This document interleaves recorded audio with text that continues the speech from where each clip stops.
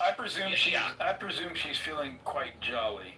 Yeah, exactly. And I'm not going to tell you what to do when you're feeling quite jolly, but believe me, I have a lot of things that are in my mind for you to do.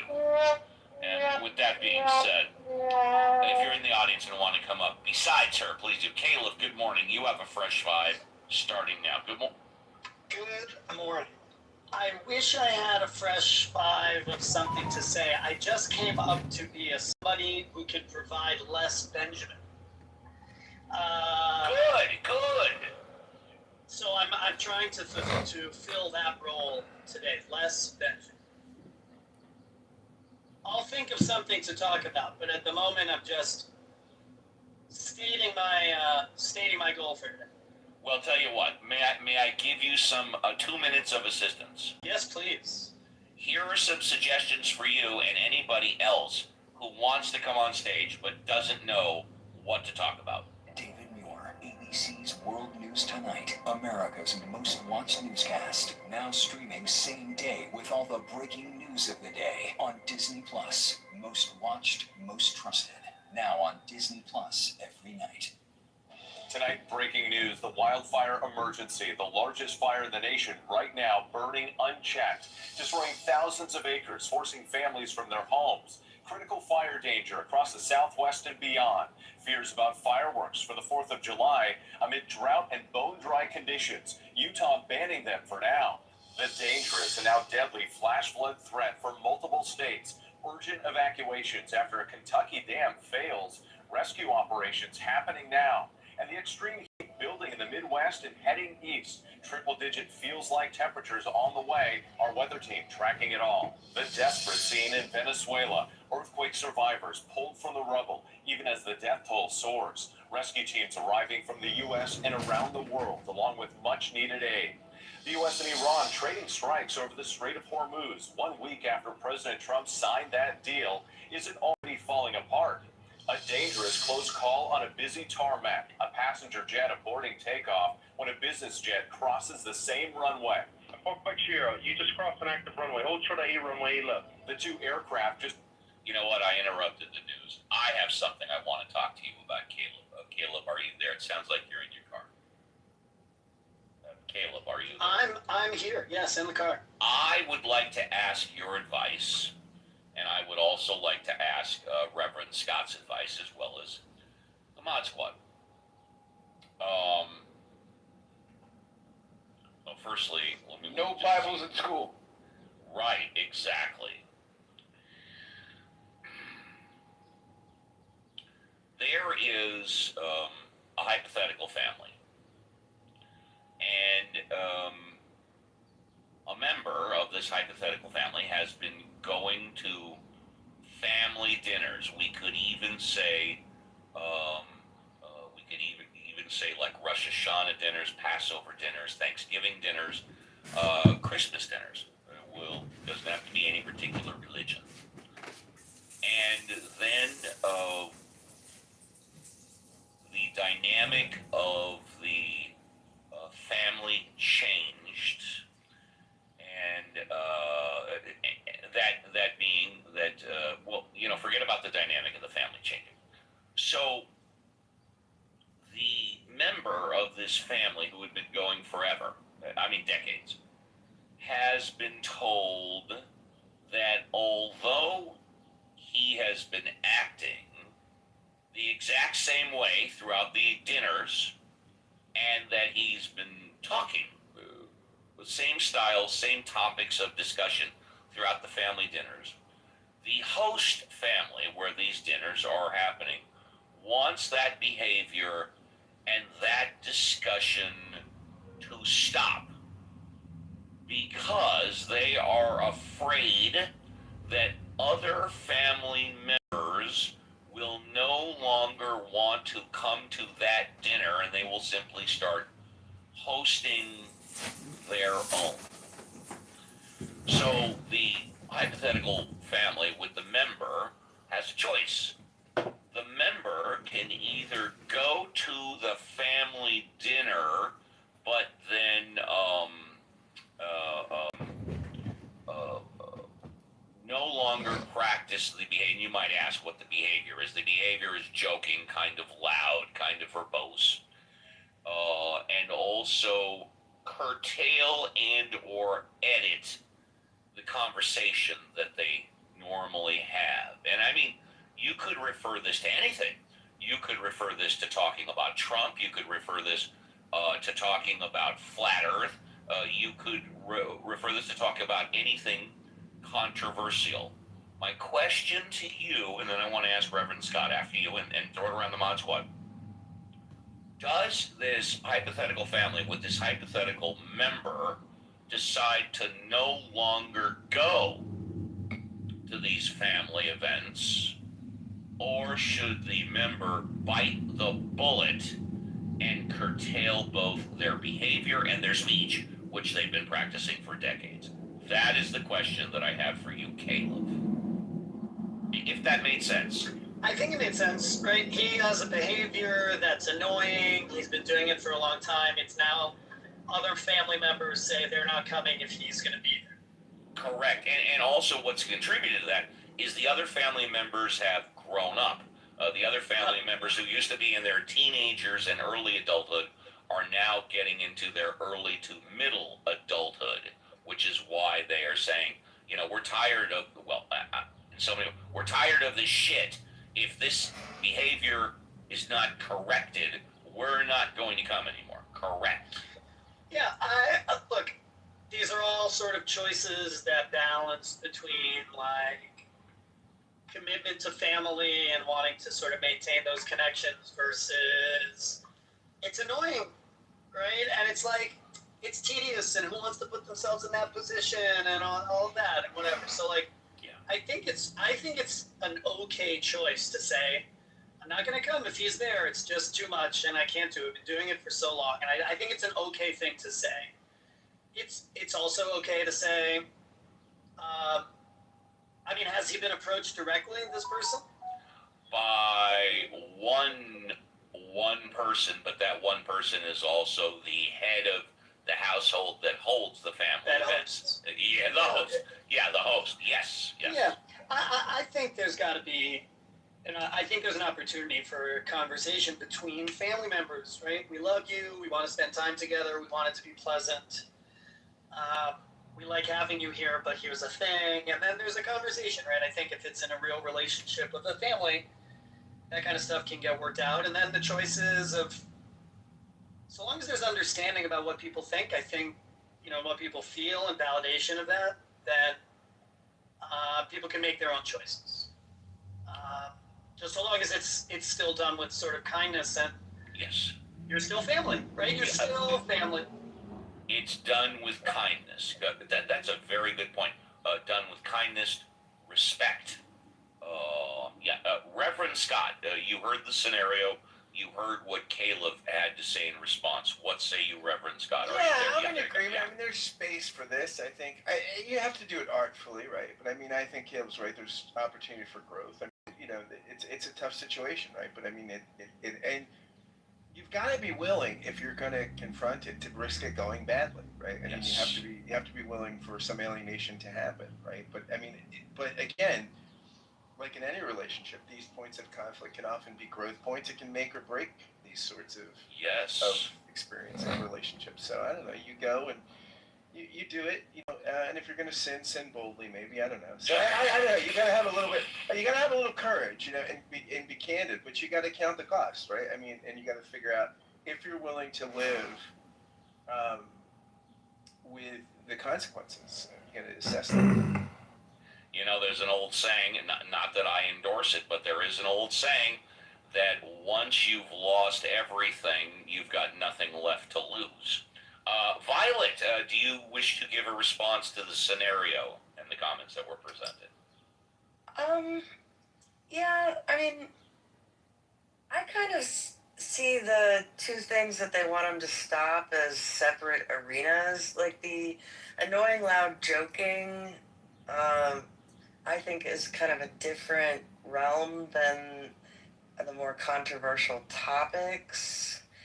Because, I mean, I was thinking about my own experience. My grandfather having grown up in Alabama from 1927 to whenever he went off to the war, Yes. had a lot of ideas that, you know, me as a child in the 90s was like, okay, Grandpa. But, you know, I ended up just talking to him, you know, saying, I don't think you're right. But anyway, he was able to see that whether he wanted to keep his view or not, that was not acceptable to voice it, to keep the family together for occasions. And I'm pretty sure he, quote unquote, grew out of it as time went on. I mean, from the early 90s to the 2010s, my grandpa changed a lot in a lot of ways. So, anyway, the controversial topics is kind of what I'd make it a compromise for the guy. Be like, look, can we just tone down things that can get people's dander up? Because, you know, we understand that's what you're thinking about, but it's creating conflict that's making others want to leave. I personally know some families that have banned all political talk during Thanksgiving. Just saying, please continue. Right. I mean, I guess I just see like that is different and something worth toning down if he wants to continue to go and have everybody Right. show up. Right. The annoying joking and stuff, as long as it's not like offensive jokes, you know, calling people fat or what, I don't know. But I mean, you kind of have to deal with your relatives' annoying habits. Like, for again, my grandpa used to do that trick where it looks like you're taking off the tip of your thumb. You do Yeah, it to sure, small of course. children. I know that. Yeah, He sure. did that till I was like 14. Even though, obviously, by then I knew, I mean, long before then I knew. Yeah. But I just humored him. It was kind of annoying because it was like, okay, Grandpa.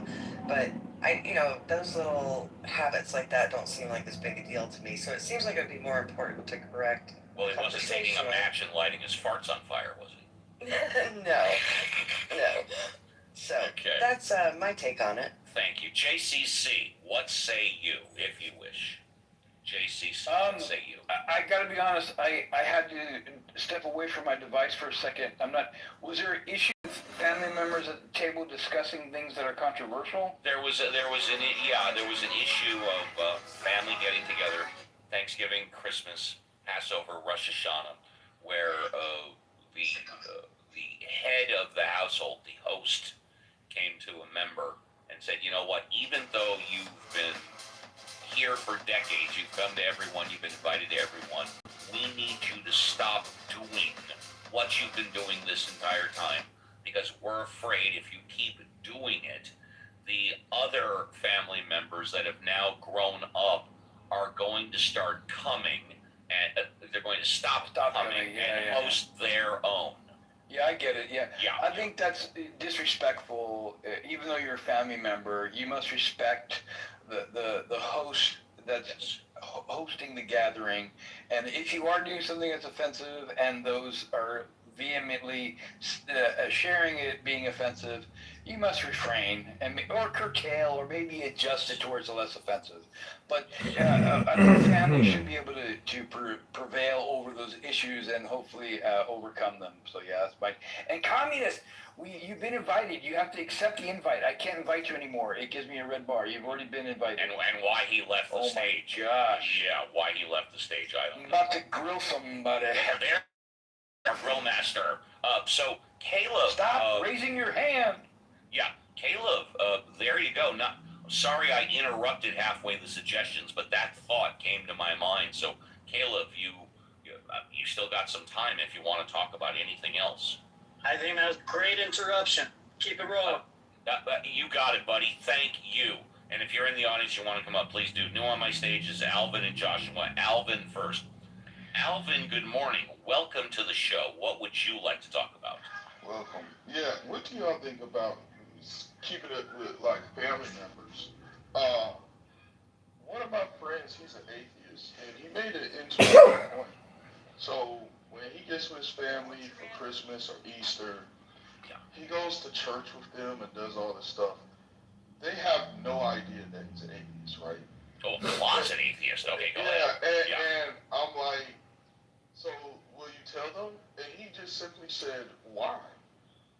I mean, it's not like going to church like is just the worst thing in the world. I mean, he just looked at a cost benefit analysis. He says, I just see no benefit to me telling them I don't believe in God.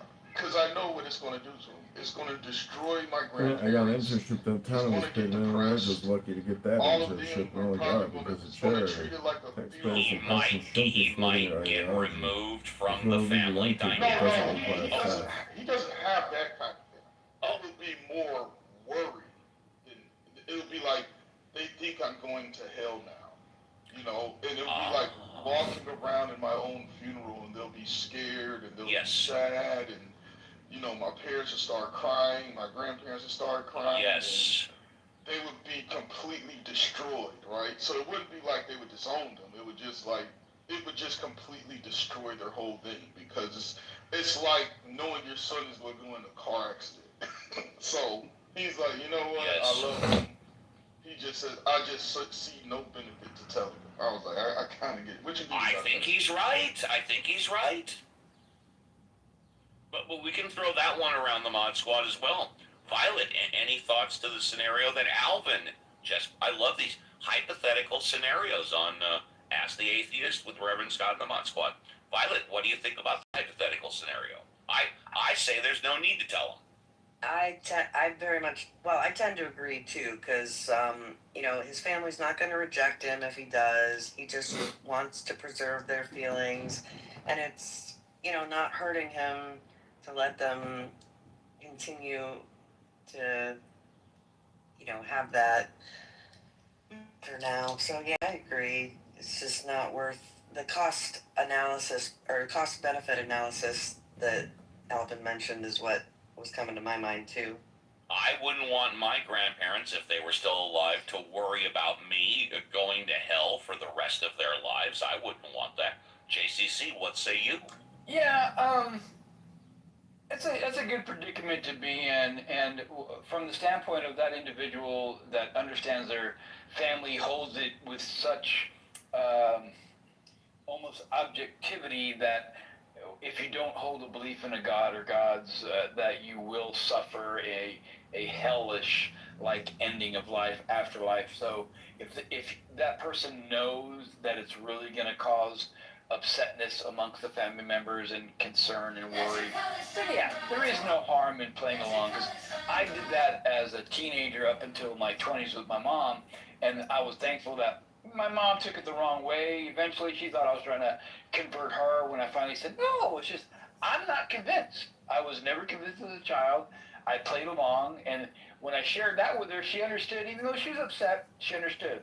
So my issue is, it's sad that a family cannot just accept other family members and, you know, be open about it. Like, okay, yeah, it's our belief. You don't believe it, cool, but I get his point to where he thinks it's going to instill fear because they hold it to be so true that this family member, if they say, I don't believe in God, they're going to burn in hell. So it's a good stance. I accept it.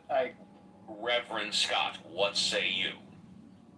Yeah, I think Yeah. you know, I think being told, or you know, thinking that people think you're going to hell, it generally doesn't facilitate the best of conversational or relational vibes. So. There you go. Alvin, did you have a follow-up before we go to Joshua, or are you... No, I think that's it. It would be interesting. I should have asked. I'm gonna ask you next time. I'm like, what would be worse? You coming out as an atheist or you coming out as gay?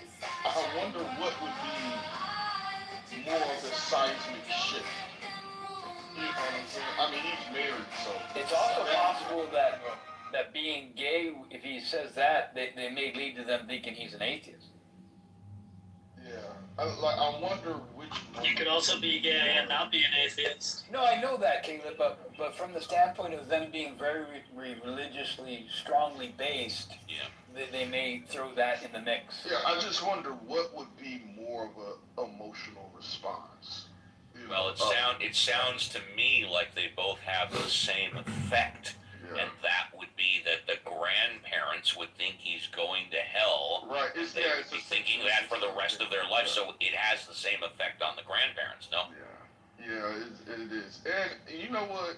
It's surprising there's a large amount of people that are in this situation where it's like, Yes. you go to church, I would say maybe 15% of the people that go to church don't believe in God, but they're kind of going through the motions. I would agree with you. I would say easily 10 to 15% of family members are in the closet regarding something.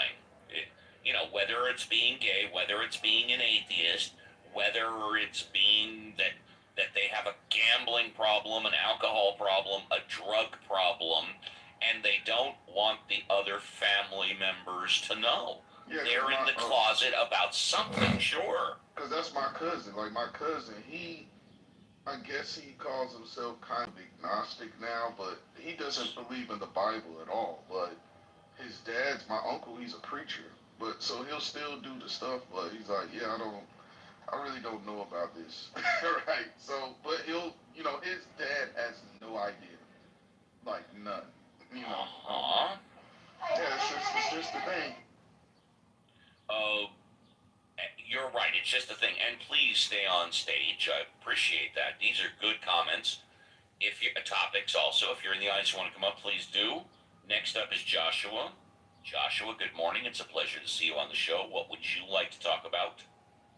Joshua, going once. Joshua, going twice. Hello, Cage. Oh, hi. Welcome. Sorry. Would you like to talk about? I'm just trying to get things ready. That's okay. What would you like to talk about?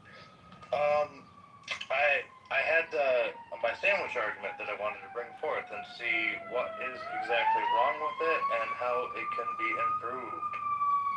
Well, that's great, considering I've never heard the sandwich argument. Go ahead. Awesome. So, as an atheist, I would like to disprove God with the sandwich argument. It goes as follows.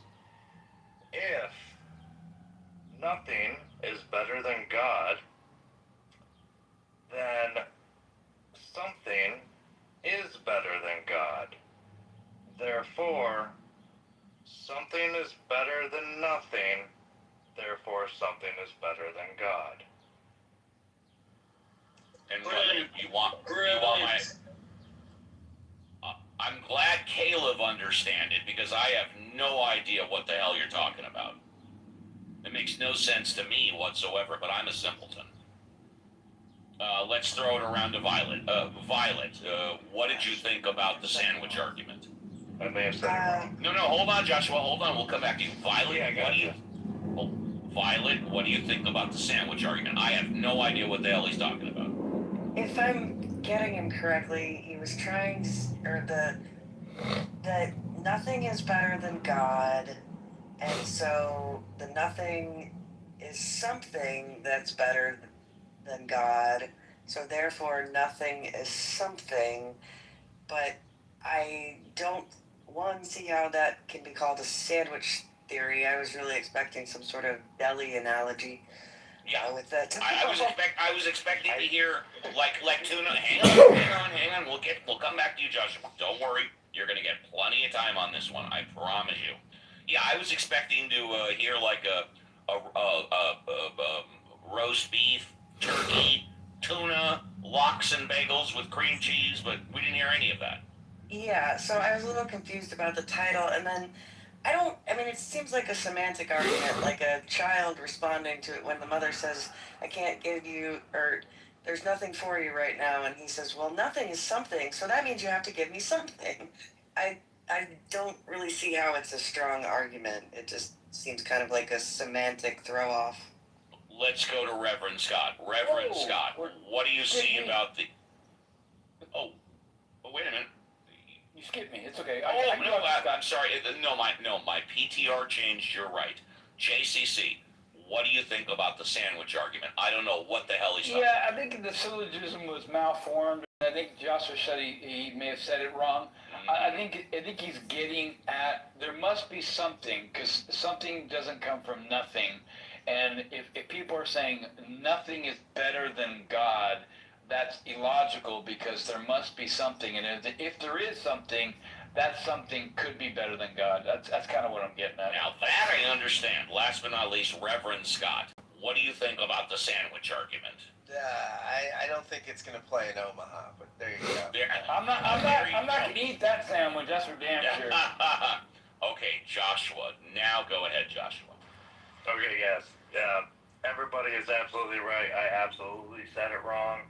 My nerves got to me. I spoke too fast. Hey, buddy, close your eyes, take a deep breath. We're friends here. We are not going to slam you. We're not going to slam you. We ain't friends, Steve. But yeah, Oh. we're all friends here. Okay, so you and I don't. I'm messing with you. We friends. Oh, okay. Well, if you want, I can mess with you. Trust me. But go ahead. So I'm so sorry. It's a P1 and P2 is what I'm trying to develop it as. The P1 is nothing is better than God. The P2, a sandwich is better than nothing. Do you mean premise? Yes, premise, P1. Okay, go ahead. Yeah, P1 stands for premise, Steve. That's why I asked that. Yeah, go ahead, Joshua. Right on. So, yeah, I just meant the P1 is nothing is better than God. The P2, be a sandwich, is better than nothing. Oh. And then the conclusion would follow is that a sandwich is better than God. Okay. I'm happy to respond to it if you're done. If you're not done, please continue. Oh, no, yeah, no, that's pretty much it. I would just like it up for review and, we'll give it to you. Go on mute and we'll come back to you. Don't worry, you're gonna have plenty more time. That's the round table. Go ahead. And by the way, David, I see you. You'll be next in about 5 minutes. So firstly, premise 1, premise 2, this clearly falls under the category of philosophy. No question about it. Anytime we use P1, P2 premise, you're involving philosophy, and in a manner of speaking, you're involving geometry. Some mathematicians would disagree with me, but that's fine. And I'm not saying you are part of this group, sir, but you are raising a philosophical idea, consideration, premise. People have heard me say hundreds of times, and again, this is not you. People have heard me say hundreds of times that my trials and tribulations with the clubhouse philosophers are well documented. Documented well. The clubhouse philosophers generally don't get along with me, and I generally don't get along with the clubhouse philosophers. Why? I am a simpleton. This is not an excuse. This is no bullshit. This is well documented. If I can say something in a 5th grade language, I'm not going to say it at a master's degree. I'm going to say it in a 5th grade language. Why? Simple. Yet I'm a simpleton. I want more people to understand. Why should I talk at a master's level vocabulary when I can say the exact same thing at a 5th grade level? I'm a simpleton, and more people can understand me. Again, this is nothing against you, sir.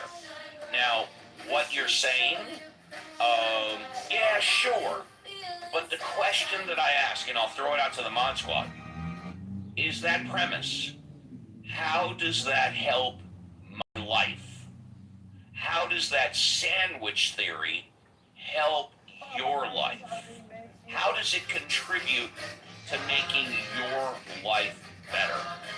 That's what I'm interested in, not whether or not the premise or the scenario is true or accurate. I'm more interested in how can it benefit my life or your life. Let's go to Violet. Violet, what do you think about P1 and P2? Violet. Violet might be busy. She might be feverishly pushing on her phone buttons because she is visually challenged. We'll go to JCC. JCC, what do you think about P1 and P2?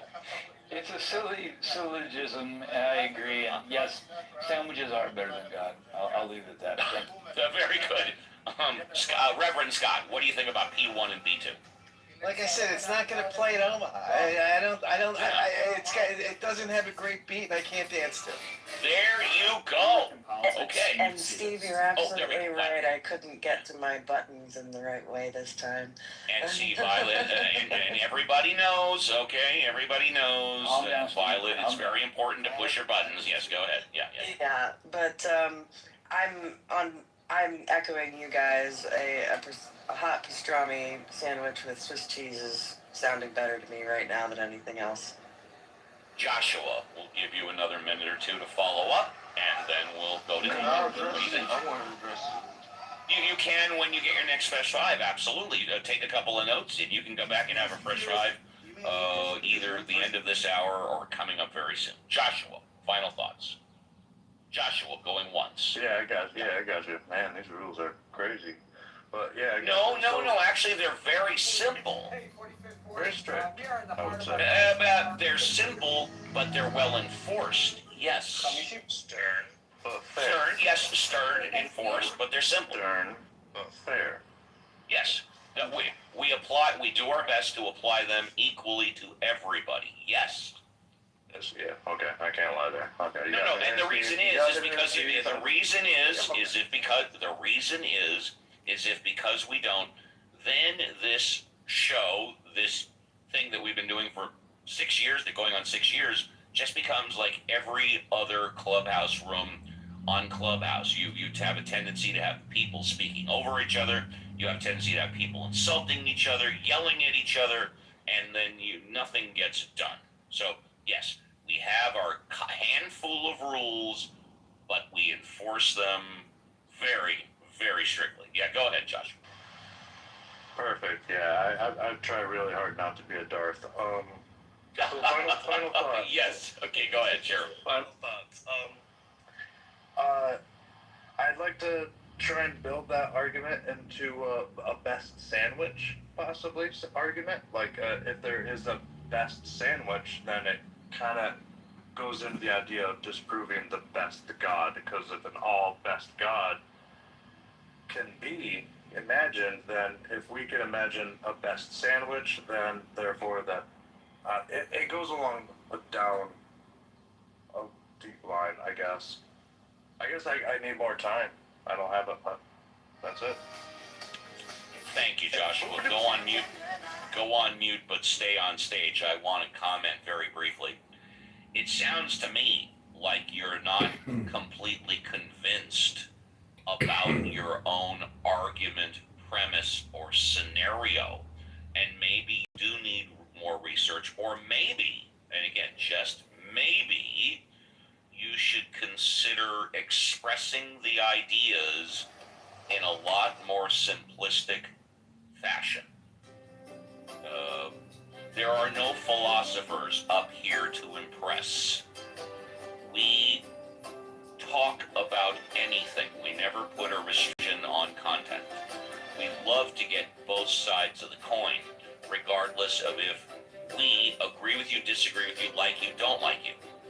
It sounds to me like you are somewhat ambivalent about the validity of what you're talking about, and no disrespect, I mean this from the bottom of my heart. It sounds like you're really unclear. America, they would be arrested. Or it seems to me like you are very clear that you're not saying it as well as other people have said it to you. And therefore you have two choices. You can go back to those other people, you could record them, and then you could basically repeat every word that they say, or you can find a simpler way of expressing it. Uncle Steve, that choice. Yes. Steve, my teacher, Jeffrey Stout, of some renown yes. at Princeton University, said one time in a seminar, this guy was pretty good, had a pretty strong background in analytic philosophy. And he said one time that when we were 5 years old, and our mother came to us and said, your sister said you wrote on the wall with crayons. Is that true? He said you knew exactly what your mother meant, and a century of analytic philosophy has not improved on what you knew when you were 5 years old. So take that to the bank. Yeah, and I'll just add one more thing that I was thinking of before we go to David. When you're 5 years old and you put your hand on a stove and it burns your hand, You don't need a reason why your hand was burned, but you know not to put your hand over the stove again. It's simple. Let's go to David. David, good morning. Welcome to the show. It's a pleasure to have you here. What would you like to talk about? David going once. David going twice. Sorry, Steve. That's okay. No problem, buddy. I'm looking for buttons. I couldn't find them. No. That's okay. Sometimes Anyway. it's very important to press the right buttons. Yeah, no, this is I don't usually come in here because a lot of these arguments, you know, they're like dead horses. You know, everybody wants to keep beating the dead horse. You know, but for a lot of folks who are struggling with their faith or truth, or there's a lot of big issues here. I mean, America is we're at a crossroads with this faith thing. You know, what's the way forward? I'll put forward to the room that I think the answer, Steve, is Buddhism. I think Siddhartha got it right. You know, in the 5th, 4th century BC, when he had to answer questions. And I think it's not so much that it's a belief system with an outcome or a finality. If you don't follow, you don't believe. But it's a tool. It's a tool to help us get from point A to point B, crossing the river. And if you guys, anybody understands Buddhism, knows what I'm talking about, or don't know what I'm talking about, it's very easy to source and illuminate on what that means. But I think that's the problem, is that we're looking for vehicles. We're looking for point A to point B, life experiences that are not fraught with, you know, all the suffering that the Buddha talks about in his writings. But whether or not there's a God or not is irrelevant. I think it's how you passage through life that determines your heaven or your hell, and how we arrive at our end days. As we sit here today, And I'll end there. Buddha doesn't belong in hell. Or doesn't believe in hell. Does Buddha? No. So, But there's- I was with you the entire time of your take until you brought up hell. Then you lost me. It's like you went into left field. Where did I lose you? Because it was when you said, well, it doesn't matter if you believe in God or not. The question is whether or not you are or not going to hell. If you don't believe in God, then there is no hell. That's not what he said. That's not what I said. What did he say? He said that like how you live determines whether or not you have your personal heaven or hell. Okay, I will. Romero, go on. We'll come to you. We'll come back to you. I'm sorry, I misinterpreted what you said. Can you repeat what you said just to make sure we have it clear? I have it clear. Yeah, that's basically what I said. I said our heaven Okay, or got hell it. is between our ears, and how we passes through life, and whether or not how we battle the stimuli of life, and how we address and get through. Now I understand. Okay. I apologize. No worries. I humbly apologize. I misunderstood you, and I thank you for the correction, Romero, and I apologize for misinterpreting you. Thank you, David. We'll probably get one more in, Carlos, and then Romero will probably be first up in hour number 3. Carlos, good morning. Welcome to the show. What would you like to talk about? Carlos, good morning. Welcome to the show. What would you like to talk about? Hey, how's it going? Hi. Do you care? Yeah, I was going to respond to the syllogism argument, but I can't. Go ahead. You mean the sandwich argument and the P1, P2? Yeah, it's a bit confusing. I think I've actually forgotten what I was going to say to be honest. Sorry about that. But maybe, I think is it that God is better than nothing, a sandwich is better than nothing, a sandwich is therefore better than God? That's pretty much, I think, exactly what was said. Yeah, I'm not sure that that's valid. But Well, couldn't you apply that? Couldn't you apply that to a car, motorcycle, or spaceship? Well, it sounded like what he wanted to do is to do some version of the ontological argument. The Anselm's like. Definitely philosophy. Yeah, and I don't think that that's going to get you anywhere, to be honest. But I don't think the ontological argument is that convincing anyway. I don't think it's a good argument. Well, once again, the question is, how does it make your life better? The question is, how does it make your life better? That was my question to him. That was my question to him. You can take all of these psychological premises and theories, but my bottom line, excuse me? I have a statement to make on that, but My bottom line is, how does it make your life better? How does it improve the lives of those around you? That's my bottom line. It's called All of the psychology, psychological Steve. stuff. The higher Yeah, your yeah, sure, IQ, the higher your EQ, and the less time you'll be angry. You'll be happy, Steve. Hello. Yeah, David can go if he wants to go. All right, very good. Yeah, Dave, we got 3 minutes. But Go ahead. if I were to take the Buddhist argument with the Buddhist, No. No. Talk to me like a fifth grade student. Talk to me like I'm a retard. Better. Talk to me like I'm a fire retard. if you take the Talk to me as if I am you're going retarded. to sit down and enjoy a sandwich, right? Yes. And you got your favorite sandwich of all time. And P1, That's P2. happiness, or that's your bliss, Okay. if you will. And if you're a child, maybe your 5-year-old child, and your mom brings home your favorite candy, in that moment, you've met God, you've met your heaven, you've met your bliss. And as the Buddha would say, all we have is the moment, momentary situations. And so in that respect, if I'm a missionary, I'm giving out sandwiches to people that are hungry, well, I might look at that sandwich as God, because it's feeding me and I'm not going to starve. Okay, this is the first thing that I just thought of, and maybe it's completely stupid.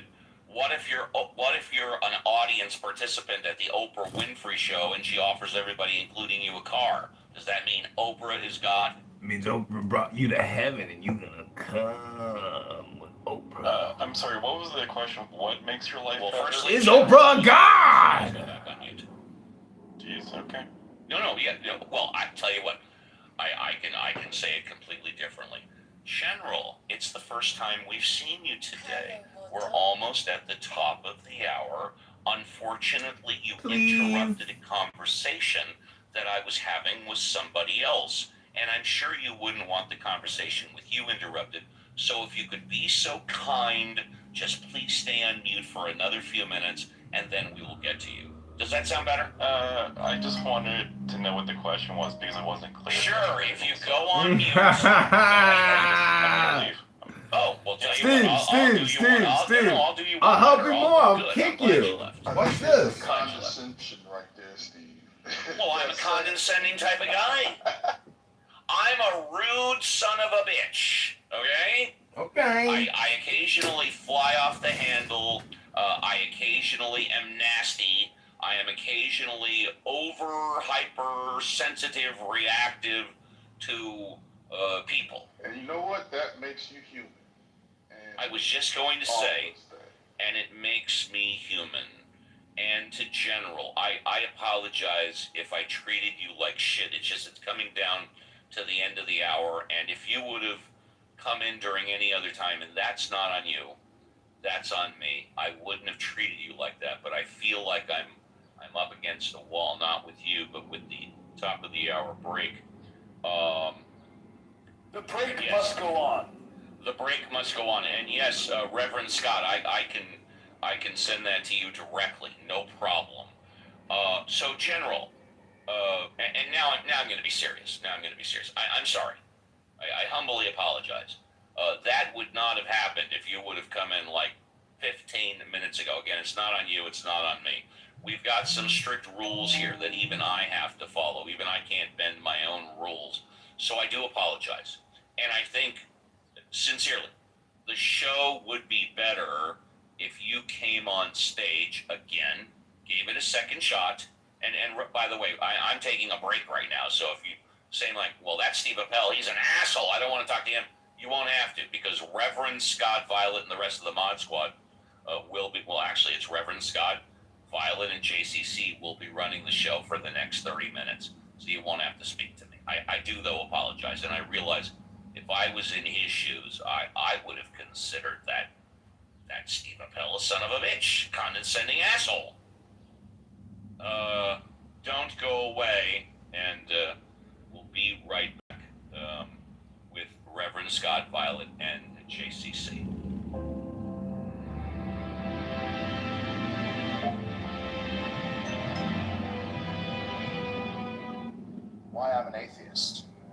ask me why I'm an atheist, and I must say, the question itself contains a rather fascinating assumption that atheism requires explanation, justification, defense, as if the natural state of human consciousness were belief in the supernatural, and those of us who decline this particular invitation need to account for our apostasy.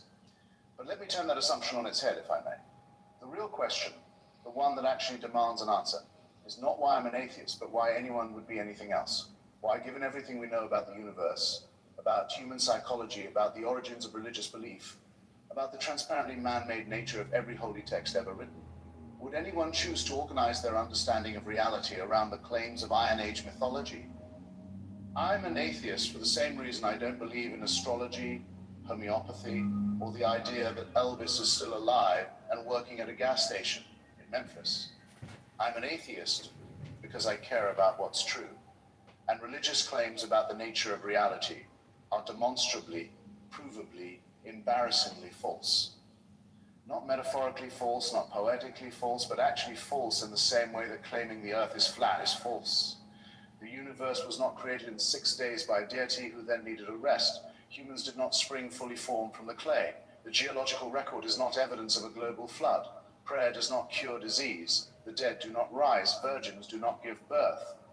These are not matters of interpretation or faith. These are factual claims about the physical world, and they are wrong. But it goes deeper than mere factual error, doesn't it? I'm an atheist because even if I could somehow be convinced that a God exists, and I can't imagine what evidence would suffice, but let's grant it for the sake of argument, I would still refuse to worship such a being. The God described in the Bible, the Quran, the Torah, this is not a being worthy of admiration, let alone worship. This is a celestial dictator, a cosmic Kim Jong-il who demands absolute obedience, who punishes thought crime, who established a system whereby we are created sick and commanded to be well, then held responsible for our inevitable failures and threatened with infinite punishment for finite sins. What kind of moral monster creates beings capable of suffering, designs a world filled with disease and disaster and cruelty, then demands gratitude and praise for the occasional respite from the misery he himself ordained? This almost feels illegal to know here. So Wanna share your point of view, vent a little about what's bothering you. Got a question that's on your mind? Be bold, break courageous. Come on up and get you fresh fire. What does that mean? Well, listen up. Have a take and just don't suck. Be respectful, make your point in a reasonable way. Come on up. Ask Uncle Steve today.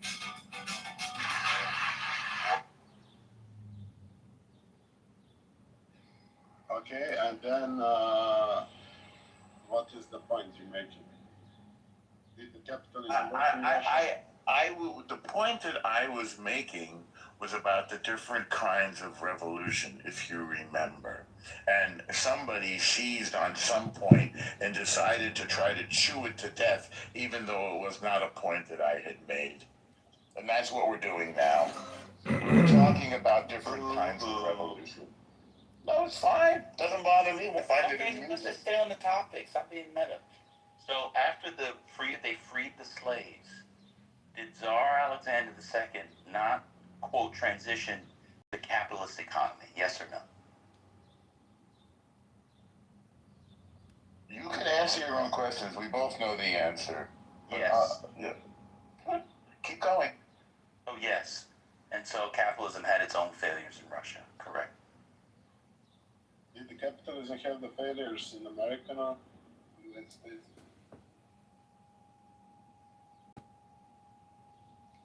Feel free to make your points. I've been hanging out with you guys for too many years to play this game. Okay, so you don't have to hang out with us at all. It's Do it in the unenlightening. hallway.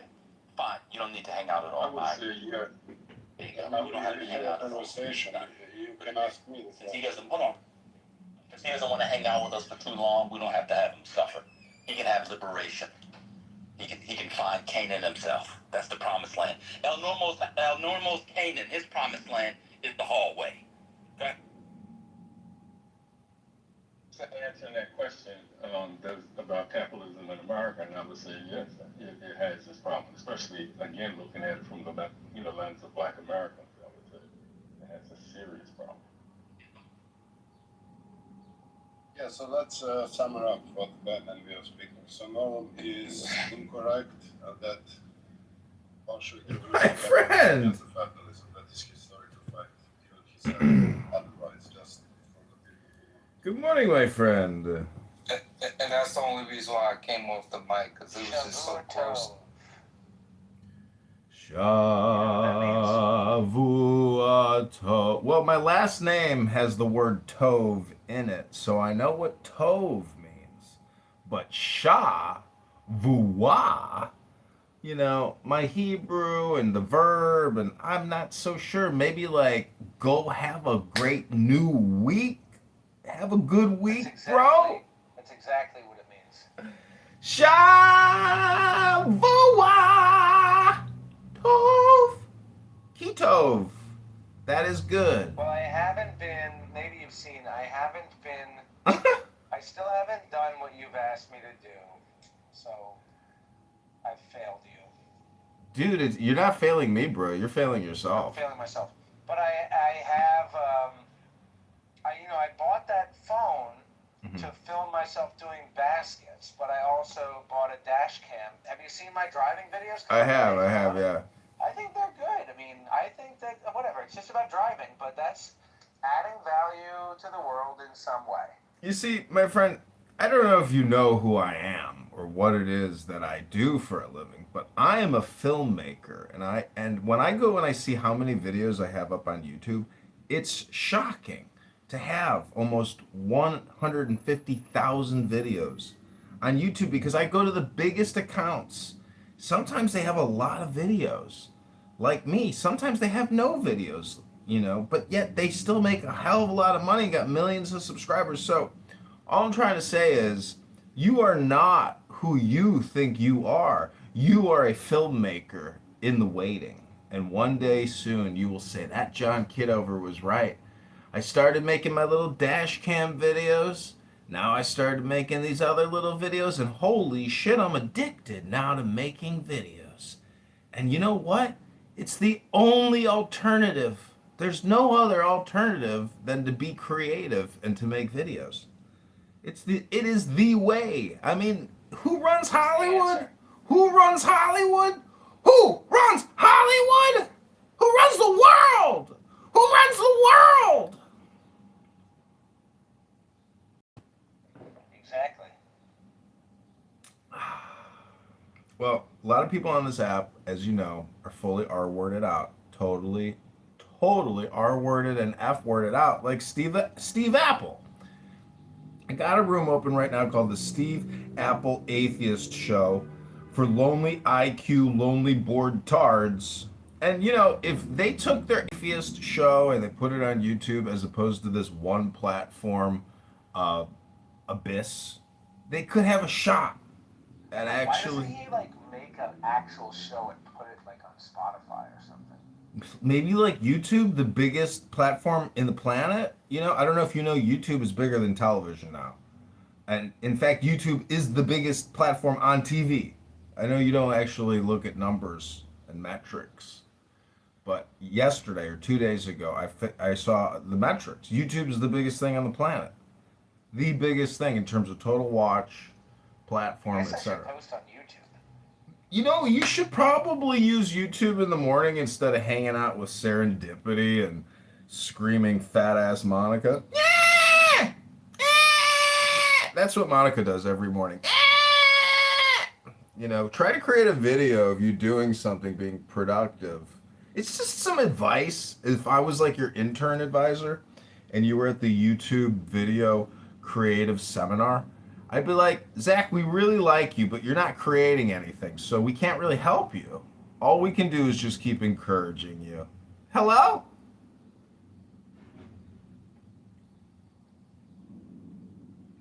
And at least you're receptive. I got a lot of friends who just want to call me and talk to me, but never create anything.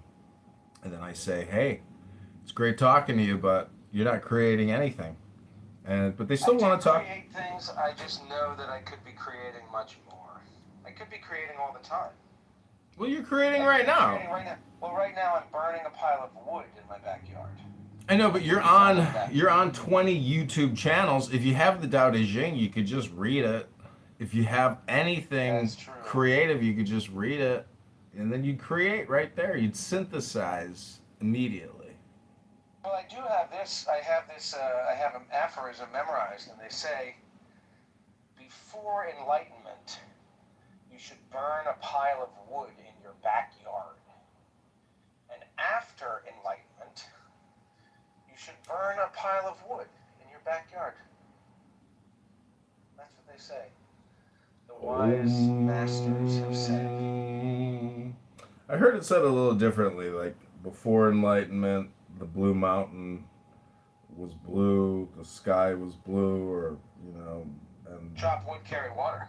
yeah, and then Have you ever heard? I mean, I don't know if you have any curiosity about the things that I have created in the past. no, that's what you keep bringing up all the time. I know you just want to hear the things I've created. No, because I want you to text me a link on YouTube. Text me a YouTube video and say, "Hey John, I just created this basket video. It's of slow motion, or it's of a time delay, and it's very artistic, and I think it's great. Would you put it on your 300 different accounts to help me, juice it?"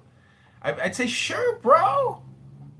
Right. Bro, you sent me something creative, dog. You did it. You did it. Wow.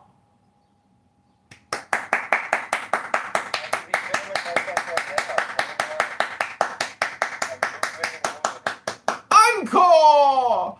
Encore! Encore!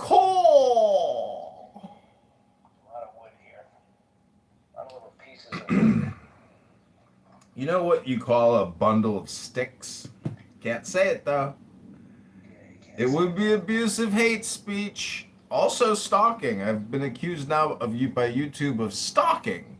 That was a new terms of service violation I had never noticed. I don't know. Nothing. They never tell you specifically what's so hateful about your speech and so abusive about it. They never say specifically. They just say we've isolated a part that we think, in our opinion, is hate, but it's actually just accurate ad hominem. You can't talk about really the LGBTQ trans is the most and black, obviously. So we get back to N-word, F-word being the two protected classes in clown world. Watermelon rainbow. Watermelon rainbow. Watermelon rainbow. Yeah, watermelon rainbows. Alright, well, I'm just going to burn this big pile of wood, I think, and that's what I'm going to do.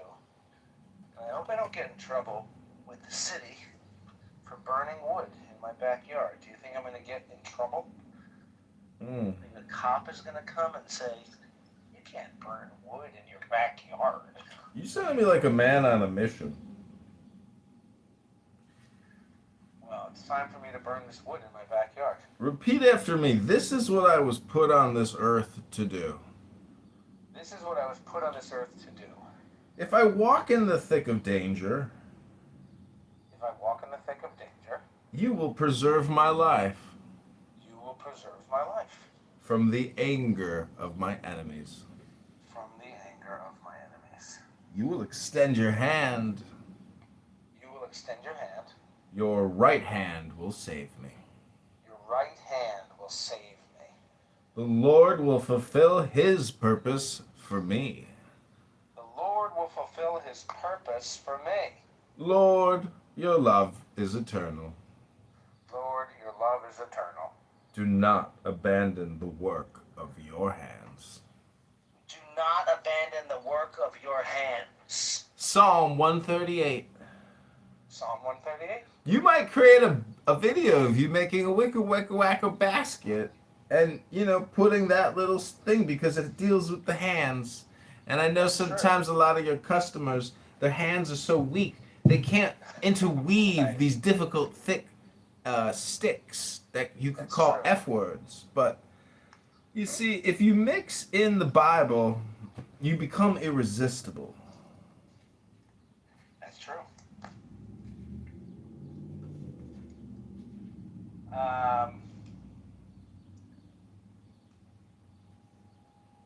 Anyway, I'm just standing after this wood pile, watching it burn.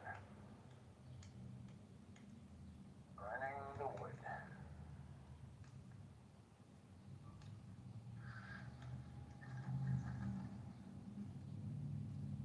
I got this really good book. It's called Bible Promises for Men That Burn Piles of Sticks.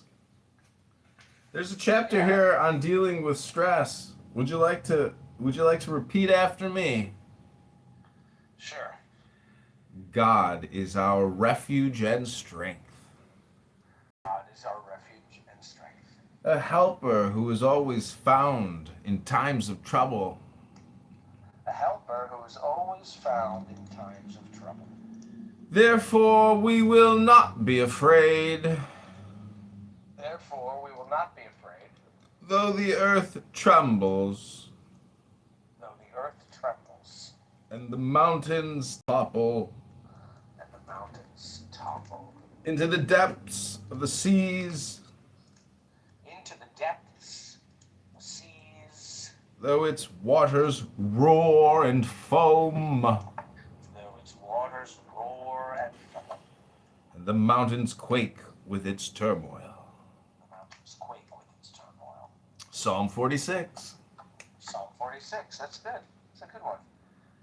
Trouble and distress terrify him, Trouble and distress terrify him, overwhelming him like a king prepared for battle. overwhelming him like a king prepared for battle. Job 15. Job 15. Show us favor, Lord, show us favor, Show us favor, Lord, show us favor. for we've had more than enough contempt. For we've had more than enough contempt. Psalm 123. Psalm 123. God,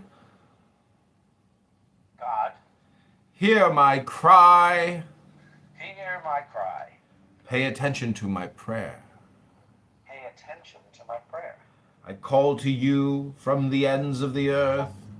I call to you from the ends of the earth. When my heart is without strength, When my heart is without strength. lead me to a rock that is high above me. Lead me to a rock that is high above me. For you have been a refuge for me, For you have been a refuge for me. a strong tower in the face of the enemy.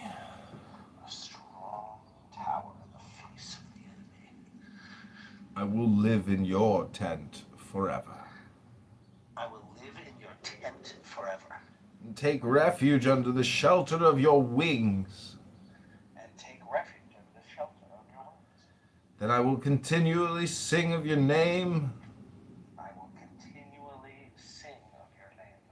fulfilling my vows day by day. Fulfilling my vows day by day. Psalm 61. Psalm 61. This is the day the Lord has made. This is the day the Lord has made. Let us rejoice and be glad in it. Let us rejoice and be glad in it. Lord, Lord, save us. save us. Lord, Lord, please grant us success.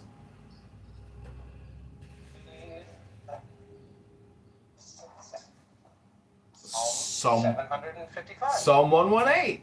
Psalm 188. I How many exclaimed, psalms are there? hundreds. I exclaimed, this is my intense suffering, but I must bear it. I exclaim, this is my intent, suffering, but I must bear it. Jeremiah 10. Jeremiah 10. I have to go. Hello? Rabboni Shalom. Hello? Shavua Tov, my friend! Shavua Tov! Hello? Hello?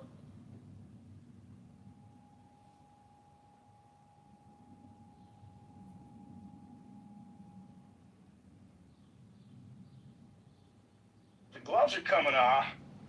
This is where we're at today, Scott. I think at the end of the day, they don't want to lose that relationship with Trump.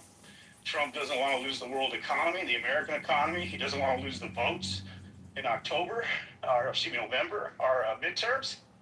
And we're seeing him hold up a very powerful bill, affordable housing bill, bipartisan, in order to get this new voting deal that he wants to erect on behalf of the American people, which is not very popular.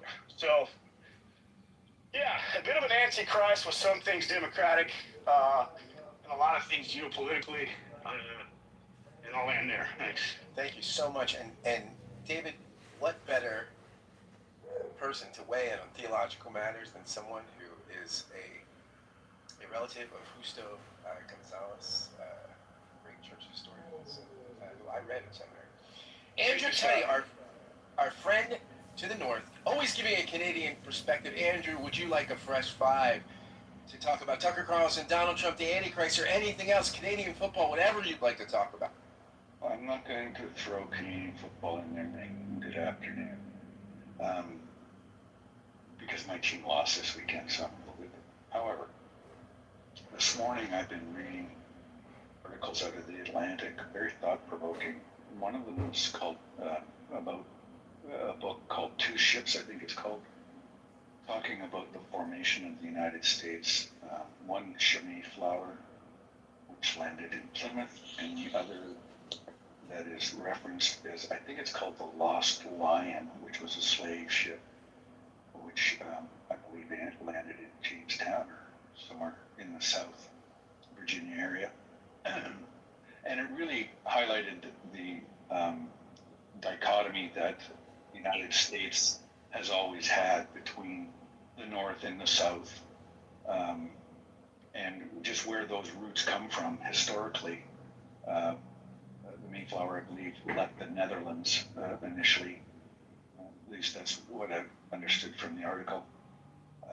But anyway, it's a very interesting article. The Atlantic was full of them this morning. The other one that was very interesting was on Mel Brooks, who celebrated his 100th birthday yesterday. Very, very funny individual, probably at the pinnacle of funniness. And it just spoke about his relationship with Gödel, a book that was unfinished by the author. So very interesting. The Atlantic is full of interesting articles of that nature. But the one that I found this morning that I did post here that I think might be of interest to most Americans, or some Americans, I don't know, depends how involved or active you are, but it's from The Guardian, and it's talking about the move in Minnesota based on their past experience with the surge in this past winter of ICE agents, etc., in the cities, and their movement towards how to protect your upcoming midterms from the attack that these elections are experiencing from Donald Trump and his allies. So I just posted that for anybody in the room who is interested in artillery to push back on the election denialism. Only elections that Donald Trump wins are good ones, and those that he loses are bad ones. And I think it's good reading and some good information. You can contact some people in these organizations that are truly have experienced what it's like to face the anti-democratic, fascistic tendencies of Donald Trump recently. And I think it's a good read, and there should be some good information there for people to take home to their own areas and maybe set up similar programs to educate your population, your fellow neighbors, on just what is happening and how to circumvent those efforts as best as possible. So I'll land it there, and everybody have a great day. Thank you so much, Andrew. Always great to hear your comments and give us a little Canadian perspective. Let's go to somebody out on the southwest, in the southwest portion of the United States. Hey, Dr. Scott. Francine. Yes. Elijah Yes. has been on stage for quite a while and hasn't gotten his fresh five yet. You know what? We'll go to Elijah right after Dr. Francine. We'll go Dr. Francine, then Elijah. Dr. Francine, coming to us from the Grand Canyon State. Would you like a fresh five to tell us what you're thinking about? Yeah, I've been thinking, wow, I've been thinking so much. This morning I drove out to the place in Arizona where they're building the new TSMC, Taiwan Semiconductor Company plant. And it's huge. I mean, it's unbelievably huge. And it's huger, if there is such a word, than the construction site, because there are now 3,500 people there, and there are going to be 6,000, but there are also 12,000 construction workers building it. Because when you build a factory that big, you also build houses. Almost inadvertently building a factory town. So there's like people building houses and people building, supermarkets and all kinds of stuff. And so I'm thinking how badly we are going to need immigrants, and how, the same people who are saying, oh, AI and, semiconductors and get everything in the United States because we don't want China to blah, blah, blah. It's so inconsistent, because how can you have all that without immigrants? I guess that's enough for me. Thank you. Great questions, Dr. Francine. Let's go over to Elijah before we hand it back over to Uncle Steve. Elijah, George, how are you? Welcome to the stage, and would you like a fresh five to tell us what's on your mind? Elijah going once, Elijah going twice. I'm not seeing him coming on, so I'm going to go back to my Uncle Steve. Uncle Steve, I'm handing the reins back to you, sir. Thank you. And I do see Moose on stage. Has Moose spoken Moose yet? has not spoken yet. You could go to Moose. Then we will go to Moose, and then we'll try Elijah again. Moose, it's a pleasure to have you on the show. Welcome. What would you like to talk about? He left the stage. He left the stage. Okay. Little Has stage anybody- fright, baby. Little stage fright, you quite never- literally. Maybe it's Uncle Steve fright. Who knows? Has any non-mod squad, non-green bean, not had a chance to speak on the stage? Apparently, everybody has. Okay.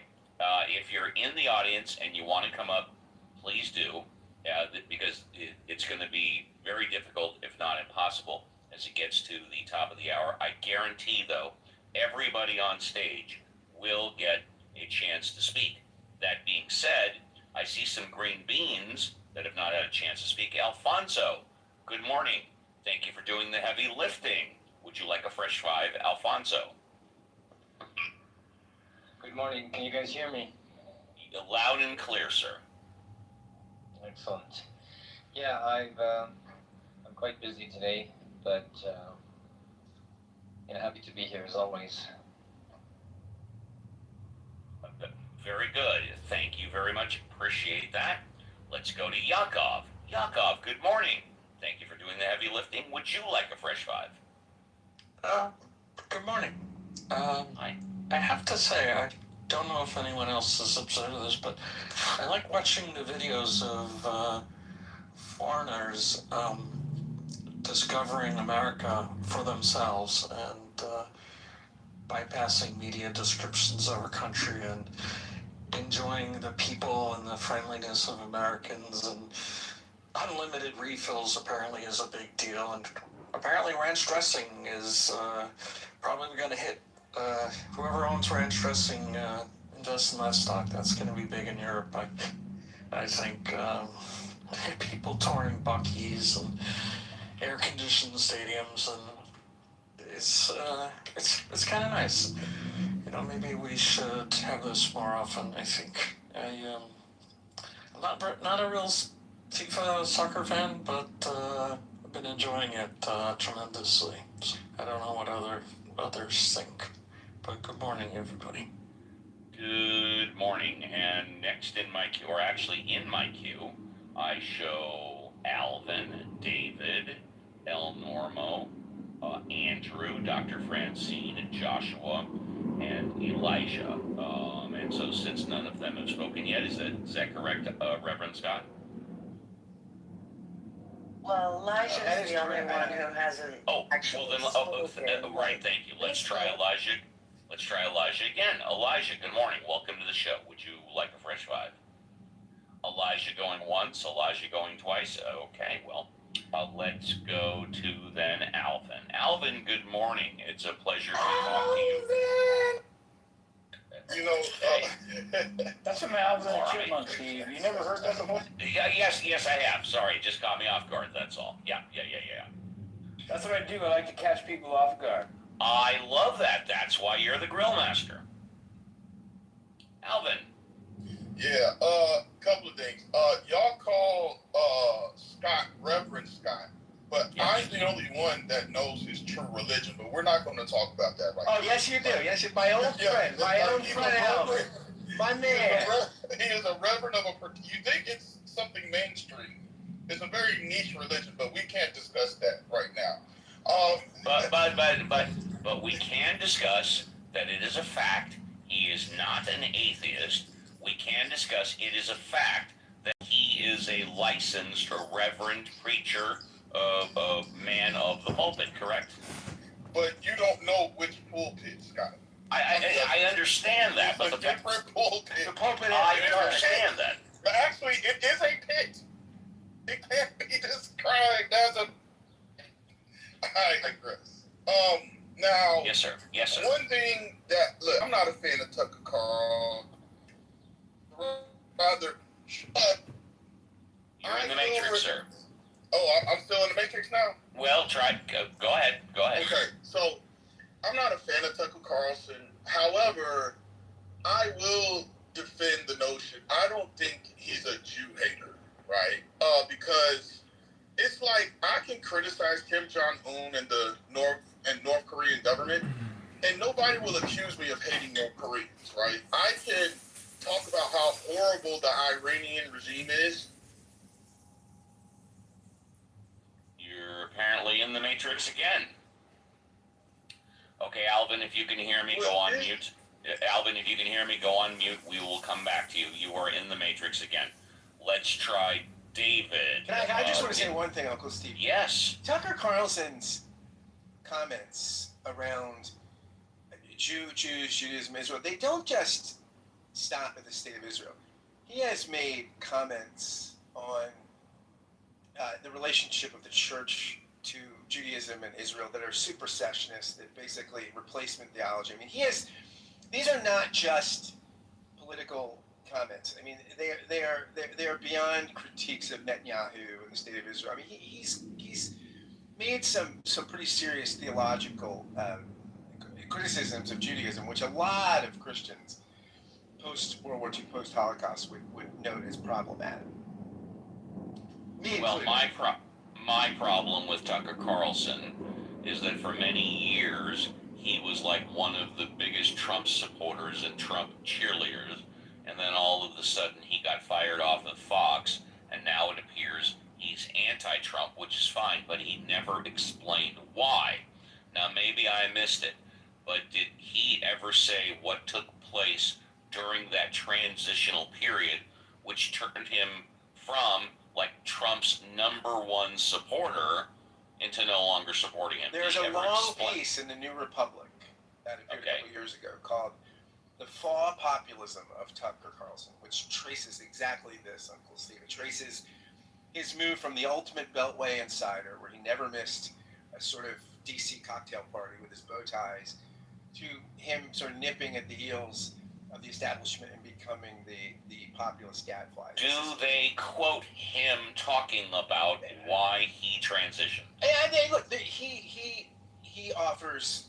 Yes. He doesn't offer. I mean, he will say things about Trump and populism, and I mean, it's not as though he's never addressed this stuff, right? But many people find his transitions quite convenient, and point to him, not unfairly, I think, as a pretty opportunistic guy. And again, he has 20 million followers. If this is aggregate, though, if you add up, when I was looking up, if you add up like YouTube to X to this, that, his audience approximates Spotify and whatnot. His audience seems to be approximately 20 million folks, which is this is. But that doesn't mean he has 20 million downloads for each one of his YouTube. It doesn't. It does not. This is an estimate. This is an aggregate thing. But even if it's half that, right? I mean, this is 3 or 4 times. Well, all you got to do is pop onto one of his YouTubes like a week or two ago and see how many people viewed it. Right. I mean, but he's definitely got a bigger following than I believe or Fox Cable. I believe has 20,000 followers, 20,000 subscribers. But the 20 million. I'm sorry, 20 million. But the question is, how many people watch each of his YouTubes? And all you have to do is go onto the YouTube and it'll show you, right? Right. But certainly more on average than, say, the evening news. I mean, the guy is running a media empire out of his house, basically, which is remarkable. What you can do these days. It's very remarkable what you can do these days. Am I still in the Matrix? No, you're not, but we're going to come back to you, sir. Okay. We are going to come back to you, sir. I want to go to Leroy, who's new on stage. Leroy, good morning. Welcome to the show. What would you like to talk about? Good morning, Steve. Good morning, Leroy. It's been a minute. I know. I know, right? Good to hear your voice again. You sound great as always. It's good to hear you too, and the show is better with you than without you. Appreciate that. So here's what I was thinking. So Steve, I've been navigating my entire life literally of being a self-governed person, right? I'm sort of a visual. How I got there is by being a visual learner, right? I've observed how people behave.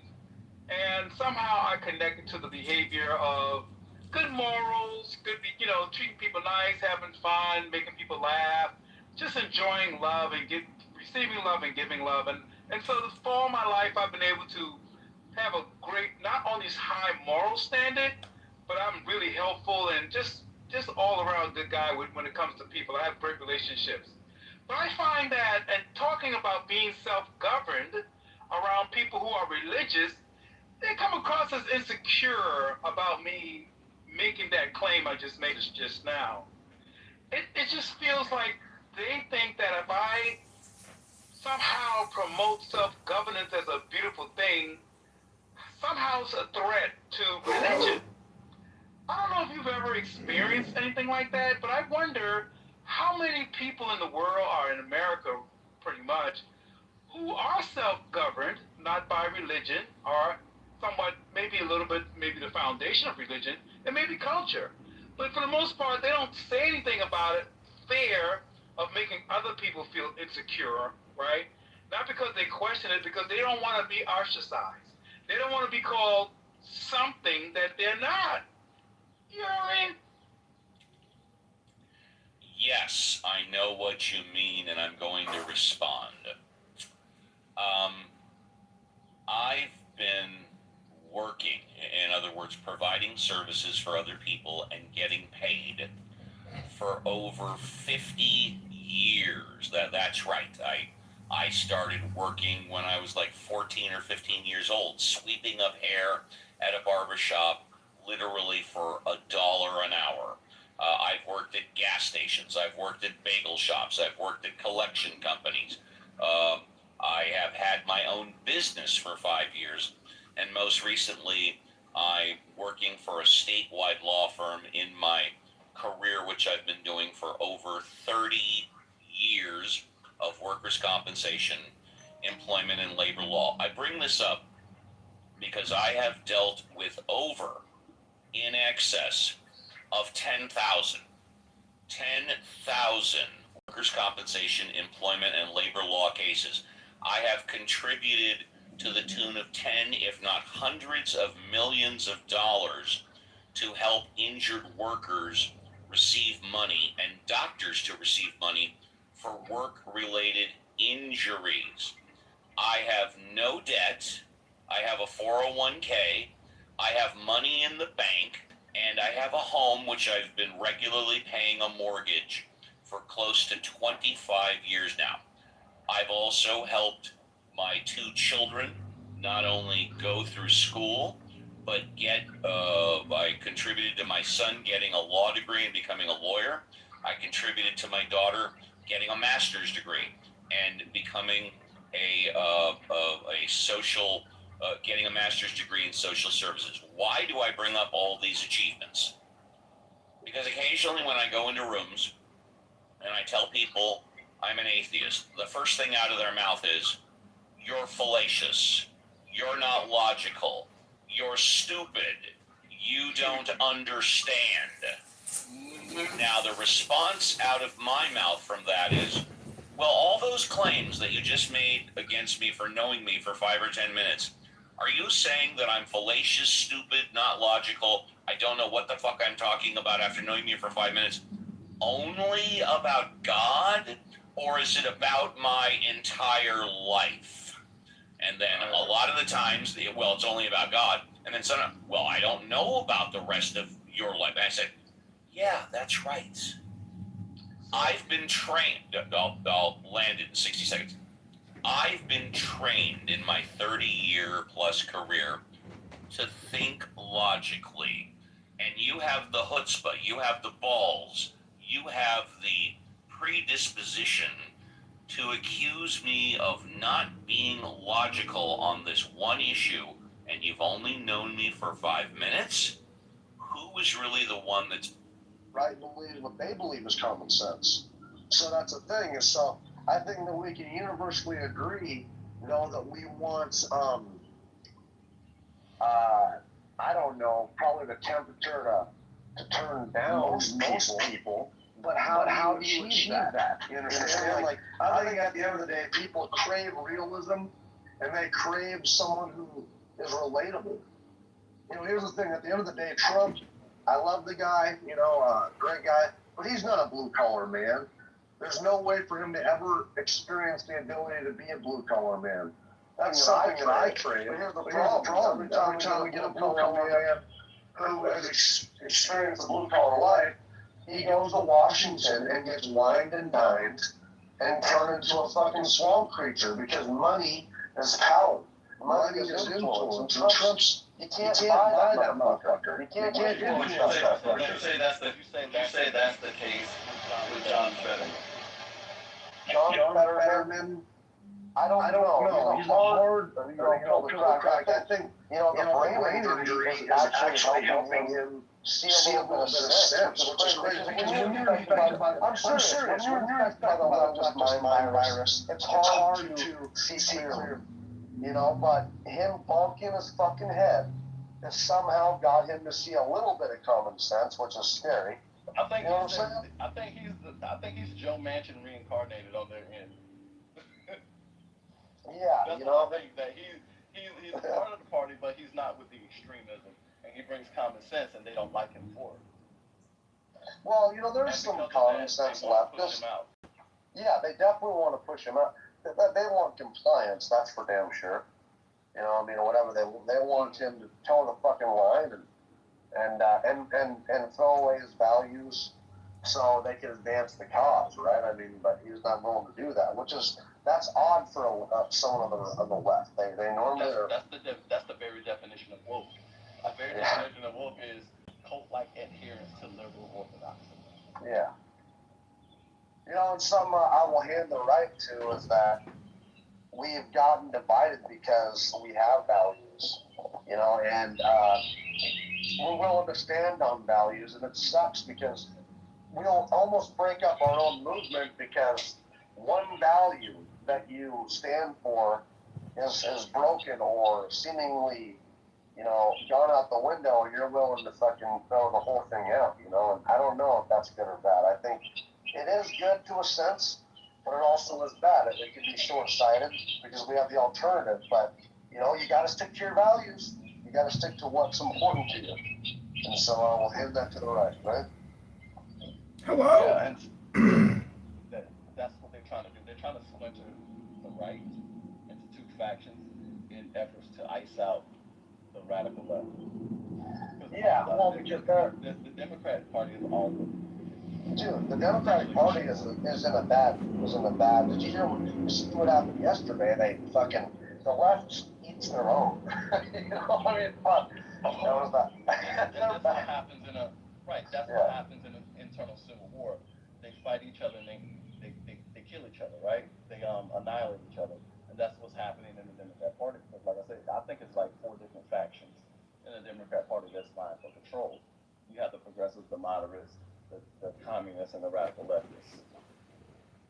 Yeah, you know, on the right, I'd almost say we have 3. We have the people that are, I hate to say it, but Israel is a dividing line for some people on the right. I mean, they're either anti-Israel or they're with Israel, or I don't know. There's like 3 kinds, I would say.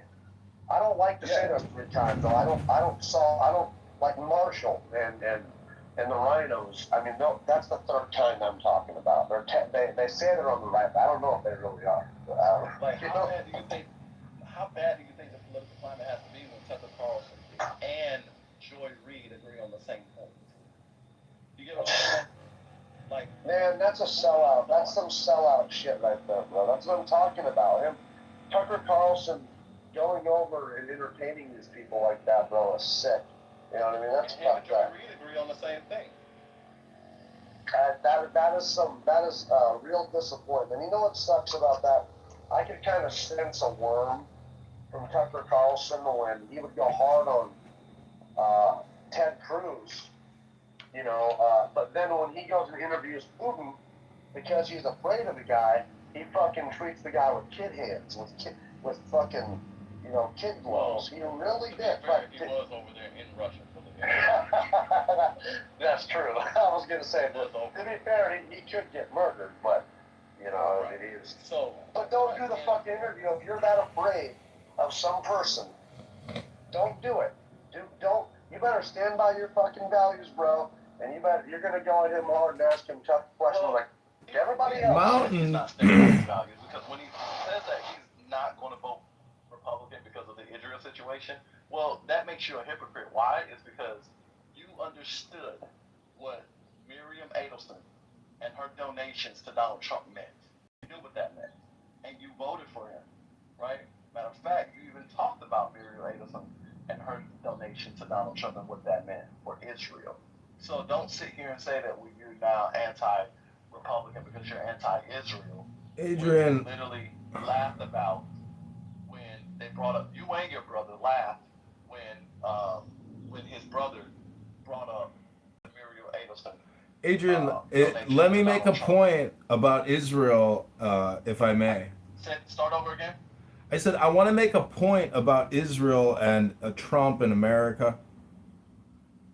The point is that you know, Mountain was breaking down the division within the right or the left based on Israel. But if you just take a step back, if you believe in sabotage and espionage and foreign influence and how AIPAC controls Congress, and you're part of this belief that this is a fact and you're anti that type of influence, you still have to, in my opinion, in the past 26 years, the entire American attention and focus has been subverted.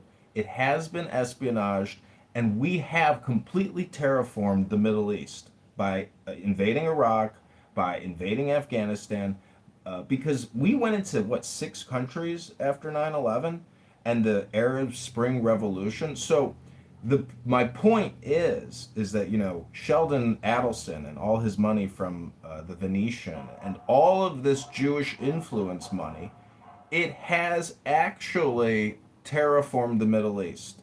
And it's not just the Jews, though. It's the Saudis. It's the Qataris. It's the Abu Dhabians. It's the entire monarchy of the Middle East fighting this Shia Islam threat, which has no monarchy. It is a theocratic state, a union of religion and state, church and state. So it is really like this tribalism or gang-on-gang warfare. And America, unfortunately has plunged itself into public debt. But now we've created hundreds of trillions of dollars of money out there. And anyways, my whole point is you can't deny the success of Israel's espionage program and secret intelligence services in terms of influence and regime change. It is probably the most successful country operator at that type of game level. My final point that I just want to emphasize to everybody in this room is that America has been operating in a way like a video game, like a first-person shooter, and everybody's lives, your whole experience from your birth to your death, is really much. It's very much like a video game. You make the wrong movement here, you don't get a third life, a second life. Like, this is it. You get one shot at this video game. And there's movies, that Tom Cruise movie where he makes the mistake, he fixes the mistake, finally he, is able to pass through. I'm just saying that the fact that we're 200 trillion in debt, 40 trillion in funded, 200 unfunded, every state has hundreds of billions in debt. The point is that it makes it seem almost as if this is some type of a game simulator or some type of Matrix-esque type simulation. Like, if simulation theory can be proven, it can be proven in the ledger, meaning that we are lucky we were able to create 200 trillion in unfunded debt, 40 trillion in funded debt, and since we're able to borrow like this, because the world is one huge network and we are borrowing off of it. And China's doing the same thing and India's doing the same thing, but at a much lower level. And it's truly because of our victory in 1945, where we conquered the earth and became the supreme dollar monopolist on the planet. It's our greatest blessing. But the truth is, if we didn't do any of this, the past 26 years wouldn't have been possible. And then before that, the 50 years before that wouldn't have been possible. It is immoral and it is unethical, and we should pronounce judgment on the immoral currency system we have and what we're doing. We shouldn't spend more than what we take in revenue. Businesses don't do that, households don't do that, but our Congress people do that. They are immoral, they are corrupt, and you have to pronounce judgment, moral judgment. Hello?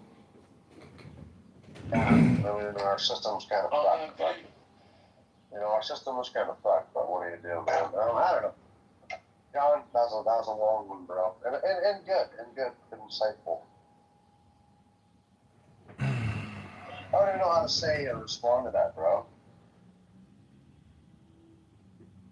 Well, I just think today's Pride Fest, and there's lots of people out there looking for dignity, looking for honor. But the truth is, putting up rainbow flags and marching in a parade and saying, give us our dignity, give us our... That's not where dignity comes from. Ethics and virtues and morals have to be studied. They have to be experienced. And, I know a girl that went to the Pride Fest and they towed her car. They destroyed her day. They could have plunged her into bankruptcy. $300, 4 hours to go look at it. So all I'm saying is, all communication is political. All communication is hypnosis. All communication is spam. And it's your first-person shooter game to determine what type of communication you want to take in and what kind of communication you want to push out. Yeah, we're definitely in a simulation by the Lord. The Lord, has made this simulation for us to experience, and that's definitely happening, for sure. And what's cool about it is like, say you're playing Sim Earth or something like that, or Sims. You want to go and experience, that Sim, so you go down and play that character. Jesus did that, bro. Played as a human, wanted to experience that suffering, but died for our sins, man. It's pretty cool, though. I mean, but yeah, we're definitely in a simulation. Made by God.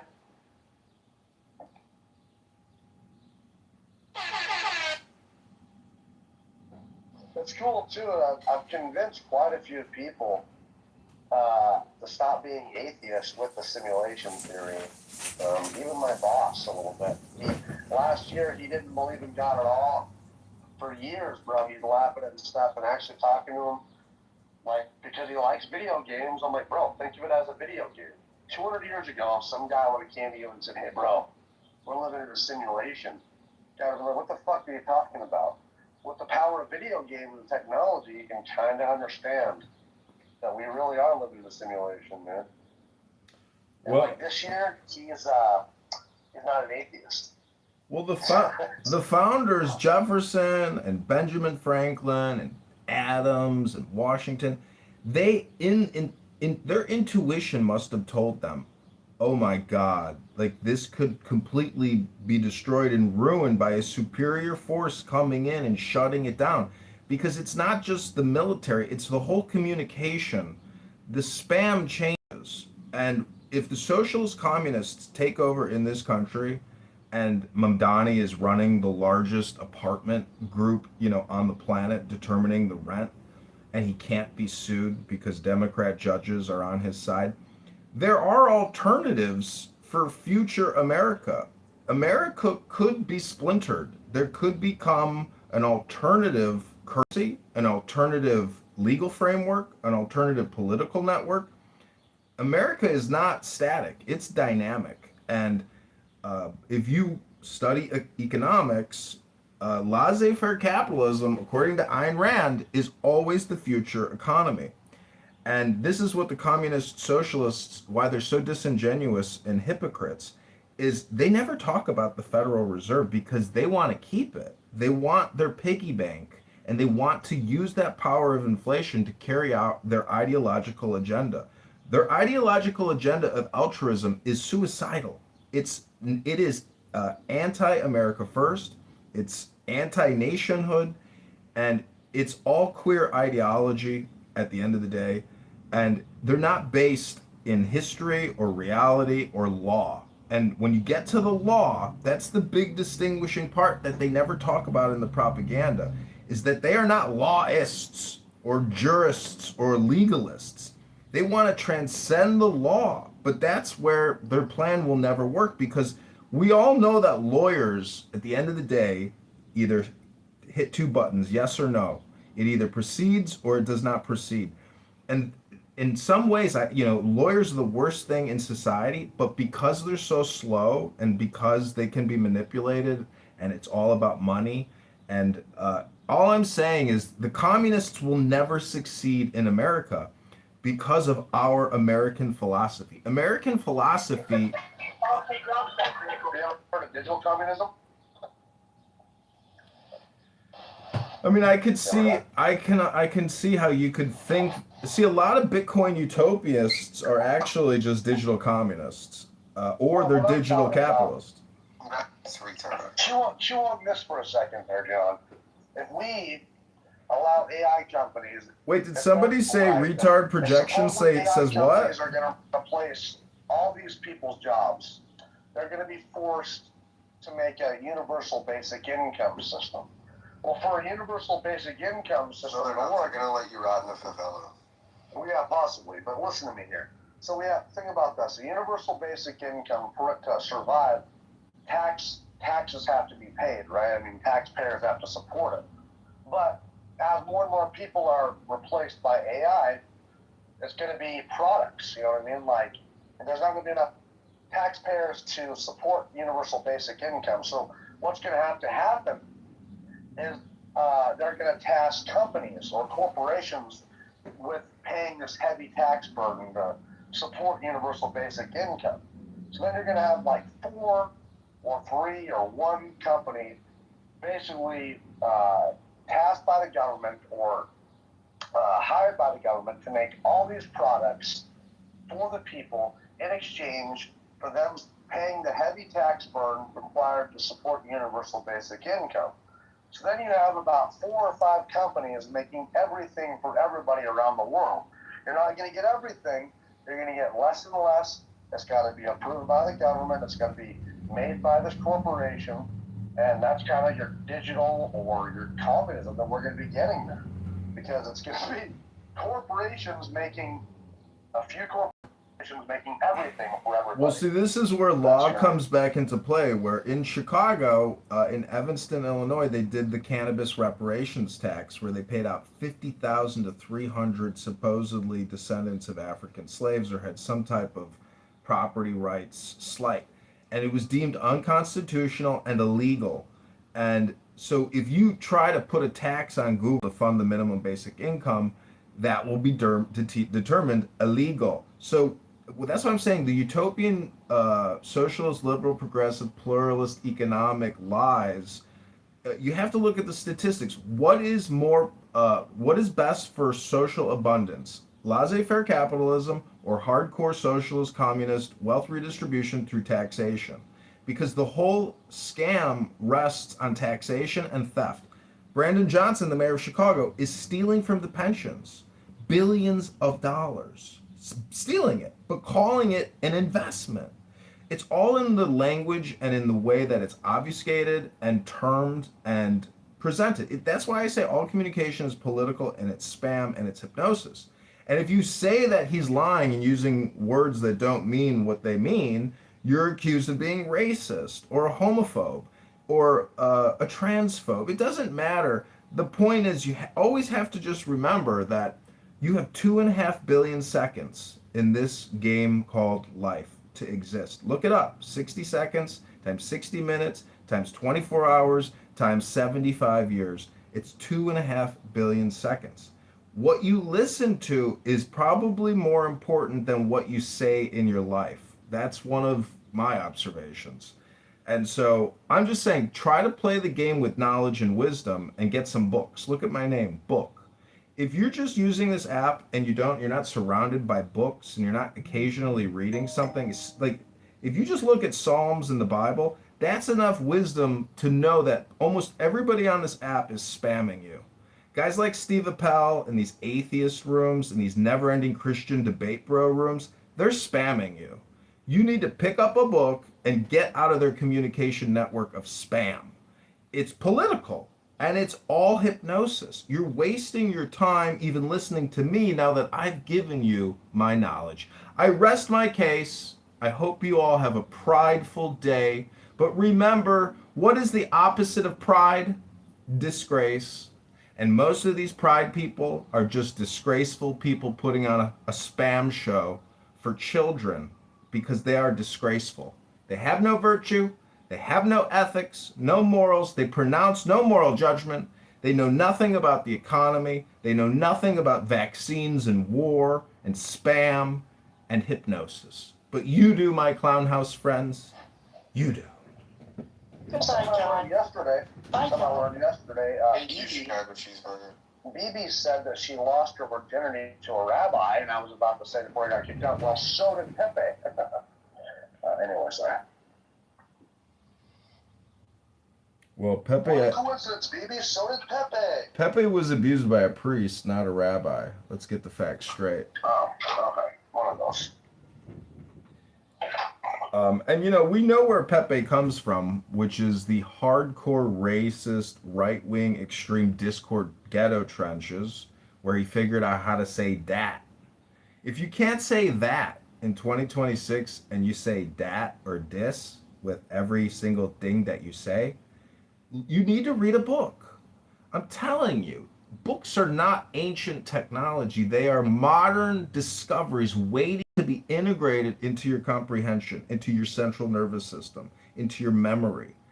You've got the greatest computer system the planet's ever created. You are 65 billion years of human evolution, but you fail to pick up a book and read it because this app is so fucking dopamine creating. There's no better experience than listening to a guy talk about books, but not even read a book. Think about that. Oh, Lord. Lordy, lordy. Lordy, Lord.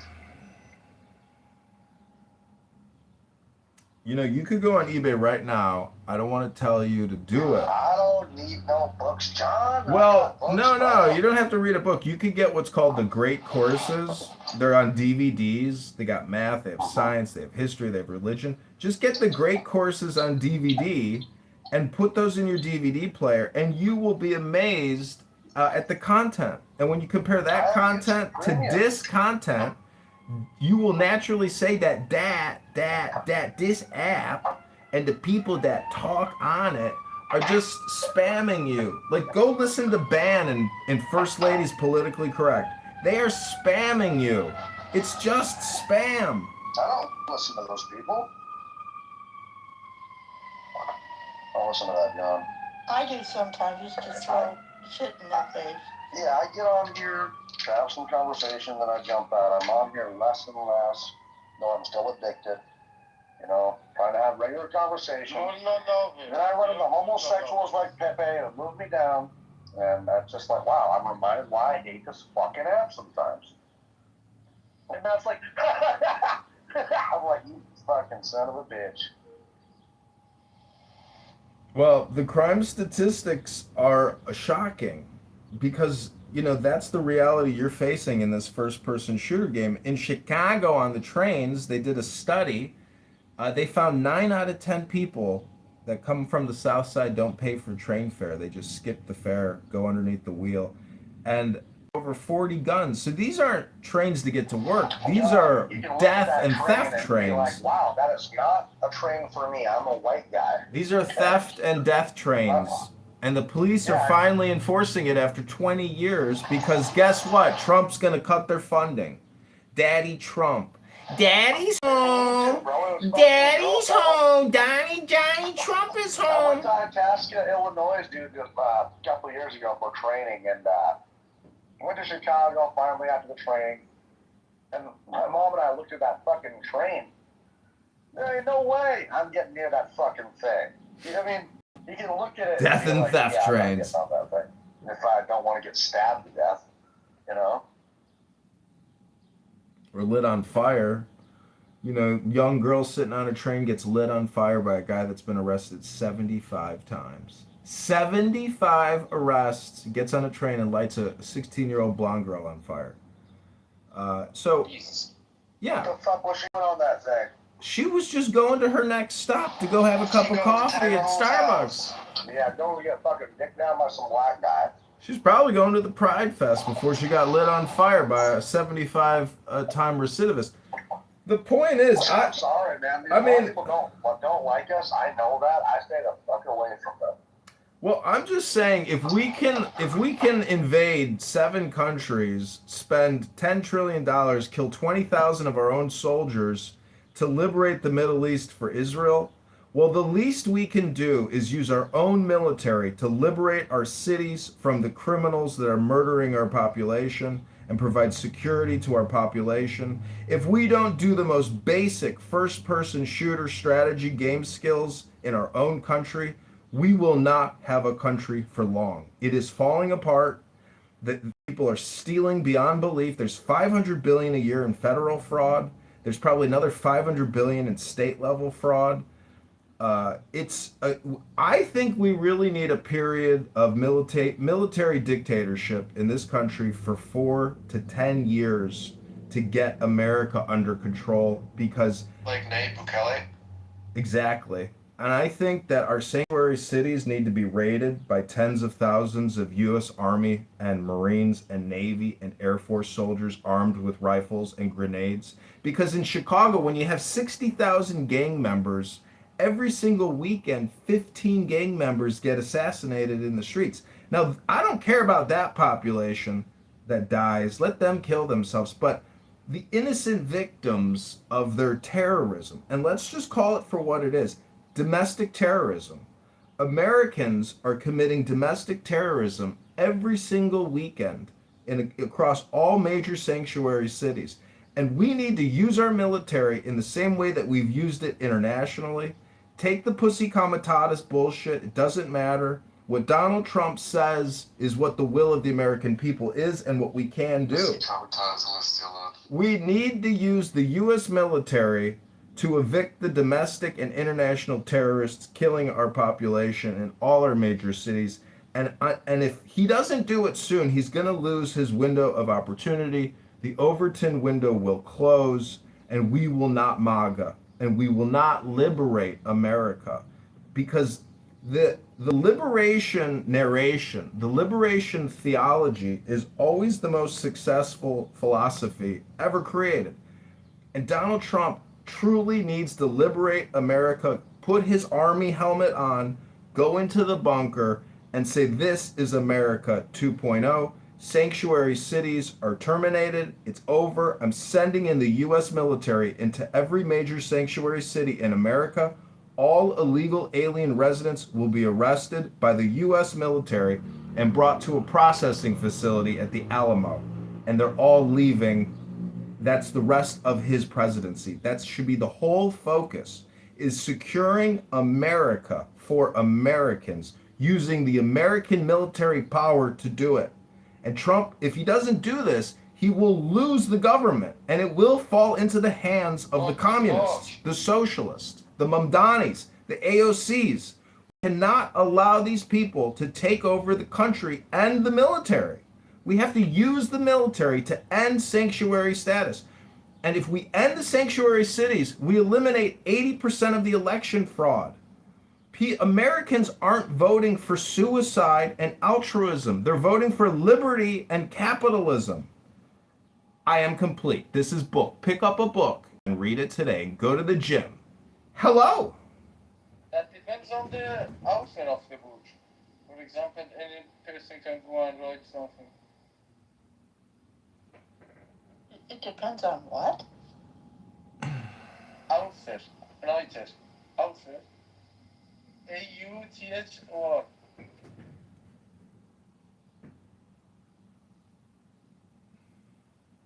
I think Americans are ready to kick the door. Yes, immigrants, huh? That is in the book. If that's what it takes, yes. That is in the book. I want to see the writer of this book. The author. We're all tired of the bullshit. It's simple. Very simple. And don't write books while doing it.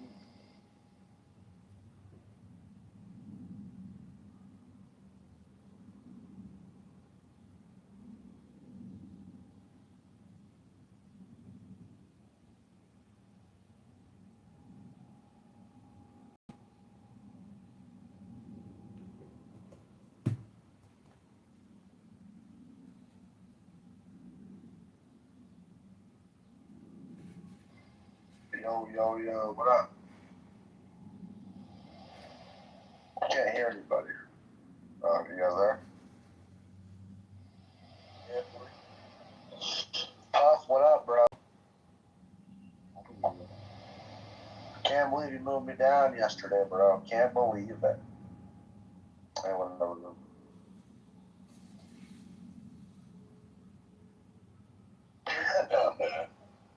You gotta give them suck muscles a break once in a while. Yeah, whatever, bro. You're like a steam locomotive, man. Once you get going, yeah. stop you, bro. Gotta know when to apply the brakes, man. I don't know, bro. You were the one talking for a long fucking time. I barely got in, maybe I was trying to finally respond. I was trying to respond, bro, because you were moving to like 4 different topics and expecting me to respond to that because you were asking, why do I like Trump? All I was doing was just pointing out the things that I asked you a question, you responded, and then I began to speak. And you thought that you had been placed on some kind of standby to listen for the purpose of responding only. That was what was happening there. No, I listened. That's what I was trying to write. I was listening to everything you were saying. I listened to everything you were saying. You were wanting me. Hold on. Bro, it's all right, bro. No, it's all right because the conversation was, just so you know, why do I like Trump? And then you responded, why? You told me. Yeah. You told me, yeah. But then you went and made a bunch of counter arguments, and I was. Yeah. I couldn't finish speaking because, you wanted to jump in and respond. And I get it, I get it. Well, after 5 minutes, it's hard for me to track what you're saying, bro. If you want me to respond to that, you gotta mute up finally, Just say it. I'll tell you what, I'm gonna give you a very small cue. The way you track what people are saying is by paying attention.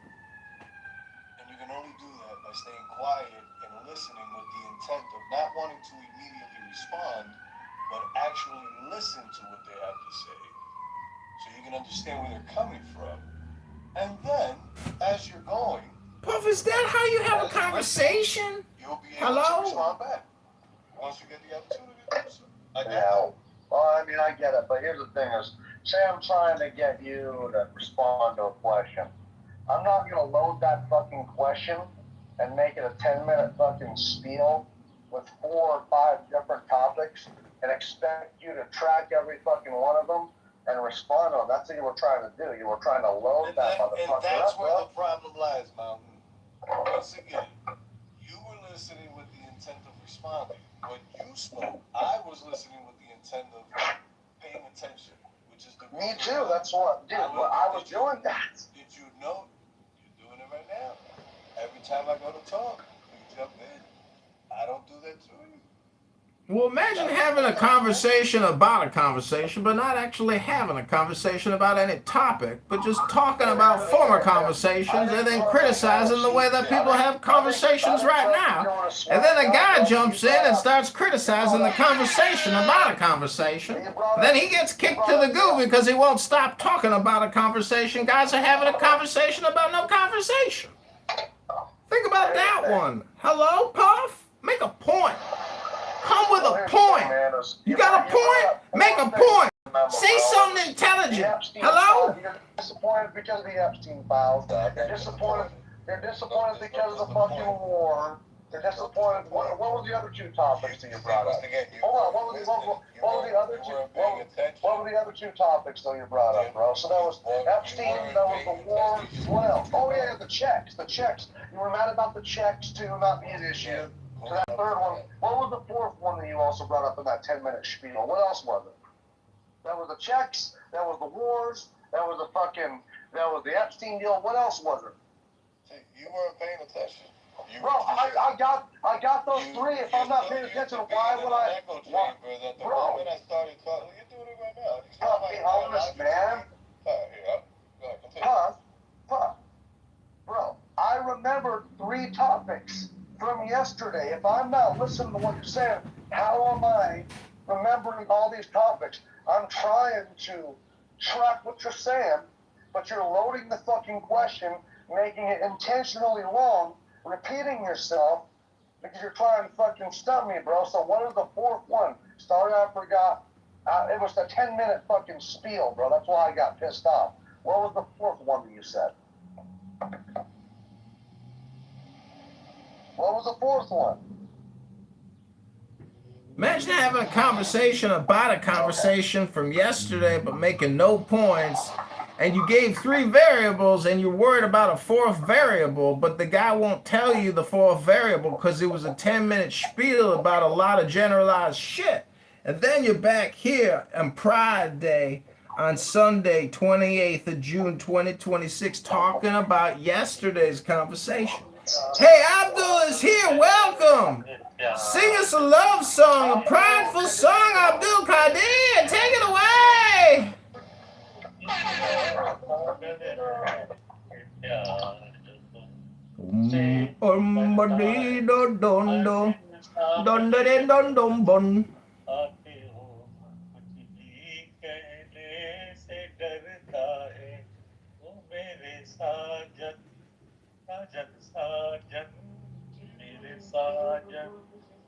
मेरा दिल भी इतना पागल है ये प्यार जो तुमसे करता है मेरा दिल भी इतना पागल है हर पल से तो समझता हूँ हर पल से तो the intermission we let Abdul's a special guest every time he comes up here. He gets to be able to sing the song in peace. Thank you. How does that promote America First? He's America First to be demo for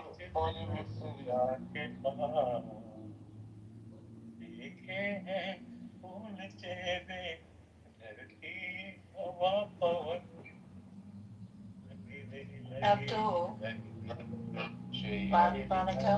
Monica. Thank you. I appreciate that. We love you, man. We love you. Okay.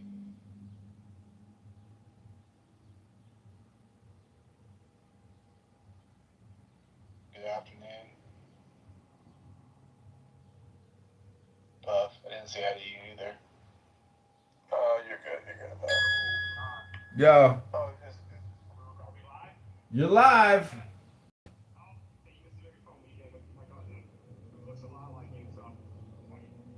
Nice.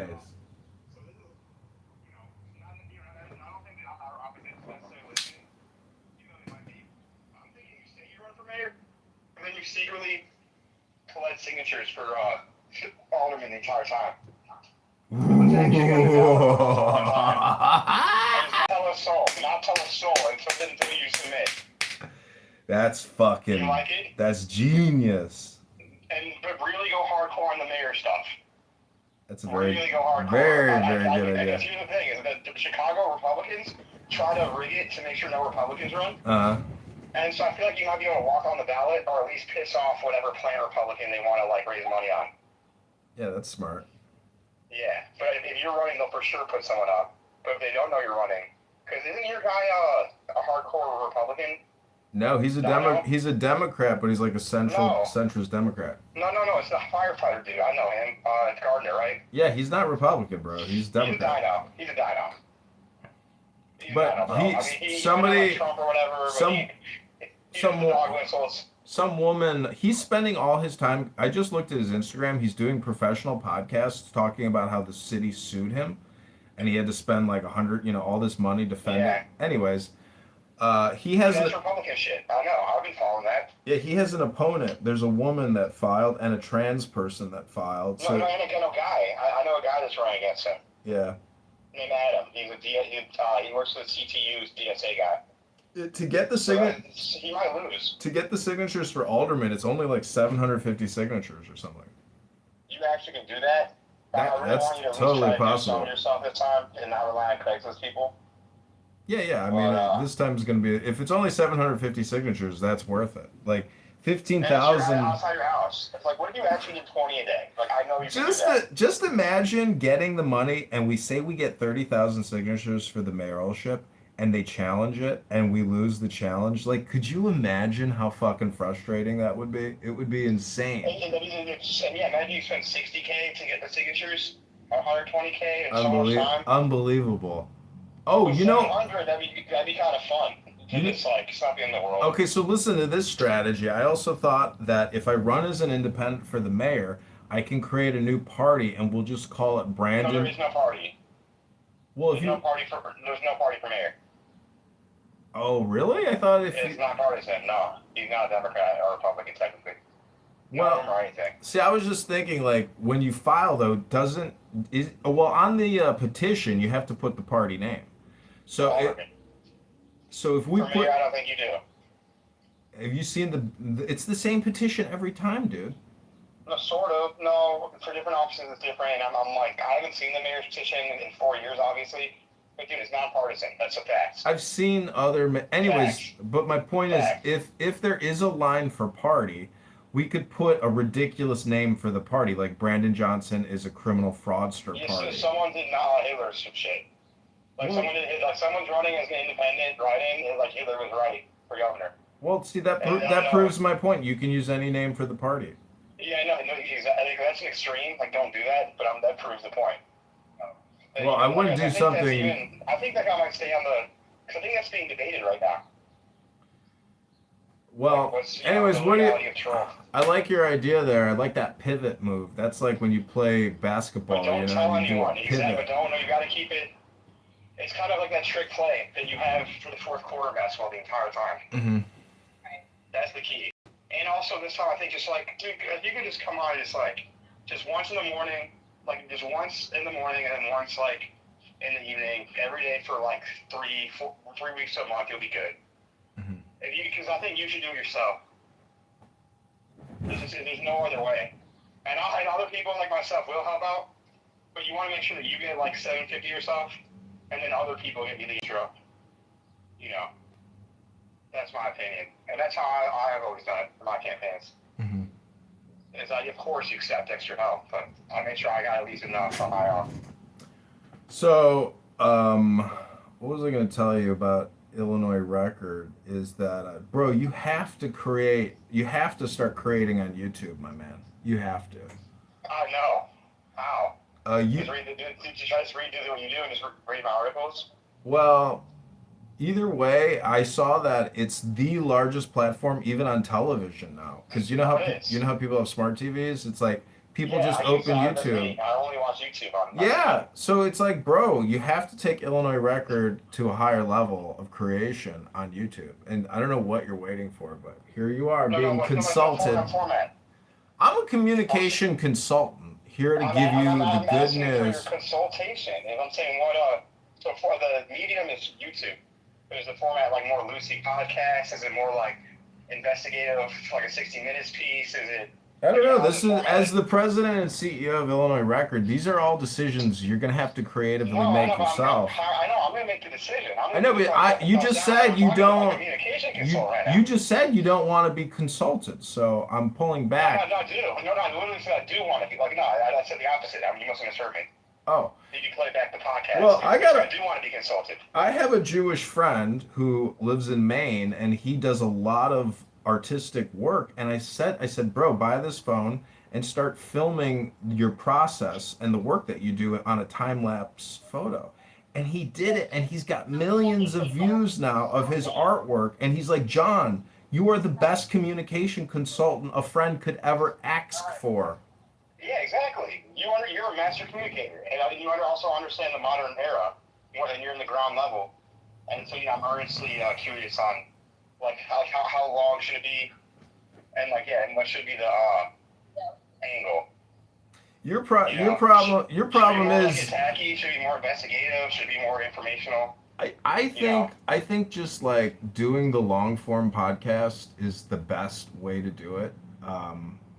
Like an hour just on Aaron Del Mar, for example. Yeah, but just I'm just like using specifics, like how in the same podcast, do I interview someone? Am I talking about a subject? Am I talking about subjects? Well, let me ask you this: what are you doing right now with John Kitover, the communication consultant? You're talking to him on the phone. I'm asking questions. Well, he live streams the convo. This is the work that I'm asking you to do right now. No, you're doing. I'm talking about like. You need to be doing what I'm doing.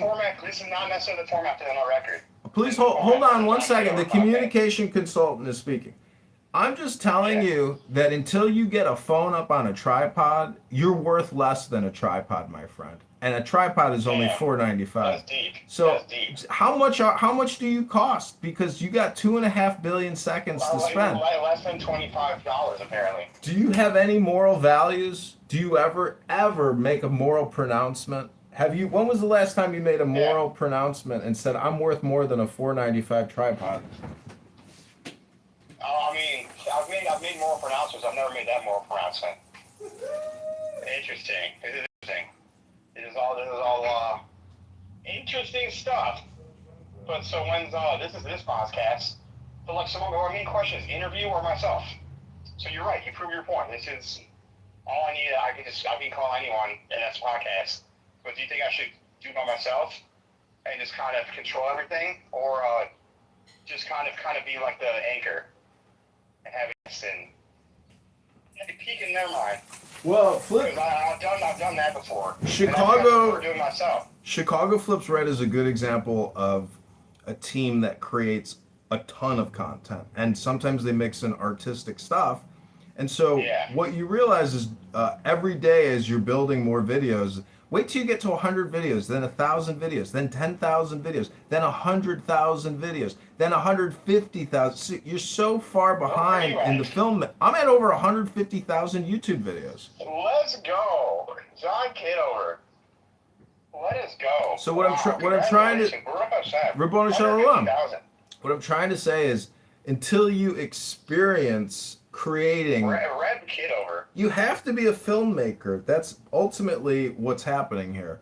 And that's what all these politicians are doing. They don't do work. They create videos. That's all they do. I'm not interested in electoral politics. I'm just telling you that it doesn't matter what you're doing.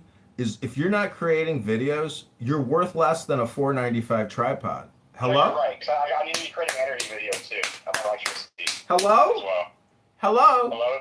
Listen, Hello? there's a lot of people out there that think their shit is so hot, but they don't even have one video up on YouTube. And I'm just like, I'm sorry, but it doesn't matter what industry you're going to work in. If you're not a filmmaker, you're worth less than a $4.95 tripod. That honestly should be a book or a TED Talk. How much are you worth? Well, I ain't even worth a tripod.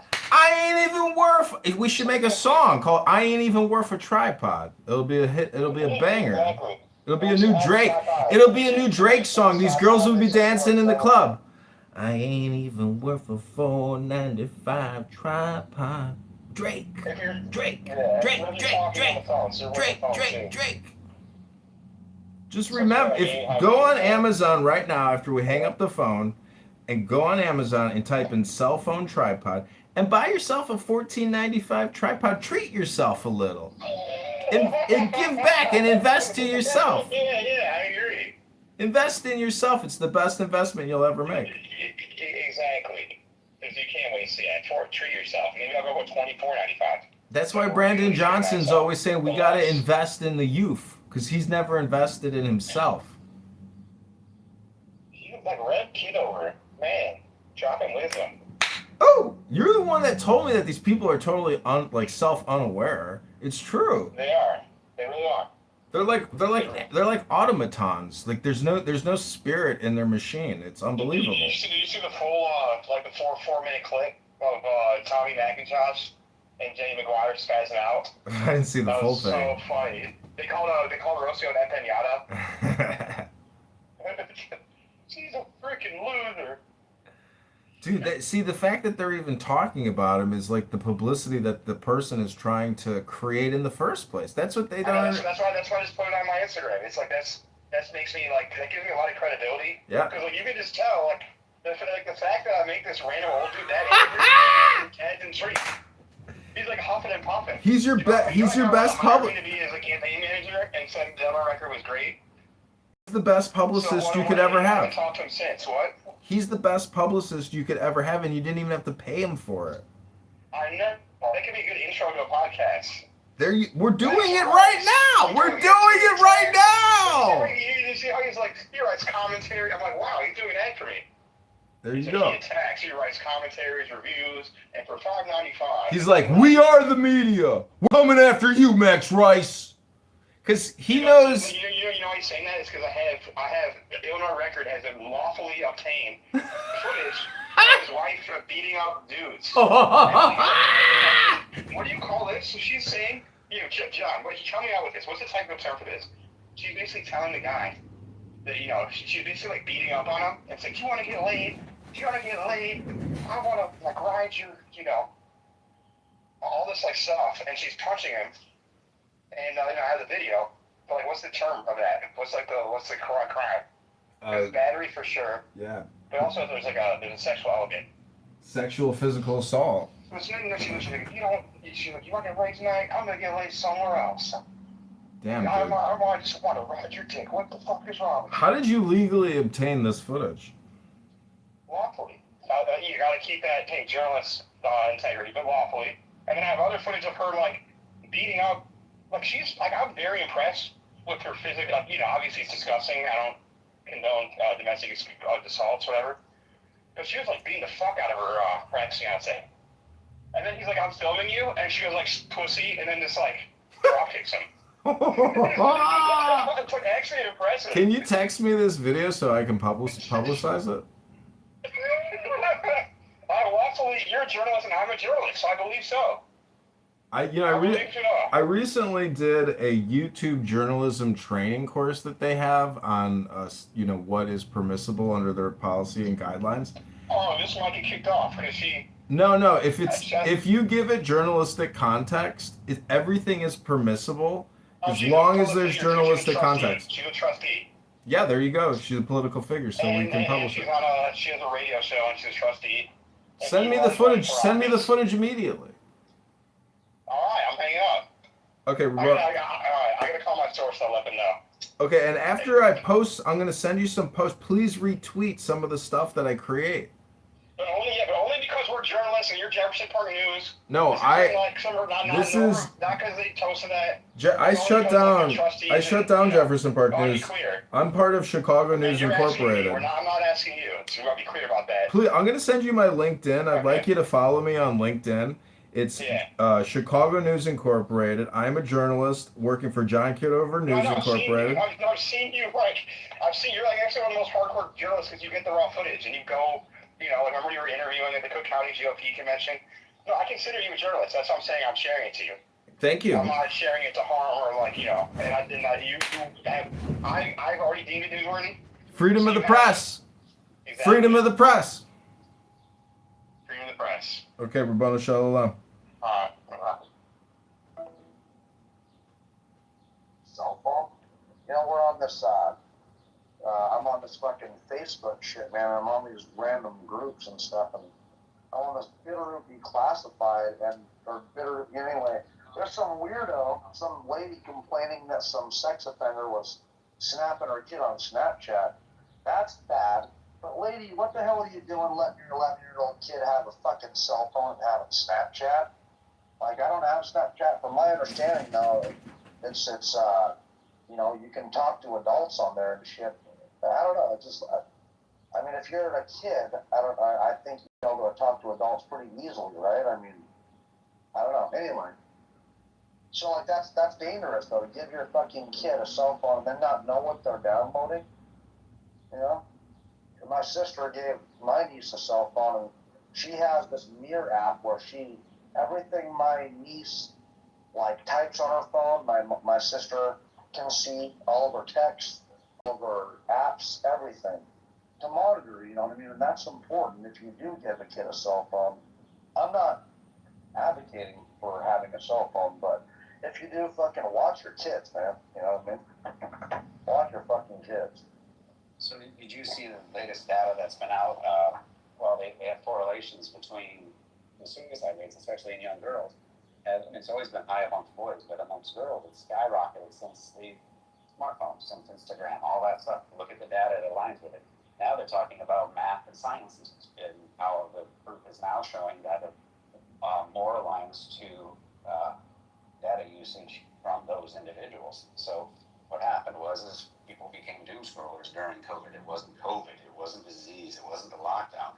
It was the actions that parents weren't being, accountable, saying, no, you can't be on the damn phone that long. And now you've got nations literally banning kids until 16. They're cutting it off like a curfew. It's 11 o'clock. And People might think that's extreme. People might think that's extreme, but I actually support it. One thing, I don't like a lot what Australia is doing, but Australia, I believe, is the one that's banning social media till you're an adult, and stuff. And that should be, let them motherfucking kids be kids. I don't like how addictive social media is, and the reason why I've stayed away from TikTok is because I've been reading that short form content is actually causing brain damage. It's causing a very powerful ADHD where you literally lose the ability to have a long attention span because you're so used to the short form content of 10 seconds and 20 seconds and 30 seconds or even 60 seconds max.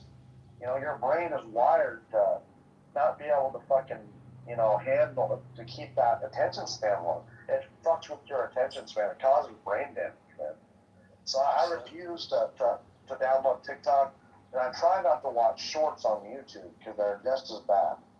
Because I notice it myself, man. My attention span fucking sucks now. It just sucks. In several industries, real estate, everything, it talks about if you're going to do some sort of a public, any kind of a videos, this is the length of time, emails, don't send emails anymore, send video emails. Or video mails, so that way, because people are more willing to watch, and you got to keep them under, 20 seconds, stuff like that. Well, think about that. Our brain has literally gotten trained to that. The algorithms. They were just. I was listening to someone speaking on the data. They can now predict. Facebook can now predict what time you use the bathroom, how long you're in the bathroom, when you eat, where you're likely to go after you eat, how long before you go home, and they're learning us, and they can do it. Why? Because we are creatures of habit. Our brain gets trained, and then what can they do? It's not about to try to, it's 100% about marketing. Now they can market to us better because you know exactly what we're looking at online. When we do something. I remember getting in my car. This is 9 years ago, and I would just get my phone or car, and it's 43 minutes to home. It's like, how do you know I'm going home? But we are creatures of habit, and I didn't even leave at the same time every day, and what I had to get done. But, it's addictive. The brain is highly adaptive, and now it's being forcefully adapted to short term. And you think about short term, we forget about the promises politicians make, and then they go for them again a few years later. It's by design. If they do something and get something done, they have to promise you something else. Ice. They run out of things to promise you, so that's why they do what they do, So, Ice, look at it from the context and the perspective of an outside observer. When you see your population hunched over, doom scrolling on a cell phone, you quickly realize that your population has become mind controlled and time controlled. And there is no productivity in consuming never ending amounts of content spam.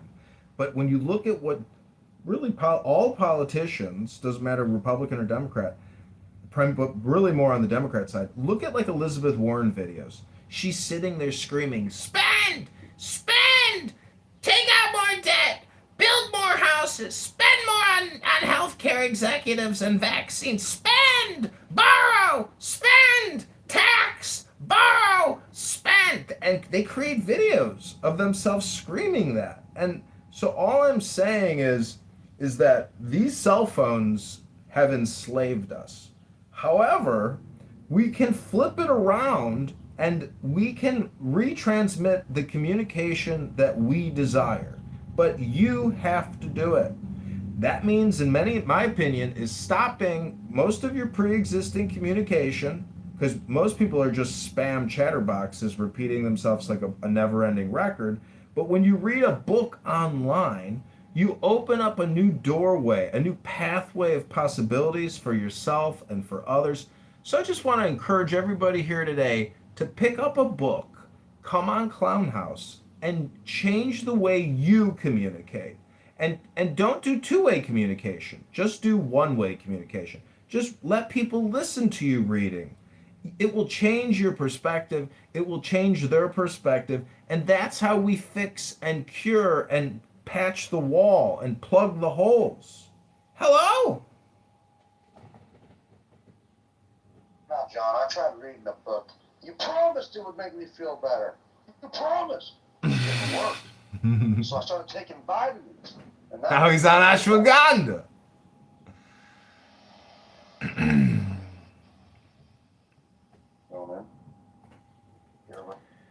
Yeah, I mean, get a bottle of ashwagandha gummies, come on Clubhouse, and just read a book. Oh, we got concrete. We got this. Come on, man. I'm just fucking around. Get up here, concrete. Where you at, dude? Where's that little sissy boy? Get up here. Well, you should let concrete up, dude. There's a miserable black man that projects on us and says that I'm miserable, yet I'm pretty happy. Projection says what? Fucker tries saying I'm miserable. Projection says what? Get up here. Projection Peter. says what? Peter. How unaware is concrete? Have you ever heard concrete do like a thought experiment in a room that takes him like 15 minutes and he demands everyone remain silent during his thought experiment of pontification? It's unbelievable. Peter, will you please let concrete Projection says what? Yeah, Peter, could you mod up Mountain and me? Because last time you were in my room, Peter, I modded you and you said, oh, thank you. Thank you so much. Thank you, Peter. Come on, man. You guys got a mod in your room. Peter, would you? Thank you. The mothers have come to an end. The mothers are no more. Thank you, Peter.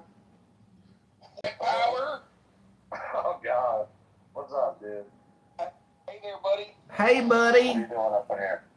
I'm just listening to the angry whites. The angry whites. Why are we angry? We rule everything. We run this place. We Projection says run what? the country. Well, we How get much money do you have warnings. in your bank account, Mountain? Hello? You want me to tell you that? Yes, I want to hear it, but I can't tell you. how much do you think you're worth, Mountain, if you were to take all of your assets and have like a valuation of your assets? I'm talking about your home, talking about your car, talking about your savings, talking about all of your retirement accounts. Yeah. How much do you think you're worth now? Would it be above or below $500,000? Well, something you forgot to include was me, my body, my spirit. No. The We're thing talking about your. gives and You're talking about your tangible assets outside of your body, not your intangible assets inside of your body. Right? I think you're intellectually worth at least $1 billion. But we're talking about your tangible assets. I'm a humble How man. much? Listen, Mountain. I'm a humble man. I'm not gonna talk about that, dude. Look at that picture of my world. You said you run the world, man. Concrete. Anybody that runs the world's got at least $500,000. Well, concrete. See that movie right there? You ever heard of The River Running Through It? You ever heard of that movie? That movie is gay, man. Sorry. Okay, Concrete's like the Drewski. I live on that river, bro. So but I'm a humble man. I'm not going to talk about the things I have, Hey, Monica. the things I own, and how much I'm worth. I'm a humble man. That's all I'm going to say. Okay. So, but the Lord gives me life. You told us you run everything, man. That didn't sound very humble to me. I'm a humble man. Concrete is the new Drewski of Clown House. The thing is, you're humble when the rubber meets the road. You were when there was no skin in the game, you were just as boastful as possible. You said we run everybody. I said, man, how much are you worth? Because if a man, It's not working, Concrete. I know, it doesn't sound like it, man. Come on, bro. Just talk to us normal, bro. It's okay. One second. I don't want to be interrupted. I don't want to be interrupted. White power, please. White power. White power. I want to let YouTube know from a journalistic context, this is an African American man that goes by the name Concrete, and he is saying this derogatory racist term. For journalistic context, I want to point it out. What we're recording here. Concrete when he's laying down the Bible. Preach it. Preach it. Preach it. You see what I'm saying? For me, Concrete. You see what I'm saying? Thank you. White power. Get it right. Get it right, Concrete. White power. Now, where was I? So, the question was, why do you think... Who cares? White power. White power. That's right. White power. That's right. That's right. White power. That's right. Somebody said, we ain't angry. We run everything. And I just said, well, some people run everything. And we aren't those some people. That's why we're angry. We want our free health care. When I get pulled over, I get warnings. Listen, you got to... Do not interrupt Drewski in the middle of a new Drewski skit, alright? Don't interrupt Drewski. You got that from the master's table, and that makes you feel like you're the master, but you're just a dirty dog, just like me. No free healthcare. Why? You're just a dirty... Hey, listen, you might have better scraps, right? But we're both dogs at the master's table trying to get a little something. So what we need to do, Montana, is we need to stop hating each other, white power. We need to come together. I don't hate you, dude. We need to come together, Pauls, and we need to revolt against the system. But I understand that because you have so many choice scraps from the master's table, you don't have the appetite for revolution in the same way that I do. And I understand that as long as you feel satiated in your malaise, in your discomfort, right? Because there's a way to get comfortable being discomforted, right? And as long as you have that quality. This is a new Drewski skit. You're not gonna unite with this Negro over here. You're gonna stay over there with the whites. And we all know who our problem is, and that's the rich. This is a class war, brother. Wake up! Give me white power. White power? Oh, come on, Does man. anybody want a white power? Because I got another one. I'm not falling for that. I got another one if anybody else want one. Anybody else? Going once? Going twice? White power? Drewski! This is a new Drewski comedy skit. Anyway, if anybody else wants white power, just let me know. I'll give you one. Idiots, white power. White power. White power. Anyway, like I was saying, we need to come together as white people. All the Power is Negroes, a beautiful thing.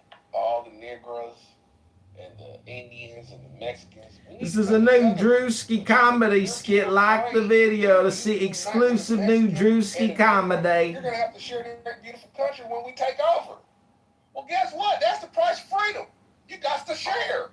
Now, what you could do is you could, on your own, revolt.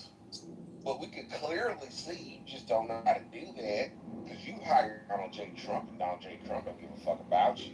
He only cares about his lineage and his. This is a new Drewski comedy skit. Like the video, share and subscribe to see more Drewski videos. We've all been bamboozled and betrayed once or twice before.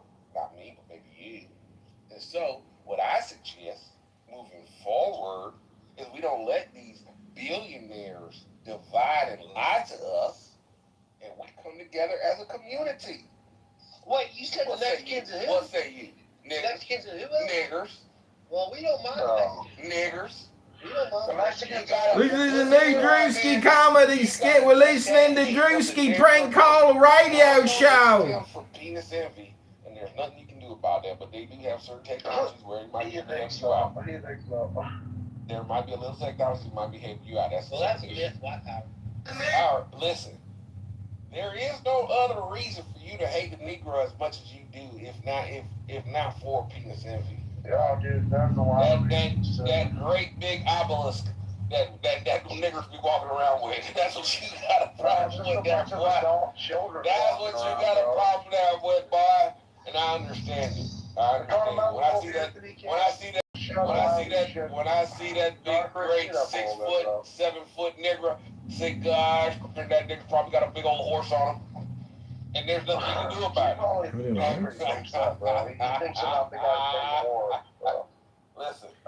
This is a new Drewski Comedy Radio Prank Show. Like, share, and subscribe. Quit jumping out there, concrete. You gotta let it go So much, bro. You gotta let it go. I know. You see how he's irate now? And I'm telling you why he got irate.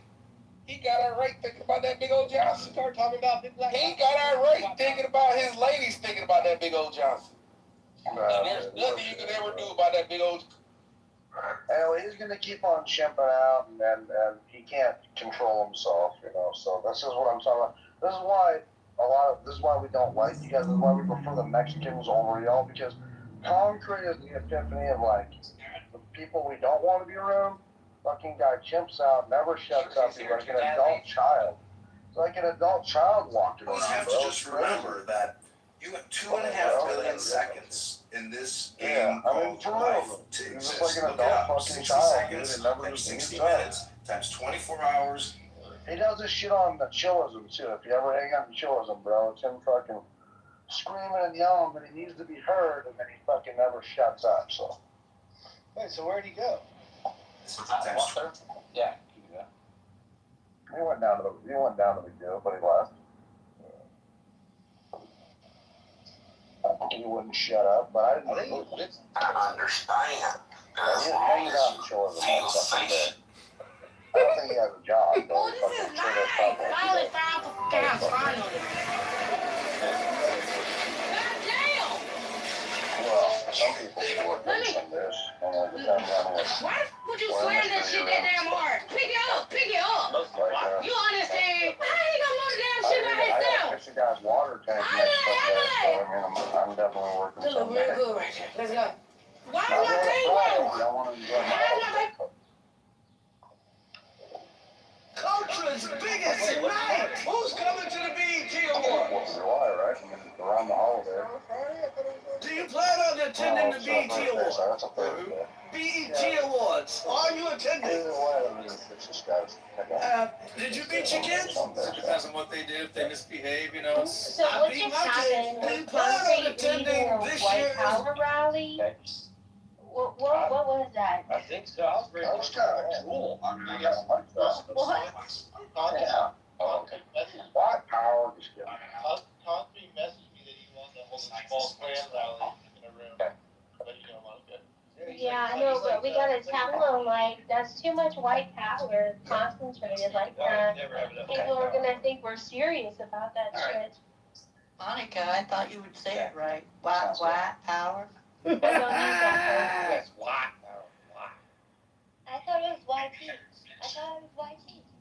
No, that's just people that are scared to say white.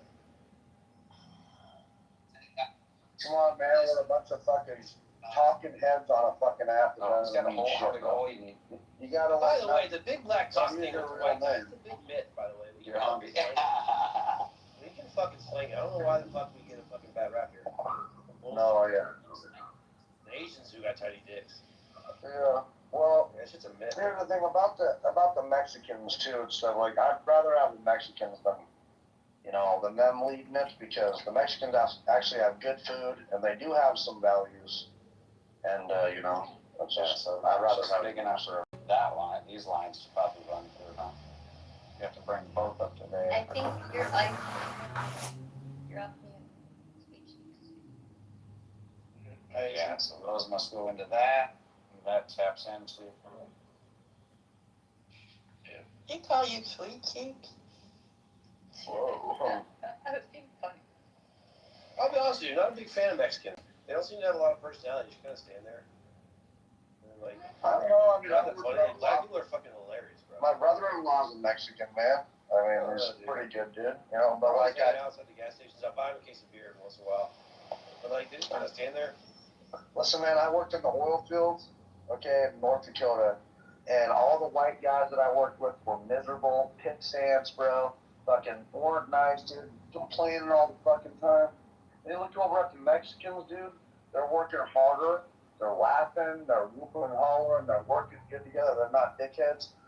And they share their food with you. They have really good food. Don't take peppers from them, I learned, as a white guy. Yeah, spicy for them is not Yeah, spicy for us. yeah. Yeah, But dude, they're the nice dude. They're I way enjoyed working around Mexicans than I did white guys, man. And they were a language barrier, but they were really good dudes. So they're hard workers. Not everybody. I mean, there's individuals that are individuals. I've been to Jamaica too, and I was around a bunch of black people and super friendly guys. I don't know what it was like off of far off, like in the jungle, but they were all pretty friendly dudes. But because we're tourists with money and shit, so I don't know, dude. But I prefer the Mexican, and they got better food. They just do. I do like Mexican flavors. I will say that. Right? Well, I go to I do like it. Spokane, It's all like the Washington. same Every dish. time I go up there, I get good Mexican food. I'm a big fan of Mexican food. Yeah. Yeah, I like the flavors of Mexican food. Carne, Man, I like carne I like asada. we can crack some jokes, have a good time, do some beers. Here's the thing, though. I agree. Have some fisticuffs, throw some punches at each other every once in a while. I'm down. I agree, but some of these people don't fucking like you. Do you understand that? No, Like, just because. No, man. There's certain people out there, and that's okay. Well, that might be true. But some of these fuckers don't like you. Christian Catholics. Yes. Yeah, it might be a language barrier. I don't know. They just don't. They just seem to just kind of stand there. But something about the gang, the Latino gangs over the black gangs. I guess I would say maybe this is anecdotal or maybe it's my own opinion, but them fucking cartels are like hyper violent. Bro, down here, bro, the Mexicans on the farm, they'll chop you with machetes. That's what I'm saying, bro. They'll fucking chop you with machetes. yeah. Mexicans are straight up hyper violent. Fucking nuts. To the point. They'll put an egg over your head, fucking tie it up, and leave your. Yeah, bro. They won't even think twice. It's fucking crazy. No. On the So farms, that is shit out something here, bro, about they all the live like Latinos, those trailers in the back of the farms, bro. And like my buddy's uncle owns a farm, and if a dude like steals something for another person's trailer, they'll just fucking drag him out of his trailer and chop him up, bro. Like it's nothing. Yeah, no, It's fucking nothing, bro. You heard about those cartels in Mexico, dude. They literally are having a competition and who can scare the shit out of each other the most, dude. They fucking do horrible shit to torture each other, and it's terrible. But the Indians, man, I'm up in Montana, and we have, prairie Indian, reservations for them. Them motherfuckers are dangerous too, I'm not gonna lie. I don't like to say Indian anymore, it's Redskin. I don't care, but I'm serious though, like that. Like the Blackfoot Indian Reservation, the Crow Reservation, the Northern Cheyenne, Rocky Boy, those are scary reservations where you could go missing in. Bro, that's why, people, get upset that we call them savages. Do you understand, they call them savages because they had never seen killing like that before. Yeah. They had never seen shit like that before, tying motherfuckers, scalping them and shit like that. They're oh, yeah. Fuck, bro. Yeah. Oh, dude, the things they did you hear what they did to Custer? Because they think that if they used to think, maybe still do, that if they mutilate you, you're gonna be like that in the afterlife. So they cut his fucking ears off and shit, cut his balls off, cut his dick off. I want to make sure you don't have anything and the Blackfeet, dude, the Blackfoot Indians. There's a bunch of stories about them, the mountain men would come up here, bro, and there was marauding Blackfoot Indians all over the northwest, of Montana, and they had guns, because, I don't know why, but the French decided to trade guns with them. The Spanish knew better, but the French decided to trade guns with them, but as a consequence, they were just the most powerful tribe and super territorial, and if they found you, dude, they'd fucking cut your legs off, cut your head off, it was scary shit. And then they string your body up as a warning. Dude, yeah, that's actually, have you ever heard of Hellgate Canyon? No, but I've been about to find out about it. Look it up, Hellgate Canyon, Missoula, Montana, bro. They call it that because the Blackfoot Indians, if they found you, if you were an Indian that weren't part of the tribe or a settler, they'd kill you and they'd put your body along the trail and this is Hellgate Canyon where I live, and they'd fucking put your body there as a skeleton to deter you, and the French started calling it Hellgate Canyon, and that's where it got its name, and there's actually a school called Hellgate School. It's legitimate. I mean, the Hellgate School, yeah, it's real shit. It's called Hellgate. Yeah, that was a Blackfoot Indians, man, so. But anyway, what's crazy about that is I guarantee that if we wouldn't have put them on reservations, if we would have allowed them to be what, the Palestinians are to the Jews, to Israel, they would have been launching missiles and attacking us just like the Palestinians would, because they're a bunch of fucking Indians at the end of the day, man. It's the truth, And they don't fucking like us, a lot of these guys. Some of them do. I have friends that are Indians.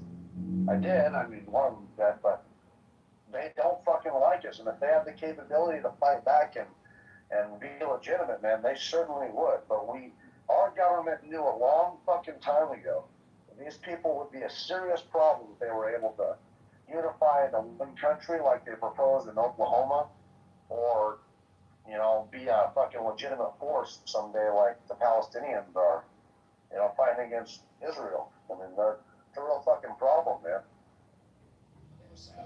People don't understand that a lot of the land the natives had was taken and stolen from somebody else. They're completely unaware. That's the only way that they enforced it, man. It wasn't through some fucking document. It was through blood, sweat, and tears, bro. Yeah, what's the thing with the Sioux were completely savage. The Apache, the Comanche, the Seminole. The Sioux, the Cheyenne, the Blackfoot, the Crows, Northern Cheyenne, dude, yeah. Yeah, the Comanches were awful, and then I think the Mount Rushmore is I think it's the Dakota Sioux, and he said, they're like, it's built on stolen lands, and then you look into it, the Dakota Sioux stole it from a fucking other tribe. Oh, bro, have you ever heard of Red Cloud War? Whose? Red Cloud's War. We don't talk about it because it's one of the wars that America lost, actually. And it's called Red Cloud's War. And that was a war where originally the Crow Indians, their hunting grounds were Powder River County in eastern Montana. I used to live there. And there was 30 to 60,000 of these fucking Crow Indians, man.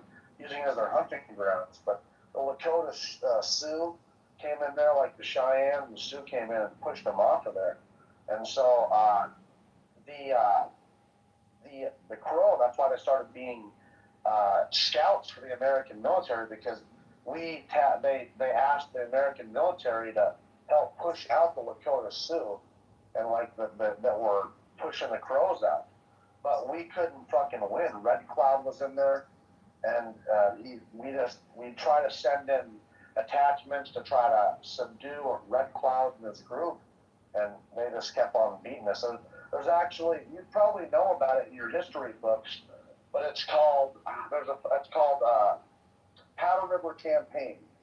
And the reason why you don't know about it is because most of the documents of the official conflict were burnt in a warehouse fire in Oklahoma accidentally. But it was a total defeat by the U.S. cavalry. We went over there to try to subdue the Indians and got our fucking ass kicked. And they would draw straws to go down to the Powder River to try to get water. Nobody wanted to do it because it was so dangerous. And the guy who drew the shortest straw would go down there to try to get a bucket of water, and he'd get fucking shot and killed. And so pretty soon they were eating their fucking dogs and their horses. They lost a cannon in the river, and they had to leave because they just couldn't subdue them fucking Indians or whatever. Pretty wild shit. Red Cloud War. Look that shit up.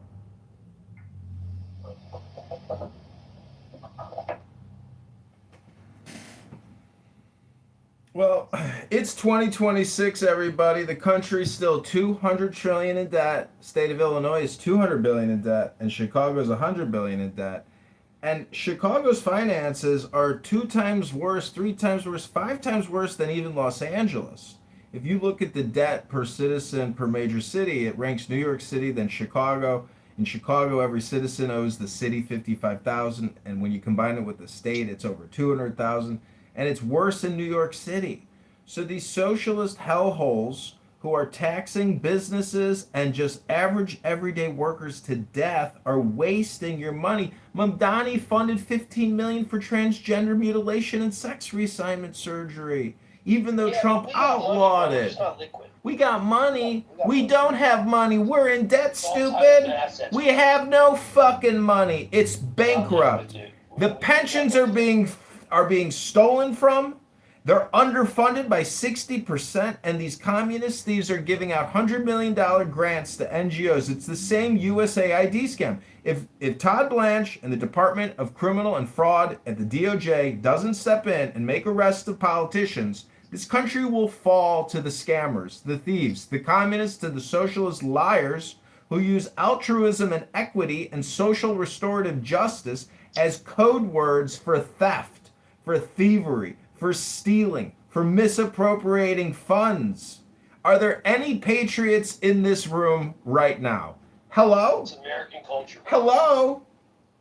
It's American culture. No, that's your acquiescence to thievery, lying, and fraud because you, sir, are probably a faggot retard and maybe a pussy. Oh, no!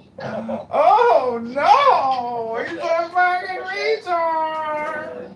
He's a fucking retard! I like America. Man, what are you gonna do, man? What are you gonna do about it? Well, we gotta do something about it, man. We gotta do something. We can't just we can't be doomers. We can't, like I got a big old pissing match fight with my buddy, one of my best friends. Malcolm, you know that, right? What is?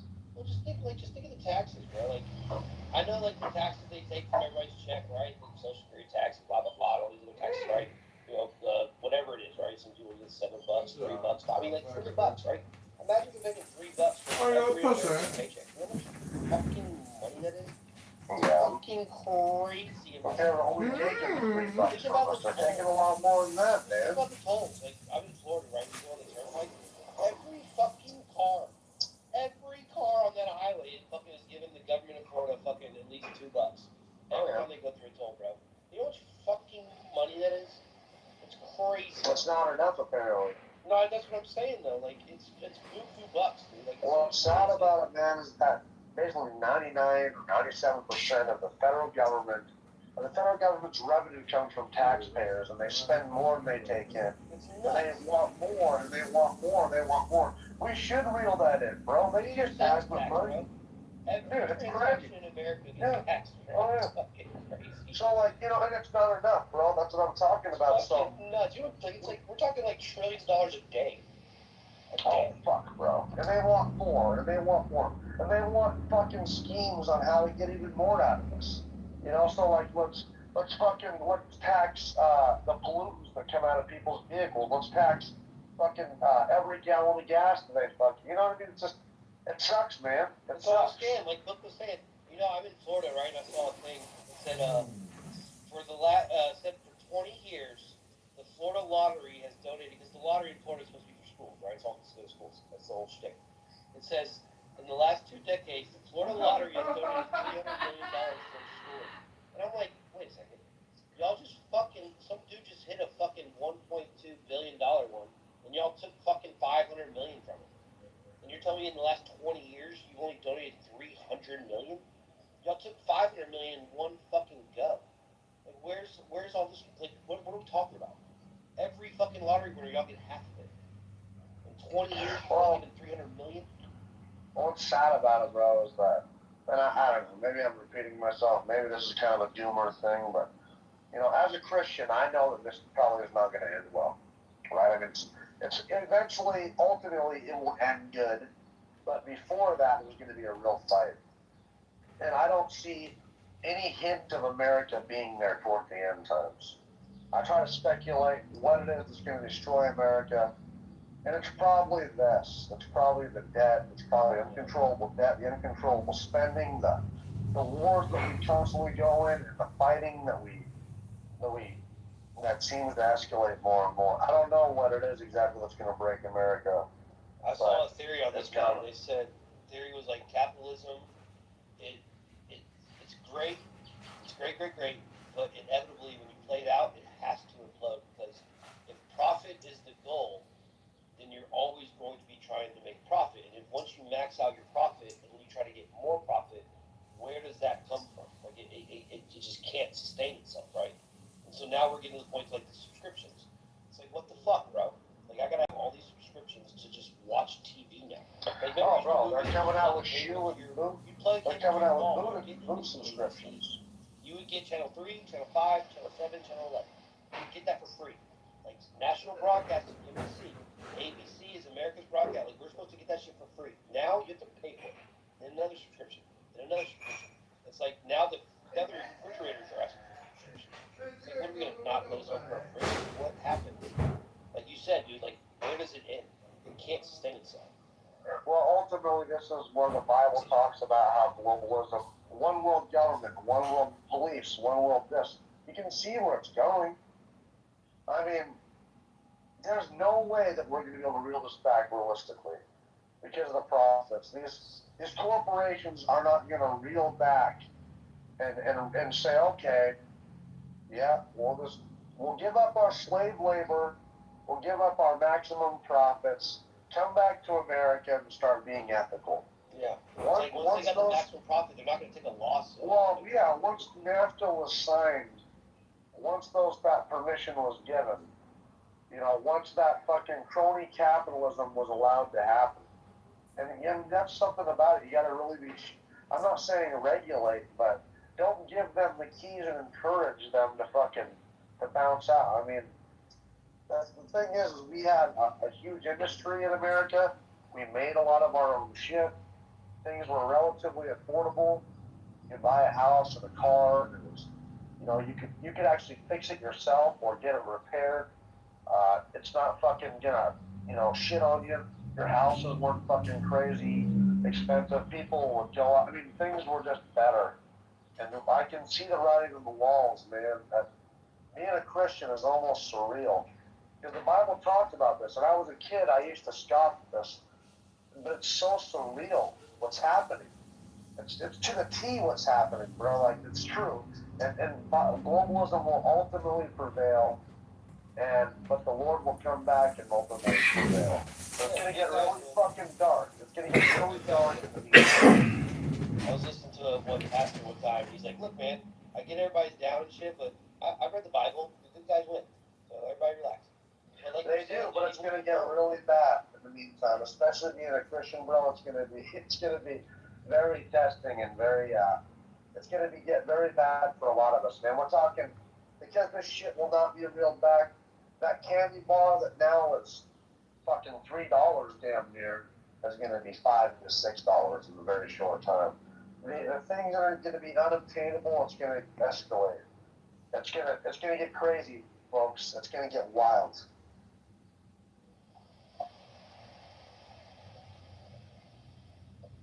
It's gonna get fucking crazy. Can't believe it, man. Yeah, highly doubtful. Well, okay.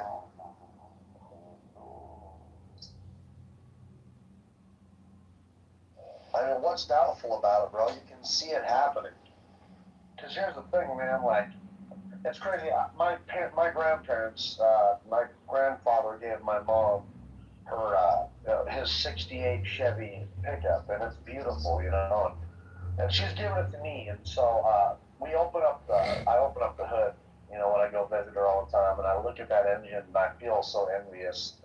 Not envious of the pickup, but envious of the time that it was. Envious of the people that got to live at the peak when things were made to be repairable, when companies made things to last as long as possible, and you can fix them, and things were made in America, things were affordable. Now, you know, these guys are predatory. They got things like planned obsolescence, and you know, fucking, let's make this thing as cheap as possible, but as expensive as possible. Now they're replacing metal parts with plastic parts that doesn't like cold and hot cycles, so they're going to get premature failures and less reliability. But is the price getting cheaper? No. It's all fucking crazy, bro. It's like you know, they have people that have these old houses and they rip up their fucking carpet. They like someone buys a house and all of a sudden their house is built in the 1920s and the hardwood floors like this beautiful fucking wood. Yeah. It's like that's just how they used to build houses. Yeah. Like we covered it up. It's like holy shit. Like that was standard back then. And what's scary is we ripped up some 1970 shag. It was green shag, and installing a fireplace for him actually. And when I cut out the carpet, it was a rare type of oak. It's a tiger or something oak. And I was like, you might want to come here. And they thought that was something wrong. I was like, you want to get rid of your carpet. Your floor was check this out. Yeah, and they were just like, shit, right? Yeah. It was amazing. See?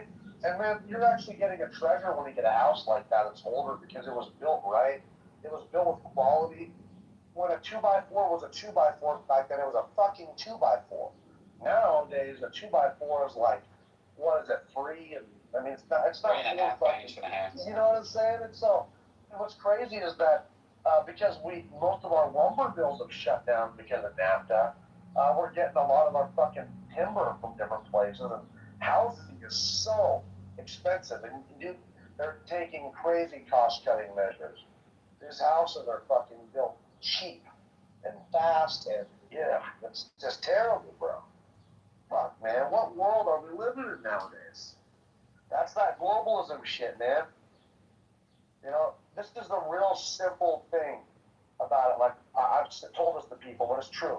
When I was 15, and I smoke weed still, but when I was 15, and trying to buy a bag of weed was hard. So, like, this is the type of shit I would deal with. This is globalism that we're dealing with, guys. I would try to find someone with weed when I was 15 years old, and I'd be looking for like a $25 sack of weed. Well, if I found the dealer directly, I could count on it being a $25 sack. But because I'm 15, they're not going to sell a 15-year-old. Yeah, I'm gonna have to find someone who knows that guy. So because I gotta find someone who knows that guy, that fucker's gonna pinch my bag. He's gonna have a finder's fee. Sometimes I might actually have to, I might have to find 2 people. I might have to find the guy who knows the guy who knows the guy who knows the guy. So then as it's going through more hands, that $25 sack of weed becomes less. Because everybody's going to get their finder's fee through that supply chain, right? So at the end of the day, I'm getting fucked. And that's exactly what's happening here with that candy bar. You're watching your candy bars shrink through shrinkflation because they got to make sure they are getting maximum profits after it's getting shipped from China. You know what I'm saying? You're familiar with Milton Friedman, correct? Cost-cutting fucking measures to the ass, bro. And this is what we have. Milton Friedman's amazing. And so that's what's happening here, bro. Is like they're pumping it full of more preservatives to last forever. It's getting fucking smaller and less of it. It's getting faker and it's getting more expensive. And every year it gets worse. But Milton talked about why this is happening. And the reason that it's happening is because we listen to politicians who tell us they're going to do things for us, and we like these things for us, which means they have to print money. So they get to print money, which drives inflation. In reality, when you look at what really has transpired more recently, the costs gone through the roof. If you look at our debt up until the year 2000, we were 5.7, 5.8 trillion in debt. Now think about that. Built the entire infrastructure of the United States, 5.8 trillion in debt, 200 years. Since 2000, 225 years. And since 2000, we've gone from 5.8 trillion to 39 trillion in debt because they're printing money. Inflation is going through the roof. Now think about this. When you hear billions now, it's not that big of a deal. And that was by design. Look at the money gone to USAID. I said all this money's coming back roads. Now look at, they literally cut this, and the Democrats are $16 million in debt after taking a $19 million bump. This is what their party is dealing with. Well, wait a minute, you guys raised $1 billion, quote, air quotes here, grassroots. You don't go from raising $1 billion in days grassroots to now being able to, well, unless you know where that's coming from. Now you hear about the backloading deal with the Bidens in Ukraine. And let's talk about the 10% for the big guy. Why was that case never heard? It went somewhere. You had a guy who was involved with it saying, I was part of the Biden thing. He was the big guy. Nothing happened because all of these politicians are doing it and they know it. Yeah, it's like, you're right, dude. The $1 billion thing, we've become so immune to it. Like the $100 billion in Ukraine shit. Like, I get billions of dollars from us common folk. We're just like, yeah, billion. Like, think about this. $999 million. $999 million. That's not even 1 billion. And they did that to 100 billion times. It's me. It's fucking $999 million. Then you go to 1 billion, 999 million, 2 billion. Like, that's fucking nuts. You know how much money that is? That's fucking nuts, man. I mean, there's no end in sight. So, dude, like, absolute power corrupts absolutely, bro. It's fucking nuts, man. We're not doing this shit back. iPhone, right? Remember when you used to get an iPhone? You get a charger, a block, and a set of headphones with you. Oh, yeah. Now you get a cord, no block, no headphones, no nothing. They changed the chargers. Now you got to buy a new fucking charger. And now these apps now, they're like, every time you try to log in, they're like, oh, verify your identity, we're going to send you a text message. And the only reason they do that is they get a fucking 99-cent text message fee. And you're like, oh, yeah, twice. Boom, they send you another one. Not only that, bro, they fucking passwords. Like, not only that, man, like, you can't find a free app anymore. And they can't find twice to change your password. You can't even find a free app anymore. They fucking want you as, oh, you gotta pay the subscription fee. You get a week free for fucking. It's like, what is going on in this world? Crazy, bro. Two-factor authentication is not like a scam to make you pay 99 cents per text message. First of all, it shouldn't cost you that. I don't know why you're paying text that. message rates apply. That's when they send you that, now they send you a code. You gotta enter the code in. What, you think they're in cahoots with the phone providers? What are you saying? Do you not understand why two-factor authentication exists? It's to protect your data. Yeah, they do it every time I log in. Every time I log in. Your settings in most apps and I do. I didn't remember. Don't like 2FA. But most people free SMS though. It's just hilarious that you think that's some kind of conspiracy theory. It's obvious to protect your data. You work in a company, it's mandatory. What the hell? Carl the J, listen to me. In Bank of America, they did a thing recently. They were like, change your password. You've had the same password for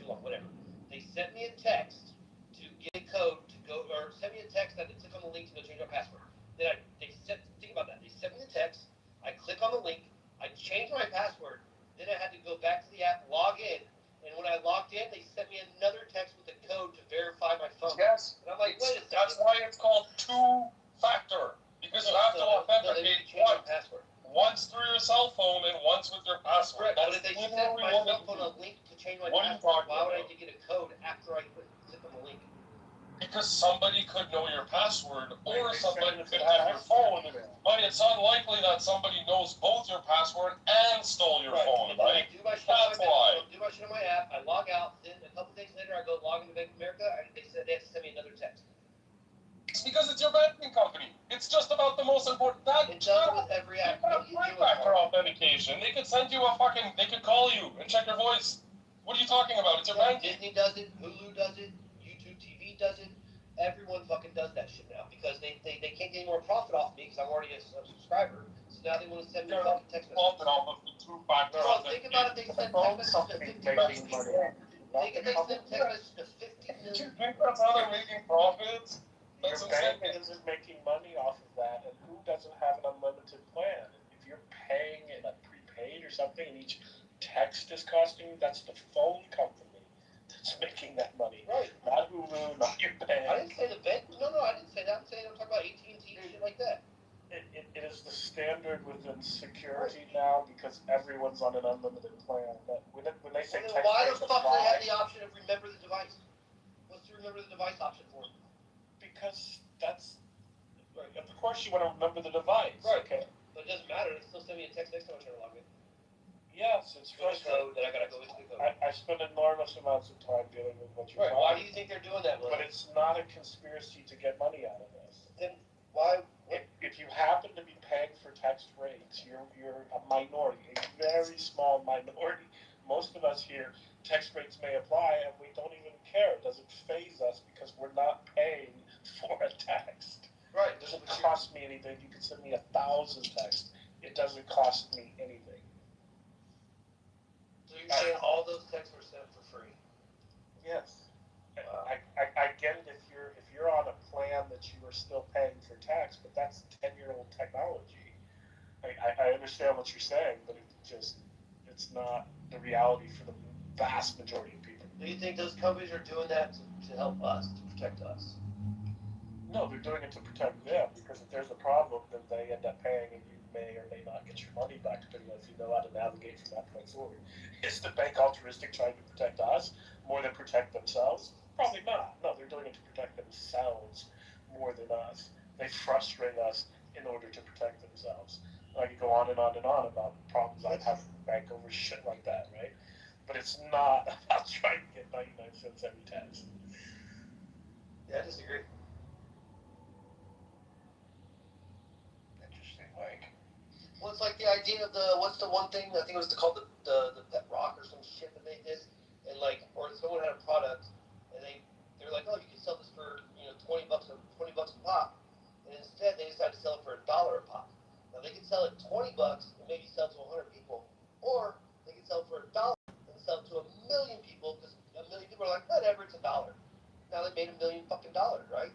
But their product sell for $20 and sell to 100 people, which seems okay, but not better than selling $1 product to 1 million people. You see what I'm saying? So now William, you're like, oh, 99 cents, whatever. Not when it's fucking 30 million people. 30 million people, bro. Think about that for a second. Imagine every single Bank of America customer that ever logs on to Bank of America on their app in the entire country gets a text. Every single one. Every time they log in. Yeah, but the bank isn't making money from I that. never said the bank was making money. Okay, so who's making the money? Who's getting It's their the money? phone companies, bro. They don't do that shit for free. Disclaimer is I was for, saying. yeah, so Mike Allen said there's a disclaimer there for a reason. Why Yeah. do you think that disclaimer's there? Because there was a point in time when we paid for every text we got, and there's still some old people who just haven't gotten. Well, there you go. And yeah, There you go. but it's not a mass That's a process. going for the phone provider. No, the phones just make money. If they're using the text, they're making money anyway. I think too. Just like if you're texting to them, I think they're still making money anyway. They're using their product. I mean, they're generating revenue. Mike's logic applies when we talk about other fees. If they can collect fees from insufficient funds or from all kinds of other little things, and they get 1 million or 2 million people a day doing that, those things add up. The logic applies. It just doesn't apply in this particular scenario because the vast majority of people are on an unlimited plan and don't pay for text. Oh, that's horrible. Yeah, that's horrible. Like, You don't pay all the text Like is if you're paying for unlimited. one example, like amongst a whole bunch of examples of how they're able to like nitpick, right? How they're able to just take small little pieces of change, like the subscription joint. How many subscriptions do you know that you're paying for right now? And then when you go look, you're like, oh shit, I'm actually paying for 27? He's just pointing out that this is kind of like the design of how to extract money underneath your nose without you even noticing it. He's pointing out that the banks and all these other people that are forcing the disclaimer to be present, like when you're logging in, he's pointing that out. Like, hey man, this is not us, this is somebody else, right? Yeah, they just do weird shit. Like, it was just weird to me, right? Like, they forced me to change my password, sent me a text. I had to put my phone number in, sent me a text to click on a link. Clicked on the link, went to the website, then I had to change my password, right? Then they made me go back to the app to log in. And then when I logged in, they're like, oh, here's the code to verify your identity. I'm like, wait a second. And I'm thinking in my head, like, I just put my phone number in, you sent me a fucking link. How could I have sent the link if it wasn't me? Now you're sending me another text with the code. Now I gotta go put the code in. So I've gotten 2 texts from you. And remember my device, right? You check the little box, remember this device. And now every fucking time I log into fucking Bank of America, I have to fucking enter a code. And I get a text every fucking time. I'm like, huh, that's fucking weird. You don't find that a little fucking weird? You're just doing that for my safety? Okay, then that means you have something else going on. Your account's been flagged because that doesn't occur for most people. I don't have to put in the code every time I go to my bank. I have to type in my password. If I uncheck the save and it doesn't remember my username, and I'm actually logging into it from a different device, or my device has I think it's only for a little then yes, it will force me into a code system. Typically, it will send me an email, but I'm not having to type in a code every time I go to my bank. Yeah, I think the tax bracket thing, you'll get there. If you are, then your phone has been flagged.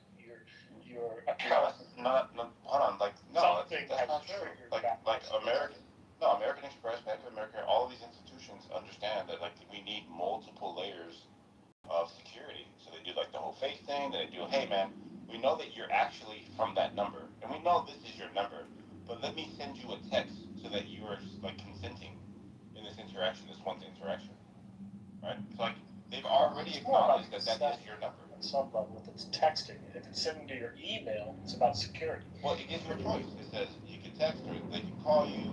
Like, it gives you a choice which box you want to pick, right? But what they're doing at that time is saying, hey, in this one interaction, is this really you? And if it is, we're just trying to cover our ass by making you put in a code. I mean, this shit is getting pretty, like, bro, I had my rewards. I had 900,000 points, like with Hilton, bro.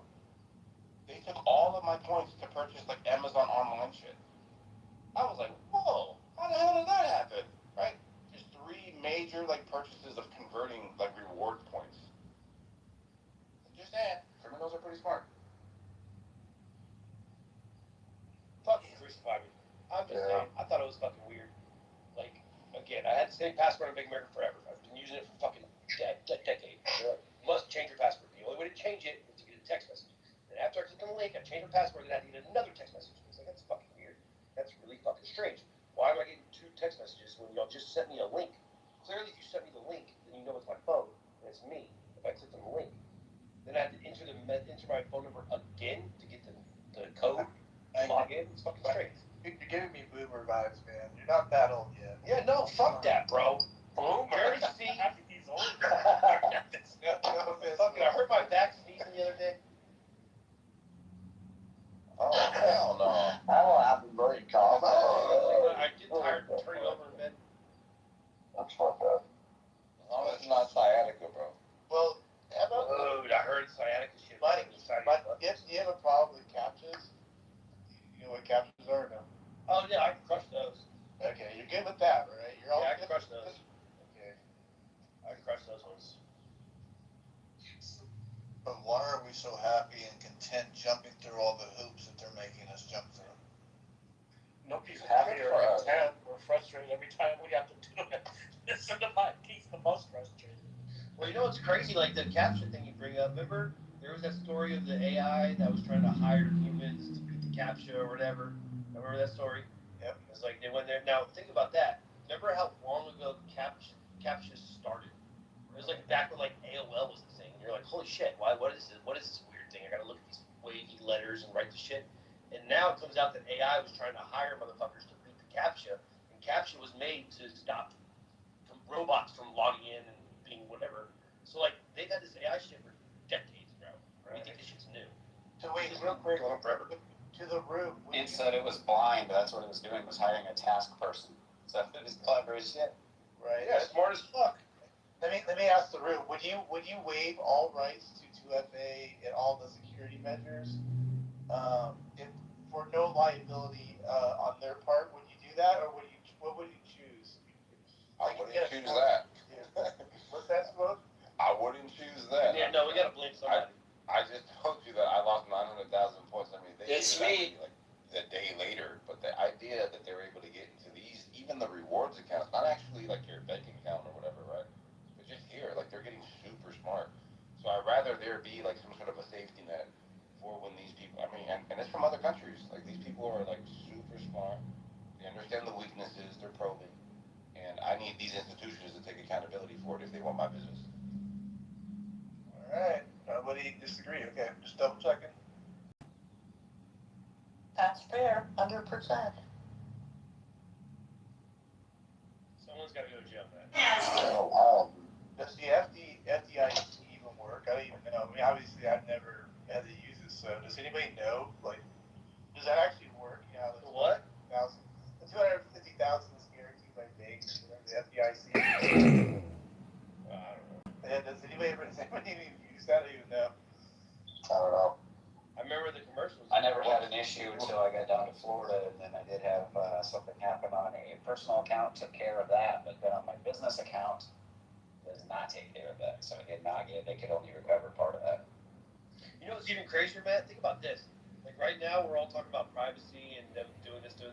But when we were kids, you would get a fucking book with everyone's number and everyone's address. Everybody's.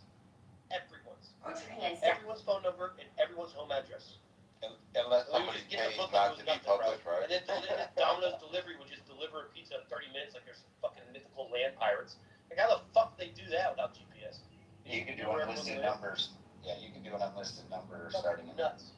Late 80s, early 90s. Yeah, we just get a book with everyone's address. Like it was nothing. Now we're all like paying for that. Go around, put them in your freaking mailbox. Yeah, but I'll take GPS over a Thomas guide any day of the week.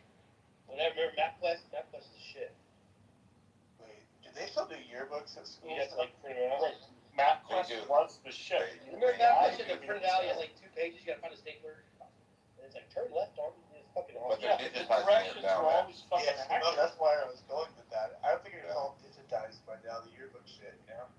Yeah, like the elementaries, the middle schools and stuff like they're still doing it because I still got like kids that are actively in all three, but yeah, they're still doing the yearbooks, but they give you an option for digitizing it just so you can kind of like share. Well, that's kind of fun. Like you know, able to write shit. Like if anybody knows how to write anymore, I don't even know anymore. But like that's the shit that like should stay the same. It shouldn't be digitized. Like that's fun, man.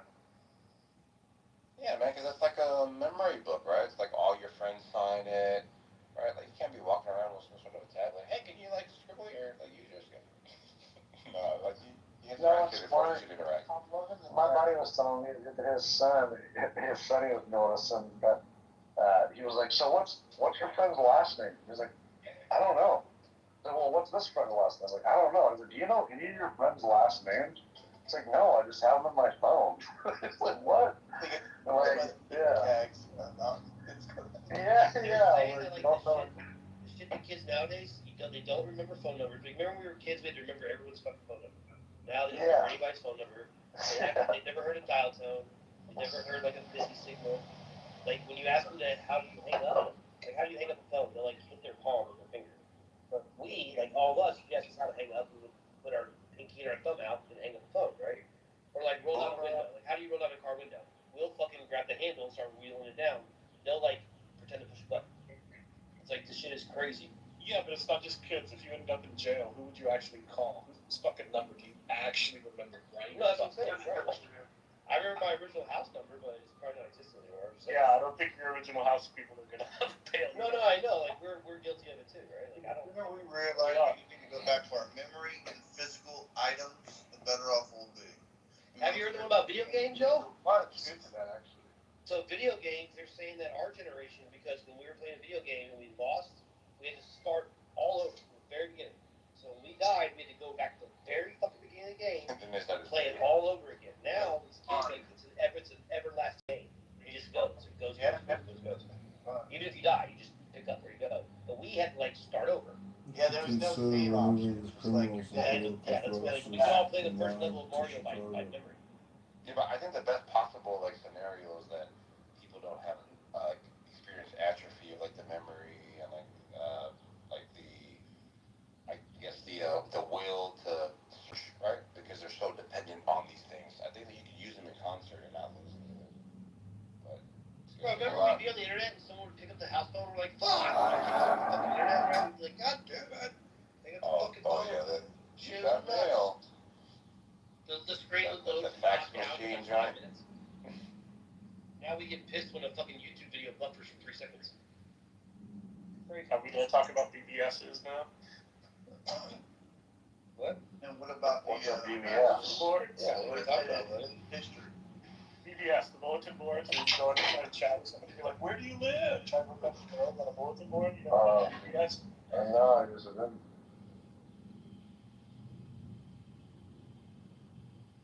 Also, they're going through and not only just changing documents, but they're going through and changing TV series and movies and editing and changing scenes and redoing them. And you only find out and realize it if you have physical copies that you can go back and reference to. Like, they're rewriting history and we're allowing it to happen because nobody wants to have digital, like physical copies, hard copies of things anymore. We all want to have it online and on the cloud and just on the phone. Like, no, have a library, take up the space. Yeah, but isn't that the whole purpose of the convenience?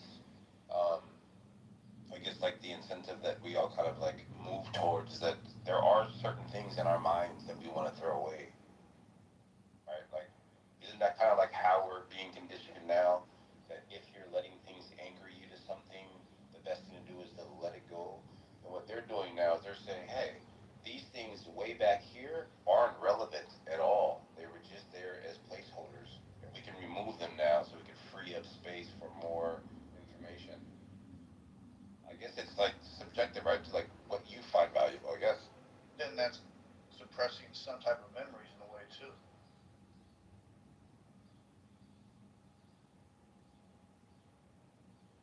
Okay, but that existed before, just in a different form. I mean, that revision of history has always occurred. They just publish a new version of the book. Put your hands down. Quit being. Wait, what do you mean? I mean, there's people who collect their books and go and look at the versions that came out 100 years ago, 50 years ago, 20 years ago, and there's differences within versions of books. Yeah, so the idea that society divides is not good. If they were all on digital, online, they would never know the changes unless they went back and read it every month. Just for clickbait. Like, no, they had the hard copies to go back and be like, document these changes. See, you guys are arguing about changes in books, but not reading books. And I gotta say, Marshall Stankin Rankin here, this fake Hidalgo County, no border, lying, Trump-hating, fake Republican rhino here. Yeah, we gotta roast guys like Marshall Rankin. They got big brains and colossal-sized heads. They're know-it-alls. And the truth of the earth is, Marshall Stankin Rankin hates Donald Trump. Marshall Stankin Rankin is working with a fake rhino Latina Republican. I looked it up, Marshall. I know who you're knocking doors for. I've notified the Trump administration to keep a watch on Marshall Stankin Rankin and his fake rhino Latina Republicana. Marshall Rankin believes in open borders. Marshall Stankin Rankin doesn't believe in fiscal conservatism. Marshall Stankin Rankin is a liberal, progressive, socialite parasite. Marshall Stankin Rankin needs to take his cheetah jacket to the dry cleaners. And he needs to clean the disgusting talum and body fat odor that has permeated his filthy, disgusting cheetah jacket. And Marshall, you're not a cheetah. You're a fucking snake. That's what you are, you stinking, ranking, fake Hidalgo Republican. I notified every Republican in Hidalgo County to keep an eye on you, Marshall. You and your Latina Republicana Comunista. We know who you are, stinker. We can smell you from Chicago. You smell like shit. You smell like shit, Marshall. I can smell you. I can smell the snake shit coming out of your nasty... Marshall probably got a skin condition on his ass crack right now. Marshall got a skin condition on his ass crack right now. Yeah, I mean, he's wrong. I think if we're gonna add that Marshall's brain as opposed to your motherfucking No, when we see him entertaining, being moderate up in the liberal room, bro, we fucking know what he's doing. We know what he's doing. We're not stupid. But John Bryan. Yeah, this turned into fasting Marshall hour so quickly. Well, Marshall is usually highly protected. You should hear Marshall Stankin Rankin in Gary Baumgarten's room. He's treated like royalty by Gary. It's unbelievable. Because he's a smart dude, and he actually has a functioning brain. Seriously, he's not as retarded. Projection alert says what? Projection says what, Ben? Projection said what? No, seriously. Go ahead, ad hominem me again. Say it again. Projection says what? Every little shit that your little guy out there. Projection says what? Every fucking day, you know? Wow, man. You know, it's a stupid hat, but I don't like your hat. I know you like my hat. Stupid ass hat. Yeah, you want one? He's just the blues brother. He's a Nigerian blues brother scammer. It's a pretty sweet hat, I'm just saying. Projection alert. I got a way cooler hat. My hat says liberty. Ben says lies. My hat says truth. My hat says virtue. Ben says lies. Ben is a liar, just like Marshall Stankin Rankin.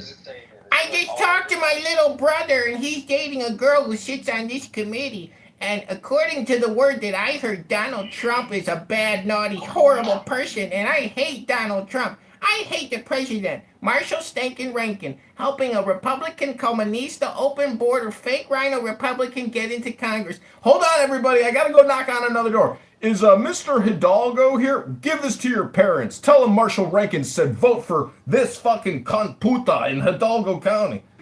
Oh, so Hidalgo's the people he's going, okay, that's what I was wondering where they came. Who's the person? I don't even know. Delgado? Just look up the candidates in Hidalgo County and look up the Latina. That's the one Marshall Stinkin Rankin works for. It's a chick? We got you, Marshall. We got you, Marshall Stankin Rankin. We've reported you to the Texas GOP, the Hidalgo GOP. Stankin Rankin Marshall ain't going to have a job after this election cycle's over. But I'll put in a good word for your Latinas. Yeah. Marshall, We don't dislike Latinos. I'm sorry. I was looking for the unmute button. I couldn't find it. Yeah, John Kitover's a retard. Everybody knows he's a retard. And he doesn't dry clean his clothing. He doesn't clean his glasses. He's got smudges all over his glasses. John Kitover should never come close to power. Hold on. I got a call coming in from my little brother on the Capitol Hill. He's dating a hot chick on the immigration committee.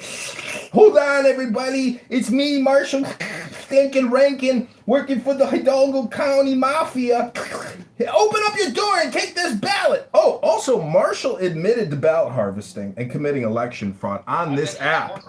On this app.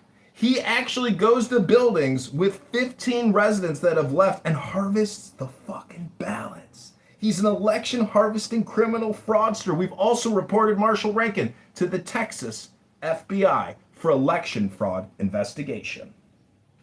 Okay. Texas FBI, that's cool. Marshall, do you like ranch? What do you have? I'm just sitting here taking notes on all the shit that John Kitover was saying.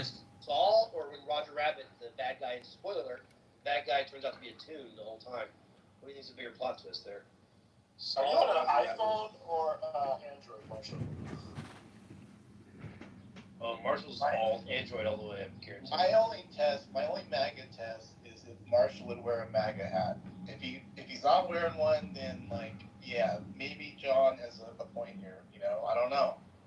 We'll see here, but Listen, Wait, you're right about the MAGA hat. like, would he wear it to a Taylor Swift? If you are publicly willing to post a photo of yourself in a MAGA hat on Instagram, you got balls. You got fucking balls. You're one in like a million. There's so few of us. And Marshall Stankin Rankin all day long, he says, I hate the president. He's got too much power. He's got too much. Oh, my little brother's on the phone. My little brother's on the phone. Wasn't a jackass talking about me, I didn't even talk about him. That's just weird. So you're just You're obsessed with me, Edmund. Come on, bro. Like, I'm not that interesting, Evan. Marshall, did you hear that whole thing, or you just come back a little bit? Ow! He's been going for like 15 minutes on you. I'm not even joking. He wants to know what your karaoke is. Yeah, man. I don't know, bro. Oh my God. Some serious revelations are going on. It's gonna be on. Very good. Marshall, what's your karaoke song? Do you want? Projection alert says what, Marshall? Projection alert says what, Marshall? What are you alleging there again, John? With the who's he working? I've reported to Marshall Stankin Rankin, the Hidalgo GOP, the Texas GOP, and the FBI that Marshall's engaging in election fraud, ballot harvesting. I have them on record. This is Chicago News Incorporated, JohnKitoverNews.com. I'm reporting on election fraud in the Texas GOP legislature, and Marshall Rankin is committing election fraud, doing door knocking and ballot harvesting. I've heard him in Politically Correct talking about ballot harvesting specifically. You've been reported to the FBI, Marshall, for election fraud. To the Texas GOP and the Hidalgo GOP. You've been reported, sir. You're going to have to get a new dry cleaner because that jacket is not cutting it. Yeah, dude, it's fucked up their machines. Alright, are we done with Marshall's stuff? We're done roasting this fake rhino, this Trump-hating fake Republican. He's got too much power. Shut up, man. I got my little brother on Capitol Hill. He's dating a hot chick in the immigration department. Hey, let me talk to my little brother on Capitol Hill. Okay. Kitover, I gave you a lot of space there, man. Good afternoon, morning, whatever you want to call it right now, Marianne. How are you? Hi to everyone. Hi, Max. Good. How are you? Good. Anything on your mind? Want to get off your chest or whatever you want to do, or have something to say or no? Yeah, I want to say something. And thank you for having me, guys. I am for 10 years in USA. My nationality from Afghanistan. And nice to meet you. That's it. Welcome. Would you rather have no eyebrows or no ears? Oh my God. Never mind. Don't. Sorry, say it again. You get to hear and everything, so no eyebrows or no ears. Okay. Make sure you join the house. I don't know how long you've been on the app. I didn't check your little profile yet, but Sure. yeah, definitely join the house. Sure, of course. Why not? Yeah, we got a lot of good opinions. We let the opposition come in here and talk too. We have our Ben down over there, so he's been here a lot. And yeah, we have some good mods. But I'm not from USA. You know? Oh, that's okay. There's No shit, liar. this stage has been swarmed with. Thank you so much. Yeah, it's okay, man. It's okay. Marianne, are you curious on why Ben is such a big Trump supporter? I love Trump. You do? Wait. Yeah, I love So does Ben. So this raises a good question. Is Marianne more American than Ben? I think you guys are starting to convert me to liking Trump. That a boy, Ben. Fuck yeah, let's crack a fucking beer. Oh, fuck yeah. That's never gonna happen. That's never gonna Let me happen. tell you why. You finally turned the corner. Go ahead. Let me tell you why. Because my door is open for Daddy Trump to kiss my ass. Yeah, fuck yeah. Dude, I'm fucking headbutt a fucking wall right now. I'm gonna headbutt a fucking glass window. What the fuck?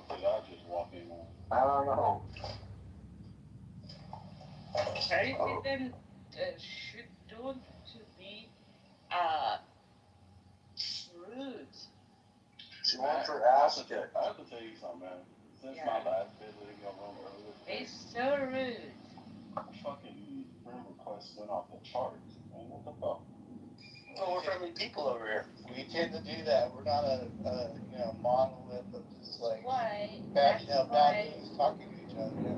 Yeah, that's why every time I see something, just mark them, just show them my Wait, what did you do this week? Yeah. I don't know, but I walked up.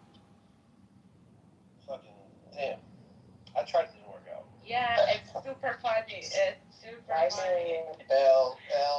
Yeah, I see that every time I go into a club. Because it's USA, it's free speech. You can do that, guys. Every time you go to a room, what?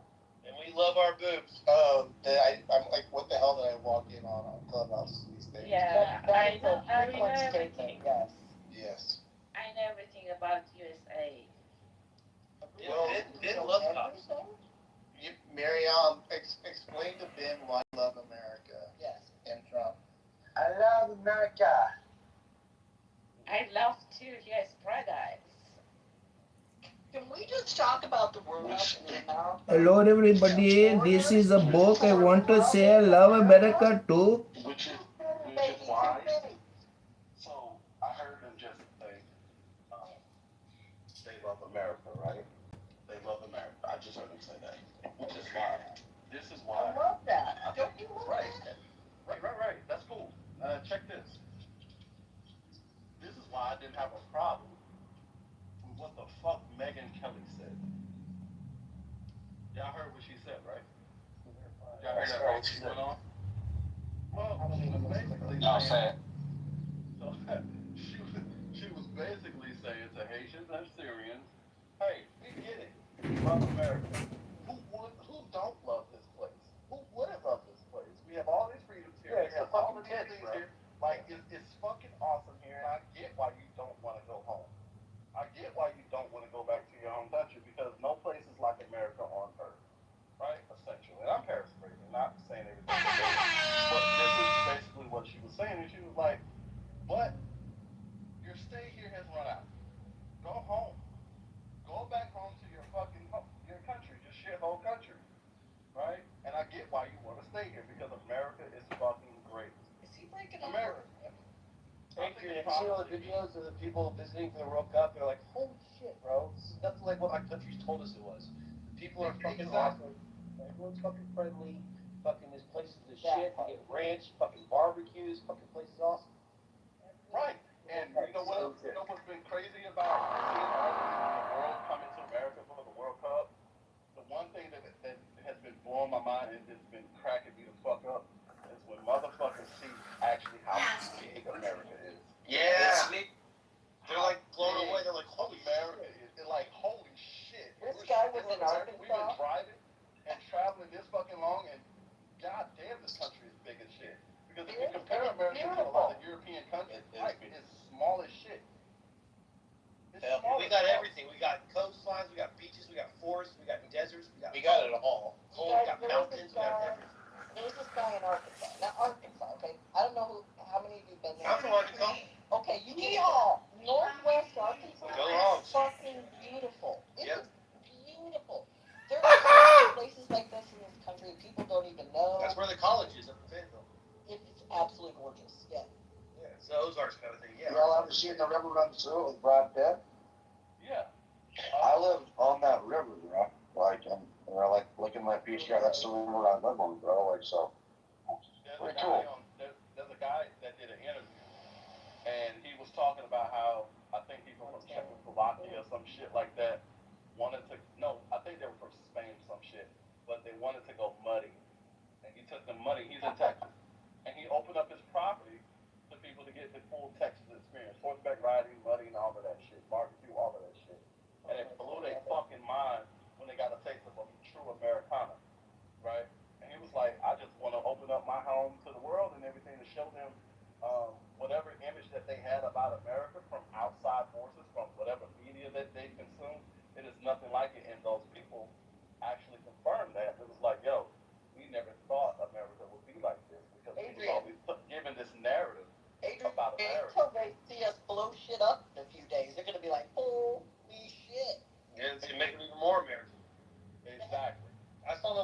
I forget where she was from, but she was in like Pigeon Forge, Tennessee, and she was driving through it. She's like, she made a video. She's like, can we just take a moment to look at the fucking place?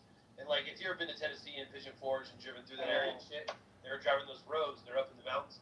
And she's like, look at this fucking view. And this is just like the side of the road.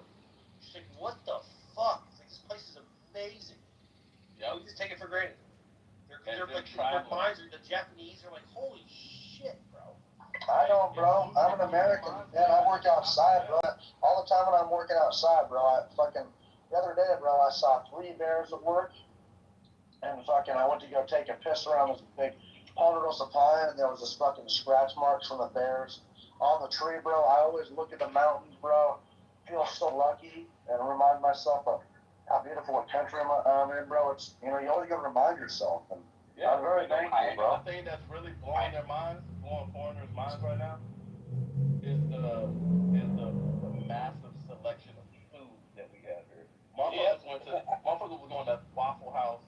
Motherfuckers was going to Taco Bell. Motherfuckers was going to Buffalo Wild Wings. Like McDonald's on every corner. This guy from Australia was like, get us a Waffle House. This shit will blow up in Australia. Exactly. And they walk into Walmart, they're like, look at the shelves. Holy shit. Right. There's food. There's food. Tasted seasoning and shit for the first time. It was like, holy shit. Somebody replied back to that guy and he goes, okay, great asshole, you see why we're fat now. Yeah, they're like getting blown away by ranch sauce. They're like, what the fuck? They're like, who says America doesn't have culture? They got ranch. Barbecue and all type of shit. What was the video? I think it was immigrant dude. He tried to text the barbecue and he's like he wouldn't get out. He ate the whole fucking rack of ribs. So this is insane. Yeah, we call that the itis. It's crazy, bro. Well, y'all is ready to fall asleep at the fucking table. Dude, in my state, man, we can fucking open carry and stuff, or concealed carry. We can too. And so how awesome, man. I mean, like, it's just, this country is amazing. We have so much, we have so much diversity, and, it's just so cool, I So forgot, I love my country. I forgot the one lady. She was like, I thought coming to America, and I know about that everyone has a gun and everything. It's like I was so worried that I was gonna get shot. And she's like, I've never kind of felt more safe. Like everyone can protect me. Especially when you're around people that you know are good people and they got a gun. I mean, I've had people that can kind of, I don't open carry, but I definitely conceal carry, and I've had guns where I kind of print, where it's obviously I'm carrying a gun, and I've had people initially kind of wide-eyed, but then they see who I am and they chill out because they know that I'm a good guy with a gun. You're the ones we want with guns. Yes, exactly. That's what people don't get, bro. The gun nuts are the ones that are they understand what it can do, how to use it, and they will use it when they need to. They're the ones who we had an issue in Florida. It was like at a Dollar General or one of them stores, I can't remember, but a guy walked in to rob it, put a gun to a guy's head, told him to give him the money, or he's going to kill the guy, and he ended up pulling the trigger, but what he didn't know, or not pulling the trigger, he cocked his gun, right? He pulled the hammer back on, must have a revolver, I'm assuming. There was a concealed carry, person with a concealed carry, walked up behind him and said, move, and I'm pulling the trigger. He moved. He got killed. The parents of the guy that got killed were screaming that the other guy had no business getting involved. Keep voting the hood. I'm like, no, that's what concealed carry's for. That's a concealed carry right there. You have a man with a freaking hand. It takes a bump of that freaking trigger, and that's a dead man. And this man saved a man's life, if not more than one. And dude, what's sad about that is that you never hear about that in the news because the media doesn't want to portray guns. Your gun is ending a fucking mass shooting event. They want to fucking, Indiana malls, like the mall in Indiana, dudes let it go. If it bleeds, it leads. Still carrying, shot him and killed him. And probably saved fucking 10 or 12 lives. And no one reported on it. No one said a fucking word. I'll go back to what you guys were talking about, though, when you're talking about everything America has. Of a cousin who has literally been all over the world. He works for USGS, head of volcanology, lived all over. And I asked him, so where's the most beautiful places on the planet? I wasn't expecting what I heard. He goes, summertime, Alaska, hands down. He goes, the rest of the year, and it was the small island that they filmed Jurassic Park on. He's a well-known It's one alcoholic. of the Hawaiian Islands. He says they're the most beautiful places. He's gone into Colombia where they literally got to barter with the gorillas with their electronics. They have to bring in double of what they can assure themselves getting in and getting out. They've been in the craziest places. And he's like, those two places, and he goes, I'm not saying it just because they're in America. He goes, they're literally just amazing. And most people in this country will never go. It's like, I know people who didn't ever want to travel. A neighbor finally convinced him to go on an Alaskan cruise and came back. He had no desire to leave the Midwest. And he was like, holy shit, man, it was unbelievable. I've never seen that guy talk like that. He's just like, whatever. You know, he's just one of those guys. And he was blown away by Alaska. Well, you said you're in Florida, bro. Like, in Florida, I've done, like, driving trips with my kids and stuff, and we drive up through Florida. We do kind of road trips a little bit. I always drive back to Arkansas, see family. We do a little road trip. But like Florida, we got like caves with like these natural like springs with like cold ass pools, like fucking deep as fuck, bro. And you gotta like climb down. You know, these crazy ass pools you can just jump in, bro. All these fucking crazy ass. All the springs. The springs and shit, bro. It's fucking nuts, bro. We just got it like nothing. Oh, people literally be on their paddle boards or kayaks or whatever, and gators swimming right by them in those springs. You know, gators want nothing to do with those people. And it's, I mean, I ain't gonna lie, I haven't had that happen yet, but I've seen videos. I can put up a picture of us. I brought some people out to Shark Valley. They were nervous at first, but I got a picture of them standing within about 3-4 foot of a 9-foot gator, hit his tail. These are wild. This is out in the Everglades. They are not aggressive animals, you know. But they just swim right by him in those creeks, in those springs, and just people watch them swim on by like it's no big deal. Yeah, that's good. I create your joke. I think you want to do the joke. You got it. That our wildlife. One last chance. Do you want to get one? They don't have that kind of at all. And for a lot of people, this is their first time seeing grizzly bear. Alligator, right? Oh, I never thought about that. Yeah. Yeah, they've never seen these things. They've only seen it on TV or in media or whatever the fuck, or in movies. But to actually see them up close and personal in real life is a culture shock to them. And that's another thing I've been looking at. Is like just imagine your whole world view. Syphilis Danny. Syphilis Syphilis Danny. The minute that you visit. Danny the syphilis. It's like watching children seeing, you know, some spectacular God bless the girl. The biggest one I've heard is the people. They're like blown away by the Americans. They're so fucking nice. They talk like we're just a bunch of assholes. They haven't been a club now. They haven't been. Yeah. So I've been around the world. Yeah, I know I have. The best. It's me, best, I best assure you. I place just. in the world is Kauai, the island of Hawaii, and then second to that would be Guantanamo Bay, Cuba. Just saying. He's a communist. No, it's gorgeous. Hilly, gorgeous, green, beautiful white beaches and black beaches, mixture of all different color sand. They got black beaches and white beaches? I can't think of Kauai. Not like, you know, like, you don't want to see that shit. You're gonna go out there and say it's not like, okay. One thing, though, you got to remember, though, is with Guantanamo, Hello. If they get too many more Marines on it, it could tip over. It's very sparsely. You do recall, don't you? I apologize for interrupting, but we need to readdress Marshall Rankin's ballot harvesting fraud that he admitted to on this app in Politically Correct. It is not boo. We need to talk about the Hidalgo County Republicans and the Texas GOP. Hello? Who was that, Marshall, that said that? You remember? John Kitover, Chicago mayoral candidate, fighting for the Republicans to stop these rhinos that hate our great president. This is a MAGA afternoon. We love America, unlike Donald, unlike Marshall Stankin Rankin, who doesn't love this country. I didn't say anything to him. I have you on record, and I've notified the authorities. Can y'all do something about this? John, I didn't say anything to him. John, stop. Marshall, I will help you out, even though you're a dick to me.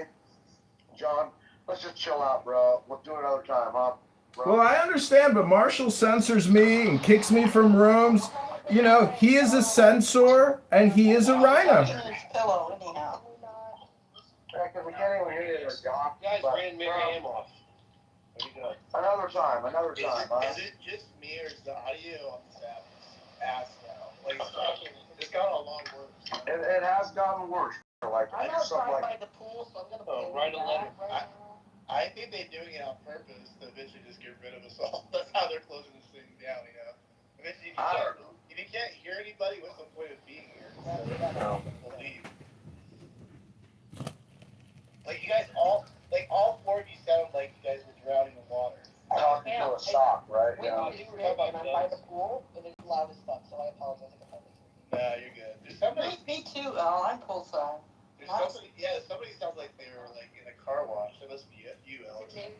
Well, it is windy. I'm outside, and it's like 100 degrees, but it's windy. It's like a furnace. Well, Marshall's out knocking on doors. How hot is it as you ballot harvest right now, Marshall? Oh my God. Solid question. Hi, everybody. My name is Marshall Rankin. I'm here to encourage you to vote for Latina Republicana Fascista Comunista in the next election. Oh, you got 25 ballots there. Great. Just hand those over to me. I'm a Hidalgo Republican. I'll take those ballots from you. Thank you, everyone. If you got Europeans, it's the Paca Parade. You guys like Open up. It's Marshall Rankin. I've got a ballot I need to harvest. Hello, sir. Have you considered voting in the upcoming November election? Part of the reason we're getting all those little gnats and things Right. is because we're putting foodstuffs in that trash can over there. So we should try not to do it. Marshall talking to us. No, Marshall doesn't even know he's on mic. Marshall, what do you think about Ben? Earlier, Ben said that the Republicans are going to control everything for the next 12 years. What do you think about that, Marshall? Ben believes the Republicans are in control for the next 12 years. Me? What? Yeah, Ben, you were saying that earlier. You're like, the Republicans are fucking gangsters, and the Democrats have nobody. Do you agree with that, Marshall? The Democrats are losing social into the socialists right now. Ben's more MAGA Republican than Marshall. Holy shit. Yeah, dude. Marshall, you disappoint me. What did I do? Well, you don't sound like a strong Republican. What didn't you do, Marshall? I don't measure my worth as a Republican based on social media. I'm sorry, I just don't. No, I don't do it. I don't do it because the thing I actually do for a living is working for the party. So of course I don't measure my worth on social media. It's fucking stupid. Ben, aren't you glad you're not a Democrat anymore, Ben? Am I what? Democratic what? Aren't you glad you're not a Democrat anymore? Yeah, I think you guys are starting to treat me a little bit. Fuck yeah, we're awesome, dude. Yeah, you guys are. Yeah, go to a left room, everybody's just yelling at each other, cussing at each other. And if there's no Republicans in there, they just cuss at each other. They just start eating each other. It's fucking nuts. And see, Hey, it's Matt, and elk and moose and Mike, that's so true, bro. which state has the best pizza? I mean, we're having American love fest here. Let them yeah. eat each other over there. Hell yeah, L. Bro, fish tacos. That is wild shit that how they eat each other like that, man. Such a good fish taco. Hey, man. Best fish taco I've ever had is from I just want to address, Marshall Rankin said his social media work means nothing to the party because he does real party work. Well, then why is he here on Clown House all day long espousing fake Republican values? Really, the reason why they hate each other over there is because you can never pass the purity test to them. That's true. Right? Their purity test is ever evolving, and there is no right answer to the purity test. You can never Why pass they it. hate each other. Never. No, exactly. not even What do you by mean their by own the purity standards. test? What are you talking about? What do you mean? Well, you know, they have their leftist purity test, man. That like they eventually eat themselves because. Do you use pronouns in your LinkedIn bio? Oh, like you Yeah. prove you're more Like- left than the other guy. Oh well, yeah. Then like you know, like they'll get offended by you know. I mean, that's crazy shit. Man. It's like I watched this video the other day. Yeah, where they were chasing this candidate just yesterday at this meeting. They were all happy about his transgender voting record. The But they were pissed off about they were pissed off about the way he was voting on Palestine and shit. And the way, and dude, they were just fucking. Yeah, and they're chasing it. Like, even though I like your trans agenda, why don't you like Palestine? Yeah, bro. Like, yeah, dude, they're just fucking crazy. They're eating themselves, and so when you know a couple experiences like that, and that happened to Candace Owens. You know that, like, I've never trusted that bitch, but the reason why she even came to the right is because she got eaten by the left. And we are so welcoming and so tolerant that we welcome that bitch in with open arms. And then she shit on us. She can get it though. You know what I mean? Yeah, she So can get this it. Did you ever is see the video this of is the... coming from the same right that would brand you a rhino if you miss one vote supporting Trump, right? No. Oh, he's a rhino because he doesn't support Daddy Trump. That's cute, Ben. Oh, two votes. Oh, yeah, 2 votes. Okay. I mean, Trump would literally. Trump would see someone that's voted with him 99% of the time, and he goes against him one time. Oh, he's a fake Republican. Oh, he's a rhino. That's who you guys want us to believe. Or the party you guys want us to believe. And where are you going? We should really have rhinos. Huh? And We do have rhinos. That is the fucking Yeah. thing. That's been a what long Trump did was Rhinos are folks. By your definition, rhinos are folks that do not support Trump. That's it. No, that's not true. To the world, Ben, that rhinos have been killed long before Trump survived. Yeah, man. Come on, man. We're not retarded where we just all of a sudden woke up and we worship. Are you sure you're not retarded? Well, bro, it's just like crazy. Like, you don't know what a rhino is, man. Like, a rhino is someone like Lisa Murkowski. That is how Trump defines rhino. Whoever doesn't vote for David Trump. Ben, here's a fun little quiz. When did the term rhino pop up? And I'll give you a clue for Trump. Hey, honey? Yes. Ben, you want to take the conservative test, Ben? No. It's like no. 5 questions. You ready? I'm not that. All right, smart. Ben, you ready? Do you believe that we should be able to arm ourselves and have guns? Everybody. That's a trick question. No. Do you believe that we should be able There's to... gotta be conditions. It's gotta be the easiest question. Yeah, the answer is yes. No. There has to be conditions. You know, there has to be background. If there's kids in a track, I was in Texas. You're only number one. I was in Texas the other day. I'm not a gun person. I don't own a gun. I was in Texas the other day, walking to a gun show. Literally, I saw like all kinds of guns. I've never touched all kinds of guns. And I asked the guy, "How do I get this gun if I want?" He was like, "Oh, just show your ID and you can buy it out of here." I'm like, "What the fuck is going on?" Yeah, you know, like all you have to do for an FFL dealer is show your ID, pass a background check. But don't skip over that part. Pass a background check. Yeah, as long as you pass the background check, you're good. You a gun, Dave. That's all you need. Pass the background. By the way, Okay, it's I fine. believe Ben's story to be 100% made up. Not a gun show. Bullshit. So Ben, Right. you failed the first time. I think people can be curious to see what guns do. Alright, so Ben, let me ask you this question, right? I think Ben, they're fully full of shit. let me ask you this question. Watch this, y'all. Hold on. I can sense that too. He's full of shit. When the guy said, just show your ID, why do you think he said, just show your ID? Exactly. Hold on, y'all. Watch this. Why do you think he said, just show your ID? Because that's how simple it is to get a gun. Nope. No. No, it's not. You're in violation of state law if you just use an ID, and you're in violation of federal law if you just use an ID. Marshall, I did not buy a gun. I asked. You're fucking up my experiment. Hold on. Ben, the reason why he said, just show your ID is so they can perform a background check, sir. Correct. And by the way, the Democrats, obviously you don't have an ID because you're a black person, according to the Democrats. Hold on, wait. Ben, do you know what a Well NICS? said. So Ben, do you know what a NICS check is? No, what's that? That is a federal background check that is done through the FBI and oftentimes through the ATF. Nobody gets a firearm without it. Edwin, I don't have a gun. Ben, Edwin, I don't have. I've never tried to buy a gun, Okay, so I wouldn't know all of these things. I've never tried to buy one. Gun show's a weird place for you to be at. Right, hold on, Ben. I'm not trying to play stuff. I don't like playing that game. I love to edify and educate, right? A NICS check is often ran through the FBI and sometimes the ATF. That is mandatory, meaning you can't get around that, right? That is mandatory. And the problem is that I have with Democrats or people on the left is that they always conveniently leave out the part about the background check that is mandatory. They act like it's like buying beer. Right, they act like you can just go in there and just buy a fucking t-shirt right off the goddamn rack and walk out with it. No, that's not the case.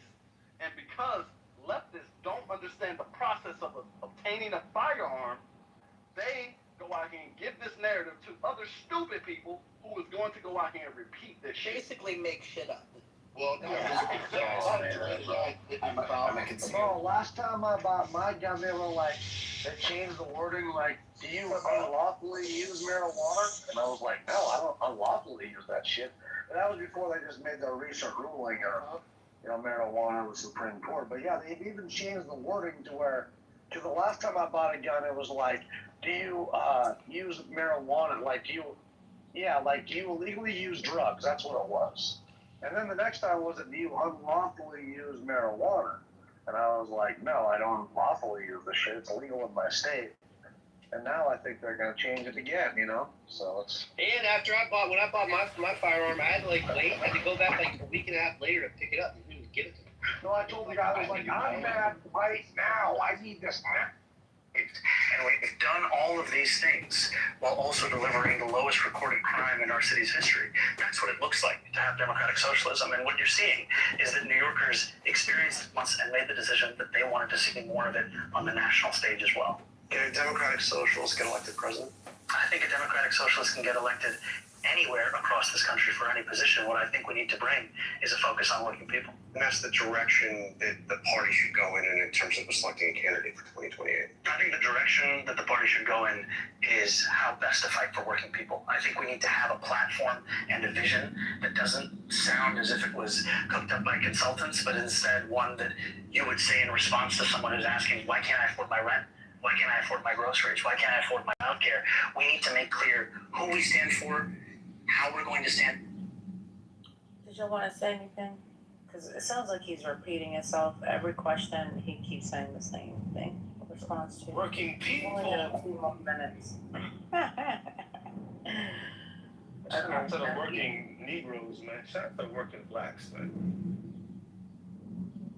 For them that we're actually willing to fight for them when the going gets tough. Obviously, Israel was a big issue in these races. Not the only issue, but a big issue. Is there room in the Democratic Party for candidates, officials who support Israel, not just support Israel, but support military aid for Israel? This was a huge issue for you. Well, I think what we've seen is that the time for us as elected officials to pronounce what the party should be is one that should come to an end, and we should let Democratic voters themselves take the lead. We've seen on Tuesday evening, we saw Democrats turn out in districts across the city to make clear that they were tired of tens of billions of dollars being spent in our taxpayer dollars to violate international law, to kill thousands of civilians. And you and I know that right now, the way that Palestine is described is as if there is a ceasefire. That's the language that's typically used. More than 1,000 Palestinians have been killed in that ceasefire. And what New Yorkers want to see is a politics of conscience, a politics of clarity, a politics of conviction. And to follow international law. Hey, Hurricane, you off mute. To believe in the humanity of all people, it shouldn't be a journey too far, and I think that our party needs to hear what Democrats are telling it. Democratic Socialists of America now says they no longer favor a two-state solution. Is that the way you see it as well? The idea of two states, Palestinian, Jewish states side by side living in peace? The way I see it is equal rights for all people.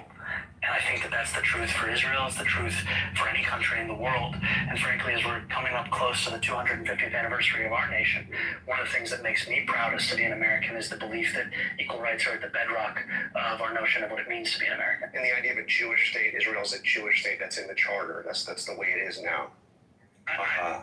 Do you support that? I've said time and again that I support the state of Israel as a state with equal rights. I believe that any state that privileges... As a Jewish state is the question. I think any state that privileges one religion over the other is one that I can't tell you I support, whether it be Israel or Saudi Arabia or anywhere else. And a lot of that comes back to a fundamental belief that we should all be considered equal no matter what our faith is. How big a problem, you said it's rising, is anti-Semitism in the city? We've seen anti-Semitism rise in this city. We've seen the fact that Jewish New Yorkers comprise a minority of our city's population and yet continue to constitute a majority of the hate crimes that have been prevalent in this city. And that's something that's unacceptable. It's something that we will never come to see as if it is a part of life. It's something that has to be fought and rooted out of every one of the 5 boroughs. What did you think when Dan Goldman, that coffee shop in Brooklyn, said that they wouldn't serve him because of his support for Israel? You have a problem with, the idea of, of a establishment like that saying they're not going to serve somebody if they support Israel? I've said that I have political disagreements with Congressmember Goldman. I do believe that that's a response that goes beyond that. So that's not the right kind of thing. No, I think it's much better to keep that critique in the way that we've done it. Okay, so we're just about out of time. I got to ask you, I noticed that you're turning 35 soon, right? A few months, yes. So you now hit one of the constitutional requirements to run for president. But there's another one that says you have to be a natural-born citizen. You were not born here. Yes. But do you think that's something that should be changed in the Constitution? It would take an amendment, but do you think that we should change that? No. The Constitution looks good the way it is. Just the way it is. Just the way it is. I'm very excited to focus on New York City. But thank you for reminding me of my upcoming 35 years old. 35 years old. All right. Yes, sir. Sure. Thank you very much.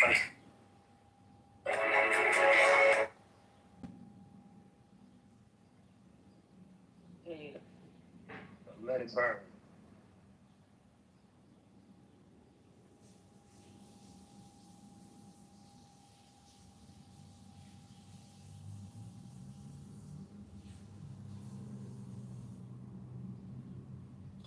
Well, y'all wanted to hear it. Hello? I don't hear no response. You know what? The only thing that I have from that interview, but also in our column I read yesterday, he might have a problem because he still has the arbitrage of frisking, stop and frisk. And he's beginning to turn away from police having oversight and reform.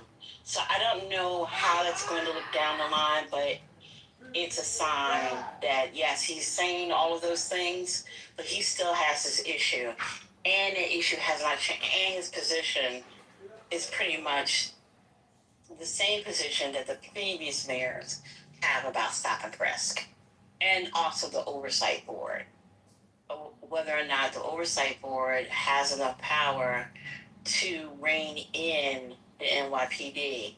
I know that's not mentioned in this interview, but I do see that as a problem, Brown, with New Yorkers. Especially Black and Brown. Sherry, well, this is what I heard.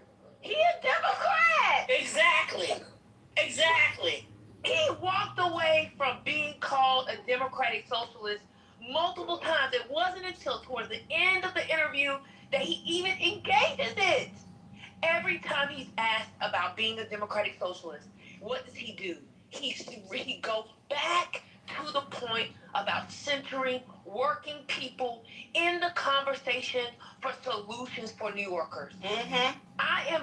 If this was any other Democrat, if Hakeem Jeffries sat down with Jonathan Karl on ABC and said the same exact thing verbatim, the left would say, both parties are the same. That's what I came away. That's I don't know about anybody else, but I came away with that thinking that guy sounded more like a regular Democrat, maybe a little bit of a progressive Democrat than what I thought he was going to say.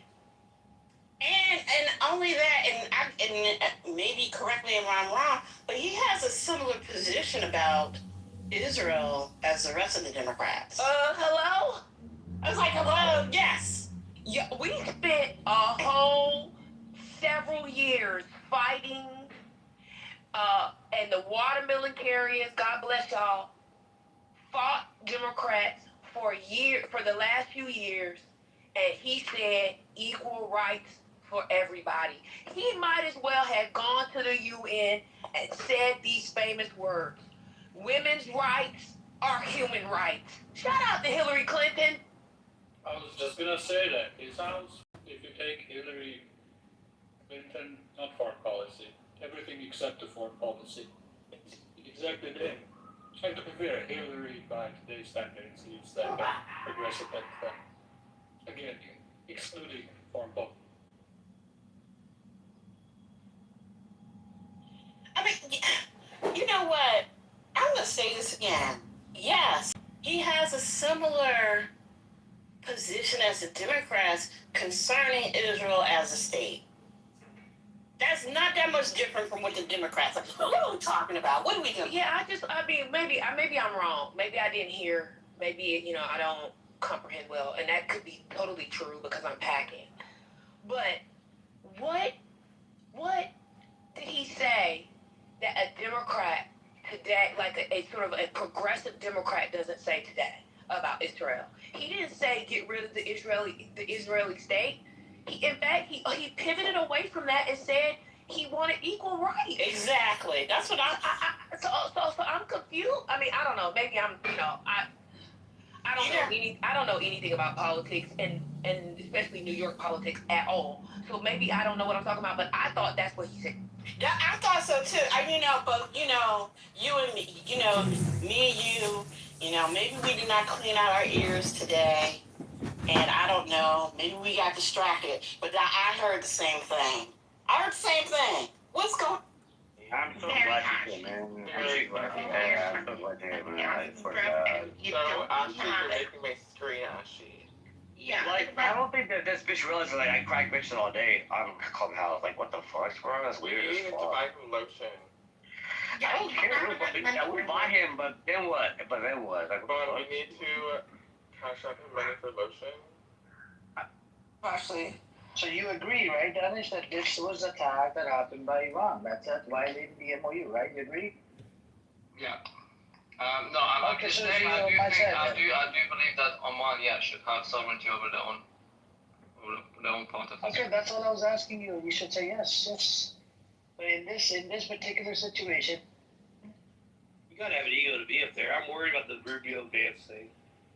Yeah, Rubio definitely has an ego, especially when it came to the Cuba thing. Because he's Cuban descent. His parents from there, right? You gotta have an ego to fucking be that. He definitely has an ego, or else he wouldn't have tried to have an ego. 2016, right? Or else he wouldn't have tried to run for president in 2016, correct? I'm worried about the Rubio Vance thing, guys. Though I'm really worried about. So it's gonna happen. So yeah, but they're gonna get on stage in the primary and just talk shit about each other. Right. We can talk about egos. I mean, No, they're gonna collaborate. They're gonna work together. Y'all are crazy. But look, check this. Going back to what Ben just said about them capitulating and doing all of this other shit. Ben, I don't know if you can look at things from a 30,000 foot view here, but think about it like this. This plays into the Epstein shit. Let me tell you how it plays into the Epstein shit. Okay. If you had a choice in outing all of these global pedophiles in one fell Epstein files, or shoring up hegemonic of the oil industry in your favor to one country only in the Western Hemisphere, which one are you opting for? The second part of the question, I don't understand it. Okay. What I mean by hegemonic control is, look at the war in Iran. A lot of people think this shit has everything to do with Israel and what Benjamin Netanyahu wants and blah, blah, blah. Wrong. Wrong.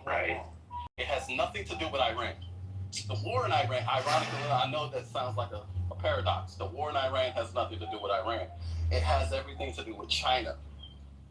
Everything to do with China. Because China, let's look at China's three major oil suppliers. Russia, Venezuela, Iran. We have Venezuela. Venezuela is offline for China.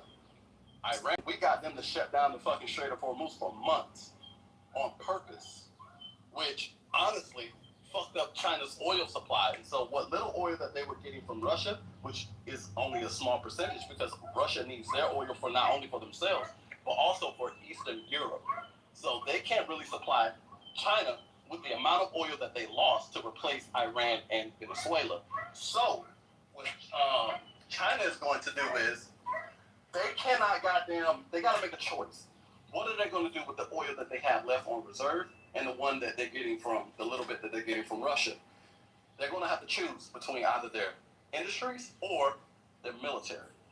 So if they choose their industries, that means they don't have oil for their military operations, such as going into Taiwan.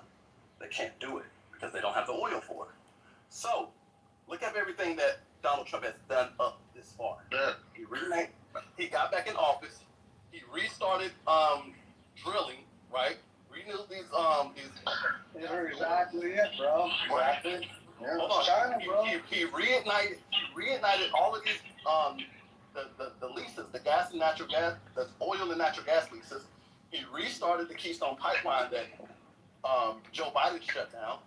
We took Venezuela. We renamed the Gulf of Mexico to Gulf of America. What effect did that have on? I'm going to tell you. Be patient. Please be patient. He renamed that. Right. He renamed the Gulf. He took over Panama Canal. Right. He shut down Venezuela. He shut down the oil routes by dismantling the drug cartel votes, right? Because the only thing that can sabotage trade routes is drug cartels and piracy. So he shut that down, right? Not only that, he also surrounded Cuba, and he was also talking about taking Greenland as well, right? So all of that is indicating that he is shoring up hegemonic control, because with the Strait of Hormuz closed down, where are all those other tankers are going? They're coming into the Gulf of America. This is what we want. I think you live in a fantasy world sometimes. I know I'm not living in a fantasy world. That's what you got from all that? I think he's right. I think Abraham's completely right.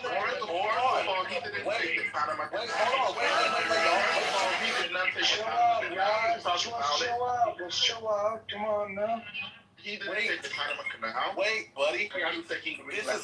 I can't be living in fantasy world if everything that I'm saying is a fact. So 100%. It's not a fact. Just on about a couple of things. Iran and Venezuela are not China's largest suppliers. They're only 20%. It's still a significant amount, William. It's still a significant amount, bro, nonetheless.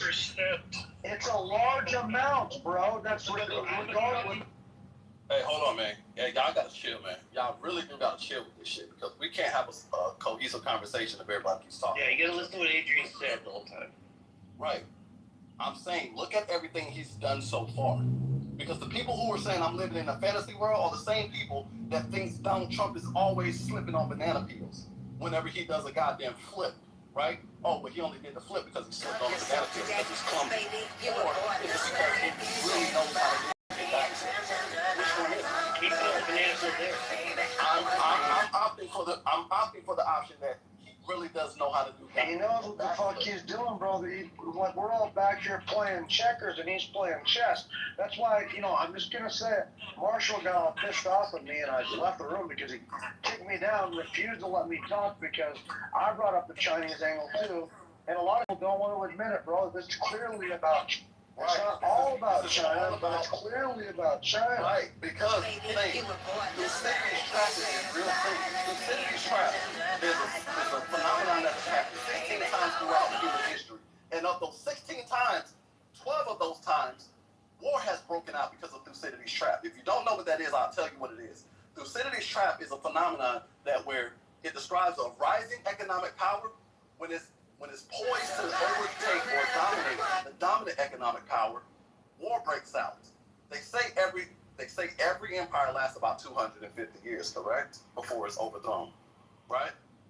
What is 4th of July, everyone? Or they got Okay, ships, cool. right? Okay, about 250 years. Exactly. Hold on for a second. When Donald Trump had the summit in China, if this is not about China, then explain to me, at the summit, when he went to China to talk to Xi Jinping, who the fuck did he take with him? He took heads of industry with him, of tech industry. He took the CEO of NVIDIA, right? Elon Musk, and a whole host of other motherfuckers. The movers and shakers. Exactly. To show China they are not in a position to negotiate from a position of strength, which is something that China, ironically, told Joe Biden and Anthony Blinken in Alaska. Adrian, you know, currently, I didn't want to say this. I'm currently in China right now. Currently. I thought you was just in Texas. You know, I live in Texas, but I'm visiting China for business. And the way you guys sit there and think China is a backward country, I mean, Are you treated like a god? What'd you say? I heard they treat Americans like gods. No, they don't. Right. Hold on, wait, hold on, Ben. Sorry, I didn't mean to cut him off. Go ahead, Ben, hold on for a second. How can you say I'm treating China like they're a backwater country when I say literally they are a rising economic power? Yeah, bro, we're not. Because this all wrong, and we actually respect the Chinese. We're worried about them trying to overtake us. Yeah, exactly. I think that's the attitude we should take. We're still number one. America is still number one, but we should be worried at how fast China. I've visited a couple electric car companies here. What they are doing is ridiculous. We keep talking about dependence on oil. I think there's a stat that came out like China's energy. About 80% of the energy comes. That's not true. 22. It's about 20%, 22%. That's overstated, dude. Man, that's their feed. That's their figures, by the way. Wait, so Malcolm, we have to count on them telling us the truth. Hold on a minute, Adrian. Yeah, go ahead. We have to count on the Chinese telling us the truth. And they even admit, dude, that they only make up about 22%. If you just go by the cars, I know this is not a factual data, but if you just go by the cars you see on the street, we go to America.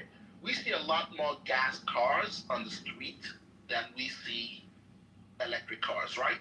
Am I right or wrong in America? Yeah, I would say that, yeah. In China today, it's 3 a.m. 4 a.m. in China right now. Mm-hmm.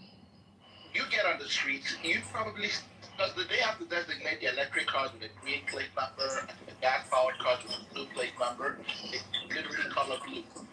You see 70-75% of the cars on the street are electric-made cars. Who gives up?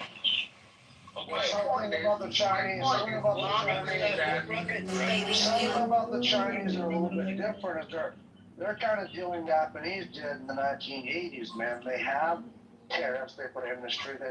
They subsidize their industry as well. Yeah. So that's all we want to do. Hold on. I don't know who made this comment. Making my point, and you don't even know that he's making my point. They're having all of this electric vehicle innovation, right? Then that only proves my point that they have no choice but to pivot away from gas because they don't have gas suppliers anymore. Hold on. Really? You think it took them since Venezuela and Iran to get to this point? Okay, hold on. So with the electric industry in China, what does that matter if they can't import any of that shit to the U.S.? You know the world is bigger. It does not matter. You know the world is bigger than just the U.S. Yeah, all countries in Africa. I know you guys talk about Africa as a shit. China is dominating. Chinese cars are dominating. Electric cars are dominating Africa. Then it's deal with Canada to start shipping their cars. That's not good for Africa. So you guys see little in big little America, thinking that America is the whole world. No, it's not. Wait, China has China has markets outside of America that China powers is that that industry, bro. You guys thought the report last year. You guys thought that used to be the biggest electric car company in the world. Guess what car company surpassed it last year? China's BYD. They sold more cars than Tesla. We don't care because they're not doing American money. You don't care. I mean, somebody made a great comment here that I can't remember how he worded it. We should be worried that China is increasing its power and its status on the world platform, and that we shouldn't be so arrogant. We shouldn't be so arrogant. I think it's something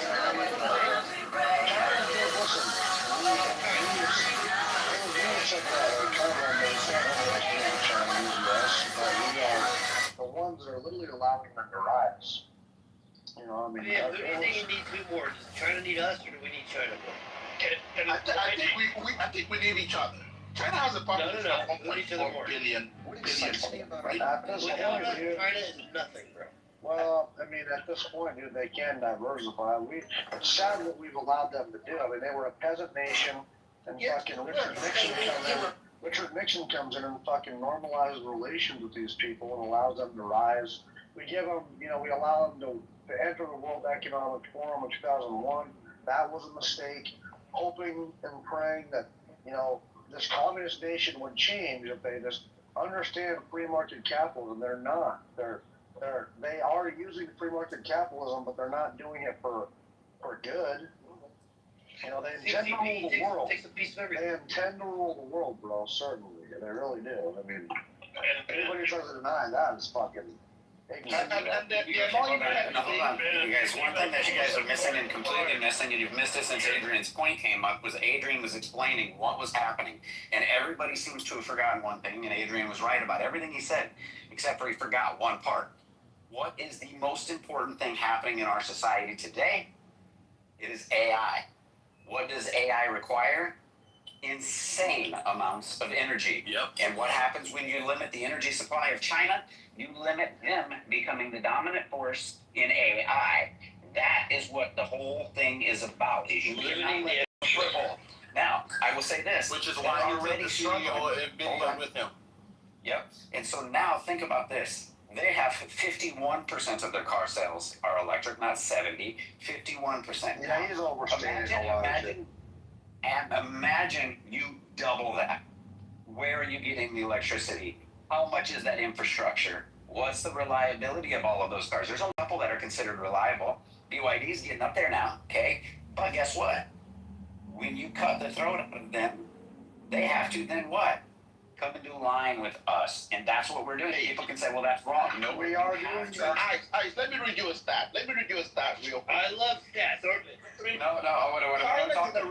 China generated 4.3 or 4.4 terawatt hours of clean renewable energy last year, which was more than double entire electrical generation of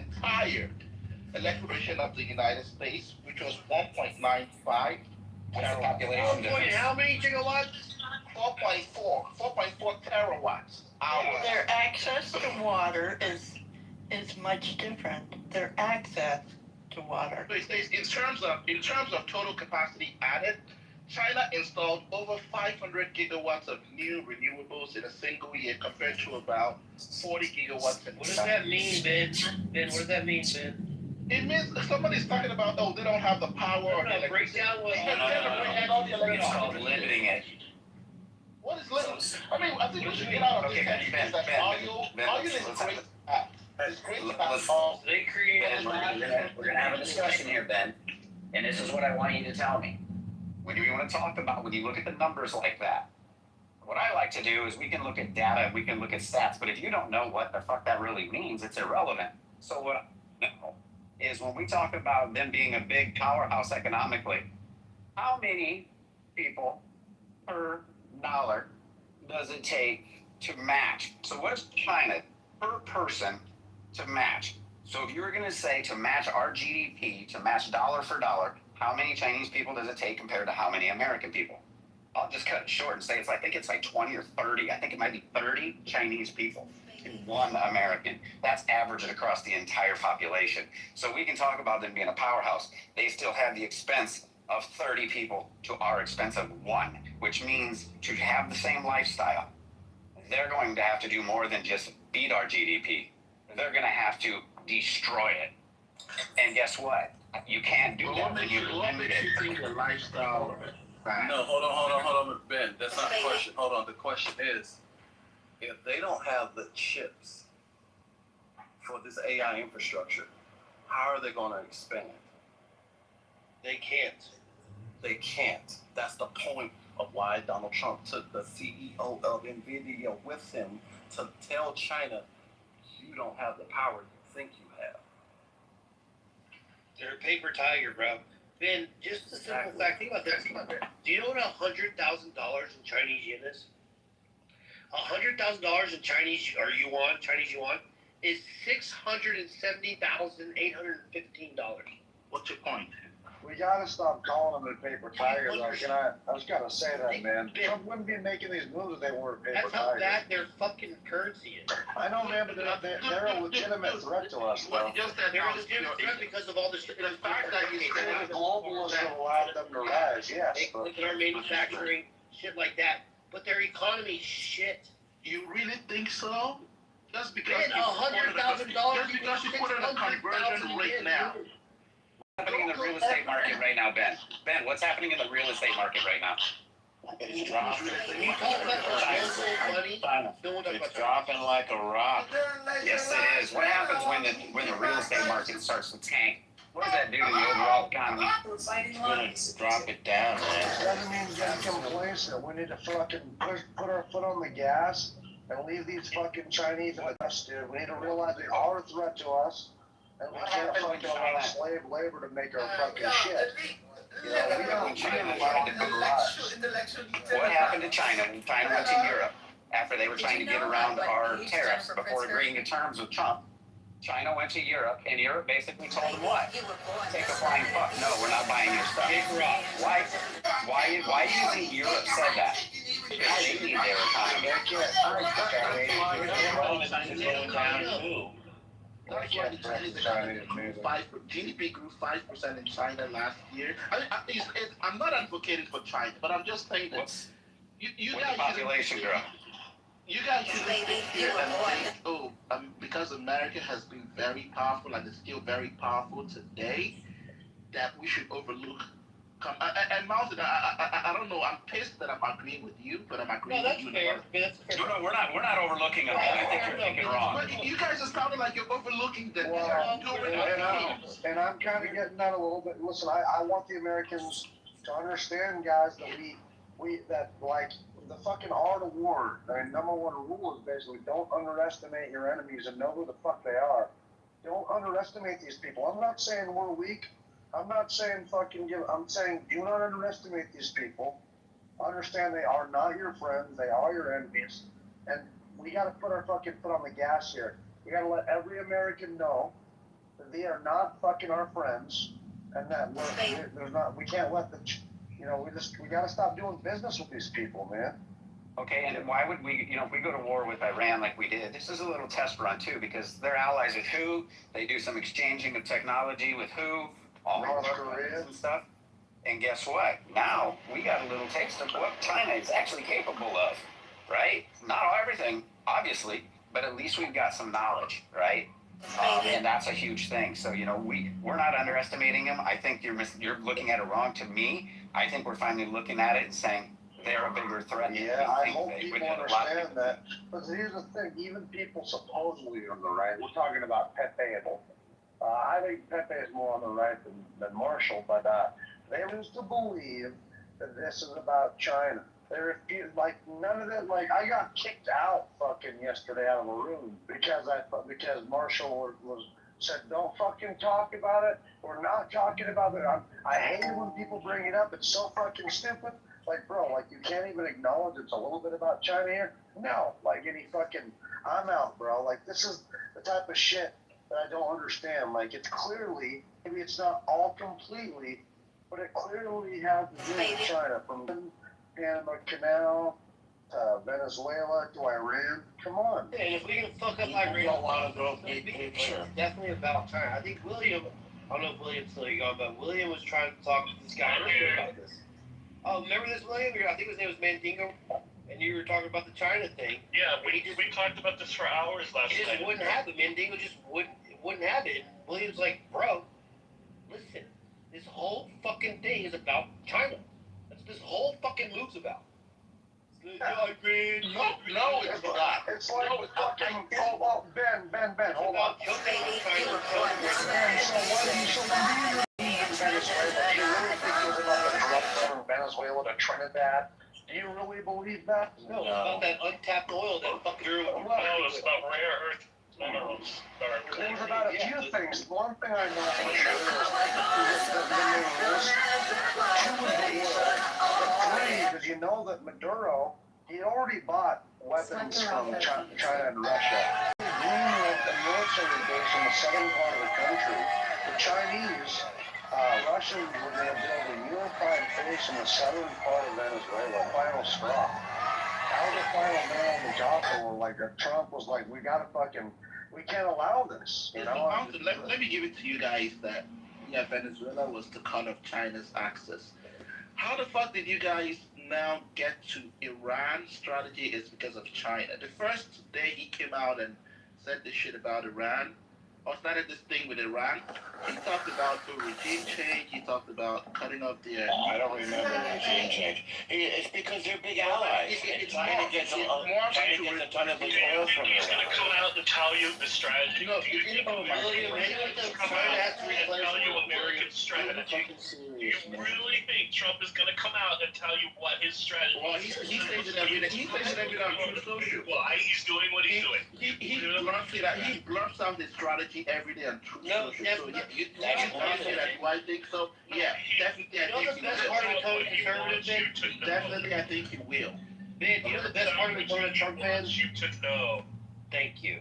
The best part of becoming a Trump fan is that you hear the shit he says and the tweets and the stuff, and you guys are taking it word for word. Oh my god! And we're just sitting here like, yeah, we know the actual strategy. And we know. We're gonna laugh at you motherfuckers blowing up for no fucking reason. Yes. And once you realize that, Ben, you get to be on our side. You know the inside joke. Well, that's the same thing when Trump was saying Iran is completely defeated, they're completely annihilated. Any smart person know that's not true, but he was affecting the market. Where you guys He was affecting the market. He wanted to make anything he says affect the markets, you know? It feels like there's a switch behind your neck that when Trump flips it and says, oh, go this way, all of you march this way. That's a personal attack. That's not an argument, Ben. And all of you go that way. Then he's like, That's a personal attack. This way. All of you sheepishly go back That's not an argument, Ben. That's just a personal attack.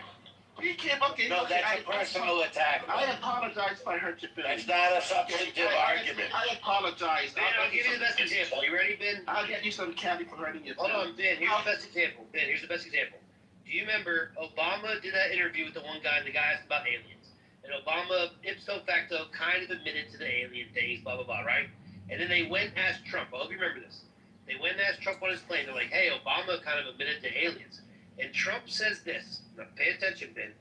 Trump goes, well, that's classified information. He shouldn't have said that. Now, think about that comment, right? Because they're asking him if it's true what Obama was saying. Trump never said if it's true or not. Trump actually ended up saying, well, I've never heard anything, I've never heard anything. But that comment, well, that's classified information. Obama should never said that. So now everyone's like, oh, Trump and the aliens. He's fucking trolling y'all.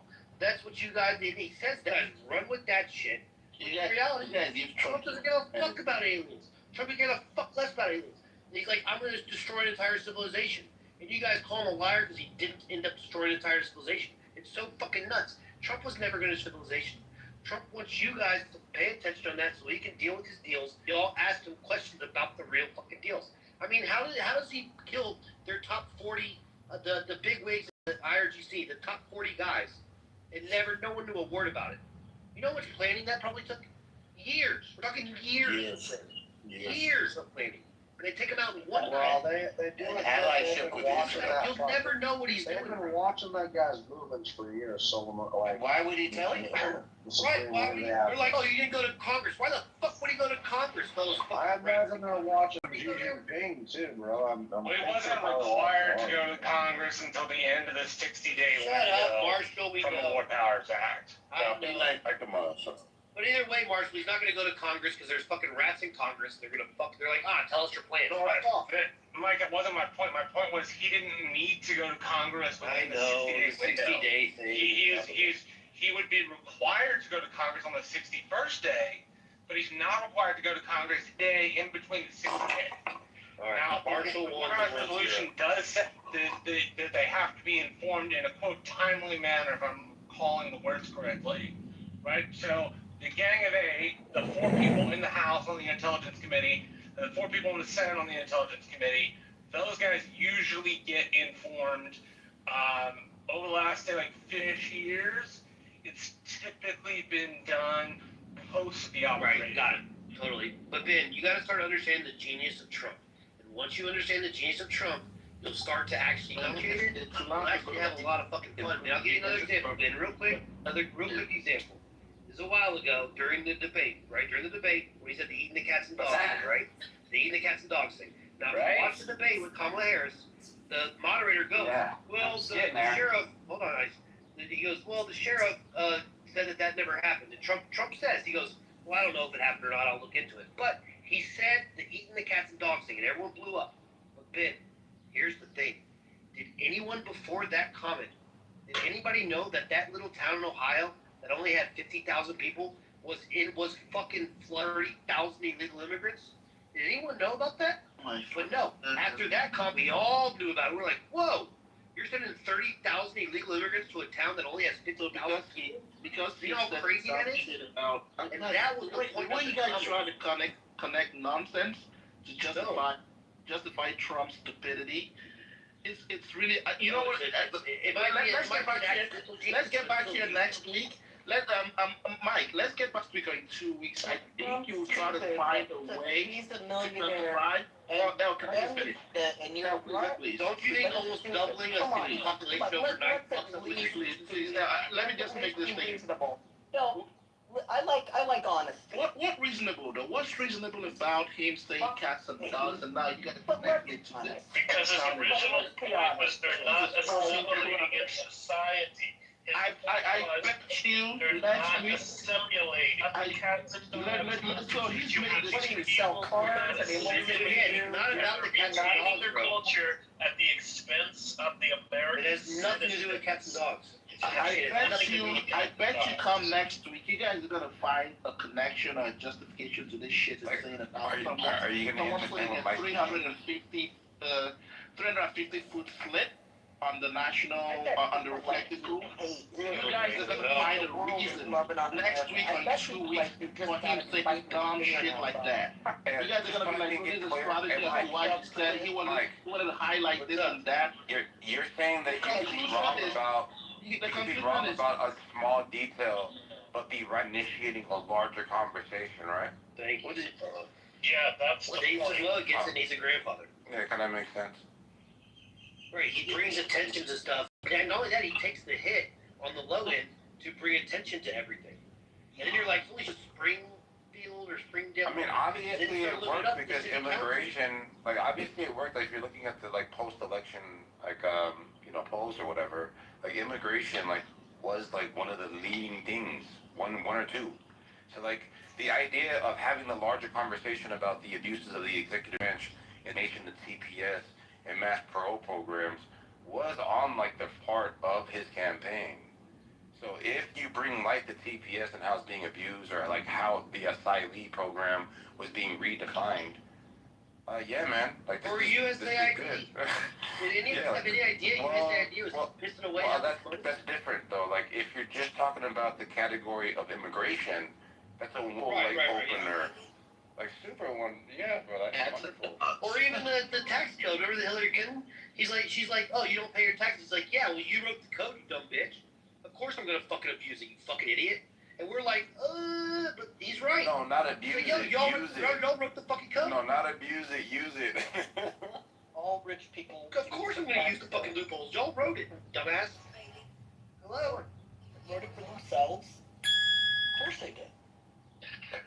Put the line. You have to catch it, Donald. Like her facial expression, bro. Like when you hit her with that.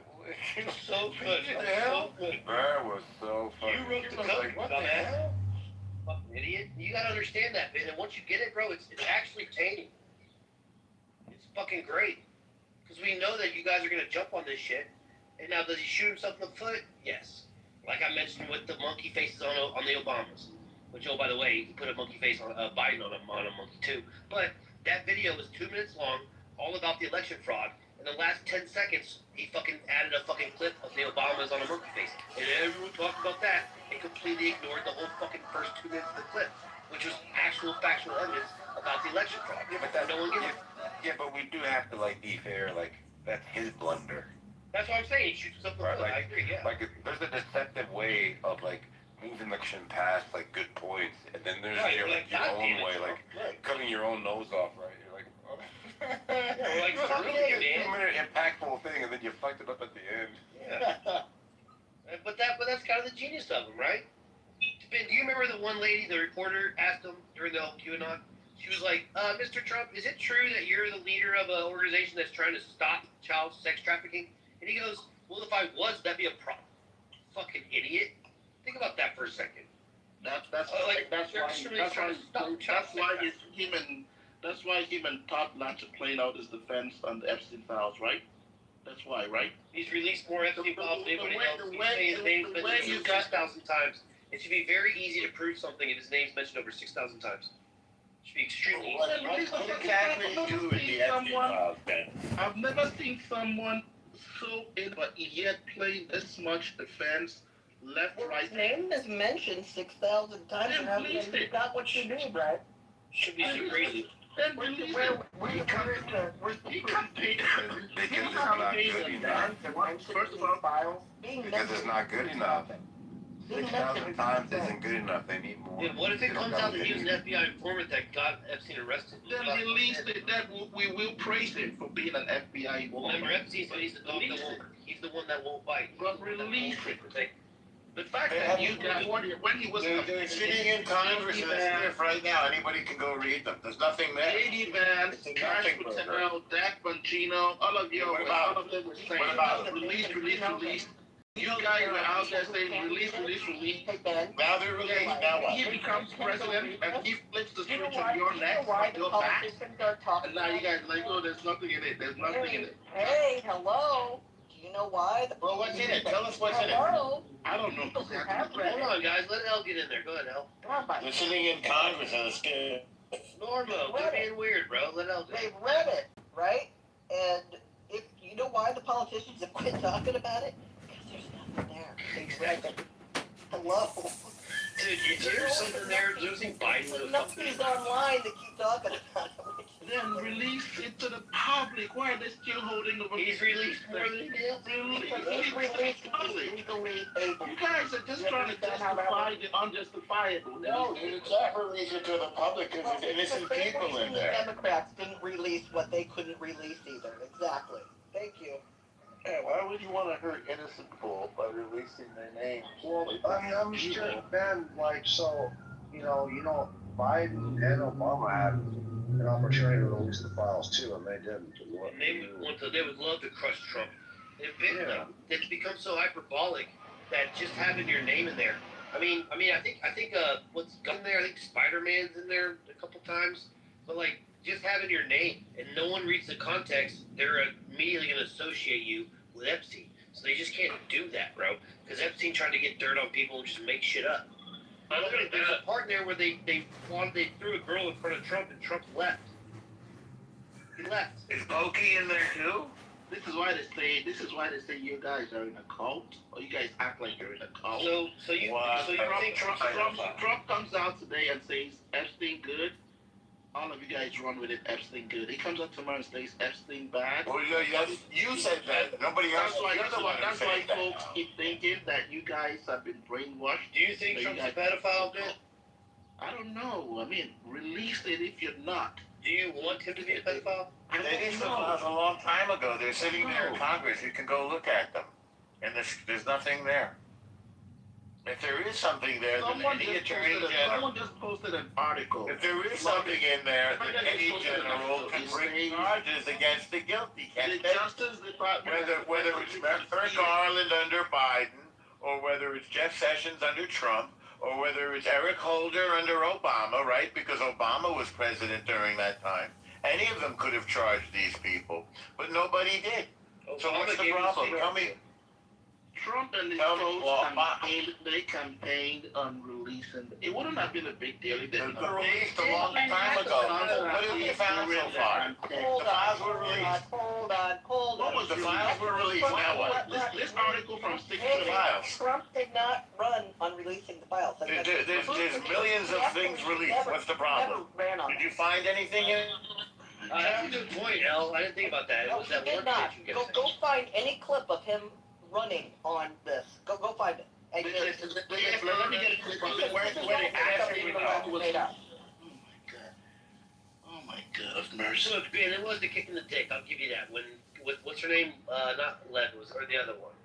No, it was the other one. Bondi, I think. When she was like, "Oh, I gotta stack them on my desk," and then they're like, "No, there's no files." It's like, all right. Yeah, Van Barney was a fucking idiot, bro. It was a kick in the dick. I'll give you that, Ben. Well, that's Dude, nothing in there, man. Like, I'm sorry to break your heart, and the president's not a pedophile. I'm sorry. Run on this. That's what should have been made up. I will fault Trump about, appointing people like Pam Bondi was hot and shit. That was fucking stupid, bro. And Christy, because they're good looking enough for him, and they're fucking idiots, bro. And Bill Pulte, but he's not hot, right? And Castro, but he's not hot. And we don't care about he's not hot. We don't. AOC can get it, but he's not hot, right? AOC can get it for sure. AOC can fucking get it. I just hope Sims don't elect her because she might actually fucking have a fighting chance. No, I don't even think no. I think Democrats have been doing a fucking stupid, disastrous. If they try to put in AOC up there, I'm not gonna vote for AOC. Dude, they have identity politics on. That's all they have. They need name recognition. They love identity politics, and they know that the Latino vote is getting stronger. They have nobody. That's a good point. I'm sorry to say, I don't think America it's been proven twice. I don't think America is ready for a woman president. I apologize for saying this, but America has 2 times. Man, we know that, Has nothing to do with being a woman. It has everything to do with being a woman. No, it definitely has something to do with being a woman, too. It's identity politics. The Democrats love that shit, bro. It's about being a woman. It's about being black. It's about being a fucking Mexican. It's about whatever identity that they can clean on. If they can, they're going to try to, they've experimented with the black vote many times.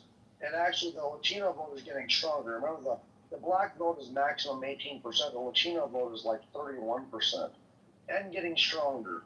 They have elected Claudia Sheinbaum in Mexico, so they've already shown the Latinos will do.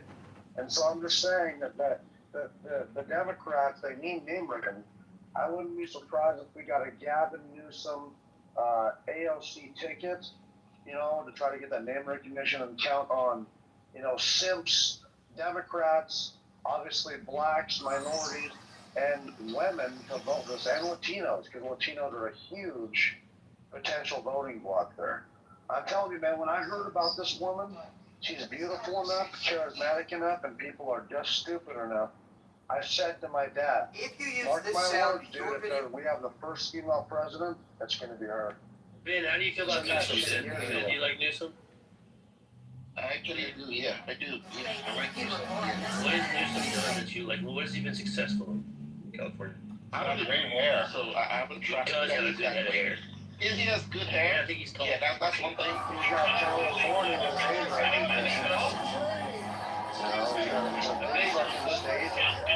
Of course he San Francisco and ahead of the rest of the state. Oh yeah, but people have a a short memory though, Normal. That's what this short attention span shit is so beneficial to these politicians that people forget. And people don't give a fuck at the end of the day. When they have enough hate for the right, they will vote anybody. Fuck you. They will vote some idiot in like this, bro. Yeah. I know it seems unfathomable to us. Yeah, sensible.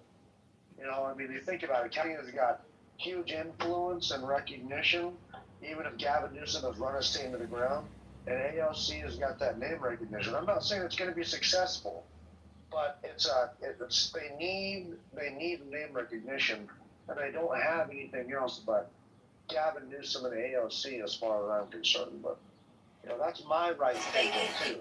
I'm just trying to understand. Who the judge who took maternity leave as soon as he got appointed 2 months to the maternity leave, cabinet? they adopted a kid. He took 2 months maternity leave and he fucking adopted a kid. It was during that train crash in Ohio. There was nowhere to be found during that crash. But people don't give a fuck about that shitty performance, bro. Adopted a child. Think about it. Kamala Harris didn't have a great record of 2 months employment either. She was throwing black guys in jail for smoking weed and then laughing about it. But people didn't give a fuck. They almost voted that woman in. That's not what happened. She didn't let black guys who've been in jail for 20 years for smoking weed go to prison. That's what she did. She listened to Tupac and smoked weed in college. Yeah, but Tupac wasn't even out then, so she's a Tupac liar. released a CD. She did the underground shit. Yeah. Well, anyway, I don't know, dude. I'm just saying the Democrats are kind of wild, so we'll see what happens. But they're a bunch of fucking weirdos. I don't want Rubio. I'm willing to have Rubio be on the ticket, but I don't want him to be president because I feel like he's too dangerous. He's almost. Remember back in 2016? I love Rubio, bro. I love Rubio. But Rubio's gonna win. He and Vance, but they're gonna go together. What? If I it's don't Rubio and vice Vance, president for years though. Rubio and Vance would be a good ticket, I think. Yeah, but Vance is gonna be he'd be vice president for now 12 years. Because say Rubio wins two terms in a row. No. It'd be Vance as president, and Rubio as VP, and then Rubio can. No, why not? Because honestly, I would hate that because Rubio's better utilized somewhere else besides vice president. I'd rather. Yeah, but they're gonna bump up the VP, and then Rubio's gonna get the VP slot. I'd rather Rubio somewhere else. Yeah. They won 16 years with that duo. 16 I'm years. worried about them getting on stage in the primary and talk shit, because that's how it has to work. They have to talk shit about each other, or they're going to be like, "Whoa, I'll be the vice They're president." not going to talk shit about each other. They have to, bro. That's what I'm Why do they have to? Why? Yeah. What are you talking about, man? They're gonna have a ticket. There's going to be a primary thing. They're going to keep their mouth shut about their dirty laundry. That's what hurt DeSantis. I think DeSantis shouldn't even have ran against Trump because what it forced. Now, Trump was calling him sanctimonious, blah, blah, blah. Then it forced DeSantis to say some shit about Trump that no one liked. And now where's DeSantis? And what's happened to all those Republicans who talk shit about Trump and then Trump talks shit about? What happened to all of those guys? They all fell in line under Trump.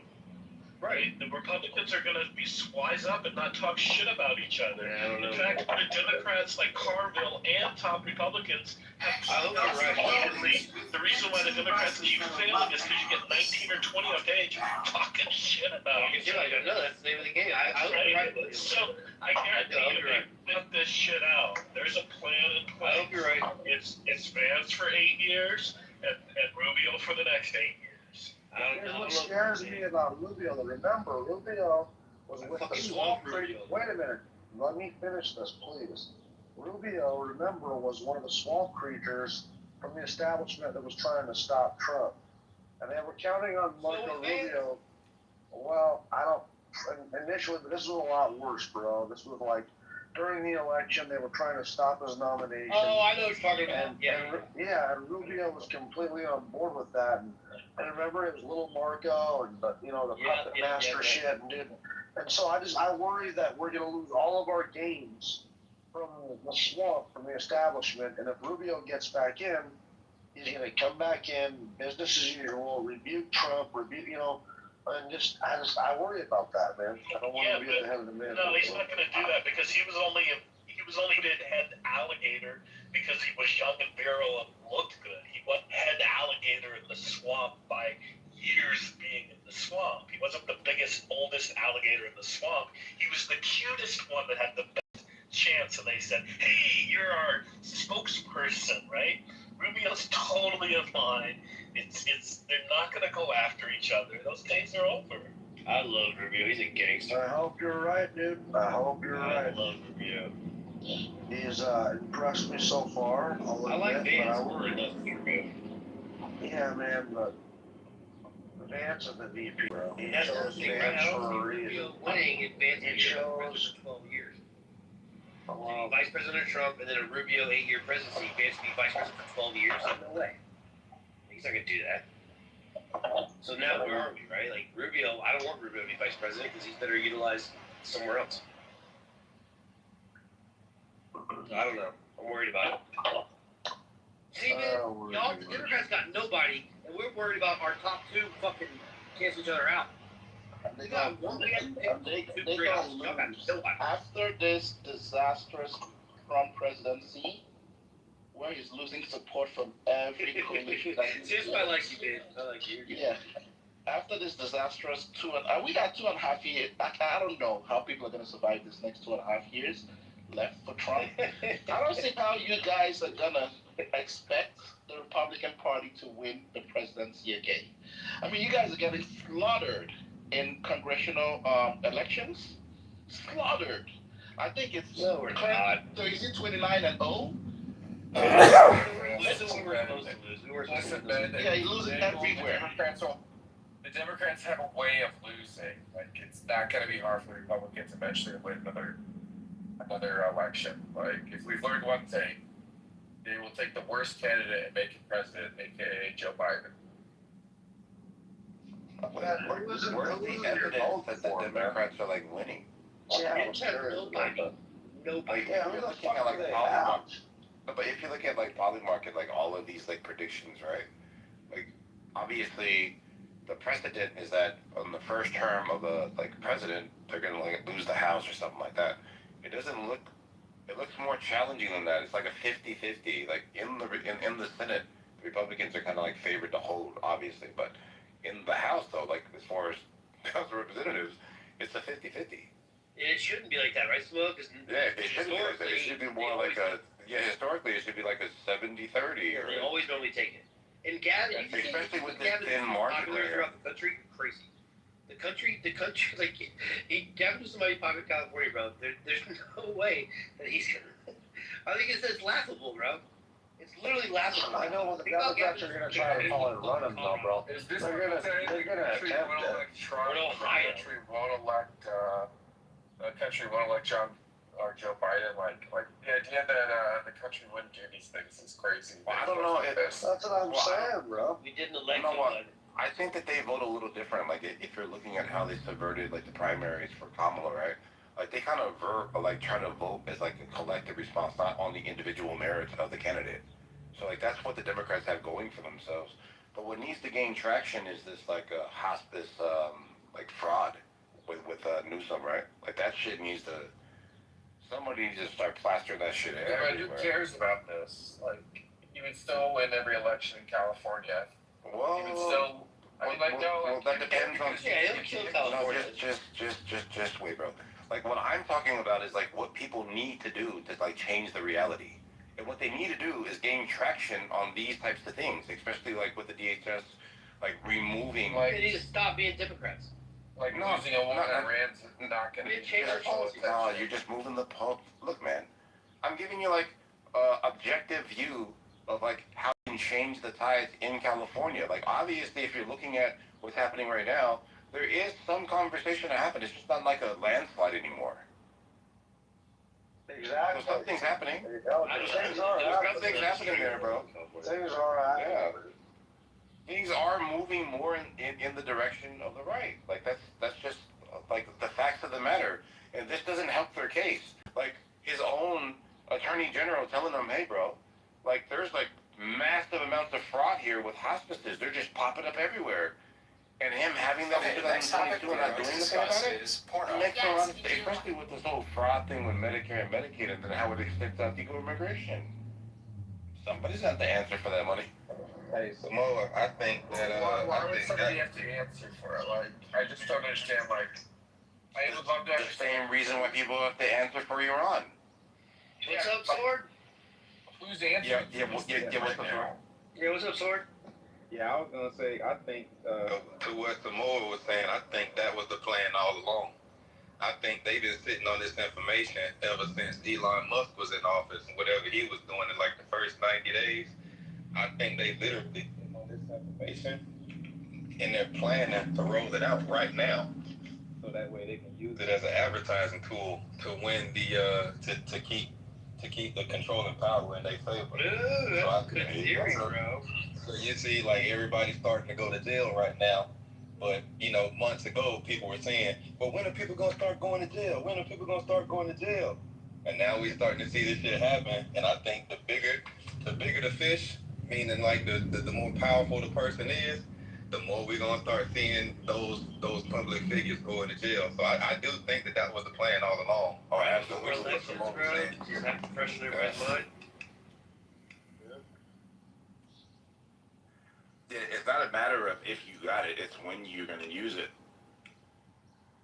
Yeah, when you really Am when you I a start blue making collar yours. kind of guy or a white collar kind of guy? about Elon What Musk. kind of guy you want me to He be? was only there for 90 days. Why do you want me to be a blue collar guy for you? Video, what, like a year later? You know, like they've been on this. They've been on who the people were. They probably knew within the first few months that Ilhan Omar was, you know, fraudulently filled out the paperwork, but they staged it out and they waited and waited and waited.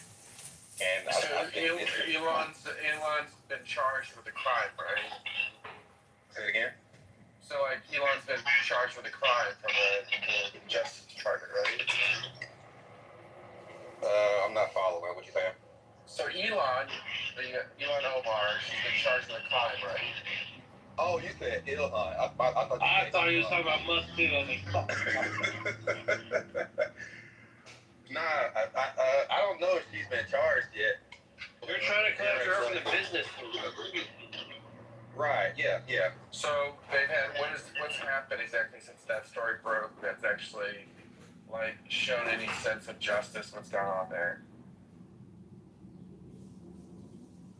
I don't think any. I think the Elon thing's different. I think Soares mentioning the fraud in Minnesota and all that stuff. And I think he's saying like they knew this shit all along. They could tell discrepancies, especially discrepancies that big. And when you get guys that go in there, like, what the fuck? Where's the accountability on that? I'm just curious. Well, there's already been arrests, a bunch of arrests in the Minnesota shit. Now Ilhan, I think it's different now because, well, I'm sure it's still ongoing. Remember, she says she's like it was a clerical error. So he really wasn't supposed to say that. He's supposed to say something else. So now they gotta fucking tackle that one. But like her business, husband's a winery, which by the way, a Muslim having a winery is fucking super crazy. But her and her husband, like their business was like $3 million, and the next year was like, what was it, like 58 million or some crazy shit?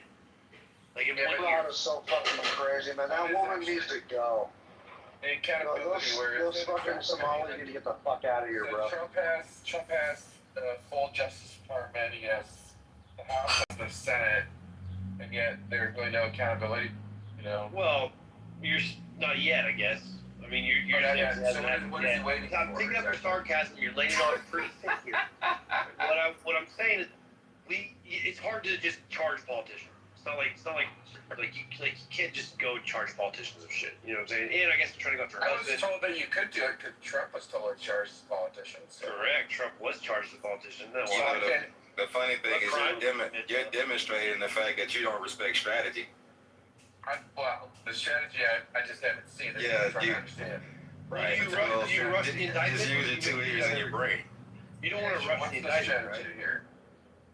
So is this like the James Comey? They've already had the information. They know who did what, and the only thing you have to do is just drop little breadcrumbs out there and watch the roaches run. This is like and as you see, right? as you see the roaches run, then everybody starts to make moves that they normally don't make. So it's the cheese in the mouse trap, you know. It's I take you as a very intelligent human being. Wow, so I'm gonna just put this together. Well, in the Comey thing you mentioned, it's just like what Sword's saying. Comey's a phony, bro. But that's shaking the tree. Shit, what's coming now? No, like Swalwell would be an example of Swalwell's a great drop, right? Like of a timely drop of information that has been right before he was trying to run for fucking governor. Boom. Right, and then like another example.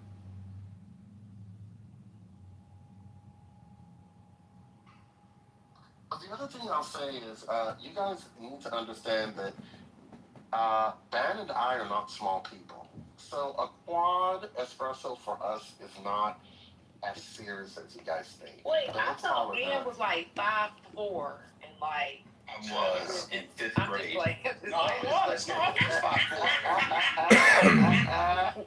Just playing, just Well, yeah, when you're tall, all of that stuff matters. The amount of caffeine that you need to get the hit. I mean, there was a time I did try to do the whole, I'm just going to get a double because I'm trying to be cautious of my health. And I drank that thing, and it just tasted, I felt as if I just had water. It didn't do nothing. So I need at least a quad. But if I really want a little extra because I'm feeling sluggish, I'll make them add a single shot to the quad. So that'll be 5 shots total. And I like the bitterness. I think Ben likes the bitterness too. I like the bitterness of coffee. Because I don't add cream or any of that stuff. Every now and then I'll add a little sweetener, like maple syrup or honey or something. But usually it's just coffee with nothing. Just espresso shots. Yeah, I don't put sugar, milk, cream. I don't like. Oh, that's something else. That's ice cream. Yeah, adding milk to coffee is an abomination. I'm sorry, I can't. Oh. Yeah. Well, I do drink espresso black. But coffee on a regular basis, I'll put half and half in it. Wait, how else does one drink espresso? Wait, you just confused me. No, yeah, that's true. That's how. But my regular coffee, you put half and half in it. Oh, that's ice cream. That's not. Wait a minute. First of all, how much half and half do you think I'm using? It is ice cream. One drop, and it's Haagen-Dazs. That's right. Jerry's.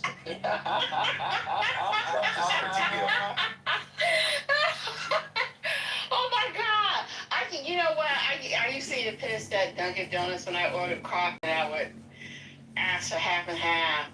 They would literally put damn near half a cup or half and half my coffee. That used to piss me off. I'm like, I don't need that much. I used to hate it.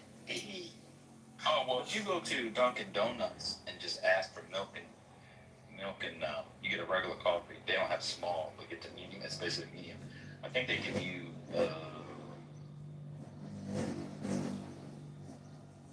they give you 3 or 4 creams and like 5 or 6 sugars. Oh. Yeah, it is. You know what? I said, look, just give it to me black, and just give me the rest of it, and give me the sugar and the cream to the side. I can't. Yeah. And I don't know. Oh, go ahead. They open Starbucks here. I went to Starbucks and I need to say it's shit. I really hate Starbucks. Yeah, it's not good. The only reason Starbucks works is that if you're in a bind and you need energy from the caffeine, you can go there and order a particular thing, and with the assurance that you're going to get what you need in terms of caffeine. But in terms of taste, Yeah, I ordered something, I don't even know what I ordered, and they asked me for a name, and I can't smoke inside in Starbucks, and I was like, what the fuck is going on here? And they gave me a big glass, it was like creamy, and I said, no, I can't do this. I like mocha. I mean, I like espressos, that's my go-to, but I like mochas. I like lattes with syrup. Well, of course you love lattes, Miller, bro. Of course I do. Oregon syrup or there you go. Almond to the Kitover. You You see what Europe do to the Soviets, make them soft.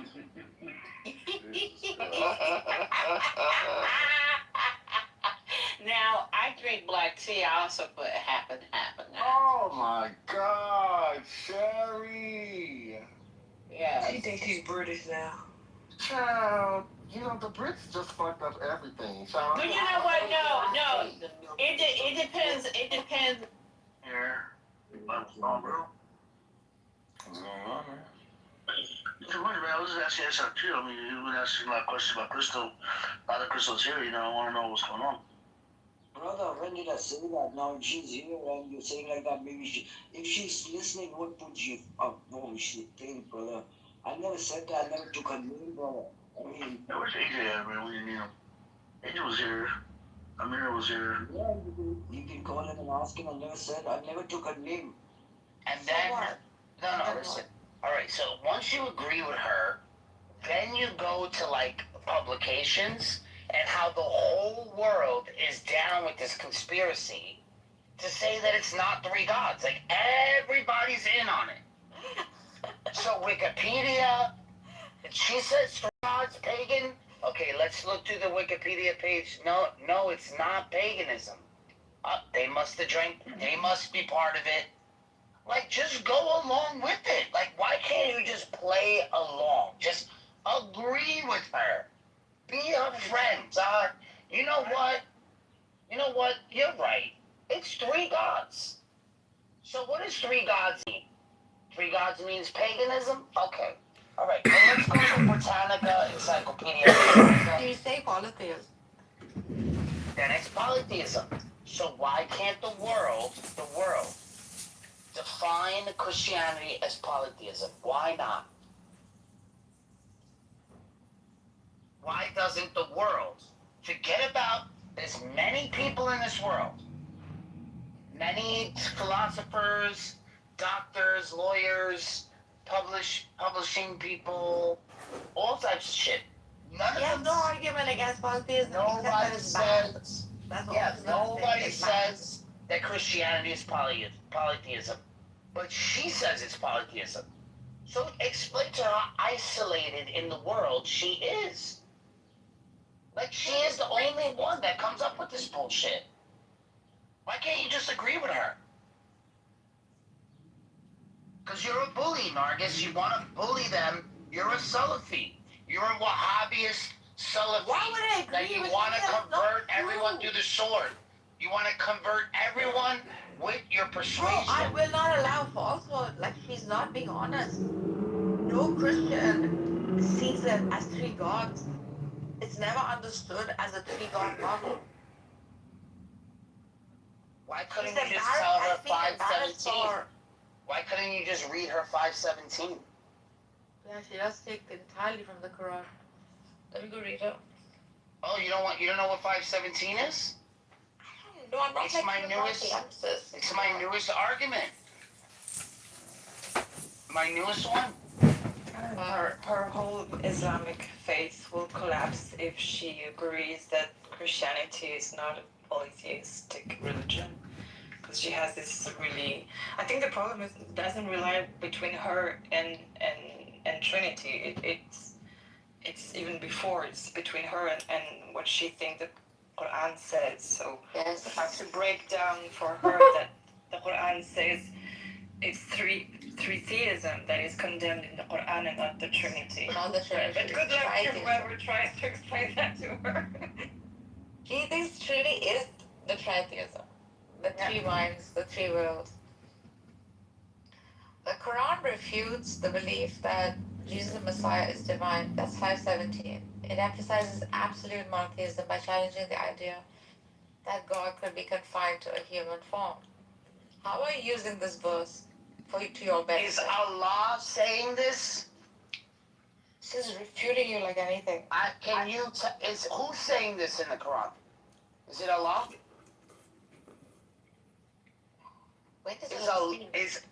Is Allah saying the Christians believe the Messiah is God? Nargis, I'm asking you a question. Read the refutation to Speak this up. verse. I don't know. What is this saying? Listen to me. Stop. Don't be jahil now. What is it saying? We are reading the verse. What is the verse saying? It's saying they have certainly disbelieved who say Who that disbelieved? Who? The Christians, I guess. Oh, yes. This is the word of God. The They have literal. certainly disbelieved who say that Allah is the Messiah, the Son of Mary. Say,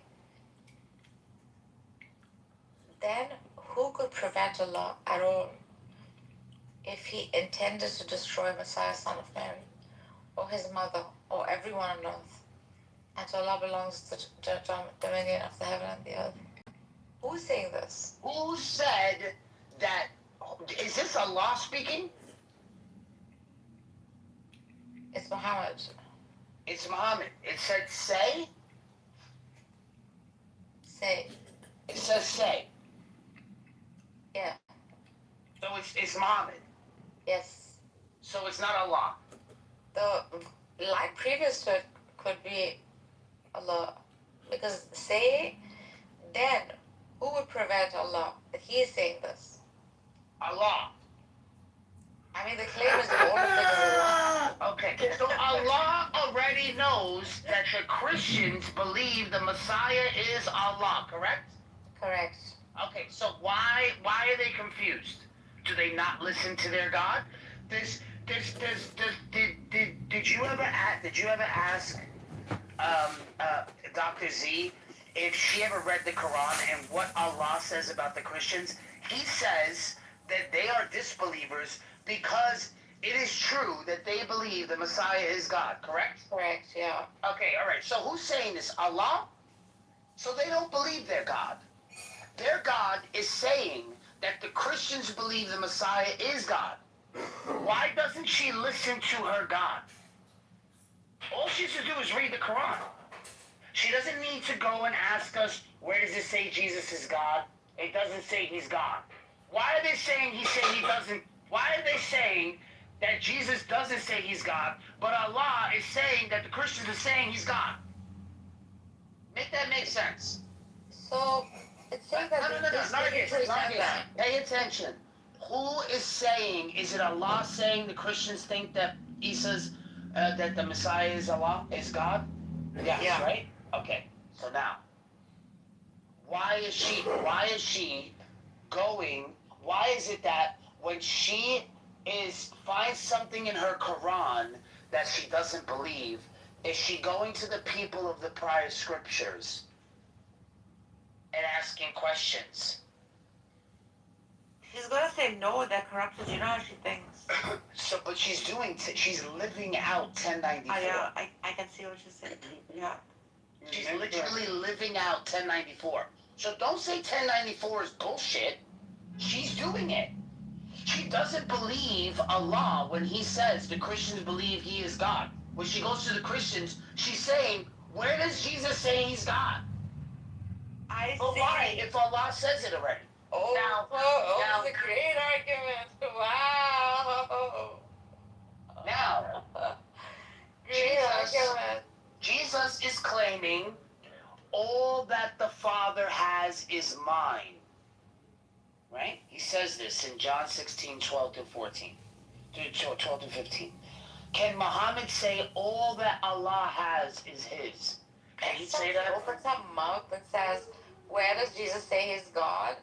This is this 517. Here, Allah says that the Christians say, and that's Jesus.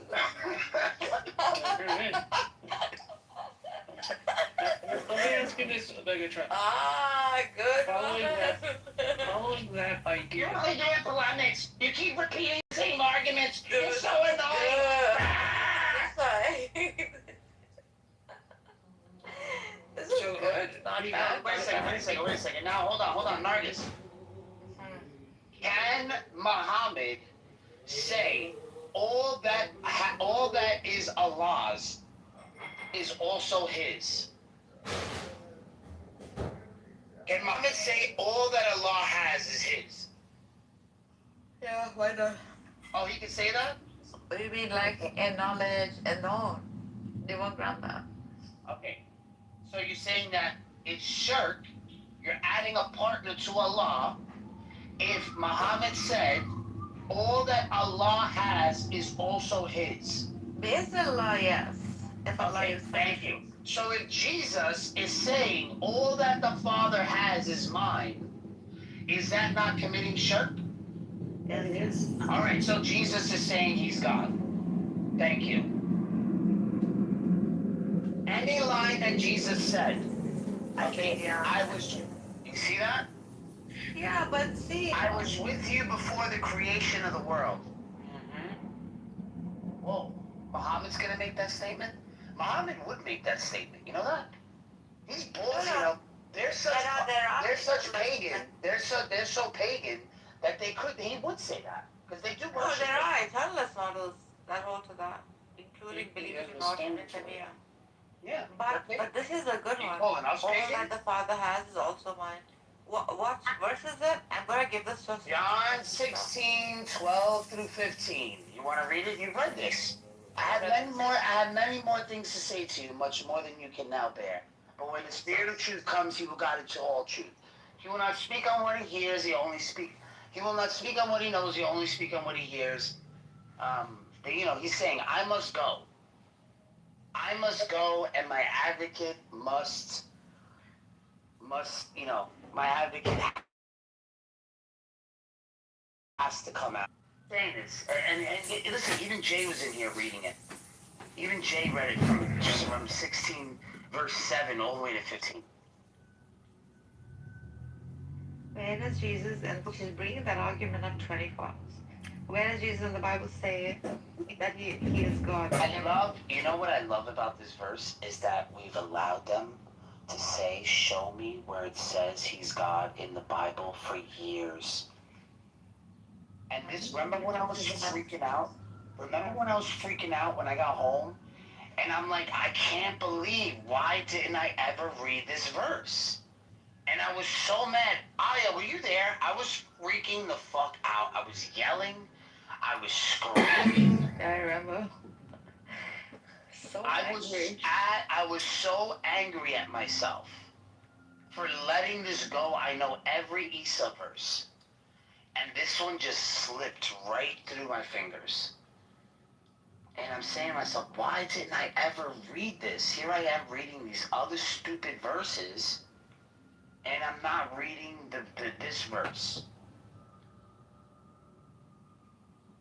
And it was really frustrating for me to read this verse and realize how much time I've wasted when I should have just gave them this verse.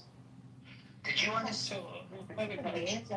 Did you understand when I went to 381 and how the scriptures before all the prophets confirmed all the other prophets except when it gets to Muhammad? So if we use the test in the Quran to test the prior scriptures, it passes with flying colors. Using the test that it gives us in the Quran, 381.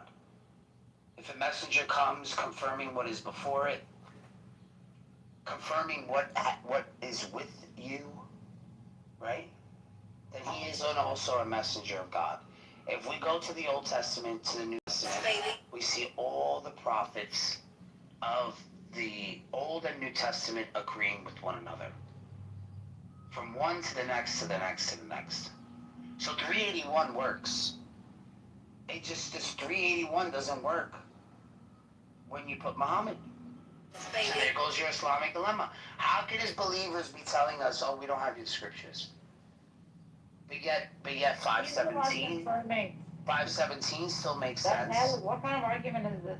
He's the one confirming what they have with them. It's because you're a Morocco. You don't listen. You got jacked and you don't listen to me. You're not gonna.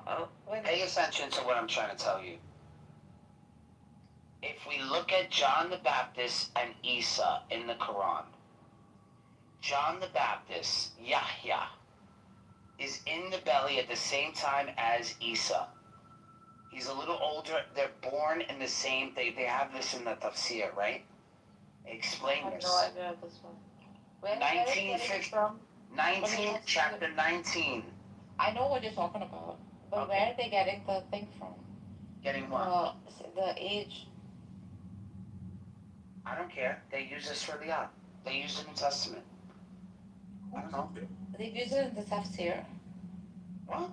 Yo, how long have you been why do you LARP as a Where are you Muslim? getting that from? Why do you LARP as a Muslim if you don't know what this shit? What Like, I are gotta you- explain, when I have gotta I ever teach you LARPed this as shit one? now? Where are you getting the age from? When have I fucking LARPed as a Muslim? What's wrong with you? So wait a second. Are you telling me right now that in both theologies, you're not aware that John the Baptist was beheaded during the lifetime of Jesus / Isa? I know about John the Baptist. I'm talking about the stomach, the belly of the fish. What about? I never mentioned that. What are you talking about? Shit, I don't know why I was seeing visions of that. Sorry. After this, You sound like a no, I have synesthesia. Sorry. Yeah. I don't know why you Yeah, I saw the entire freaking inside workings of the stomach of the fish. Him sitting in that. Good lord. Sorry.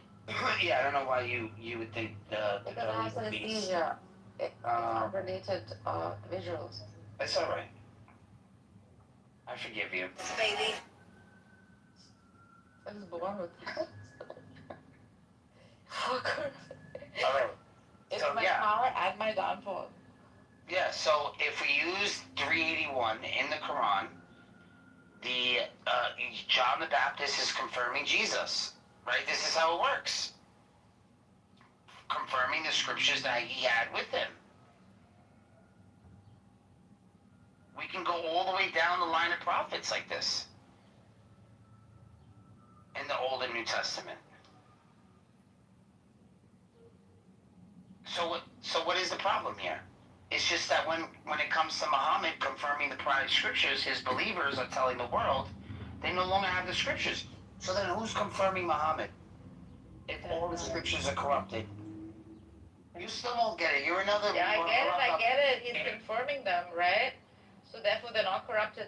This is why, like, I'm going to send you Elias's paper where he writes about how the previous scriptures are not corrupted. The greatest misconception of Muslimdom, right, which holds to this freaking fraudulent belief, he says. Let me ask him for the paper again. It's in my WhatsApp group chat, but it's from like, I don't know, a year ago. And I want you to read it. He's written a great academic paper on it. Yeah, well, he's not interested in talking to me. I don't want to talk to him. The misconception of the Muslims with regards to the corruption in previous scriptures. He's published it and everything. I'm going to send it to you. It's groundbreaking. I'm never going to read it. Yeah, I don't appreciate you insulting the Muslims like that. Who? You said that the Muslim is dumb? No, he didn't. He was telling me I laugh as well. I never laughed as well. I go to save the underdog when Megatron comes to freaking You said destroy them. I feel an immediate need. My maternal instinct needs to save the weaker one. Even if I don't agree with them. Yeah, that's why. And then she gets... See, the only thing is you can only play stupid but for so long and so well that eventually it starts to get you to dumb down your, way of thinking. And that's sometimes I really have to get her out of it. I really have to scoop her out of it. So That's bad. somehow. It's really, I feel dumbed down. Like, when I do that, I feel like, shit, what am I doing? At the same time, I'm like, Megatron, you're not seeing your side and the loopholes in yours. Even if Platonian thought was used, right? Even if, like, Justin Martyr, what is his name? Augustine of Hippo, and Philo of Alexandria, right? These three were born way, way before Jesus and came up with the freaking philosophy of it all. As Augustine very clearly, confessed. I don't think it doesn't change anything. But Converse was finding it very hard to sort of digest it because of the super exclusivity that each religion wants to give itself. Like as though it was like born in isolation. Whilst you can see that Jesus rested on the shoulders of Judaism, right? And he too, I think, was propagating something that went wrong with the Jewish time. There is no need for a Jesus if something is not off in that paradigm. And even if it took just 3 years for them to like brutally freaking kill him like that, right? Completely reject him. Freaking something, there's something he's saying that is not sitting well with them, which they are doing wrong. What is that thing? Can you speak in English, please? I'm really understand. I'm saying Jesus came to rectify something. He For did? sure. There is no need for Jesus, there is no need for rectification. Something needed to be changed within the existing people of his time. What is that thing? Mary Adam said something very crucial. Like he was the only one who said that. He came to like show them that we're all equal in the eyes of God. Because if you talk to the Muslims, they say that Not Muslims, the Jews. I What went wrong with the Jews? Well, it's the same thing. Gives a shit. It's very important. That's the entire purpose of Jesus. No, it's not. Because you're missing it. You're thinking that something went wrong with the Jews, and then Jesus came to fix what went wrong with the Jews. No, that's not what happened. That's not what happened. He stopped fighting for the Jews. Something was off in their paradigm. Okay. The treatment of the Gentiles. So read her. Alright, so do me a favor. You want to do me a favor, DV? Because we'll read her the last book of the Old Testament. And we'll read you chapter 1. We'll read her chapter 1. This is the last book, Malachi. Right? And this is explaining how God is very unhappy. He's very unhappy with the way what his people are doing. He's very, very disappointed. And this is him describing how disappointed he is with his people. Okay, so he'll read it to you. Read the NIV. This way it's just really easy. Okay. In prophecy, the word of the Lord to Israel through Malachi. I have loved you, says the Lord. But you ask, how have you loved us? Oh, man, I gotta stop there. That's painful to the heart. But you ask, how have you loved us? Was not Esau Jacob's brother? Declared the Lord. Yet I have loved Jacob, but Esau I have hated, and I have turned his hill country into a wasteland, and left his inheritance to the desert jackals.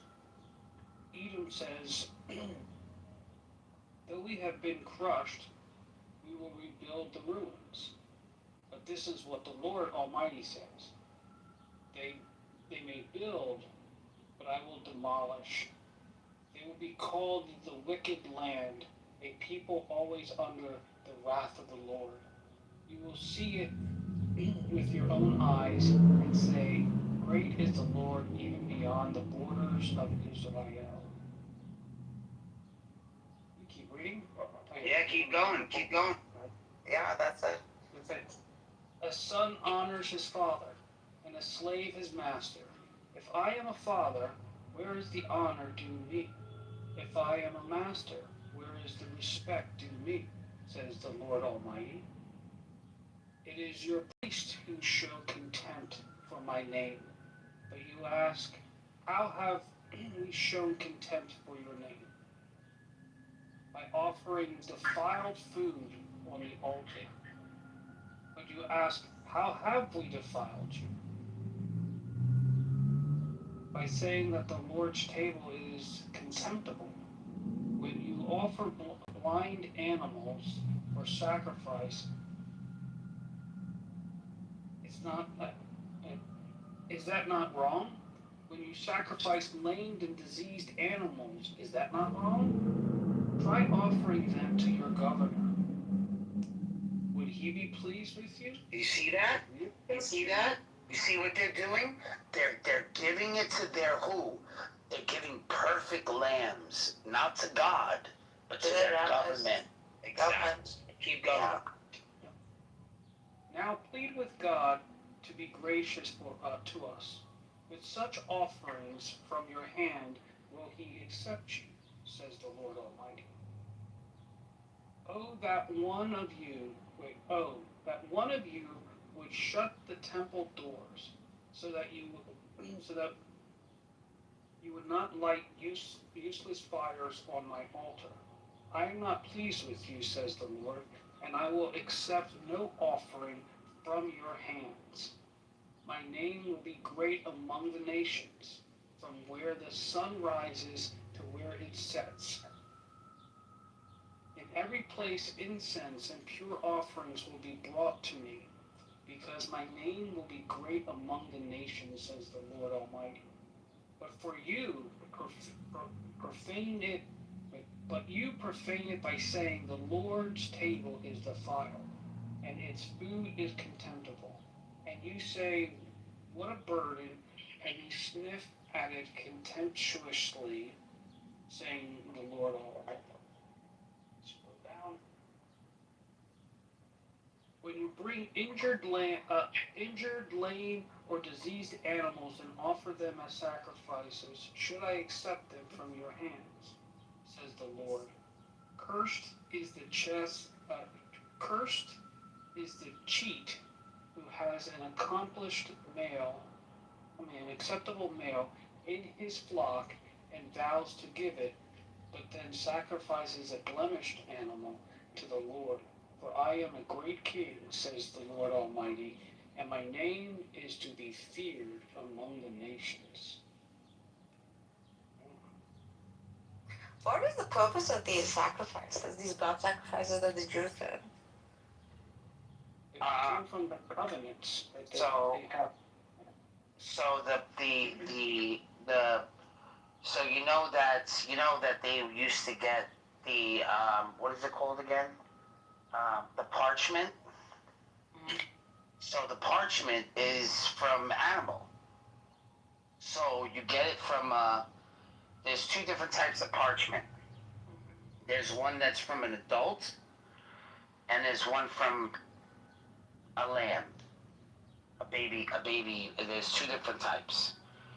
So the parchment, they were writing scripture. They needed paper that was going to actually last longer than papyrus, and they found it with the animal skin. So along with sacrificing it towards those things, they used to skin the animals. But it's a very expensive process, because you have to raise the animal, you have to feed animal, you have to wait till it's fully grown and fully fed, and then you're gonna cook the animal, and then you have to, you have to skin it, then you have to scrape it, you have to wash it, you have to scrape it, you have to wash it, you have to scrape it. Like, saying, how many pages do you think you're gonna get? Like, you're gonna have to do this a lot. Yeah.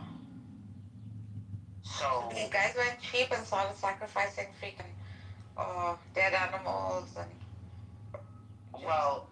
feeding the good stuff, the good ones, to the rabbis. Well, the Lord is not happy with the system, sacrificial system. He's not happy with the way he's not happy the way they're worshiping God. Right. So it wasn't so much that Jesus came to fix it; God came to fix it. And he fixed it by doing away. This is not a job for a prophet, like a Bedouin, desert dweller, or camel jockey. It is something that God Himself must come and do. Right? This is already in prophecy. It's already in motion. They knew He was coming eventually. And it starts with Abraham, because God makes a covenant with Abraham. And back in those days, when you made a covenant, you it would require a sacrifice, and two parties would come together, and you would agree on a covenant, and then they would call it walking the covenant. You would lay out these pieces of dead animals, basically, and you would walk through it. And the weakest person in that covenant, if they failed, basically they were saying, if you break this covenant, what happens to these animals happens to you. And so in the vision, Abraham is put to sleep. And it says that God then walked the covenant, meaning he took full responsibility that if any party, either God or man, broke the covenant, God would take the responsibility. And so when we fast forward and we see Jesus and we say Jesus is God who came to walk the covenant because man broke it, and God took the responsibility, fulfilling his promise to Abraham, walked the covenant, and doing away with the sacrificial system altogether, because we only have one sacrifice in the end. And that's, you know. Oh fuck, he himself became the ultimate sacrifice. That's the point. Oh my god. I think I figured it out.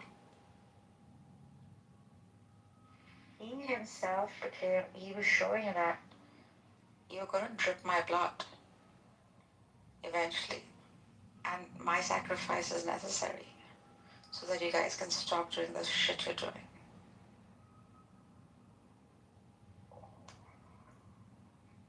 No, it's pagan. It's pagan. Sorry, no, it's pagan. It's pagan. I'm not seeing it from your lens. I'm seeing it like purely from like the lens of like betrayal, like esoterics. I'm not seeing it the way you're seeing it. Like he had to go so that they would realize that, you know, that what he's trying to preach to them is that flesh is decay. Stop doing that shit. Flesh is important. And spirit comes. Or there is a spirit. So, this is repeated. Why don't you guys see this through esoteric lens? Like, why are you guys seeing this through such physicality? It doesn't, like, it sounds retarded with physicality. It completely makes sense esoterically. Whether he rose or not, all of that, like, becomes the material at this point. Like, the grand freaking lesson that he's teaching them is that this amount of stress that they've freaking dedicated their lives and their tribe to just flesh and the chasing of it, and now they're feeding their fat rabbis with it. This hedonism will flee, and he had to die on that to show how that blood needed to be dripped, just like how they dripped the blood of freaking the lambs. The Pelasgi, the final sacrifice. Well, the truth is, you didn't need to do it. God, they are horrible people.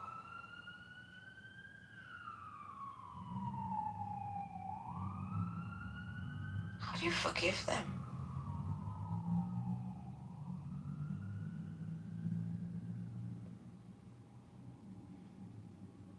So, the Bible uses this story. It's a beautiful story, actually. You want me to give you the revised version, my version of it? Hold on a second. I gotta get my iPad.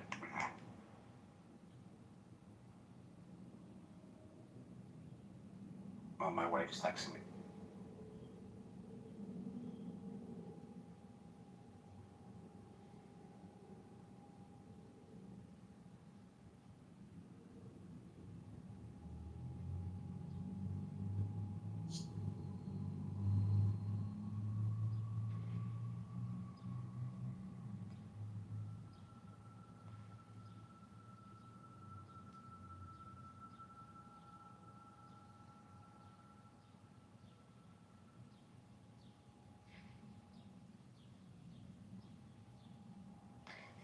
historicity about his Rico, come up. Is there historicity about the sacrifices they were doing? Like, oh, because we have parchments. I've never heard the parchment thing before, but I find that fascinating, and I can see where that would come from. But yeah, one of the concepts that Christians look at is we call it types and shadows. So for us, everything points back to Christ, and like that, Christ and covenants, and that's and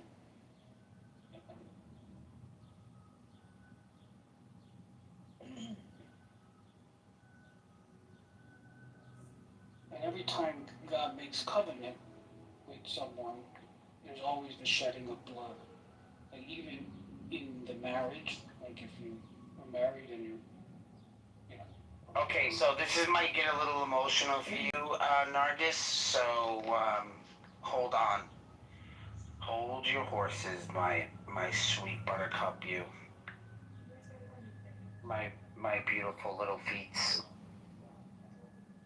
So God told Hosea to go marry a woman named. I was just thinking of this one.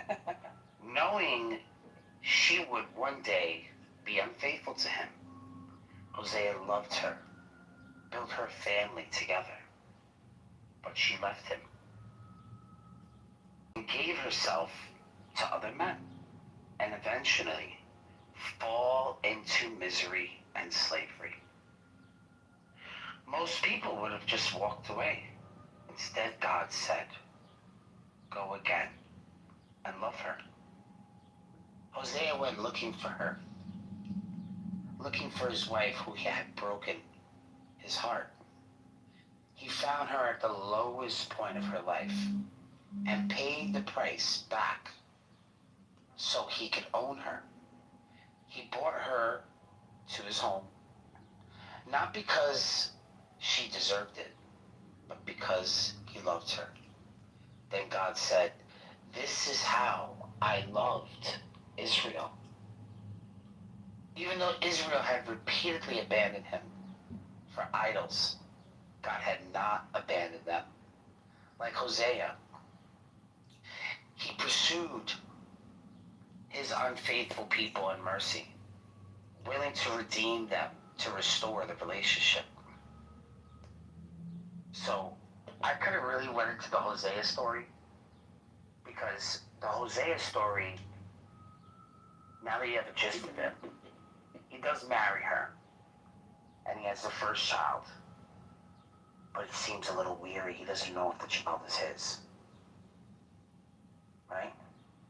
Then they have another child, and he's feeling empty about this one too, right? And later figures out that the children are not his. They're not his at all. So when she left him, he forgot about her, and he took care of the children. The children stayed with him.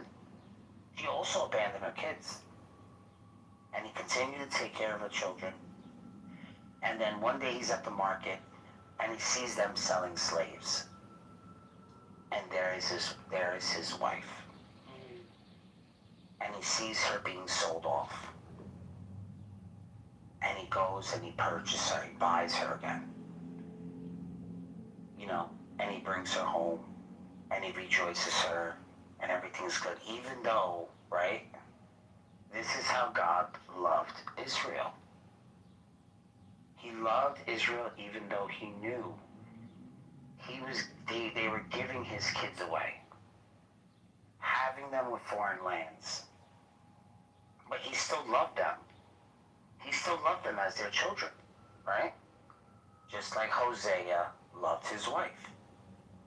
And this is that relationship that they've been having. And this is the relationship I think that all of us have with God. But he's always there. He never leaves them. So a lot of people don't like the fact that Israel is called a whore, or that it's depicted in this way. And not saying that it's trying to make women look bad, because it's not. It's just trying to use an analogy of someone who is, has fallen away. And you still continue to see God doing this for his people still to today, right? Even though we fall short, we fall away. He wants us to get back up. He's gonna always accept the fact that you're gonna say sorry. Right? The one who doesn't get up and says sorry, that person is not really connected with God, right? Even if you do it every day, even if you say sorry every single day, right? God still makes you get up. Until that day comes where you don't. But he has to be there in order for you to say sorry, right? He's got to be there in order for you to start over. And that might take years. At first, that might take years. For certain people, it might not take as long. For others, it might take half your life. All right? But if he really loves you, then he'll never give up on you. And that's just the moral of the story. So this is something I wish that the Muslims would understand more about a covenant relationship, or even having a relationship with God. Yep. I wish that they understood these types of things, these types of, excellent. Oh, what are you calling Israel a whore? Ha ha ha ha! You fucking slut! I rape you! And that's all you get from these people. It's really hard to have really nice conversations. So. And that's why, at the end of the day, we don't serve the same God. Because our God, you have the Hosea story, you have the one in Ezekiel, which is almost very similar to that, where a king says that God is like a king who, where somebody took their baby and left her in the field, this little baby girl to die. And the king sees the little baby girl and takes her and raises her as his own. Again, he's being the father to a child that's not his. And raises her in his kingdom. And she grows up, he adores her. Then he enters a covenant with her. I'm not really sure what that means. I kind of imagine it means he probably married her. And but then she flees and runs off with someone else. And so it's this repeated relationship that is being illustrated where, and then the prophet says, oh, the girl is Israel, and the king is God, and he's entered covenant with you that you break it. And so it's just, it's a God that actually loves, and it's crazy. From the beginning. So Nargis, I didn't want to get all emotional. I know that when I go into these sort of explanations, you kind of, you blame me for paganism. Oh, all polemics. But these are. I think that these are these stories that I wish it was easier to explain. So, the main thing about this debate with Sam Shamoun is not only is Sam Shamoun final boss, top dog. Like, you cannot and will not slip anything by this guy. Like, he's on the ball. He's on the ball. And when it comes to debating, he knows his shit. And, but the thing with Sam Shamoon now, all the Christians, right? He disappeared because he needed to clean up his act. People were telling him, yo, enough with this Aisha bullshit. Enough with this, your prophet's whatever. You're not getting through to them like that. You're making them mad. And you're making people not like you, Sam. So we can't do this. We can't interact with them this way because we're not gonna get anywhere. And now the Christians really, since he's been gone, waiting for him to be on center stage again. Waiting for debates just like this to see Sam Shamoon at his best. And let me tell you, he's a changed man. You see how much different he interacted with this guy. And he was even shocked how he was acting. So I think it is important for us as Christians to clean up these types of things. Now, Nargis has known me for almost a year now. And I rarely do or ever never do Aisha type things. Because I love Sam. I love Sam Shamoon. You know, I could watch his videos every day, which I pretty much did for a while. Not only on Islam stuff, like a lot on the Trinity and a lot on other stuff. And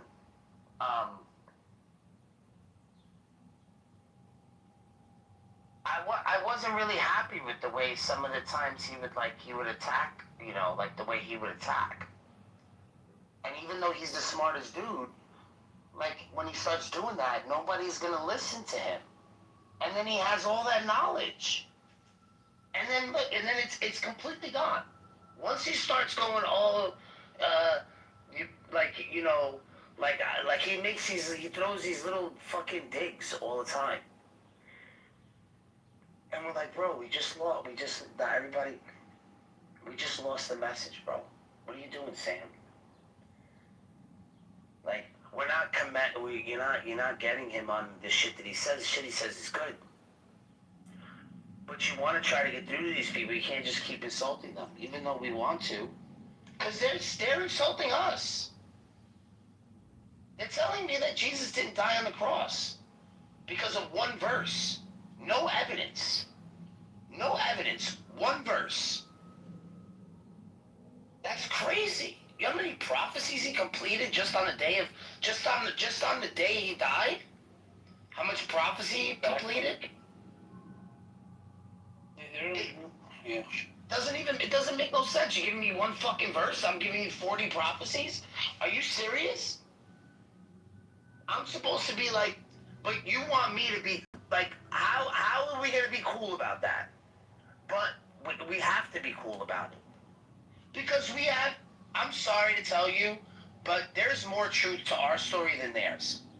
I'm not saying it's the more true or it is the truth.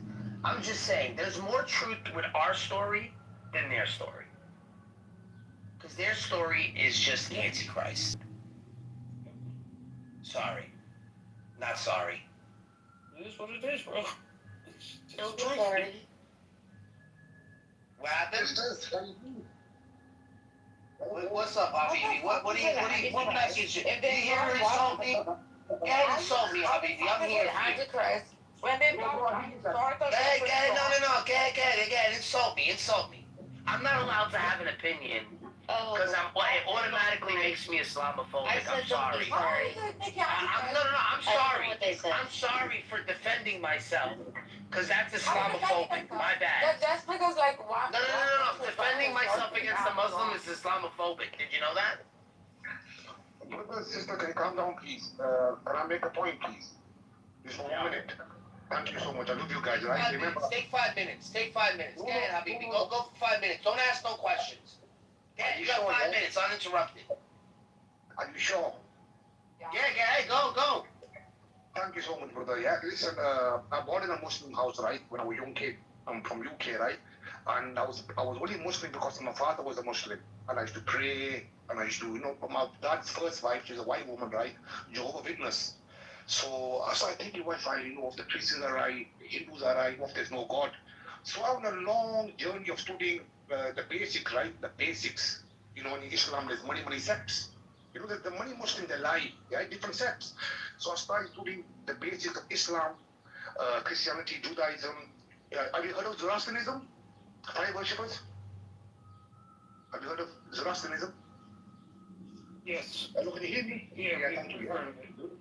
Yeah, Zoroastrianism, Sikhism, Hinduism, and the basics of science and history as well, right? I know there's many differences, brother, yeah? But I look at the similarities, right? The first thing you've got to do is you've got to have a clean heart and love for other people. That's the first thing to seek the truth. And then, I've always gone to Muslim Islamic lectures and stuff. And I've always looked at my prophet and, Muslim scholars talking good about Prophet Muhammad and stuff. Then I come to this guy, Sam Shamoon, way back, brother. And he was insulting the prophet and David Wood. And bro, I started crying. I thought, I got this guy insulting my prophet and stuff, So then I went on a, long stretch of listening about objective, evidence stuff and all, yeah? So the first thing I did was looked up who is Almighty God? Who is He? What's His nature? Right? I looked at all the scriptures, right? For example, Hinduism, today you may think they're pagan polytheists, but the scripture actually speaks about only one God. And the description of this God is, there's nothing like Him. There's no one like Him. You cannot see Him with your eyes. Right? Even today, there's a sect called Sharata Dharma. Just like Jehovah's Witness, who believe in absolute singular God, unipersonal God, they call it Snatcher Dharma. But check it. So I looked at the pages for that, and there's 3 times where Allah is mentioned. Yeah, in the Upanishads, right? So I looked at Hinduism because that's the oldest scriptures. When I went to school, I was told the oldest religion is Hinduism. That's what I was told. And that's because the scriptures are the oldest. Right? A lot of people say the Quran's copied from the Bible. But did you know Adam and Eve is also mentioned in the Hindu scriptures? Noah is mentioned there. There's a guy called Krishna. He's born miraculously and he's supposed to be like a God incarnate, similar to Jesus. Right? These things are there independently of Bible, Torah. And these are the oldest scriptures in the language called Sanskrit. Today in India, there's about 70, 80 different languages, but no one speaks Sanskrit. No one except the scholars who lie and take people for a ride. Only they know, certain people know that language. It's called Sanskrit. You can check it down all around the city, right? So, one God. And then I look at the Old Testament, independently of Christians and what the Jews are saying first. That doesn't mean we say the Jews are correct. Let's see what the Jews are saying about God. They are the original recipients of scripture, not the Christians. It's the Jewish people in their language. I can't teach a Chinese his language. I have to learn from the Chinese. So when you look at all this echad and all this Elohim and plural and you look at all this, right? The Jews say God is absolutely one. And there's nothing like Him. You can't see Him. He cannot come on the earth. First thing, chapter 8, verse 27. Second Chronicles, chapter 2, verse 6. The heaven of the earth cannot contain Him. He's too big, He's too great. It's like you cannot fit in my pocket. You're too big. That's who you are, the nature of God. So that's God in there. And then you look at the New Testament, only following Jesus' teachings. Right? People say to me, are you following me so far? I'm going to finish soon. Are you following me so far? Yeah, we're following. I'm following, buddy. Go ahead. I'm going to finish soon. So when you go to the New Testament, I'm going to put another 3 minutes on the clock, all right, guy? Thank you. So when you look at Old Testament, the Jews, they believe only God, right? Jesus Christ was a Jew. And then when we say to Christians, look, where did Jesus say this is God? So many Christians say to me, look, right, because I go to church as well. I do a lot of charity work. We help the prostitutes, the drug addicts, with water wells, with the Catholics, Protestants, Jehovah's Witnesses. I go to church as well, right? Listen to lectures and stuff. I invite a lot of Christians to my house and we sit and talk like brothers and sisters, right? We have tea and biscuits. Anyway, so from the New Testament, when I say to a simple question, where does Jesus say is God? Many Christians say, why do you take me to Jesus over Paul and Peter? If you read John 18:20, Jesus says, I've never ever spoken in secret. whatever I've spoken, I've told you all this. So the criteria should be this, right? The most important person in the Bible, New Testament, is Christ.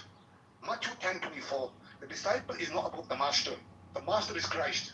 So if anyone says anything that contradicts Jesus, you have to reject it. If anyone's in line with Jesus, you follow him. Right?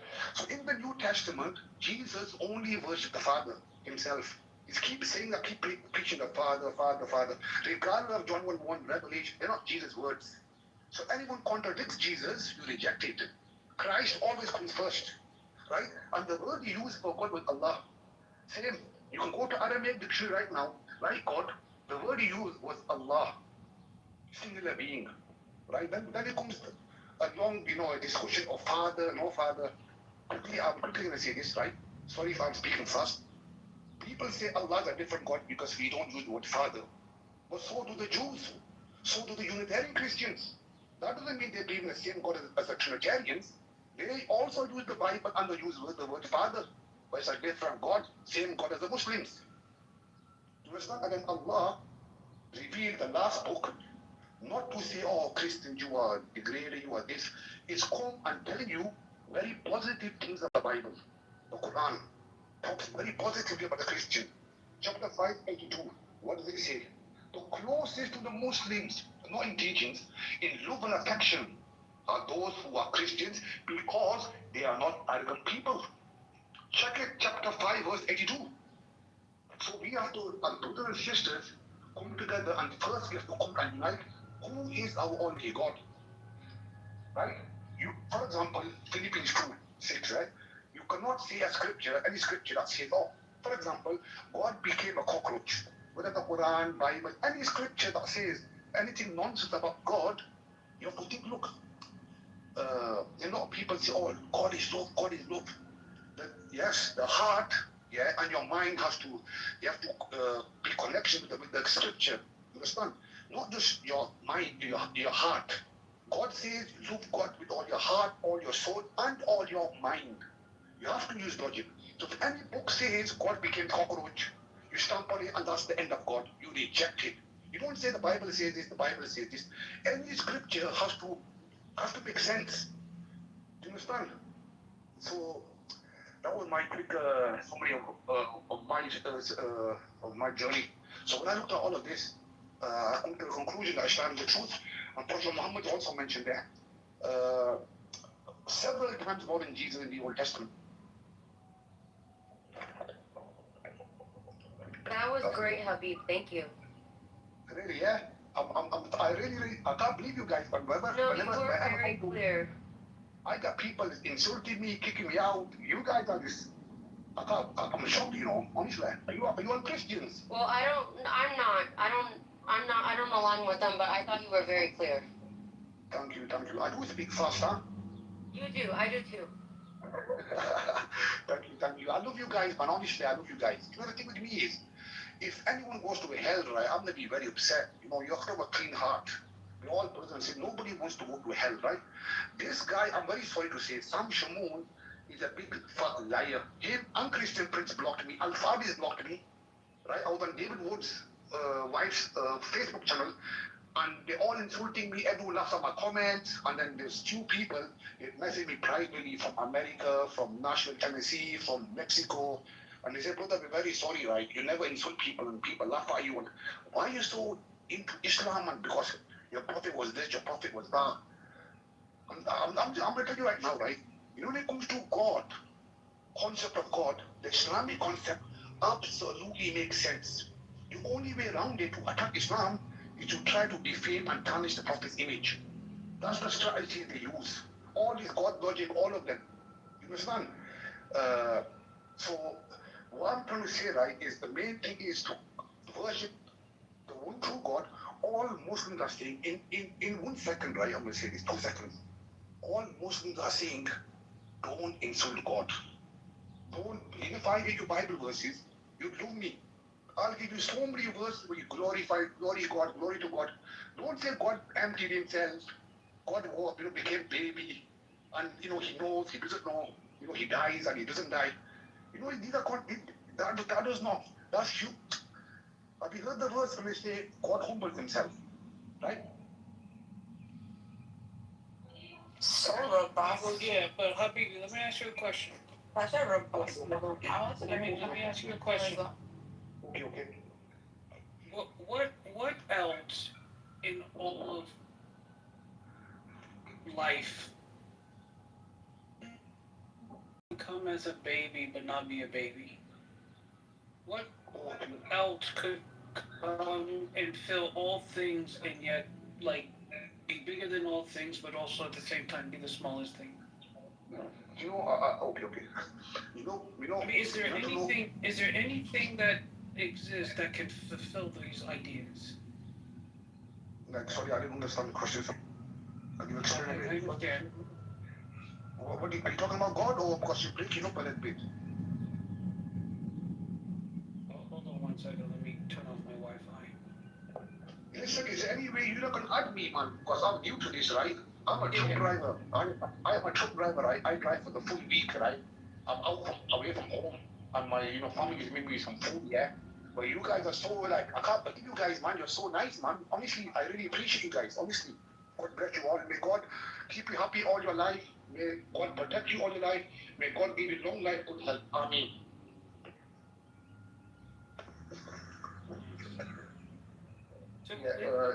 So if we have a conversation of Allah, right? Okay. Here, Habib, you just have to mute your mic when someone else speaks, or else it echoes. Okay. Yeah. Is there any, 1 second before I go, is there any way you guys would add me here so I can go back because I'm quite new to this? Oh no, you're still in the room. Follow the room. Yeah. We're not gonna kick you out unless you. No. You just have to mute when they speak, because then the mic echoes. You know what it is? My family's calling me the baby should soon, you see. So I might have to go. That's what I'm saying. Oh, is there any way you... Follow the room on top. Listen, You'll see us in the room. What's this called? What's the room called? It's called Torah and Quran. Can I add myself into this? 1 second. Add. How do you do that? Just go on the Torah and Quran with the arrow, click on it, and then it'll ask you to join. Just join on.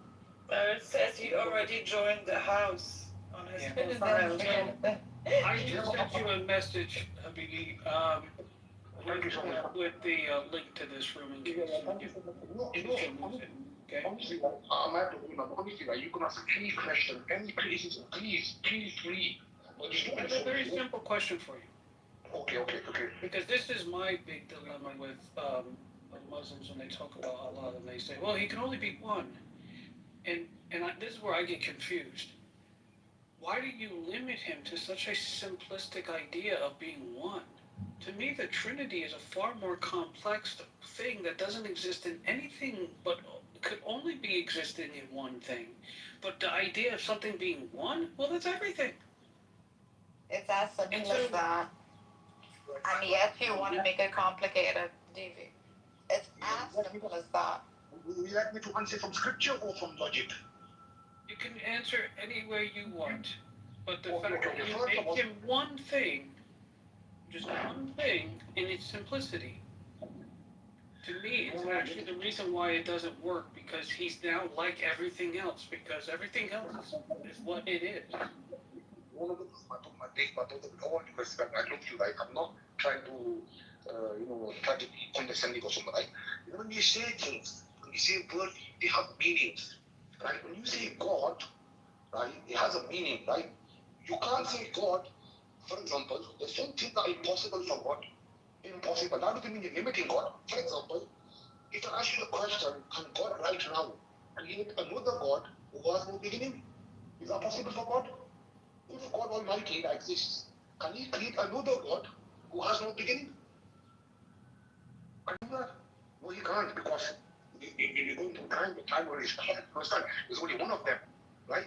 You cannot say things that God does not contradict Himself, right? When you say, for example, brother, God's everlasting, yes? Is God everlasting? Yeah. Is God everlasting? Yes, the answer is yes, right? Now, you have to reject anything else that contradicts that. You cannot say he is everlasting, and then that's the next minute he ceases to exist. There's no more God. You can't say that because you already agreed he's everlasting. Right? When you say he's all truth, which means he never ever lies, not even 1%. And if you say at the same time he can lie for 5 seconds, or five, he can't. That's not who he is. I'll give an example from the scripture. Right? When God says God is not a man that he should lie. Right? The Christians, they ignore the first part. They go, he should lie. You know why he said this? You know why God says this? Because he has no potential to lie. Which means only, humans, you and me, we have the potential, the capacity. We are able to lie. Right? God is saying he has no potential to lie. Another thing, right? 1 Timothy chapter 6 verse 16. It says he alone is immortal. Alone. Right? Who dies? Humans. The moment you only die, my brother, when you're a human. You don't die as God. It doesn't have, like, resurrection. Listen to this question, right? This statement, okay? Crucifixion and resurrection does not apply to an immortal being. You understand? These word persons and these, it doesn't make, they're just hiding behind person, all due respect, right? When you ask Christians, they're 3 persons, right? But who are they? Each of them is one full, complete, independent God Almighty. There's 3 of them. When they say persons, they're hiding behind the word Almighty God. They're not, who is the, when you say who's the person, right? Now look, one question they can't answer, right? If you ask them, the Father, how much of a being is the Father? How much of a God is the Father? Is he 33%? Or is he one full, complete God? See, Habibi, hold on. These are just, I've heard these arguments for years and years and years, and every single time I hear them, I honestly feel like I'm sitting in a 3rd grade class. They're just such juvenile ideas. God cannot have a baby, cannot beget. Nobody ever talks about, no Christian ever sits here and says God had sex with Mary and had a baby. I understand, but you use words like in my first book, Colossians, in my first one, you use language. The Quran is very careful. You understand? I'll give you an example, brother. You answer this to me now, okay? With all sincerity. Are you ready for the answer? Yes, I will. I'm asking 2 questions. Why the Trinity is absolutely false. Okay? Now you tell me, is the Father one full, complete, independent God? Same with the Son and the Holy Spirit? Or is the Trinity God? Which means the 3 persons consist. And the Trinity is the one that's God. Is the Trinity God, or is each individual person God on their own? You can't say God is 0%. It doesn't make sense.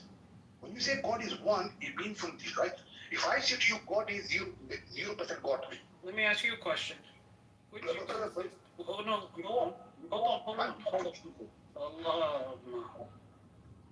Hold on. Which exists first? God or math? God Almighty, of course. Exactly. So why are we talking about math, bro?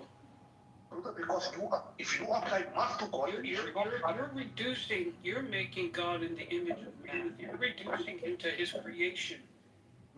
God says he's 1, right? God himself says he's 1, right? Can you say God is, so if I say God cannot become 2, am I limiting God? If I say God is unable to be 2 gods, am I limiting him, or am I saying the correct thing? I'm telling you God is 1. You cannot see he's 0% God. You can't say this. God himself says he's 1. Now the reason you can't answer it, because the Trinity is absolutely false. The 3 of them, listen brother, with all due respect, with all love, okay? I just want you to think. I'm just sharing ideas. I'm not saying become Muslim. Please, my brother, please, focus, okay? I want you to think. Either 3 of them are God, fully complete God. Because the Christians say the 3 persons. They're hiding behind the word God. When you say who is this person, the soul is fully complete God, equal, right? Either 3 of them individually are God, or the Trinity is God. Which one is it? What is God? Is it the 3 persons that are God? Because the Bible says the Father is God. We know that. That's one God. Habib, how many Qurans are there? Brother, before I come to that, Quran Surah in great detail. I talk for the whole month. Yeah, but to be honest, you're saying a lot. You've got a lot to say. I think if you've got a lot to say, maybe you should just answer some questions instead of just keep talking and talking. Yes, So the question is how many Qurans? I really think No, he's trying. I think he's trying. Yeah, so how many Qurans are there, Habib? So that means you're approaching my question on the toilet? No, I'm answering your question with a question. No. The Quran, whether the Quran, brother, whether the Quran right or wrong, okay, it's wrong. No, I didn't say the Quran was wrong. I just asked you. I asked you.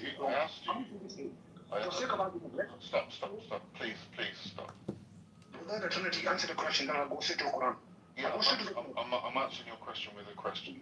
You got for three individual persons. How many Qurans are there? How much Quran is there? How many? What's the Quran? How many Qurans are there? Brother, what is Quran? Before you talk about the speech, the revelation, the speech of Allah. Okay, I've answered your question. Now answer my question. Wait, what is Quran? Stop asking me questions. Brother, the Quran, the recitation. How many are there? That's the question. The Quran is only one which has different modes of the same speech, like Malik and Malik. What Duha, what Duhai. Right? They're not different Qurans. You have a style, brother. The Hadith, the Prophet Muhammad, the Quran was given to him in 7 different modes in Sahih Bukhari. What are modes? Explain what a mode is. Different way of reciting a word. Like, for example, a wow. You can say Malik or Malik. Right? Why do you have different modes? Because they were racist Arabs. Back in Muhammad's time, the Arabs were racist. They used to bury daughters. They were ignorant people. They used to bury daughters alive. They were very racist. So when the Quran came to one recitation, the other tribe was jealous, because they were time of poetry, right? They were poetry. They were very advanced and they were very arrogant. My poetry is better than yours. The Quran's a recitation. That's why I asked you a question. You say speech of Allah. The Quran's also knowledge of Allah. You can say so you can have 7 modes of the Quran. So you can have 7 modes of the Quran, but there's only one Quran. Yes, but they're not identical. You're saying 3 persons, 1 being. How is that possible? They're not identical, are they? They're not identical, are they? I know they're different gods. No, they're just not identical. So they're the same God? No, they're not identical in person. Whose person? Is it Almighty God? Let's talk about the Quran is the Quran. You said, can you just calm down? Just you're rooting for the whole purpose. Just stop. Slow down. It's not a race. I'm slow. I'm still waiting for the question. That person is Almighty God. Yeah. So the persons are not identical. Are the modes identical? The modes of the Quran? Of course not. But there's only one Quran, right? Yes, has different modes. Right, well there's only one God then. And there's 3 different persons. So it's exactly the same logic. Okay, does the Quran have a will? Does the Quran have a will? On its own? Does it have a will? Carlos, are you comparing speech to something that is like... No, it's about the logic. It's about the logic. He says that there's one Quran, but there's 7 modes, but there's only one Quran.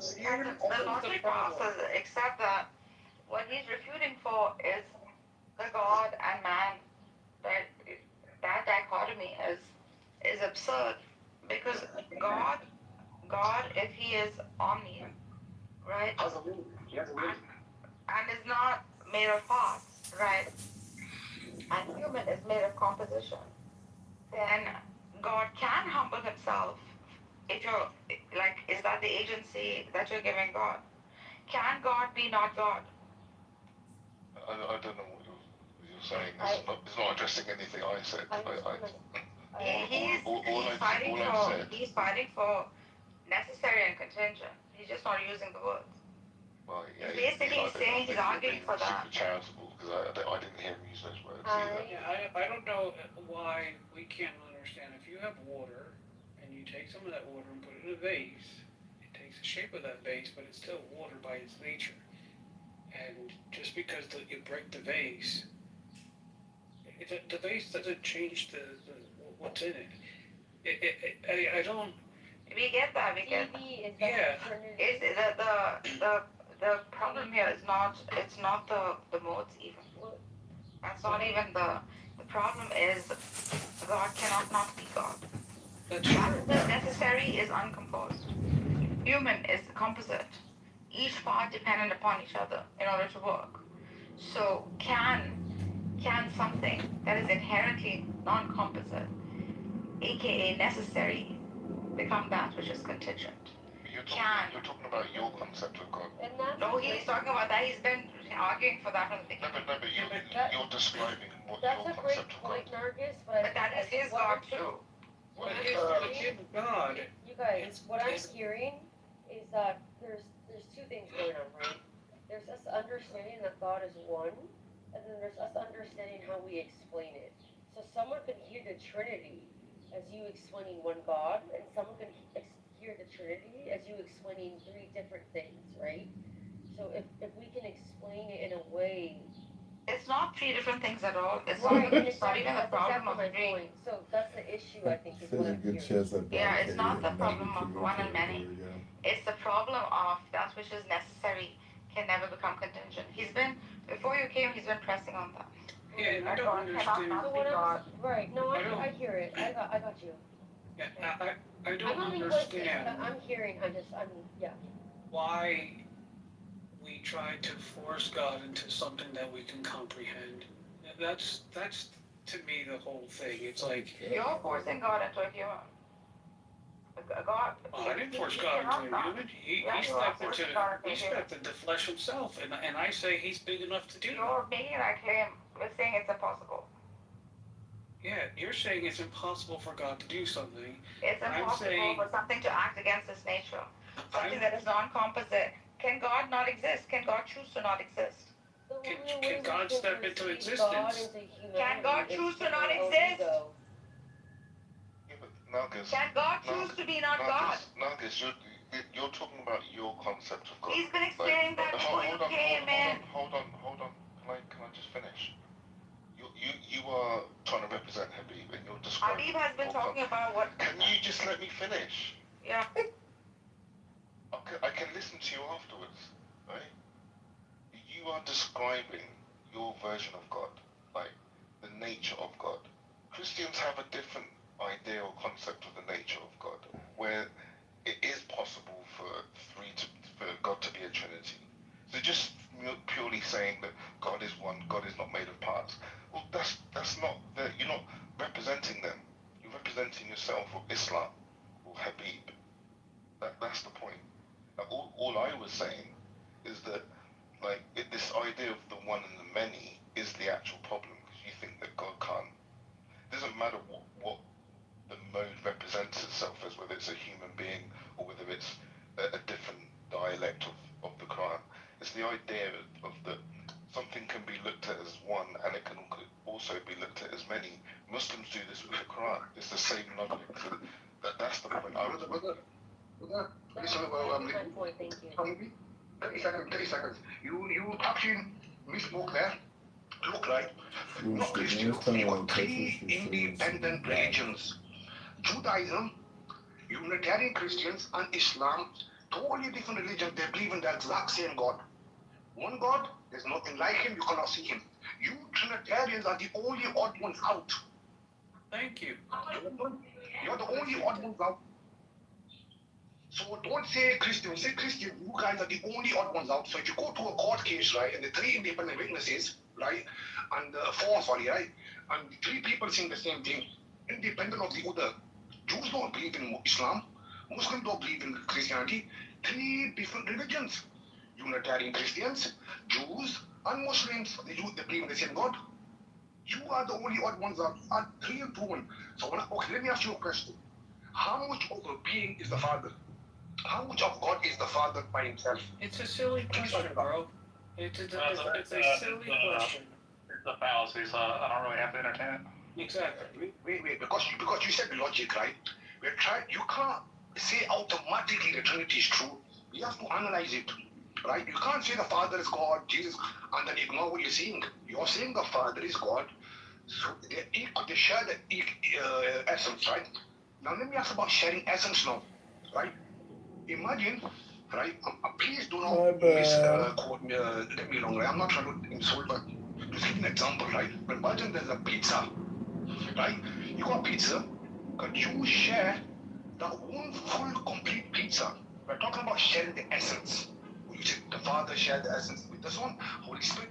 Can you share one full complete pizza without slicing it? Could you share that with three people?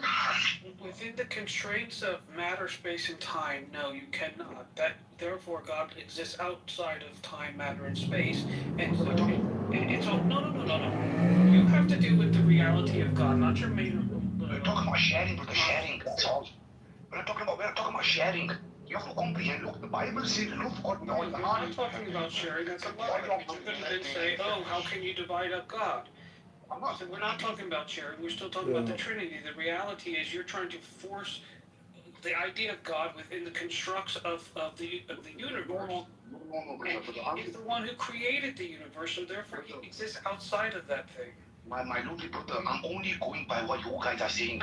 You have to remember, going by what you're saying. You're not. Brother, you're saying the straw man of their position. And you think that Allah is unlike his creation. So why would you try and compare God to a pizza? No, brother, that's why I said to you, forget the pizza. Do you talk about sharing the essence? I'm talking about only sharing the essence, which is impossible. Sharing the essence is God's divine nature, right? It's fully, they are God. I'm not talking about the Godhead. Okay? We're just saying, asking what you guys tell us.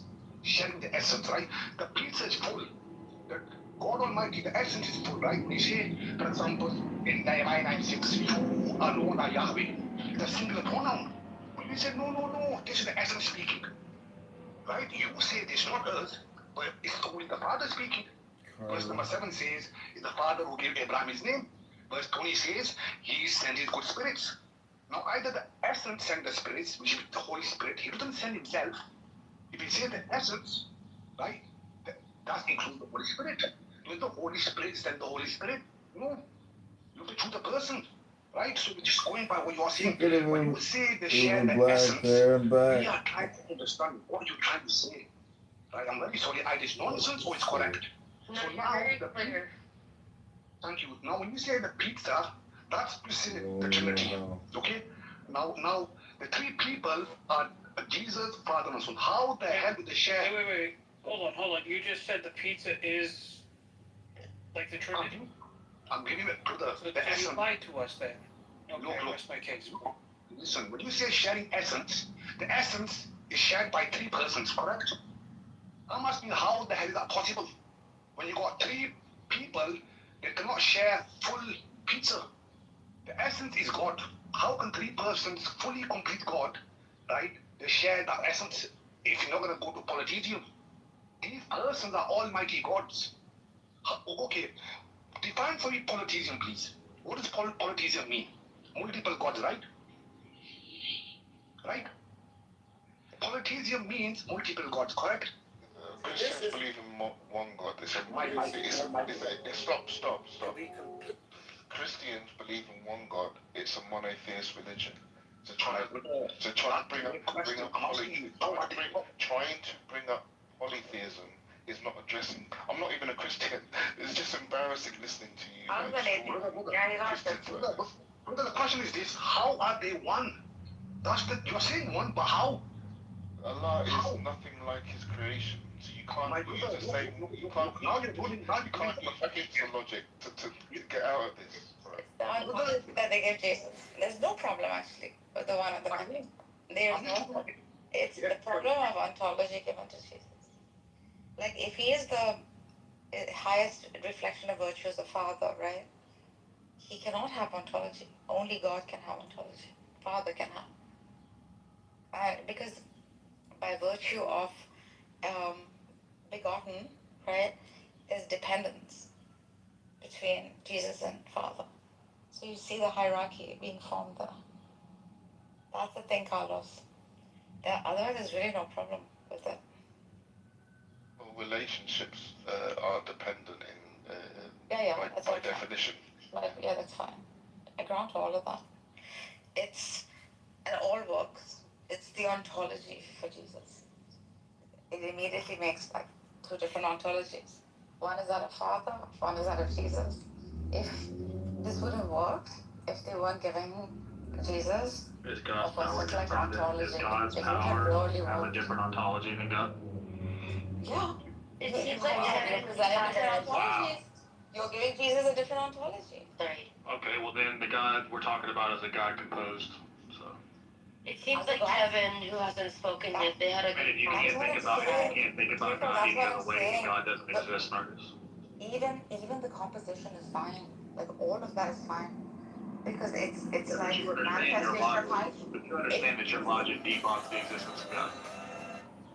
No, I don't hold to the power and But you believe in a higher power, yes? yeah. Okay. And was there ever a time that God did not have power? There is no such thing as time. Then God's power is necessary and not Yeah, I agree with all that. Okay, so if the word of God is the power of God, which is Christ, then Christ by definition is not contingent. It's not contingent. No, I'm not saying. There you go. Perfect. I'm just saying it does not hold ontology. You won't back that pretty quick. No, I'm using his argument. Carlos thinks it's my argument. I'm using his argument for composition, right?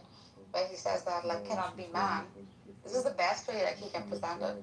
For me, it's the moment you give Jesus an ontology of his own. This is where you've split it into two gods. Father is one God and Jesus is one God. There can only be one ontology of which Jesus, by virtue of sharing divine nature, is begotten. All that is fine. But this begetting or this Jesus cannot have ontology in and of itself. So you're confused. Only Father has ontology. And one second. Why do you always type with the very sorry to interrupt you, okay? You say word of God. What about the word of Samuel? The spirit of Samuel is a separate person. You see, when you pick and choose. Is God's word a different ontology than God? No, it's not different ontology than God. Okay, so why do you, That's why I'm saying only God can have, then therefore don't give Jesus ontology. Jesus' flesh cannot have ontology. You give Jesus ontology in and of himself. There is only, therefore you're saying there is only one ontology. Jesus there.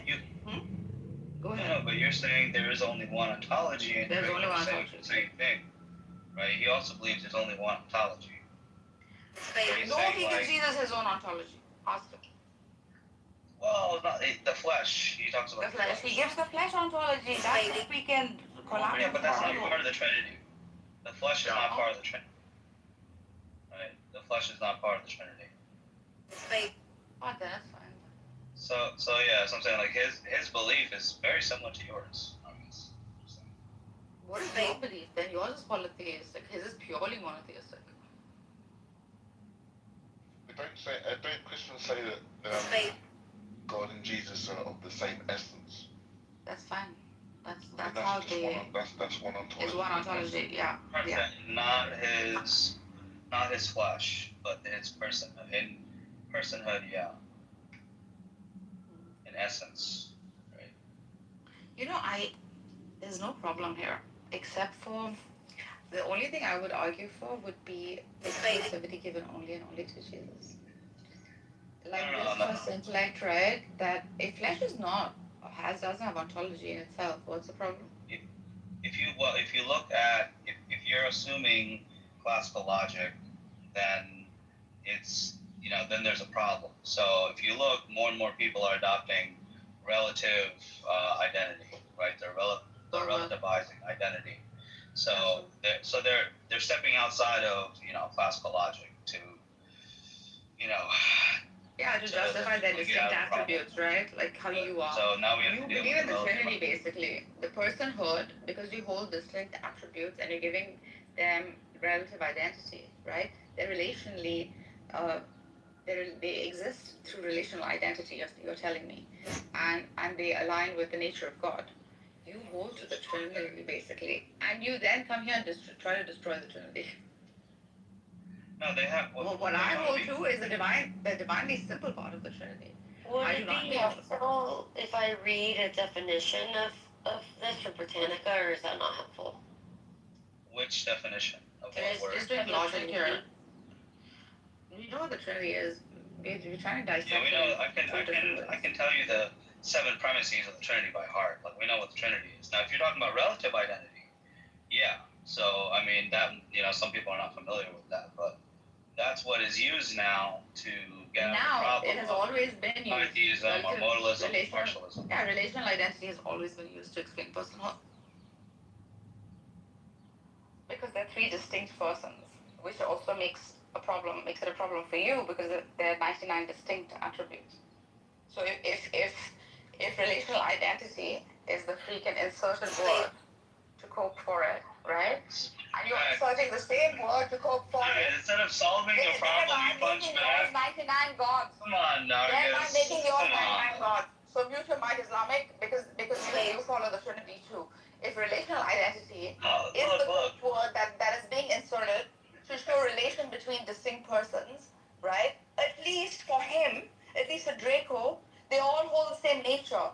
This is how he gets away with monotheism. At least he's a divine simplest. Because eventually he goes back to one nature, he goes back to one ontology. You, on the other hand, with 99 distinct attributes, right, making them relationally identical, and not the very nature of God, at least he makes it, he gets away with monotheism because he gives the divine natures equal status. You, on the other hand, do not make it identical to the very essence of God. I'm sorry, you believe in 99 different gods. Okay, anyway, so enough of that gibberish. So basically, instead of, kind of admit that, look, yes, what she believes is... You believe in the Trinity. I believe in the divine simplicity of the Trinity. Yeah, I got you. So what I'm saying is, unfortunately, if you just do a basic research and see that attributes are not considered parts, right? Her best shot is partialism. She can't say that each attribute is also another God because you don't believe that attributes are another me, right? My attribute of strength is not another me. This is completely ridiculous. She's forcing that upon us because that's the only way her argument works, even though that's not what we hold to, even though she can't show that there's an entailment from that, from what we believe. So instead of dealing with your own problems, Nargis, you're trying to point out a problem of God having multiple distinct attributes. Well, the problem is that if he doesn't have multiple distinct attributes, well, if he has the attribute of mercy and he has the attribute of greatness, right? Well, these 2 attributes are not identical. And if God is identical to his attributes, then you have more than one God. So it's actually you who believe in multiple gods, Nargis, because you believe that these attributes are really distinct. The attributes are identical and are equated to the very nature of God. There's always been one divine nature. For you, these distinct persons, aka distinct attributes that you've inserted your neoclassical relational identity, copied Christianity, you piece of shit, that you freaking managed to copy your relational identity and then attribute it down. Where's Daniel in the back? The problem, Daniel will massacre you with the 99 gods. He'll massacre you. And that's fine. For the time being, he's the only one who's massacred is you because he agreed with me the other day. So that's what I was asking for. But anyway. He's trolling you. Look it up. The only ideal freaking model for pure monotheism, aka Tawheed, is absolute divine simplicity. The Christians solve it with divine nature. You, on the other hand, do not equate the attributes to the very nature of God. At all times, Jesus' nature is aligned with the nature of Father, and at no time is it separate. This is how they obtain ism. You, on the other hand, cannot obtain that monotheism. Okay. Is mercy identical to wrath? Nargis? Can you answer me that question? Yes, you lose it by virtue of them being perfect, not by definition. It's one of the universals, not particulars, you idiot. There is by virtue of them being perfect, God is perfect. So there is compassion. God has perfect justice. Now By virtue of perfect ontological perfection, Okay, I identical. clarify all of that. I grant all of that. Clarify that question. She said there is a real distinction between the attribute of mercy and the attribute of wrath. I said there's no distinction between the attributes. If there was no distinction, it would be the same word. Ontologically perfect. That's not a fair But question. their meaning is not identical, right? Their meanings don't matter. You can put a million attributes. Any attribute you put is necessarily perfect. That's a question that is not iterative. What are you bringing in this perfect language? Don't make them distinct. Look. Stop That bringing in means this don't make them machinery. distinct. No matter what the attribute is, it will always be perfect because God is ontologically perfect. Bro, you haven't. Okay. Like, who My goodness. It's perfect. Oh, it gets me out of all the problems. That was a really poorly worded question. I don't think I that's fair. I got you, man. No, you don't, because if we're gonna ask questions, Let me ask it better. Thank you. Yeah, ask it better. Okay, but it seems she understood, right? She did understand. That's why she answered it. So, We have to all be on the same page when we're having a conversation, and you have to be clear when you're asking a question. That's all. Well, you can ask me to reword it. That's It doesn't matter what I believe, what you believe, what anyone believes. You have to be clear, right? And I heard it wasn't clear, so I'm calling it out. Okay. Is the meaning of the attribute of mercy, is it identical to the attribute of wrath? So are they identical? The answer is obviously no, right? Mercy is not identical. That's why it's a dumb question. So hold on one second. But she believes that God is identical to his attributes. Okay? So the problem is going to be that if she admits there's a distinction, then she has to admit a distinction within God. But who said that came from God? She did. I don't think we're listening. I don't think.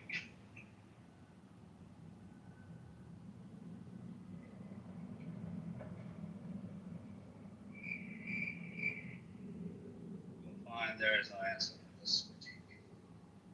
I think that the debate of linguistics and word and verbiage is very different from what we're speaking about, and it can be very, very easy to get confused quickly. And that's okay, that's how language works. But they're very different things. And I'll end there.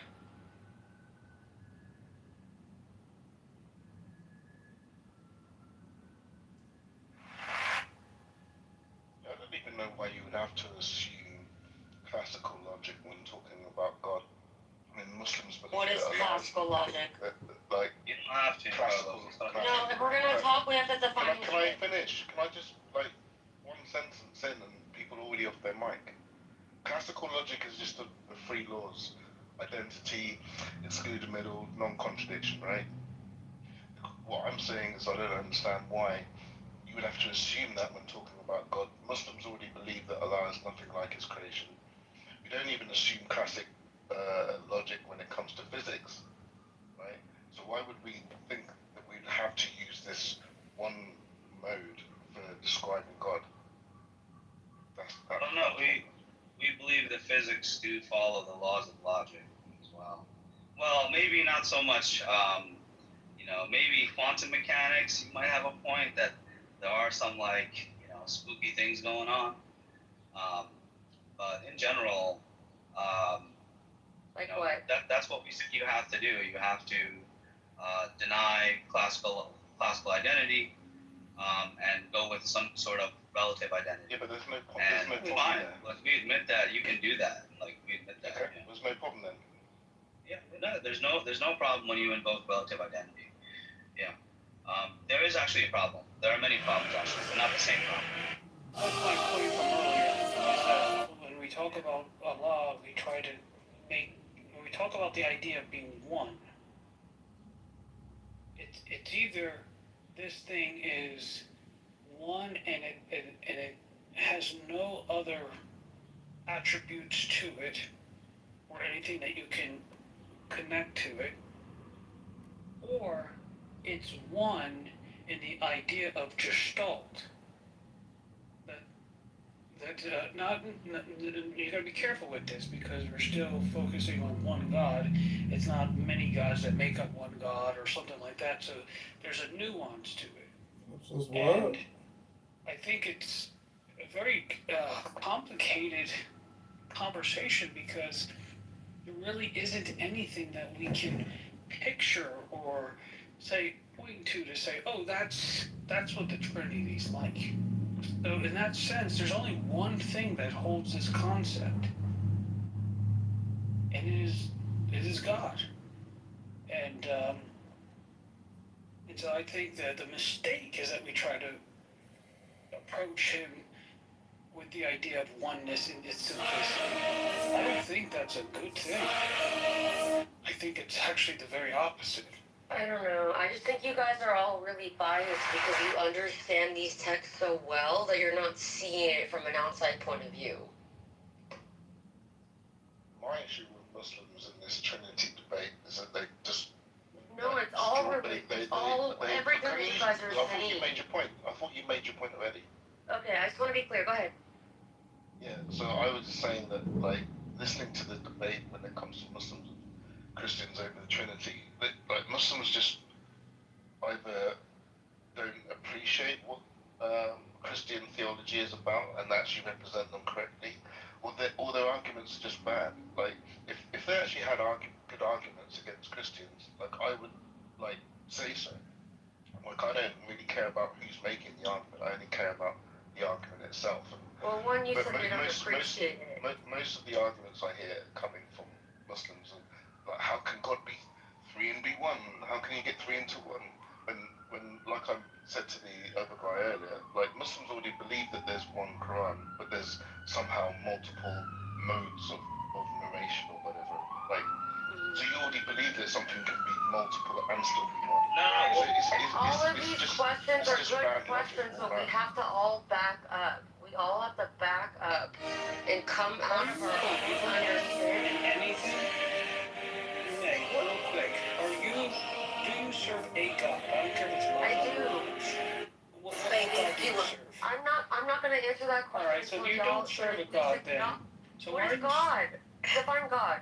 Exactly, you just answered my question twice now. Answer my question. Define God. I don't need to. You're interjecting an unbelief into people who believe. I'm not. What I'm questioning is texts that I'm questioning the texts that we believe these things from. Go read the text. Honey, I have read some of these texts. What I'm understanding. Hey, Plum Drop. Oh my God, you're not listening to me. Please, just give me a second. Right? So what is God? Tell me.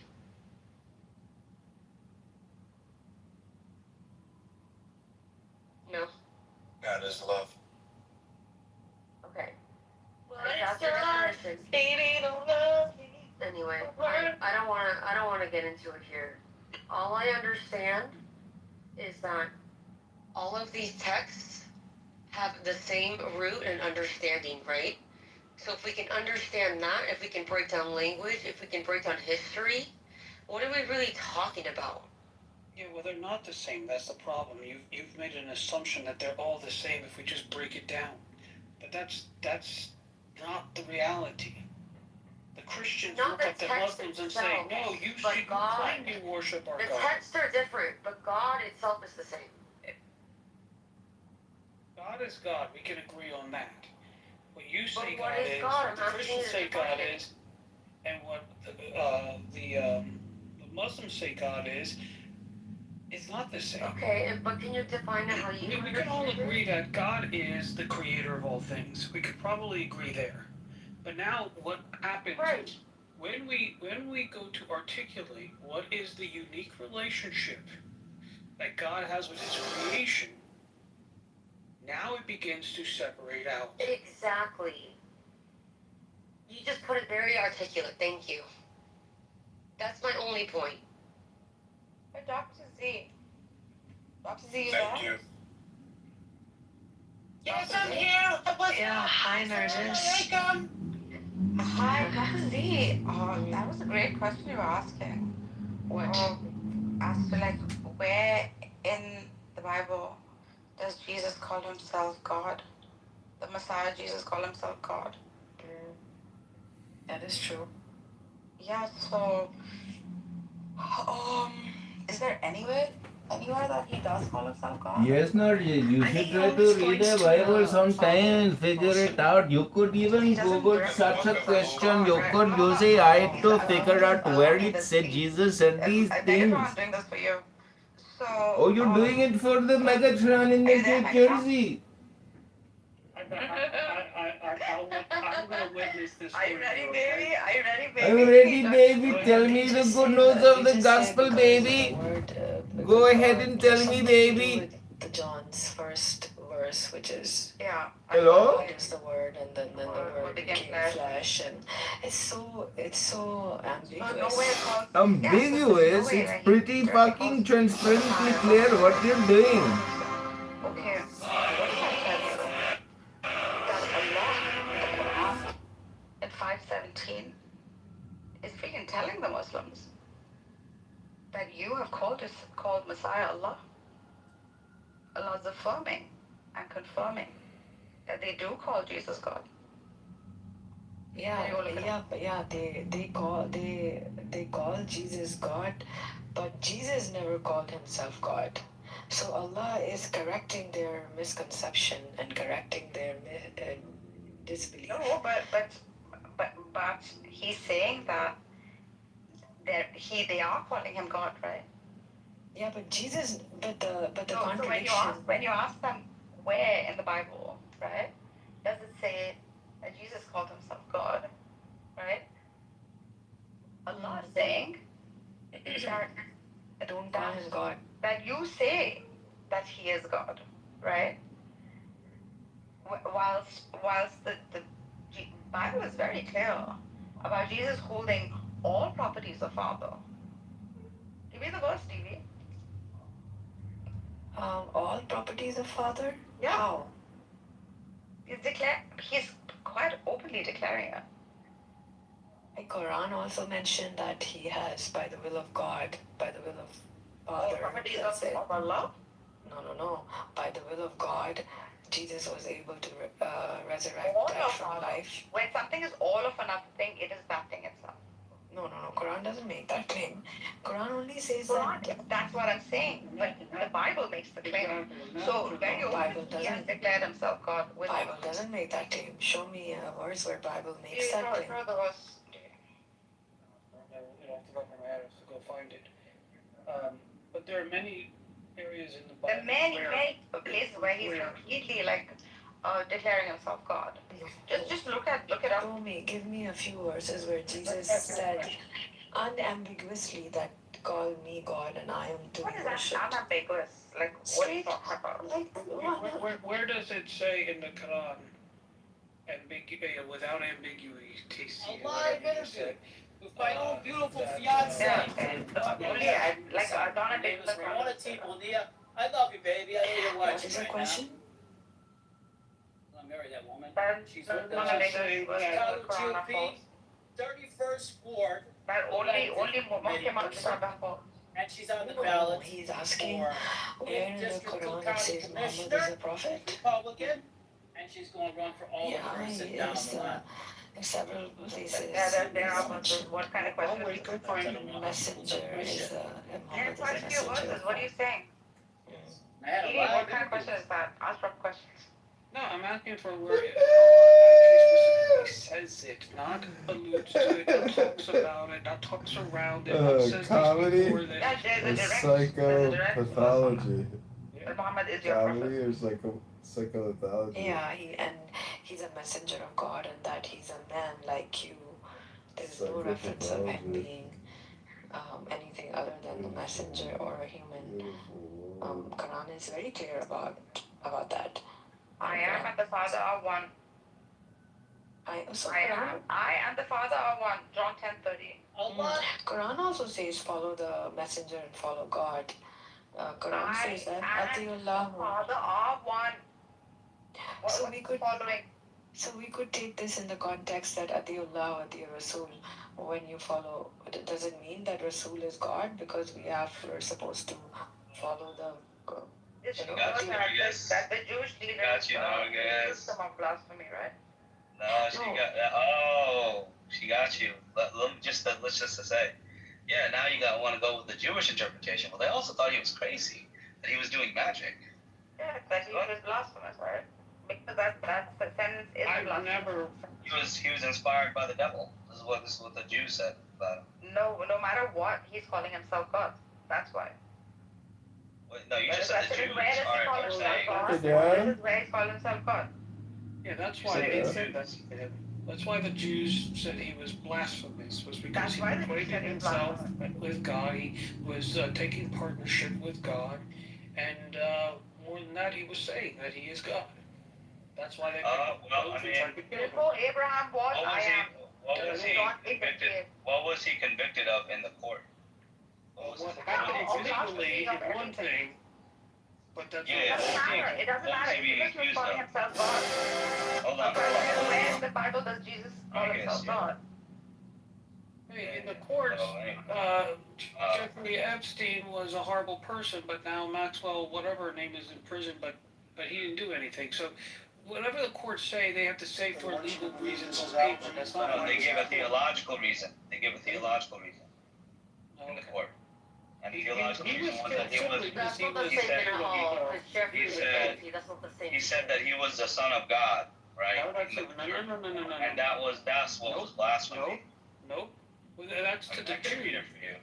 But to the Romans, hold on, to the Romans, they killed him because he claimed that he was a king. Okay. But he was accused of being, right? He was accused of blasphemy because he claimed to be the son of God. Right? It's not because he claimed to be God. But I am the Father of one. To be the Messiah. I am the Father of one. 1 second. I am the Father of one. Yeah, he could claim that, but the Romans would not kill him for saying that he was claiming that he was God. The Jews accused him of blasphemy. The Jews are the one who accused him of blasphemy. Yes, and the blasphemy was that he was claiming to be the Messiah, the Son of God. No. He was claiming to be God. Visiting Chicago, I am a little biased. The story of the Jewish blasphemy starts. No, where does it say that he was tried for claiming to be God? No, where? Show me anywhere where it says he was tried for claiming to be God. Because there are ideas in the Jewish faith that only God. Where the Jewish leaders accused him of blasphemy, stating that he, a man, was making himself out to be God. Jesus did not deny it, but he defended his claim. That was not at the court. John 10:30. That's not what he had to defend himself against in the court. He had to defend himself against being the Messiah, the Son of God. He did not have to defend himself. Nobody accused him of claiming to be God in the court.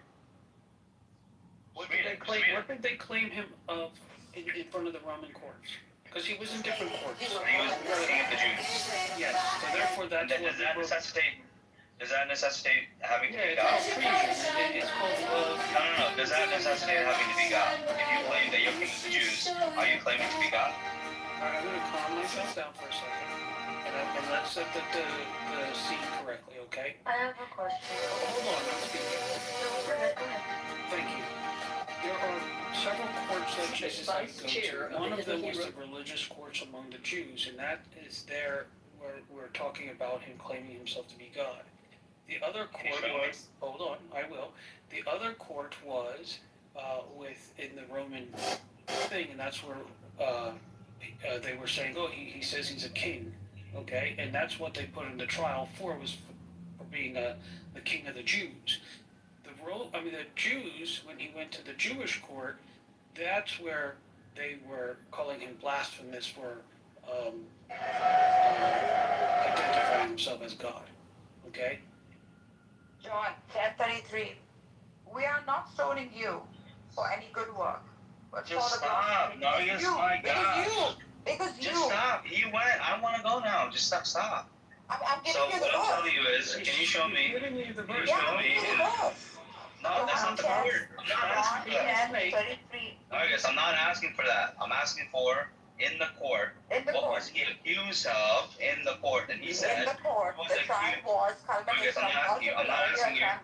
I'm not asking you. You have to understand. If you, well, I'll tell you right now. When he was before Caiaphas, No, can you give me the verse? No, I cannot. Why can't I even get a question out? Why can't I even get a question out? You interrupted Marcus, though. No, she interrupted me. No, you asked a question. I was going to answer it. She answered it for me, and I was letting her go. And then No, she didn't. I asked in the court. I'm asking in the court. In the court. Yeah, what was he accused of in the court? Yeah. In the trial was the culmination of multiple earlier attempts to arrest or stone Jesus for the same thing. John 10:38. The crowd tries to stone him, explicitly stating, "We are not stoning you for any good work, but for blasphemy, because you, a mere man, claim to be God." Yes, bro. No. It's a trial that's not that in had the court. multiple earlier attempts, right? There were multiple courts. There was a political court. So you're saying when the Jews said that you being a man, are claiming to be God, when he asked, for what good works do you stone me? You're saying this happened in court. The Jewish court, yes. Yes or no? Oh, really? Yes, okay, yes. Say.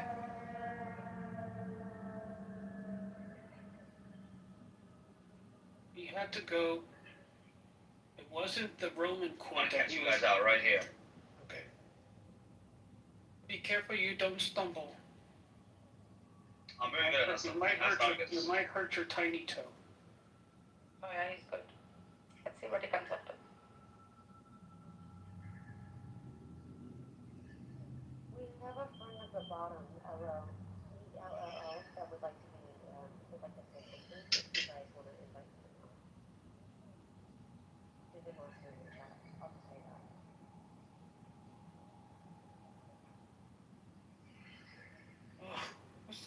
All right, so here's the answer. You guys ready?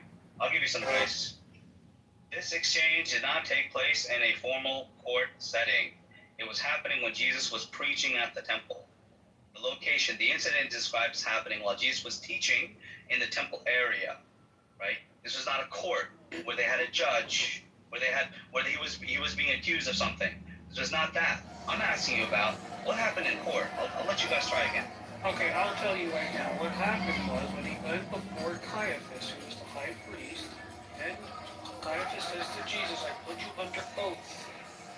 Okay, so we already established it's not a legal court, which is what happened with the Romans, but it was within the temple. Why are you cutting me off, bro?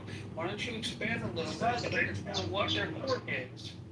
Okay, so they brought Jesus before the Jews, the religious leaders, and Caiaphas, who was the head of the religious leaders, said to Jesus, "I put you under oath." What that means is, by Jewish law, if one says to you, "I put you under oath," you must speak the truth. Fantastic. I agree. Okay. Fantastic. So I'm asking about what you say legal, quote unquote legal court. What was he accused of there? He already went there. That he was the king. That he was on trial for being the king of the Jews, and that's what they killed him for. That's what the Romans killed him for. Well, you know, when he said that he is the son of the living God, they said, "Do we need to hear any more?" That they directly accuse him for committing blasphemy by claiming to be the son of God. The Romans will not say, "Oh, you're committing blasphemy." They can say you're committing treason, that you're rebelling and you're causing some issue against Caesar. Yeah, he rebelled against Caesar.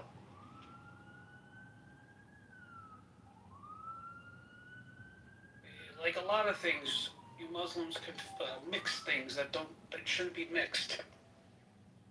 The Jewish leaders within the religious court, it was blasphemy, and he's right, for the son of God, right? Well, it wasn't son of God, it was a son of man, but the son of man that sits on the right hand, exactly. All Father, and descends from the clouds, right? Yep. This would be in the religious court, right? Exactly. And in the political court, looks like they wanted to execute him for holding a high status, the king, above Caesar, right? Yep. And that would be the Romans. But the Jews prior to that have already freaking, they had no rights to freaking courtship. So in the Sanhedrin, right, it looks like it was a religious trial. But when it went all the way to the political court, the one that the the Romans used was the king bigger than Caesar. However, you're right, Islamic. In the court, he's not saying, I am God, right? You're right. In the court, that's not his. But it is not to say that he has not said it in so many words. I'm saying that in the court, they can make that freaking argument. They were putting him on trial for blasphemy, literally blasphemy, and his blasphemous statement was that he was the Son of God, the Messiah. That was his blasphemous statement that they accused him of. Yeah. That's why they were like, do we need to hear any more? Like, he just claimed to be the Son of God. Do we need to hear any more than that? No, that's it. That was enough. He didn't have to claim to be God. Two things. He's not claiming, however, it's not to say that he didn't prior to. Believe me, everybody is the Son of God. 1 second. These accusations were sort of building up, looks like, from prior. So this trial was like a culmination of like multiple earlier attempts, right? So I mean they still have it in their scripture, right? Like John 10:33 freaking and 5:18. I mean, he's clearly saying that where these guys are telling him right after like freaking being ordered for being stoned, where they're saying that we're not stoning you only for we're not stoning you for your good work, but for the blasphemy because you are just a mere man and you claim to be God.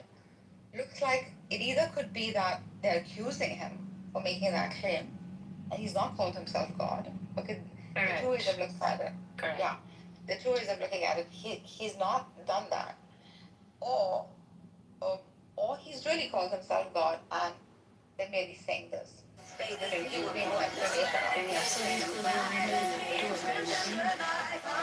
made a calculated decision, which was, what if he actually, what if he's actually, what if he is the Messiah? So what they did was to not kill him directly, because they didn't have the authority to do that under Roman law. They then said, oh, he's claiming to be the king of Israel, and that put him under Roman law, and that's what they killed. That's what the Romans killed Jesus for. So it is a culmination of things that goes through the system. It's not one trial that he had here. But does it look like he directly ever referenced himself as God? Correct. So if they accused him, it doesn't necessarily mean that that's the message he intended. An accusation. Yeah. It was an accusation. Yeah. So, but he seems to be saying that I am the Son of Man. I sit in the right side of God. Even the one Dr. Z said is actually very good. I am one with Father, one in spirit. It's like you're saying when I'm one with God, when I'm praying, I feel my spirit. Or one with the mission of God also, right? Which was the mission of Muhammad alayhi salatu wasalam. One with Father gave the message of God. I'm not saying mission at all. It's not even close. It is so not even close to the same mission. All messengers came with one message, which is to worship God. That's a common denominator with all the messengers.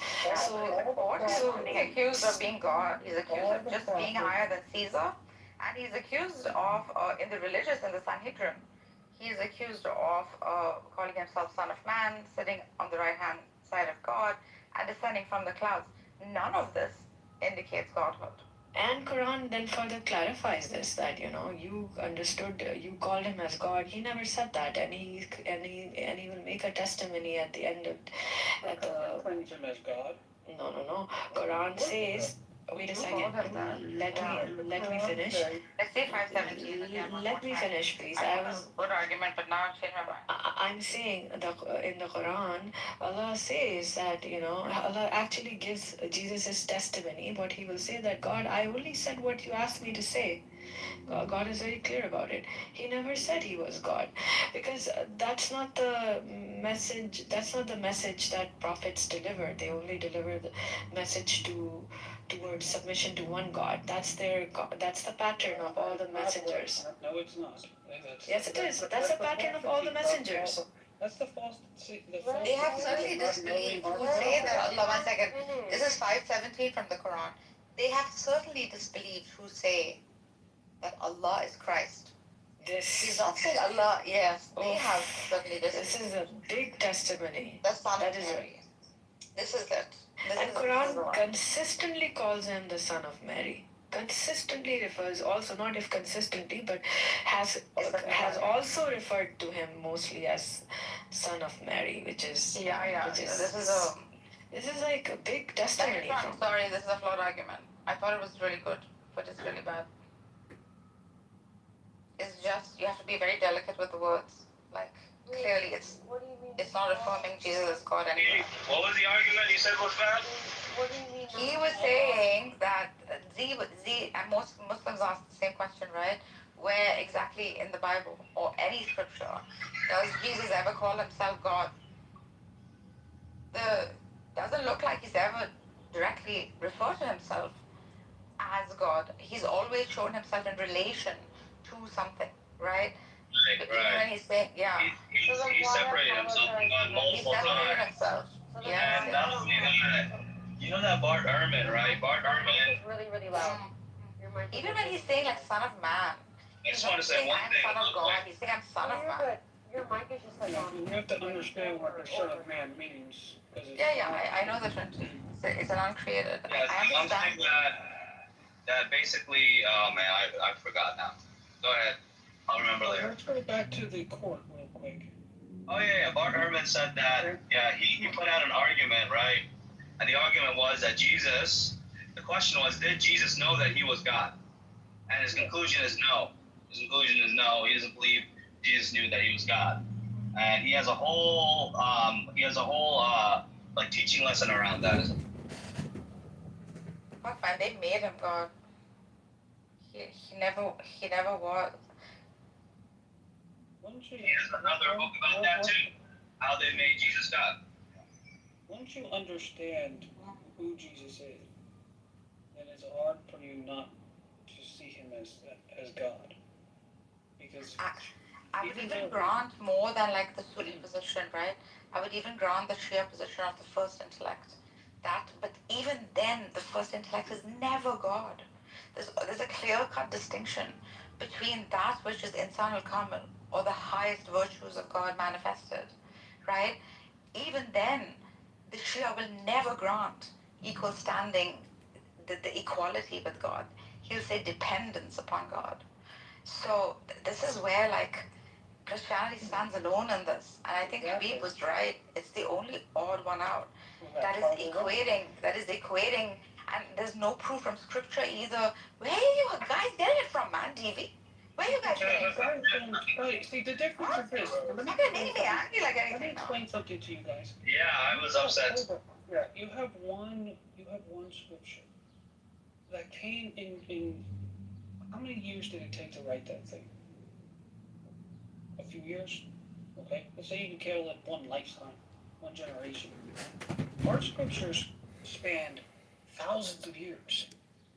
And there are many parts of it that speak to what is to come. A lot. And that is what you guys, you don't get. Is that you say, oh, the prophets came to say, oh, worship one God. No, they did not. Sometimes they did. But all of them pointed to the Messiah that was to come. Now, Muhammad points to the Messiah that did come. Okay? So everybody points back to the Messiah. And that's why we stand out from the rest.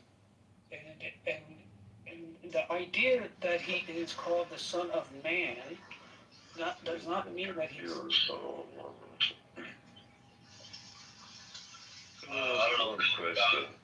Can I ask one question?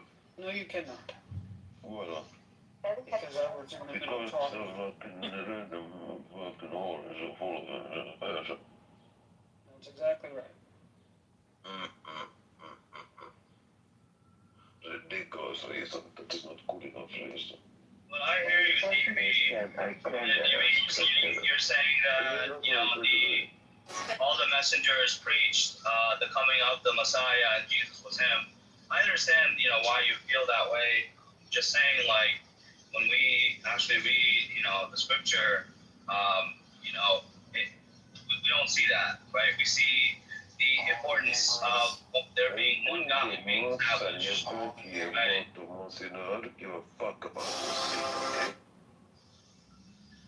I think it's wrong. Can you put him down here, ready? DV, what's going on? Why is it still? Anyway.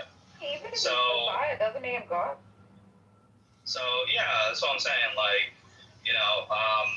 and yeah, the previous prophets, they did, they had an importance of worshiping one God. Like, this was, God routinely, goes after the polytheists and the pagans and the idol worshippers. All throughout scriptures, he goes after them and how wrong they are, So it is important to establish one God. We believe Jesus did establish that, or he continued on the message, right? He was there to get the Israel to follow the law again. They were deviating from the law. So his mission was to... That's where it's not what he did. He came to fulfill That's the what he law. said. He said, That's what he fulfill the law. Yeah, he said that he's here fulfill for the lost sheep of the house of Israel, right? Meaning, So like... what? A human could be sent to fulfill the law. Like, why does this have to be God? Because a human can't fulfill the law. That's what the Bible tells us. That's how they get. He what does with the law, please? Hello? Oh, that's how they What get are you it. talking Oh, about human now? can fulfill the law. If I tell Hope you are enjoying the show. It That's is not so a very secret. interesting. Islamic. No, say that again. I didn't understand that point. Hello? Let me Google that for you. Only God could fulfill the law, right? By on a cross. How is the law fulfilled by God's demise? But how is the law fulfilled by God's The demise? story is the script. Just see the words he uses. You see, only God can fulfill the law. Therefore, only God could do it. Okay, how is the law fulfilled by God's demise is the question. Like, what is the It's not about correlation? script. The script could be anything. It is that only God can fulfill the law. So is this necessary, therefore, that God come down? Like, as human to fulfill the law? Because has God never achieved anything through, has God never achieved anything through a human? Can God achieve something through a human? This would be like another question. A human that is infallible, sinless, for example. Adam is the representative of God. Does that mean I have to worship Adam as God? I'm saying, like, No, that isn't just under the condition that if what you asked is also directly proportional to this question too, Energist. The same ideology. Guys, if God can be the only one who can fulfill the law, if God is the only one who can fulfill the law, why didn't Jesus come? Why isn't it that the first thing that happened was that Jesus died on a cross for everyone's sin? That should have been the first thing that happened, because now everybody has a chance to be forgiven. But what you're saying is, in order to be forgiven, the people in the past, before Jesus' arrival, they weren't really forgiven, right? Because God has to fulfill it. That's a good point. That's a good The argument is, does God have to come down to fulfill the law as a human, or can God send an agent to himself? Right? This is how you have to That's see it. the assumption that God works on a fixed time. And the book of Revelation really speaks about Jesus being slain from the foundation of the world. So for you to say that, well, it should have happened in the beginning, now all these people before are not going to be forgiven is just contrary to the biblical text. That's right. So I know it's contrary to the text. That's why I'm bringing it up. God knowing he would make man. Obviously, no human can fulfill the law. So therefore, like, even if a human is sent, If they fulfill it good enough. that's what they mean by only God. Okay, so let me ask you this, Stevie. So maybe someone can't, follow the law perfectly, but could they follow the law enough to where they can get into heaven? No. Okay, so then that means that all the people that died before Jesus' sacrifice, you're saying that they were not forgiven? Well, No. He just hold on. Yeah, I don't agree with that. Hold on. We just told you that Our scriptures teach us that Christ was slain at the foundations of the earth. So before humans were made, grace and redemption was already provided before they fell. Christ was slain before the earth, before the existence of the earth. So Jesus was crucified before the creation of the earth? No, that's when the plan came. Means, in gospel, Islamic's just gonna play stupid and act like he doesn't I'm not gonna play stupid. I am trying to smile. Why you gaslighting? The plan was always in the mind of God. Smiling. And so if God already had a solution, if God already had a solution from the beginning, then it doesn't matter at what point in time he's so people can. So those people in the past. He's a God that is not restricted by time. So I don't know if it's just me, but you're breaking up. I think you're breaking up. Well, he shouldn't. Yeah. Look, I'm just asking. Okay, one second. So, okay, that's fine. So you're saying that since God knows the future, that all of them were forgiven. Okay, so then what you're saying is people were forgiven, right, without having believed in the sacrifice of Jesus. Because people of the past, they didn't know about the sacrifice of Jesus, right? Not only that.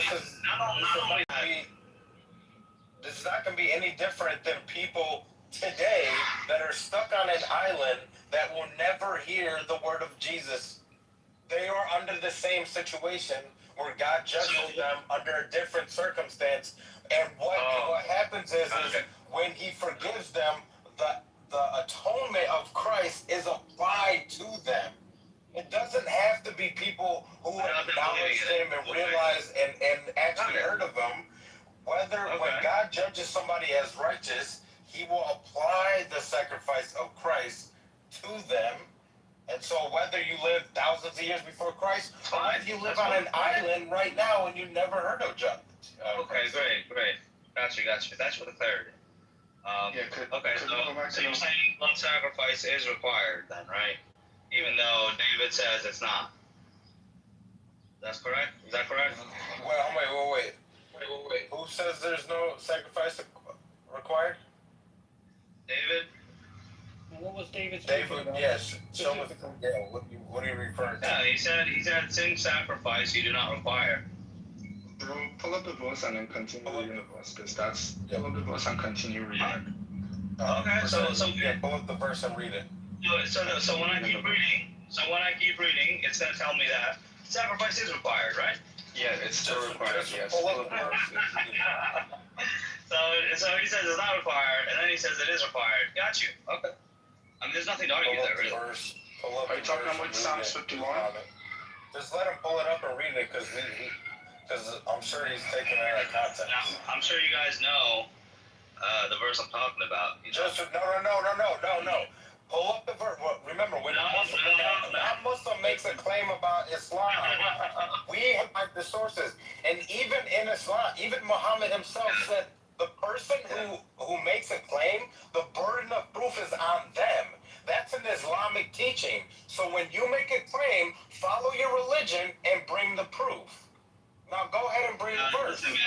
Listen, man, you don't need to tell me how to practice my religion. Okay, then why aren't you doing it then? If I don't even tell you, why aren't you doing it? Because I'm driving. Okay, then, so don't make a claim you can't back up at the moment. And it's raining a lot. I'm talking to him as an atheist. Why you? Because now this whole cope of like putting Islam under the thing is going to happen. This is why Islamic, I declare myself an atheist before making any freaking arguments. Because Stop it. I'm talking to Smiler. I don't care about that. Look. I'm talking to Smiler. All right. I'm trying to figure out, what his understanding is when David says to God, sin sacrifice, you have not required, nor do you desire it. Right? Bring up the verse. This is a foreshadowing of there being no sacrifices required anymore for sin. This is a foreshadowing of it.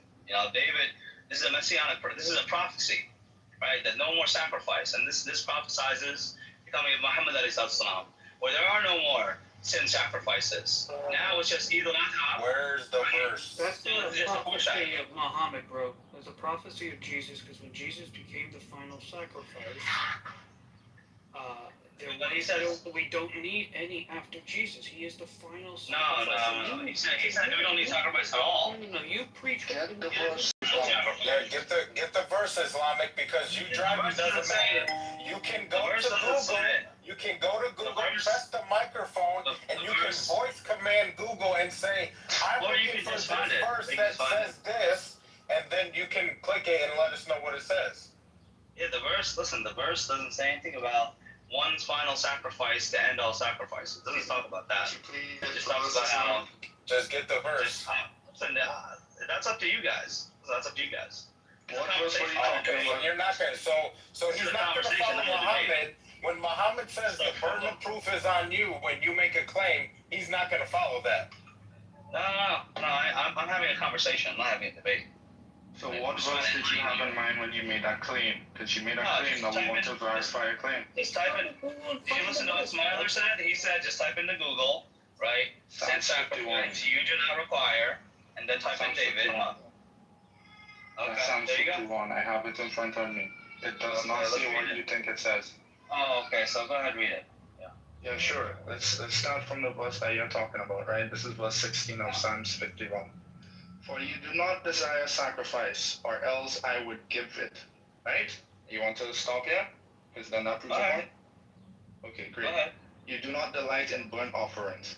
The sacrifice of God are a broken spirit, a broken and a contrite heart. These, O God, you do not despise. Now let's keep reading. Do good in your good pleasure to Zion. Build the walls of Jerusalem. Then you shall be pleased with the sacrifices of righteousness, with burnt offerings and the whole burnt offerings. Then ye shall offer bulls on your altar. Yeah. Great. Where is sacrifice being abolished? Where does God not require sacrifice? It's a foreshadowing. It's a foreshadowing of there not being any sacrifices. It's not a foreshadowing of one last sacrifice to end all sacrifices. Well, that makes no sense. If they're sacrificing, and then you're saying that the day will come where there are no more sacrifices, there has to be a last sacrifice. No, there doesn't. There doesn't have to be in the sense where one sacrifice to end all sacrifices. Not in that sense. Yeah, maybe there'll be one day left. Well, they're practicing the routine sacrifice that they've been doing, then that'll stop. But it's not how you mention it.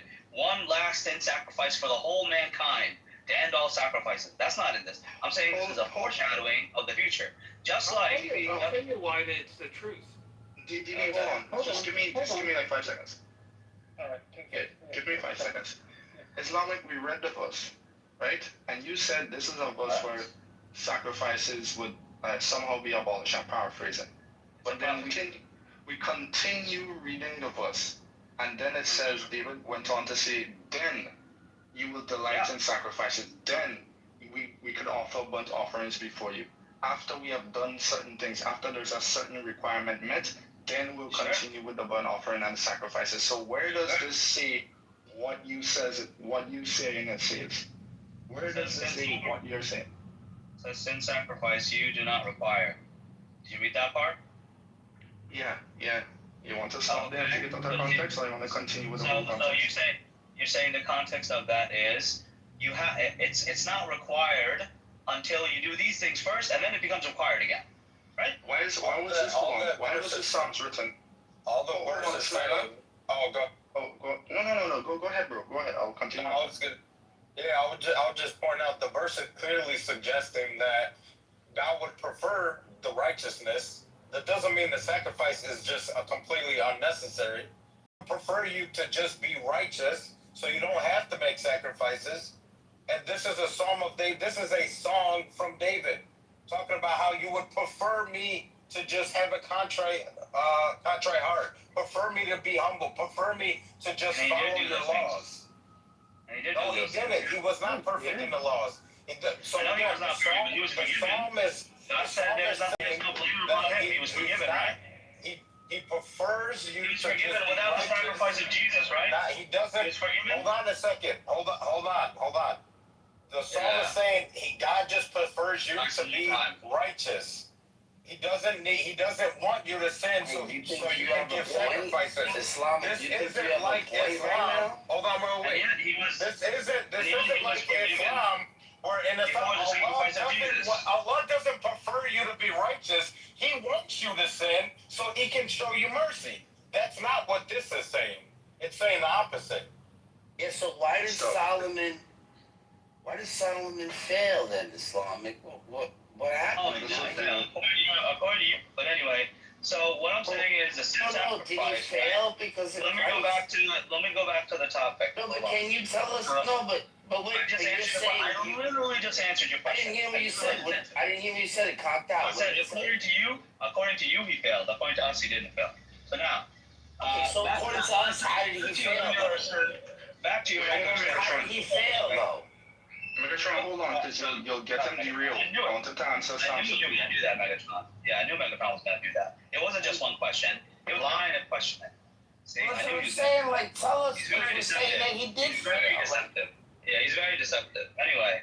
Megatron, hold on, bro. Yeah, go So now we're talking about David and Psalms. You're contextualizing it, and I answered a clear question, and I would prefer if you give me a yes or a no.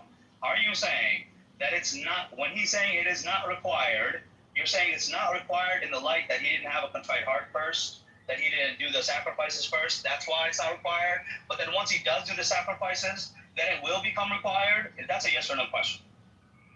No, that's not what I'm saying, right? Okay. So what does it mean when he says? Can I answer? Wait. Ella, let me just read a different translation just to add, because whatever translation he's reading is saying is not required. How many people am I talking to? Translation says, you guys can't handle it. That's why I just want to talk to the Islamic, be quiet. I'm not talking to you. I'm contributing another translation. So hold on. Yeah, you're not filing now. Another translation says, you do not delight in sacrifice, or I would bring it. You do not take pleasure in burnt offerings. And then it says, sin sacrifice, you do not require. Yeah. Anyway, thanks, Smiley.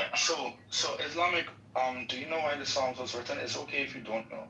Do you know why the Psalms was written? It was written so that David can deliver the message to the people, for this revelation from God. No. Why was this specific psalm written? Why did David write this specific one? Okay, it's okay. It's like no your position or anything. So David wrote this after he sinned with Bathsheba, right? You read the context, it will tell you. This is like a lamentation, right? Great. So this is like a lamentation for the adultery that he committed, right? And now he's saying that the offerings, what you're pleased with God, this is verse 16 in context, right?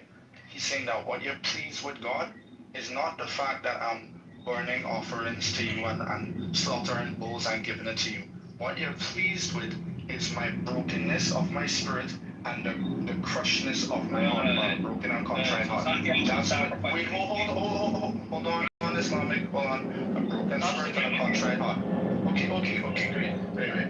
Well, thanks for the agreement, bro. Right? So that's where we get that context from. And then David says, after you have a broken spirit, after I have a broken spirit, after I have a contrite heart, that's when you're going to delight in my sacrifices. That is a parallel to what happened with Cain and Abel. Cain offered sacrifices. Where does it say that? That's when you will delight in sacrifices. Where does it say that? Yeah, sure. In literally verse 19. Then you shall be pleased with the sacrifices of righteousness. See? With burnt offerings and with whole burnt offerings, then they shall offer bulls on your altar. See? After you have a broken spirit and a contrite heart. I got you. So it's not initially required, but then once you have a good heart and then you do the sacrifices, then the sacrifice is required. No, Islamic. Hold on, bro. It is required for forgiveness. Yo. Agree with him. Here we go. Just agree, bro. He knows what he's talking about, Elo. Why argue with him? Hold on, Megatron. No, why do you have to be right? Let him be right, bro. Let him be right, bro. No, I'm serious. Let him be right, man. Be quiet. Megatron. Why can't you just let him be right, bro? Islam. I don't give a fuck if it pissed off me. Hello, just let him fucking win. Because he He knows. He's gonna crash out. He's gonna crash out. No, he knows what he's talking about, bro. Who's Why recording you this, gotta yo? correct the nigga? Like, let him think this. What the Listen to hell what is he's wrong saying. with you? Bro, listen What to the what hell he's is wrong saying, with this bro. guy, yo? What is wrong with this guy? Yo, Islamic. Under No your view, self-control, man. explain what the fuck you're saying, bro. Megatron, hold on. You Explain don't to have to us. say all of that. Explain to us what you're saying about the sacrifice. Keep the spit in your mouth. No, I'll tell you. no. Islamic, please. Yeah. Please I'm gonna explain tell to you. us why you're I'm gonna tell you. correct. I'm gonna tell you. Yeah, Just keep the spit in your mouth. Yeah. Go ahead, Islamic. Sorry about that, bro. Sorry about that. So You didn't I'm resolve saying that. that. I'm saying that it's not. I'm saying that when he says that you do not require sin sacrifice, you do not require. What is the context in which he's saying it is not required? It's not required, like he's usually, like you No, said, like you it's said. not saying before. Megatron, hold on, Megatron. Megatron, keep asking me a question. I'm not asking you, Megatron. I'm not asking you, Megatron.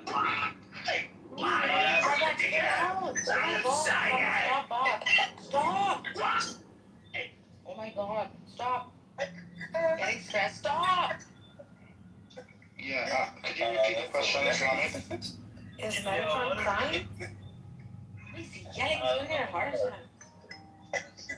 Yeah. So anyway, what I'm saying is that at one point, Would Jack he says, when he says sin sacrifice you do not require, what is the context in which sin sacrifice is not required? No, it's not saying required. It's saying please with meaning that that's not the thing that. Yeah, that's not the thing that you're looking for. What you're looking for, or what pleases you, God, is a broken spirit and a contrite heart. You're not pleased with my sacrifices until I have a broken. Wait, hold on, Islamic, because you're saying something different than what I'm saying. So I want you to listen to my point, or respond to it in full. So he's saying, David is saying, you're not pleased with the sacrifices if my heart condition, if my heart posture isn't right. If I get my heart posture right, then you will be pleased with my sacrifices. Do you understand the position now? Yeah, I've understood the position from the beginning. I'm just getting you to understand it. Because that's what I've been saying, right? Psalms 40, verse 6, he says, burnt offerings and sin offerings you did not require. Right? Psalms 40, verse 6, you did not require. So what is the context in which he does it, or what is the context in which burnt offerings and sin offerings God did not require? What is the context? I'm sorry, Psalms 40 verse 6? Yes. Let me turn to that real quick because I don't understand what you're asking me right now. The sacrifice offering you did not desire, but my ears you have opened. Burnt offerings and sin offerings you did not require. He is saying, imagine if you have a kid. Hold on. Imagine. Okay, go ahead, Libby. Hold on. Imagine if you have a kid, and the kid keeps misbehaving, and every time the kid misbehaves, he runs back and says, "Oh, I'm sorry, Daddy. I'll clean my bedroom." At some point, the kid may do some very egregious, like David did here, where you're like, whoa, little Johnny, cleaning your room ain't gonna cut it, bro. Saying sorry ain't gonna cut it. You just ran over the neighbor's dog. Like, this, doing this little sacrifice and going through these, going through these little routines and stuff ain't gonna cut it. It's not answering my question, bro. Yeah, I did not understand that analogy. So let me answer it from the book, brother. So yeah, I'm going to. What is it? Can you repeat my question back to me, so I know when I don't get off the track. Yeah, burns and sin offerings you do not require. So it's saying that why is it no longer required? Why is sacrifice and sin offering no? No, that's not my question. My question is, what is the context in which sin sacrifice and burnt offerings are not required by God? Oh, okay, cool, no problem. So it's sin offering and burnt offerings. It's for the forgiveness of sin. God doesn't require them when your heart position is not right. This is by the context of this particular scripture that you brought up. Sacrifices and offerings you do not desire. My ears you have opened. Burnt offering and sin offering you not required. God opened his ears, not because of the sacrifices that he did. God opened his ears because, I guess, of God's sovereignty. So, yeah, that's it, brother. Make sure to point. So Yeah, sure. Well, that didn't quite answer, because look, if you're saying that it's only required after the person has a good heart, then it's been required the whole time, right? It's just that to get to God's forgiveness, it is required to get to God's forgiveness, right? Because first you have to have a good heart. First you have to have a good heart, and then the sin sacrifices are required, because he went on to do that. You agree with me so far, right? Hello? Right. Yeah. Hold on. So when you say the context... Wait, Islamic, hold on. Before I fully agree with you, why is a sin offering necessary? Why are we supposed to sacrifice? That's not. No, Islamic, that was never my position. Why is sin offering I know necessary? that's not. But I'm giving you error. Right? So that's Can you answer my question directly now, please? Sin offering necessary. Why is sin offering necessary? Is that what you're saying? Yes. Or why is sacrifice necessary? My position is that not. You have to prove that it is. What from my dilemma, right? Why is sin offering necessary from what my book says, my Bible? Sin offering is necessary. It depends. There are multiple.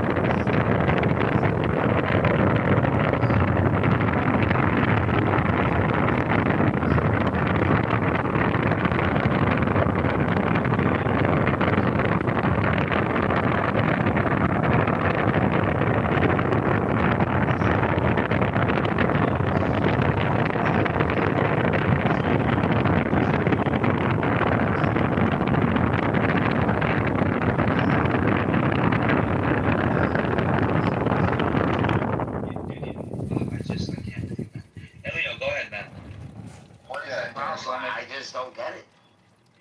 Hold on, Megatron. Yeah, Islamic. So I think the problem you have is that you're saying that this can't be applied, Isaiah 53 can't be applied to Jesus because nowhere is it foreshadowing a coming Messiah, right? Or a Messiah. Nowhere does it say that a Messiah is going to be a man God, that a man God is coming down to be sacrificed for your sins as a sin sacrifice. This is nowhere in the Old Testament. Does it say that God is going to come down to be the sacrifice for sin at all? Or God is going to come down? It's going to be an agent of God, as they always are. Always are. God sends agents to do what he tells them to do. Wait, who says the Messiah is not again? Hold on, Megatron. Let's go through this. Because this is a really good point. So God sends agents to do what God wants to do. Okay? So God doesn't send himself. Is that what you're saying? Yeah, God himself, right? Even what's his name? Not Justin Martyr, but there's other guy, other church father who said that even the people of smallest of intelligence would not say that the Father came down and was visible on a little place on earth. He says even the most stupidest people wouldn't say that, right? That God himself, the God, the Father, would come down and do. Okay, no problem at all. So let's go to Isaiah 48. I really want you to give me who this is, right? Who this person that's speaking here is. I just have to show you it's not a man God, right? I just have to show you that it's not a man God. Islamic, it doesn't matter. So go to verse 12 right now, right? And read from verse 12 up to verse 17, and then tell me who the speaker is. I believe it's about Hezekiah. So the Isaiah 53 most closely matches Hezekiah, the one where it says Isaiah 48. No, we're on Isaiah 48 right now. 48. What does 48 say? From verse 12 to verse 17. Could you give that a read and then tell me who the speaker is, please? I don't know. Go ahead. If you don't mind, I'm listening. If you want to read it, I'll listen. He's gotta read from verse 1, bro. He's gotta read from verse 1 to 12 to understand. That is true. But 12 to 17 emphasizes my point. From 12 to 17. No, I think he would. He's a Muslim, bro. What do you expect, man? Come on, man. No, go ahead. I'm listening, Elio. Go ahead. Don't worry about Bart, okay? Don't worry about it. Just go ahead. I don't want him to lose the plot, Megatron. So I just want to start from 12. But if he doesn't get it, we'll go back to 1. We'll go back to the ABCs, fundamentals, right? So let's go from verse 12. Listen to me, O Jacob, and Israel my called. I am he. I am the first, I am also the last. So this is verse 12. Who is speaking there, Islamic? It's a prophet of God is speaking there. Is that Isaiah? Okay, let's read it again. Listen to me. Listen to me. Just clock in Islamic. Just clock in a little bit. Right? Track a little bit. Listen to me, O Jacob, and Israel my called. I am he.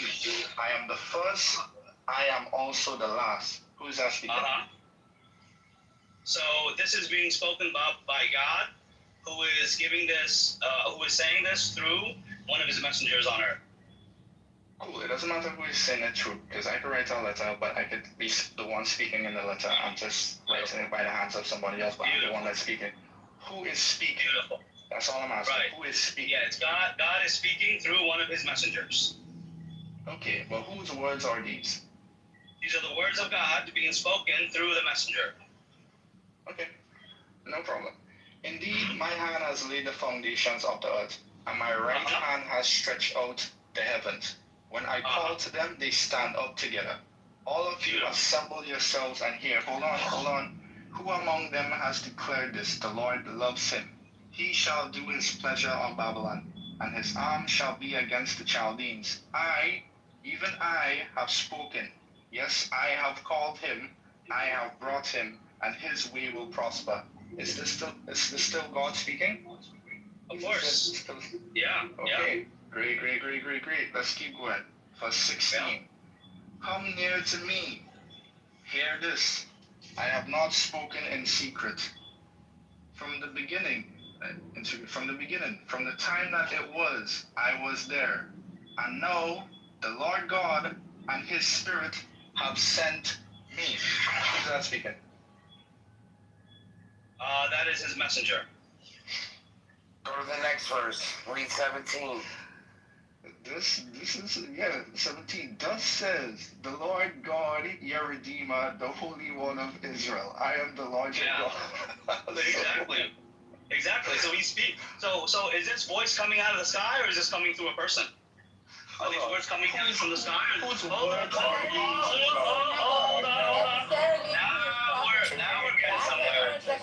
Now we're getting somewhere. You see? See, when you dodge my question, watch this. When you dodge my question, now you're gonna start going to laughing, rhetoric. But the question stands, right? The question is, why isn't this God speaking through a messenger? Are you saying that words just came down from the sky and everyone was hearing it? Or are you saying this was being said through a messenger? Which one is it? Answer this question, please. I'm waiting.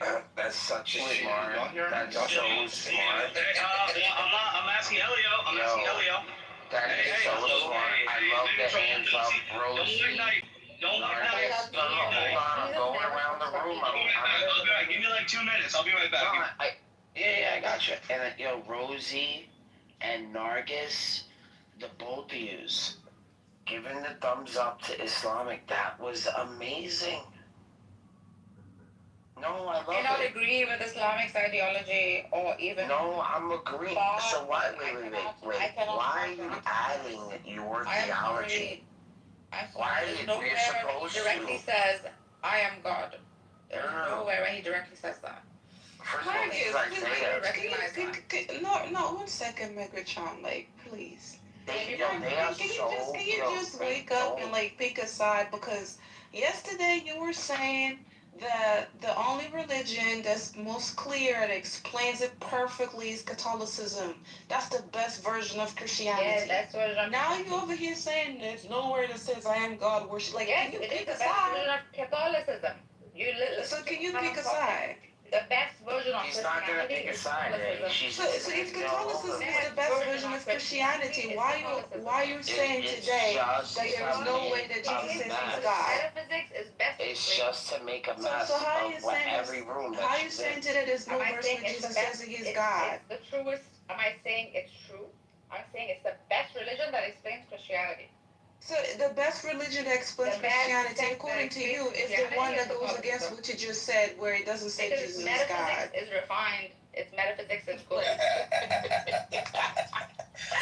Yo, like, you should pick a side, bro. Side of what? It is the best representation. Now today you're saying nowhere it says he's God, so what is it? In and of itself, the best version of it is Catholicism. Okay. Yeah, he does not proclaim. So now, but you realize, right? Yes, and then tomorrow she'll be Shia, and then she's gonna be Sunni, and then she's gonna be a philosopher. What is it? Any messenger. They're utilized by mine. Any messenger. Listen to what he said. Any messenger can say that he is the first and he is the last. Any messenger can say this. You heard what he said, right? No. That's what he said. No. Nargis, you gave the thumbs up. The messenger is saying. You gave the thumbs up, just like any messenger could say, all that the Father has is mine, right? Just because he's speaking the words of God, because Moses the word of God, Allah the word of God. Yeah, you're not in the truth. Muhammad the word of God. You're fine. Isa the word of God. Don't forget. Abraham the word of God. Augustine. Everybody the word of God. Don't forget. Justin Martyr. Anyway, hello. Hippo. And freaking that of Alexandria. Wait, say that again, Megatron. Philo of Alexandria, Augustine of Hippo, and Justin Martyr. Okay, so let me give you something, Ella. Right, Ella. So you were Googling? That nigga was Googling, boy. No, I had to. You really want to know what I was doing? Oh, okay. Okay, that's That's why. Number one or number two? Details of me using the bathroom now? Yeah, number one or number two? Alright, so now. Did you Go ahead, Islamic. Watch this.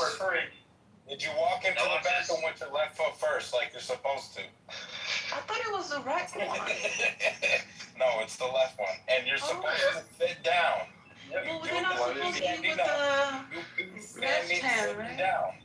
So I just gotta make sure this guy's found his religion, man. You know, he acts like he. Yeah, what about Reem? Those are the word of God.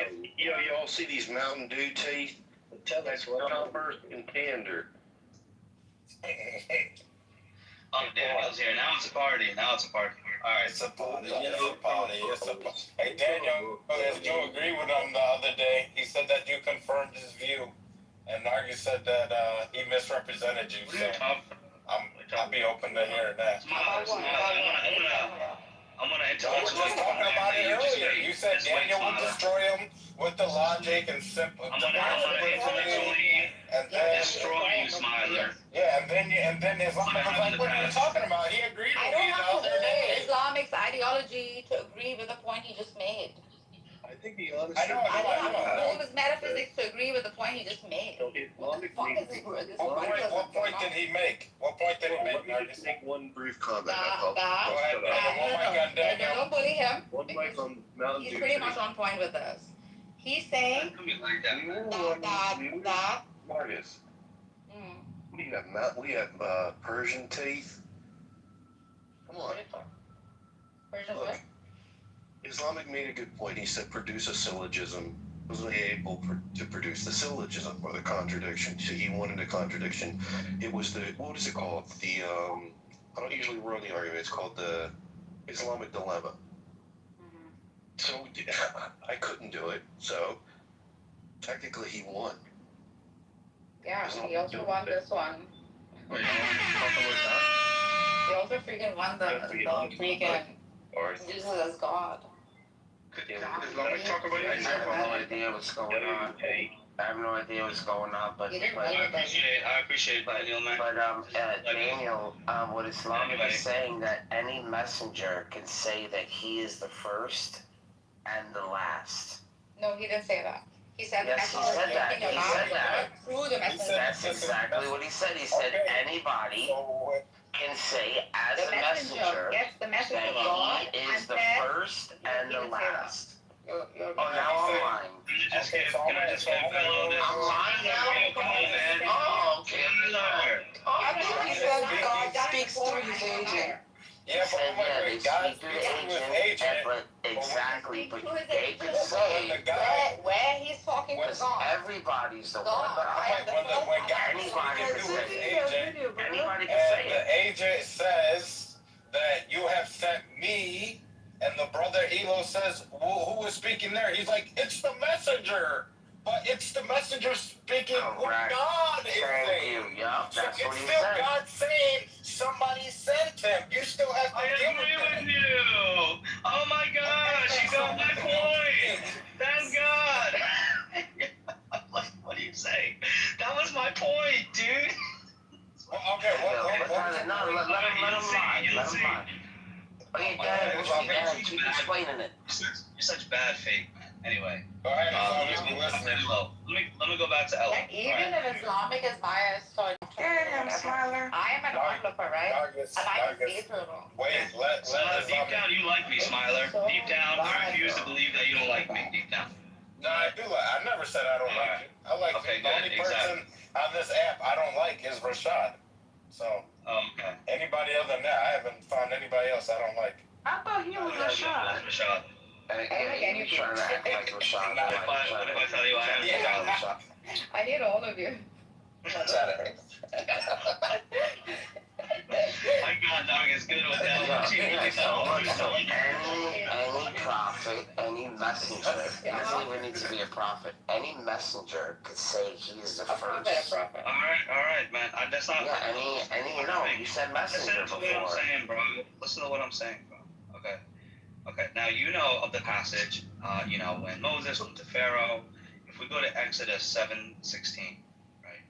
This is what Moses says. Moses is being instructed by God. Right? God's telling him. Then say to him, meaning the Pharaoh, the Lord,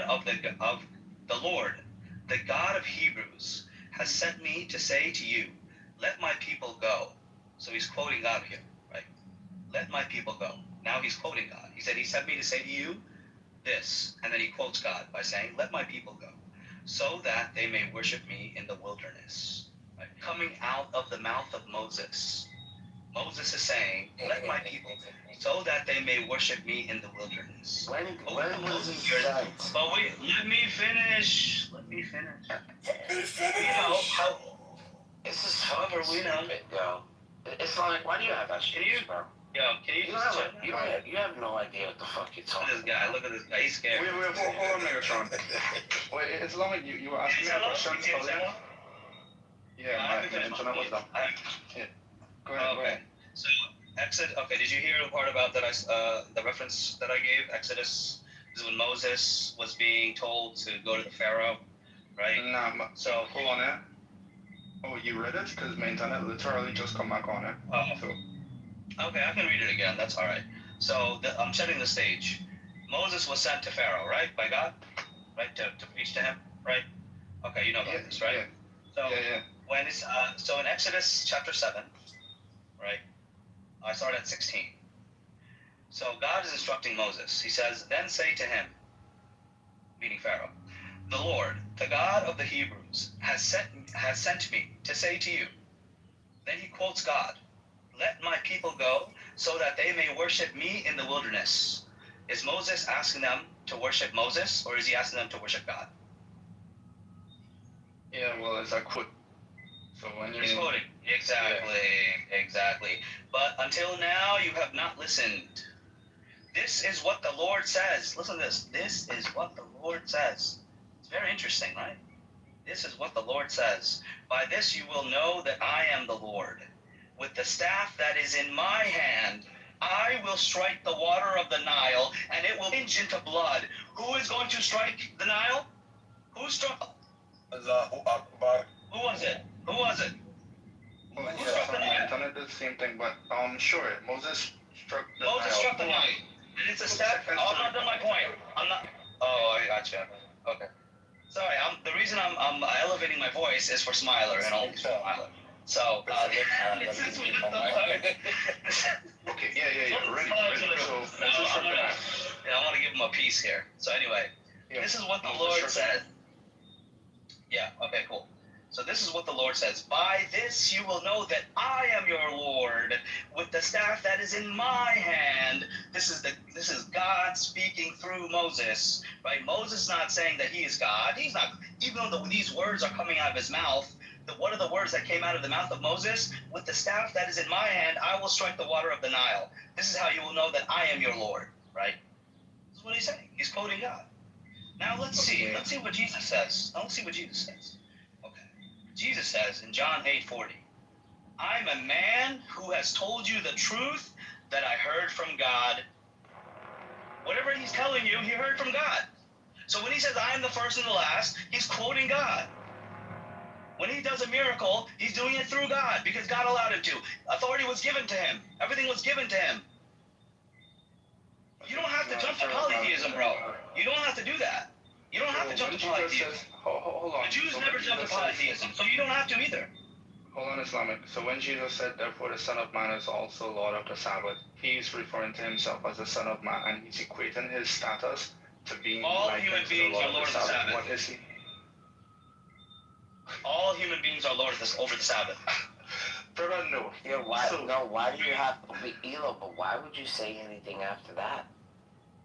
Let's read it. Just like let him win. See, this is what I'm saying, man. Megatron is so butthurt look, he's so butthurt. This is what I'm saying with you Christians. Like, you don't let them cook themselves. Like, why correct him? Watch this, Elko, watch this. Go ahead and read it and show me. Right, go ahead and read it. Go ahead. If you disagree with me, go ahead and read it and we'll go through it. So, Matthew. Son of Man is also Lord of the Sabbath, Matthew. What?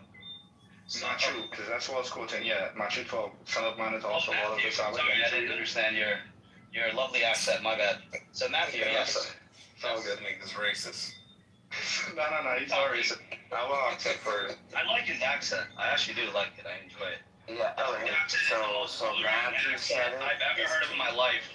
There's no nuance. English in America is like disgusting. Like there's no linguistic like element to it anyway. Anyway, so what I'm saying is that yeah. So you understand me that here Jesus is saying that he is simply telling you what he heard from God, just like Moses did, right? Just like Moses did. So whatever he says, right? Just understand that he's quoting God or he's delivering a message from God because everything was given to him. All authority was given to him. So he's going to speak, right? What God tells him to speak. So we don't have to jump to this. He's another God. He's a God man. We don't have to jump to that. If somebody has authority, then they can speak however they want because they have the authority. What are you talking about? Yeah, so the bad thing about it, Islamic, is that to your point, Jesus is... Hold on, yes, but to your point, Islamic, is that Jesus is described as the Word of God. So of course he speaks as a representative of God because that's who he is. He is God and he is the representative of God on earth. Right? I don't want to talk fast so that you wouldn't understand the point. I just want to bring it across. Like I'm giving you the justification for my view, right? I'm saying that Moses spoke in the same way, and it doesn't necessitate that Moses is claiming to be God. No, so there is a difference between speaking on behalf of somebody and making a direct claim for yourself that attributes to your characteristics to himself. So where does he make a direct claim about himself? Go ahead. Where is literally Matthew chapter 12. You ready? Matthew chapter 12? Okay, great. Yo, who's got a swing in the background? Who is that you, Vilo? A swing? No. I have a fan. Oh, that's what's squeaking. That's what's squeaking. Oh, fuck, alright. Oh, my bad. No, the fan kind of silent. I don't know. No. It's probably something outside. My bad. I can't hear it, but yeah, probably something outside. But you might need to anoint it with some dawa oil. Yo, it is the most annoying sound. It sounds like it's swinging outside. How do you not hear that, bro? You're hard today, Smiler. I'm coming at you hard today, Smiler. Just wait till it's your turn. Anyway, hello, go ahead. You hearing it now? Or yeah, it sounds like you put like. It's alright. That's alright. Yeah. Go ahead. You can continue speaking. Yeah. I'll try and fix it after this. I don't know what it is though. But anyway, so this is chapter 12, verse 1, and we'll finish at verse 8, right? At that time, Jesus went through the grain fields on the Sabbath, and his disciples were hungry. They began to pluck the heads of grain and ate. When the Pharisees saw it, they said to him, "Look, your disciples are doing what is not lawful to do on the Sabbath." But he said to them, "Have you not read what David did when he was hungry? He and those who were with him, how he entered the house of God, ate the showbread which was not lawful for him to eat, for those who were with him, but only for him to eat, not for those who were with him, but only for the priests. Or have you in the law that on the Sabbath the priests in the temple profane the Sabbath and are blameless? Yet I say to you that in this place," listen, this is the key verse, "yet I say to you that in this place there is one greater than the temple. But if you have known what this means..." Bro, you gotta fix that sound. It's driving me crazy, bro. I'm serious. Like, I don't know what it is. It's squeaking. No, it's squeaking in the... No matter how much I lower it, it sounds louder than you, yo. I don't know. What is this squeaking? What is probably that, the internet connection. More than likely, it had to be the internet. So the only way to fix it is if I'm going to restart. Yeah, please. Yeah, you might have to go to a that. different place where that sound may. No, I don't think it's a sound because I'm not hearing anything. It's the internet. How to be the internet? Squeaking? No, we hear squeaking noises in the background. Dude, it's a mechanical squeaking noise. Like, seriously. Yeah. It's not in it. I don't hear it anymore. There it is. Did he walk away? Did you walk away? No, he's still here. No, I just mute my thing. Like, No, bro. It's on mute. Yeah. It's driving me crazy. Yeah, you gotta go to the I don't know. Okay. Maybe it's an Islamic alarm clock. Yeah, I guess I got it from a room or something. Alright, well, I can answer Islamic. Come back just to see if it'll shut off? Yeah, I want to. Okay, let me do that. If it's an Islamic alarm clock, I wouldn't be tempted. Yeah. Don't make me come after you too. You're number 2 after Smiler. Sorry, you're not gonna distract me from Smiler. Coming after him. Bro, what's the argument? No, yo, Islamic knows everything about our theology. He's saying that any prophet could say he is the first, he is the last. Right? Yeah, any messenger, any prophet can say it. Yeah, any prophet, yeah, he could say it. Yeah, he could just say it.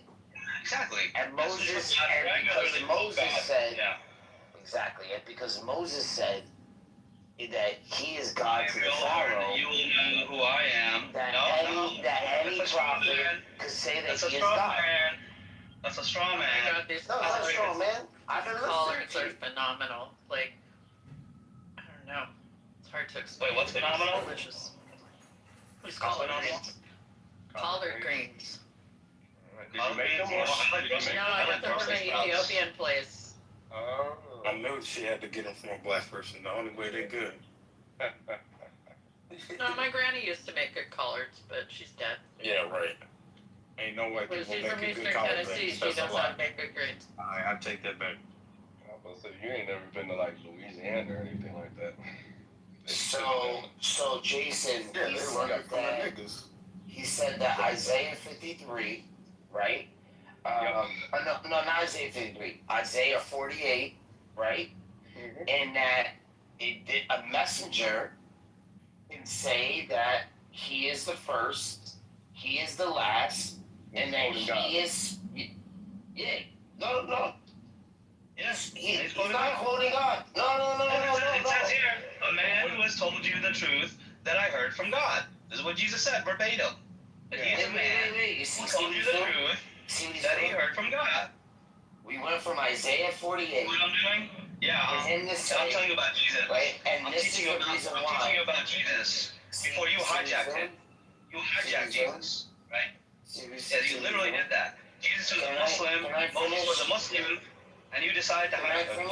Can I finish explaining it to him? Yeah. So we explained this is why I didn't want to read from 12. I needed to read from verse 1. And now he's running away. Read from verse 1 in Isaiah 48, bro. It You're not going to get the context. You're not going to get me speaking. You won't get me to dismiss context. Yeah, Moses was speaking. Moses said, Moses said, this is how you know that I am the Lord. Through the staff that is in my hand. Yeah. Book, chapter, verse, not your interpretation. No, you know what? You're right, bro. What? Yeah. What's the book in the? Anything you say is right. Muhammad could say that he is the first and the last, right? It's Allah. Yeah, right? Exactly. Yeah. Oh, any prophet can say that. Any prophet can quote God. Yeah. Any prophet. So how does the prophet commit shirk? How does he do that? If they start preaching shirk. How is it? Because can't they just say that they just saying those are the what words God of Allah. says? Yeah. What? Can they say what? They'll just say those are the words of Allah. Yeah. So essentially you're saying a prophet can never say shirk. No, not at all. If the prophet teaches something other than God told him to teach, that's shirk.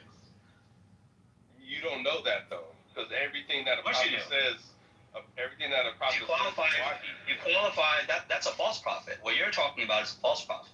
Someone who doesn't teach what God told him to teach. Why would we follow a false prophet? How do we tell? We test the person to see if they're a prophet or not. How do you do that? But Jason, do you see this? Look, check. Jesus literally said in John 8:40. Can we say in I'm a man who has told you the truth. Who has told you the truth he doesn't want to that I heard from God, right? He's telling you that whatever he's telling you, he's just the message. He's just telling you what God told him. He's just telling you that, which at times means he's quoting him, at times he's teaching, right? So it's if you're telling me, can a messenger, right, claim to be God, right? How are we going to tell between a messenger who's claiming to be God and a messenger who is not. Well, yeah, if the messenger explicitly says, I am your God, I am your God along with the Father, that would be clear. It means he's saying that he's God with the Father, right? That's one way you could claim to be God. I am God with the Father. Just say that I am all powerful. You need those exact words. Of course he can say that. Of course he can say I am all powerful, but he's just quoting God. Because he said, you know why? You know why? What qualifies the statement? The statement in John 8:40 where it says, I am a man who has told you the truth that I heard from God. He qualified. Hold up. Islamic. Is that part a quotation from God? That's a teaching of God. No. Is he because him saying I am a man, is that a quote from God? No, that's a quote from Jesus. Okay, so there's a distinction between when Jesus is talking. Of course, I never said there wasn't. Of course there's some. How do you know? Okay, how do you know the difference? How do I know the difference between what? When Jesus is talking about himself and when he's talking about God. You just look at the context. When Jesus is talking about himself, he'll say things like, I am a man, because everybody knows God is not a man, so he can't be talking about God, right?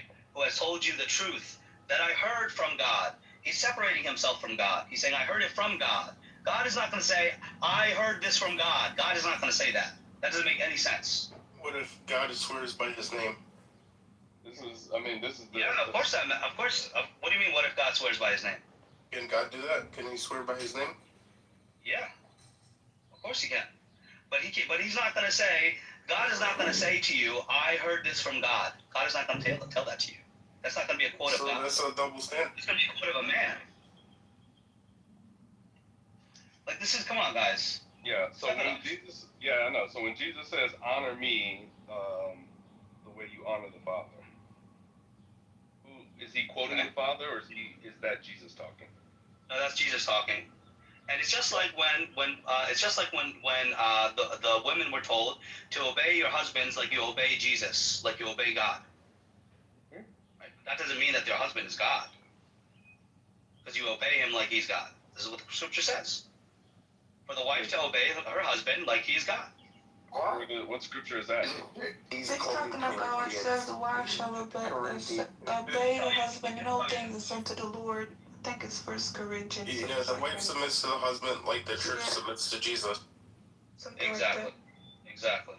So you don't know your own Bible, sir. Come on now. No, because I was trying to figure out the quote that you used. Yeah, it doesn't say God, it says Lord. Any chance you could put black seed oil and bless that fan? Yeah, so submitting to the Lord, the church submitting to the Lord, that's talking about Jesus. Our husbands. Wait, I'll give you the verse, Jason. Yeah, our husband's God like Jesus is God. Yeah, he's all over the place, man. He's Megan, shut up, Megan. Everyone is following except for you. You and your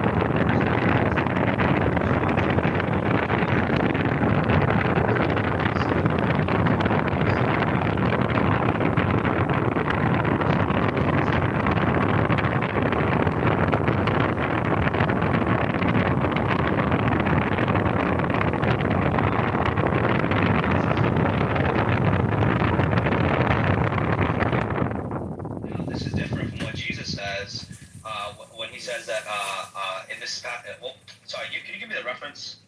Yeah, Reference for the second passage? it's going to be Corinthians 8 and 6. So, First Corinthians or second? I believe it's First Corinthians. First Corinthians, yeah. Yeah, 1 Corinthians 8 and 6 says, we have one God, the Father, and one Lord, Jesus Christ. See, that's the Right. point that I'm pointing out to you. So, if So you here's the and. You see there's an and here. Mm-hmm. It's pointing out two objects. Yeah. Where the Shema is pointing out one object. But go ahead. No, yeah. Right. That's the point. So, can you quote the Shema for us again? Shema Israel Adonai Elohim Adonai Echad. Hear, O Israel, that your Lord, your God is one Lord. All right. So now, why is Paul now saying that we have one God and one Lord, Jesus Christ? So you understand that that's a different claim from the Shema. It's did not. You hear? Okay. Let me tell you what's different about it. Okay. Paul says that there is one God and one Lord. Correct. Where the Shema says that your Lord, your God, is one Lord. Exactly. Right? Meaning the one Lord, the one God is your Lord. Like right. he's not saying and. He's not saying there's a Lord and there's a God and you have to believe in. No. He says your Lord, who is one God. Hold on. So here's what I'm going to show you.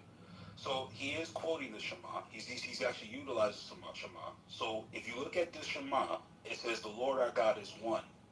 So we have one God, one Lord. Paul is saying that we have. Hold on. Paul is saying that we have one God, the Father, and one Lord, Jesus Christ. Paul also says that though he is in the form of God, he thought not the equality with God. So now here's the problem you're going to have. So he's not in equality with God. Hold on. No. That's not what it says at all. Don't try to twist what I'm saying. I thought that's what you just read. No. While being in the form of God, he did not find it. I'm noticing that you're over talking me the most because you can't pull this Christian don't know his Bible. So now here's the bust here. So now if Paul meant it that Lord is outside of the construct of God, Paul would not have called Christ God, great God and Savior Jesus Christ in Romans 9:5. And he would not have said in Philippians 2:5, let this mind be in you, which is also in Christ Jesus, who though he is in the form of God, the Greek there is morphe theou, he thought not equality with God a thing to be grasped, but lowered himself by taking on the form of a man, morphe, the same word. Same word. Yes, the author believed that he is God in a sense. My contention was when you try to relate it to the Shema. Okay, that was my contention. Okay, so if the authors believe he is God in a sense, then please tell me, what God creates all things? The Father. Okay, so why in John 1 and in Colossians chapter 1 and verse 18? And Corinthians. In that passage that we're talking about, it's explaining existence. So he's saying from the Father, right? It says from whom, it's talking about the Father, all things and for whom we exist, and one Lord, Jesus Christ. So from who? From the Father. From the Father. Well, hold on, bro. He's going back to the 1 Corinthians 8 and 6 that you tried to say that he was separating this. If you look at that, Paul's actually attributing creation to the two of them. Exactly. Because Paul believes that, look, I know a lot more than you think. You believe that everything was created through Jesus. Okay, bro, hold on. Okay, whoa. Okay, let's stop for a second. So now let's examine that. Everything was created through Jesus, correct?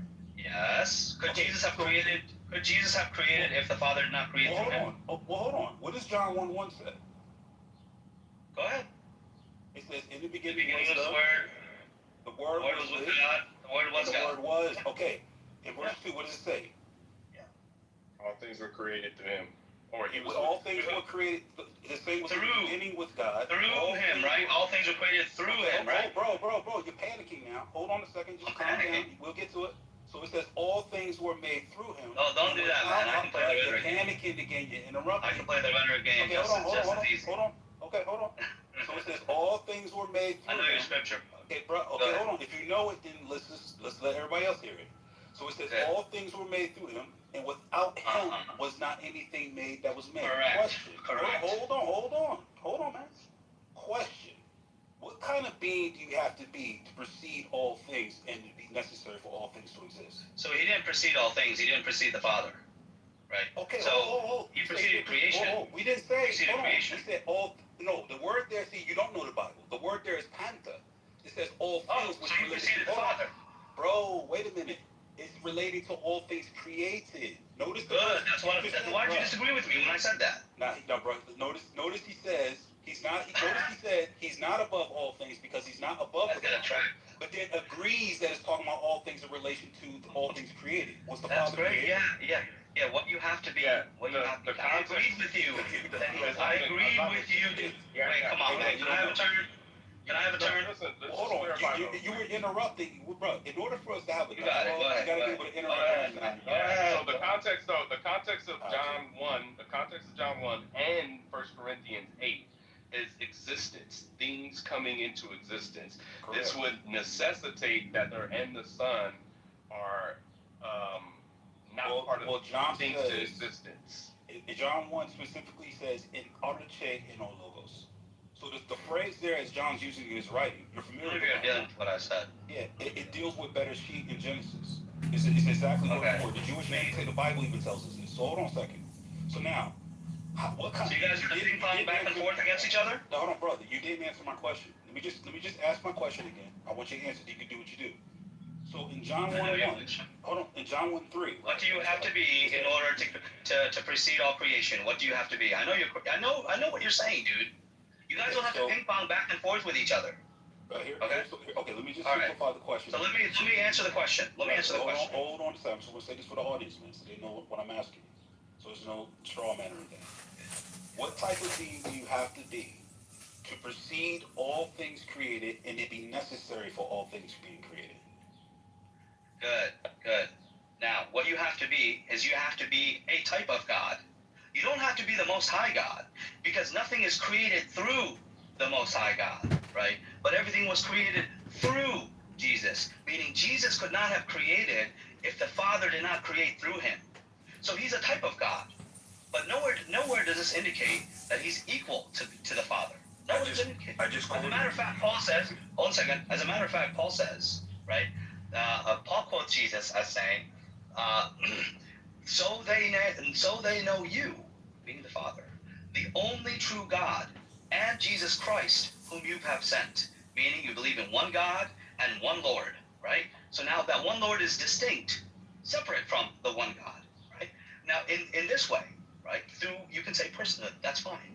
But nowhere does it indicate here that he is the Most High God. As a matter of fact, if you pay attention to church fathers, you'll see even Justin Martyr says Jesus is subject to the maker of all things, meaning he's saying Jesus is not the maker of all things, he is subject to the maker of all things, which makes him a lesser. Okay, let me respond to that, because I like how people speak as if they know everything. First off, let's deal with Justin Martyr and his dialogue with Trypho between chapters 58 and 64. It was Justin Martyr that literally says, questioning Trypho, who then is the Holy Spirit calling God? Ooh, you didn't think of that, did you? God, Son, Word. It's right there in chapter 58 down to 64. Check it out if you like. So Justin Martyr wasn't offsetting him as not being God. In fact, that's the point of his dialogue with Trypho. Trypho was trying to download. I'm not done, bro. I'm not done. I'm responding to everything you said, bro. Just mute up. I agree with everything you're saying. Bro, I agree. Just mute up, bro. I love it when people kind of roll up thinking that they. Go ahead. I'm just telling you. I'm coming up and I tell you I agree with you. Okay, hold on, bro. Hold on. Just calm down. I didn't interrupt you. I let you speak. Now, you can look at a dialogue with Trypho, chapters 58 through 64. Justin Martyr was actually saying that Christ is the very God that is the Father. That was the argument that they were having back and forth. Okay, now, dealing with, bro, I'll give you the quote after I'm done addressing everything. You're saying that he believed that Jesus was the Father? Let me finish what I'm saying, bro. let me finish what I'm saying, bro. It's real simple, right? You try to pull the whole, I know you don't know what you're talking about. All right, now, when you went into the scripture and you tried to exegete what John 1 and 3 is, he says he's a type of God. That's interesting. Let me just ask you this quick question before I continue. Is a type of God created or uncreated? Well, Jesus was generated, so whatever you want to make of that. All right, well, let's examine that, because we're going to see how that is. Do you mind if I get an answer to my question I asked earlier? Bro, you just went on and you answered everything that I brought up. Bro, you're being a coward. You just went on and answered everything. You're moving on. You're moving on. This is why I didn't want to let you talk. You're moving on. Everything that you, bro. Let me just finish. You ain't got to interrupt, right? You thought you had this the whole thing about, okay, what you know, this, that, and the third. Let me continue what I'm saying. Now, going back to John 1:1 to 3. Don't ask me any questions. Go ahead. Okay. All right, so now, you haven't read John, obviously. Don't ask me You any go to John questions. 1, Go ahead. okay, bro, can I finish what I'm saying? It's that simple. All right, so now, when we go to John 1:1 through 3, it says, in the beginning was the Word was with God, the Word was God. It's qualitative because it lacks a definite article. The same was in the beginning with God. Verse 3, all things were made through him, and without him was not anything made that was made. Which means In he's him a type was of life, God, yeah. like, okay, bro, he just like, he can't have a conversation, bro. He can't have it. You nervous, bro. See, when you talking that mess, and you thought people didn't know that Bible, now you with somebody that you know, No, I'm letting you now finish. you want to interrupt every single time. All right, so bro, You're just bringing up like 5 different points. it's real simple. It's real simple. So now, let's deal with something even more deeper than this. You want to do that? There's a lot of talk. I want a chance to speak and address what you said. Man, this dude's Don't ask me any questions. You a Ask coward, me any bro. questions. Yeah, that's fine. Anyway, so you can't deal with my point, so I'm a coward. Interesting. Well, you. So I would love to what I'm saying is that what you're establishing is that Justin Martyr believed that Jesus was a God. He was another God. He didn't believe that. Is what he says. And then you said you had the unmitigated gall to say that Justin Martyr believed that the Son Jesus was the Father. Like, no one said that. Dumb do you have to be? Why would I say that? Exactly. Why would you say that? Hey, bro, you literally said that. I said you believe that Jesus is the Father. No, but you said, bro. Listen, bro. I said you believe that Justin. I said that you believe that Justin Martyr. That Justin Martyr said that Jesus is the Father. No, and you said yes. Which is why immediately. You're a coward, bro. Which is why immediately. You're a strong man. What I said. It's my turn, right? It's my turn. How can I say? It's my turn, right? It's my turn. Hey, Kevin, it's my turn. No, man. It's my. What do you mean it's not? You get to interrupt me. I'm not gonna let you speak. I'm not gonna let you speak. Bro, you just lied. Literally, you haven't even let me make my case. Bro, so that's what I'm saying. Fine. If you don't believe, look, if that was a mistake, that's fine. Look, as soon as you gotta be quiet, man. You gotta wait, bro. You gotta wait. A conversation works after you're done talking, and then I get to talk. I get to make my case. Right? Okay, fine. Then it should be easy to refute me. Then it should be easy. So be quiet. Okay, go ahead. What I'm saying, as soon as he said that, right? As soon as he said that, I was like, what? What is he talking about? So then I went right as soon as he said that, I asked the question. Does Justin Martyr believe that Jesus is the Father? The answer is no. Justin with the Father. He's a liar. Stop with the Father. Get the fuck out. Get the fuck out. He said it fucking 12 times already, and this guy wants to misrepresent me. Get the fuck out. The whole time. Nargis, why do you entertain this bullshit? He's up here like literally misrepresenting. We're at Isaiah 48, and now we made full circle around the whole fucking Bible. Right. Can we just stay on Isaiah 48? Isaiah 48, Elo was asking him about Isaiah 48. He went to Matthew, he went to this verse, he went to that verse. It was first about the sacrifice. He blundered on that. He doesn't stick to one point. He wants to keep jumping around like a fucking atheist. Go to Andrew's room, bro. No, hold on, Go to bro. Andrew's room. Hey, yo, let me do this right quick, bro, because this dude, man, bro, listen, there's some heavy hitters in here.